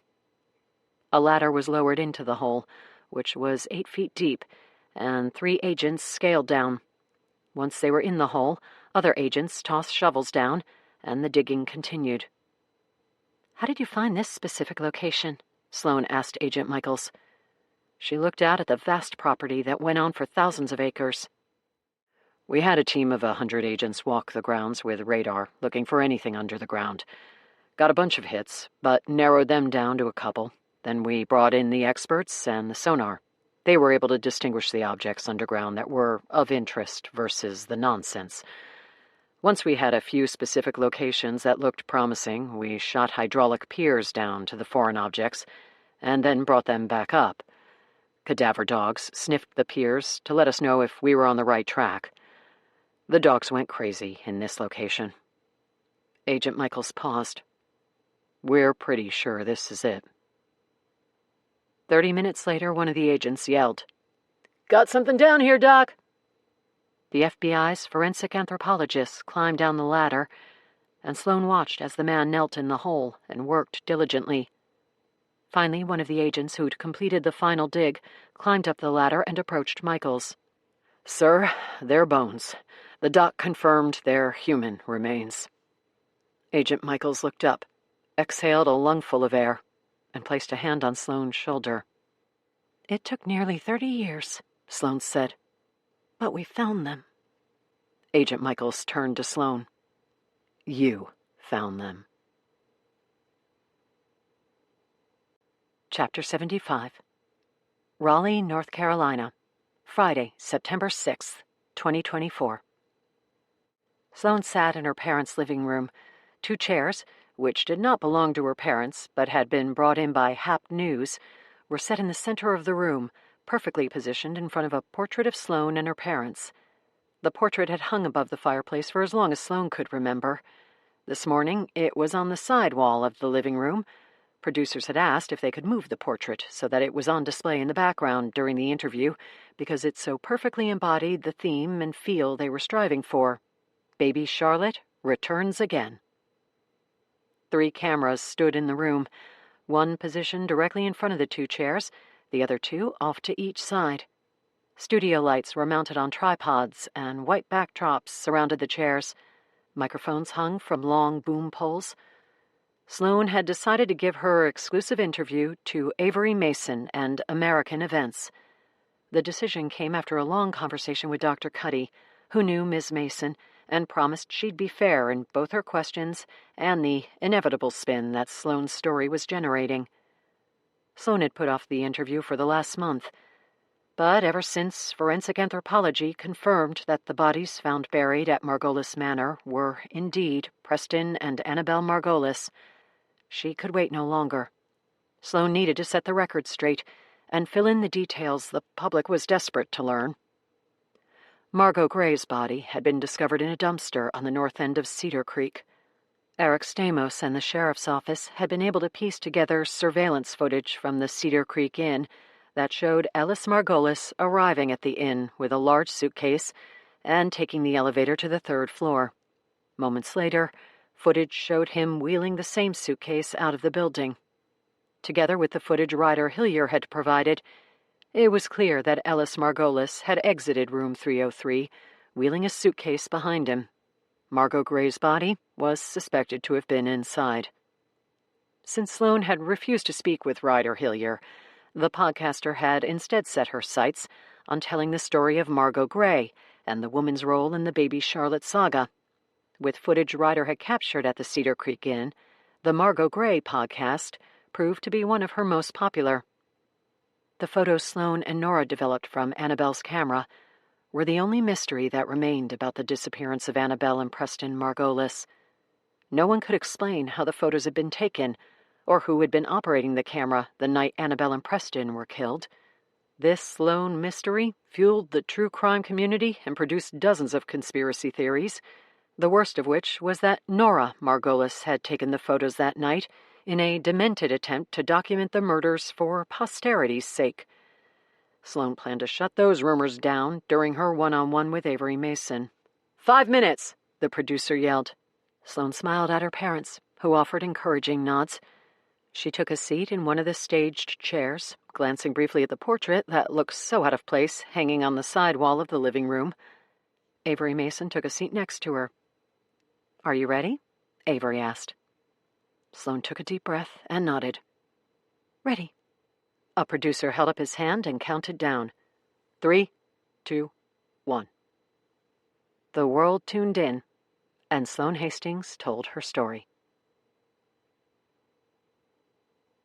Chapter 76. Raleigh, North Carolina, Friday, June 27th, 2025. The following summer, Sloane stood at the front of the cage at the office of the Chief Medical Examiner in North Carolina. She looked out at a standing-room-only crowd, bigger than any she'd seen for the other fellows who had given their end-of-the-year presentations. She wasn't surprised. Her story had gone viral over the last year, and the return of baby Charlotte Margolis was as big a news event today as was her disappearance 30 years before. This time, though, Sloane provided the answers that had eluded the media, law enforcement, and true crime fanatics who had chased the story for 3 decades. She exhaled a calming breath and looked out at the crowd awaiting her presentation. Dr. Cuddy was in the front row and had been integral in helping Sloane fine-tune her presentation. Her parents were in the back, and next to them was Eric Stamos, who'd made the trip from Cedar Creek. As a late arrival, Sloane saw Nora walk through the cage's doorway. Nearly a year after a bullet ripped through her leg, and 3 surgeries later, Nora used a single crutch, but managed without issue as she took a seat. She offered Sloane a subtle wave and a smile. The room quieted, and the lights dimmed. Sloane clicked a button on the remote, and the smartboard lit up with the title of her presentation, Advancing the Science of Forensic Genealogy. My name is Dr. Sloane Hastings, and over the next 4 hours, I am going to detail how forensic genealogy allowed me to solve a 30-year cold case, the disappearance of my birth parents, Preston and Annabelle Margolis. Chapter 77. Raleigh, North Carolina, Friday, June 27th, 2025. After the presentation, Sloane spoke with a few of the attending physicians who were riveted by her research and the story she had to tell. She introduced her parents to Dr. Cuddy, who promised to take good care of Sloane during her final year of training. Todd Hastings made a final push for Sloane to consider forensic dentistry. When the crowd thinned, she found Eric in the back of the cage. "You didn't have to come all the way out here," Sloane said. "Are you kidding me? I wouldn't have missed it. You were great, by the way. Everyone in the room, or the cage, whatever this place is called, Was hanging on your every word. Thank you. And really, Eric, it means a lot to me that you came. How long are you in town? Heading back tomorrow.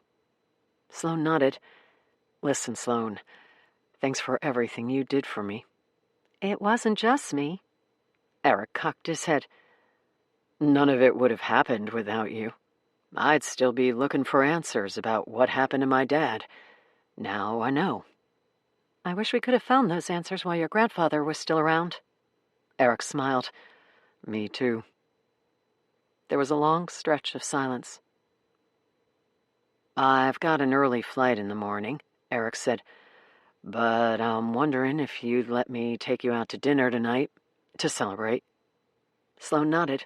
I'd love to. You want to come by my apartment at 7? Yeah, perfect. You still remember how to get there? How could I forget? I'll leave the mace in my desk drawer. Appreciate it, Eric said with a smile. See you tonight. After Eric left, the only people remaining in the cage were her parents. Sloane looked around, but Nora was gone. Sloane drove home with the weight of the world lifted from her shoulders. 2 weeks of downtime sat between her and the start of her second year of fellowship. She was ready to get away from research and into the morgue, and sensed that she was 1 year away from fulfilling her dream of forensic pathology. With the baby Charlotte case on her resume, Sloane would have no problem finding a spot on a homicide task force. She pulled into the parking lot of her apartment complex, grabbed the box from the back seat that contained her year's worth of research, and carried it up the steps. When she made it to the 3rd level, she found 2 things waiting for her. The first was a package, wrapped in brown paper, propped against her front door. The second was Agent John Michaels, who leaned against the wall, much like Eric Stamos had a year before. How'd your dissertation go?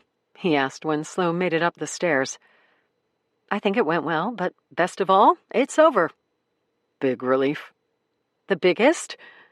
Sloane walked to her door. What's with the house call? Something new come up? No. I'm here to make you an offer. Sloane pointed to the package leaning against the front door. This yours? Nope, it was there when I got here. Sloane looked at the package, and then back to Michaels. What kind of offer? The Bureau needs some fresh blood in the forensics unit. We could use someone like you once you're done with your final year of training. The FBI? Yes, ma'am. I was thinking about a homicide unit. You're thinking too small. Rumors are already starting to spread and people are talking. You're in high demand, and you're not made for a homicide unit. The Bureau is a bigger platform, and our task force is a much better fit for your skill set. You'd be working in the FBI laboratory in forensics, helping solve crimes and cold cases from around the country. Sloane inserted her key into the front door. The offer was everything Sloane had hoped to do. Can I think about it? Sure. You've got a year to decide. Agent Michaels handed her a business card. Keep in touch. Sloane smiled. I will. And good luck in the morgue. Thanks. A moment later, Sloane watched over the 3rd-story railing as Agent Michaels drove away. When he was gone, she looked down at the package still leaning against her door. It was the size of a wall hanging and contained no address label or postage to suggest it had been delivered by a formal courier service. She looked around the complex, as if the person who left it would still be in the area. Seeing no one, she opened her door, dropped the box of research onto the kitchen floor, and lifted the package to carry it into her apartment. When she did, she noticed a second smaller box that had been set behind the package. She took both inside. In the kitchen, she used scissors to cut the crisscrossing rope on the smaller package, popped the cardboard top, and opened the box. Inside was Annabelle's Nikon FM10 camera and a new package of film. Sloane smiled as she turned the camera over in her hands. Placing it on the table, she reached for the larger package, the wall hanging, and slowly peeled away the brown paper to reveal a framed photo. Once she had the paper removed, Sloane turned the frame around to admire the picture. It was an enlarged image of the Cooper's hawk taken by Annabelle as the bird took flight outside her home, the picture Sloane and Nora had developed at Margolis Manor. The hawk, lighted by the afternoon sun, was majestic with its wings fully outstretched. A white envelope was taped to the bottom of the picture. Sloane set the frame flat on her table and opened the envelope, pulling out a card. She read the message and smiled. "You will soar to great places, Nora." The end.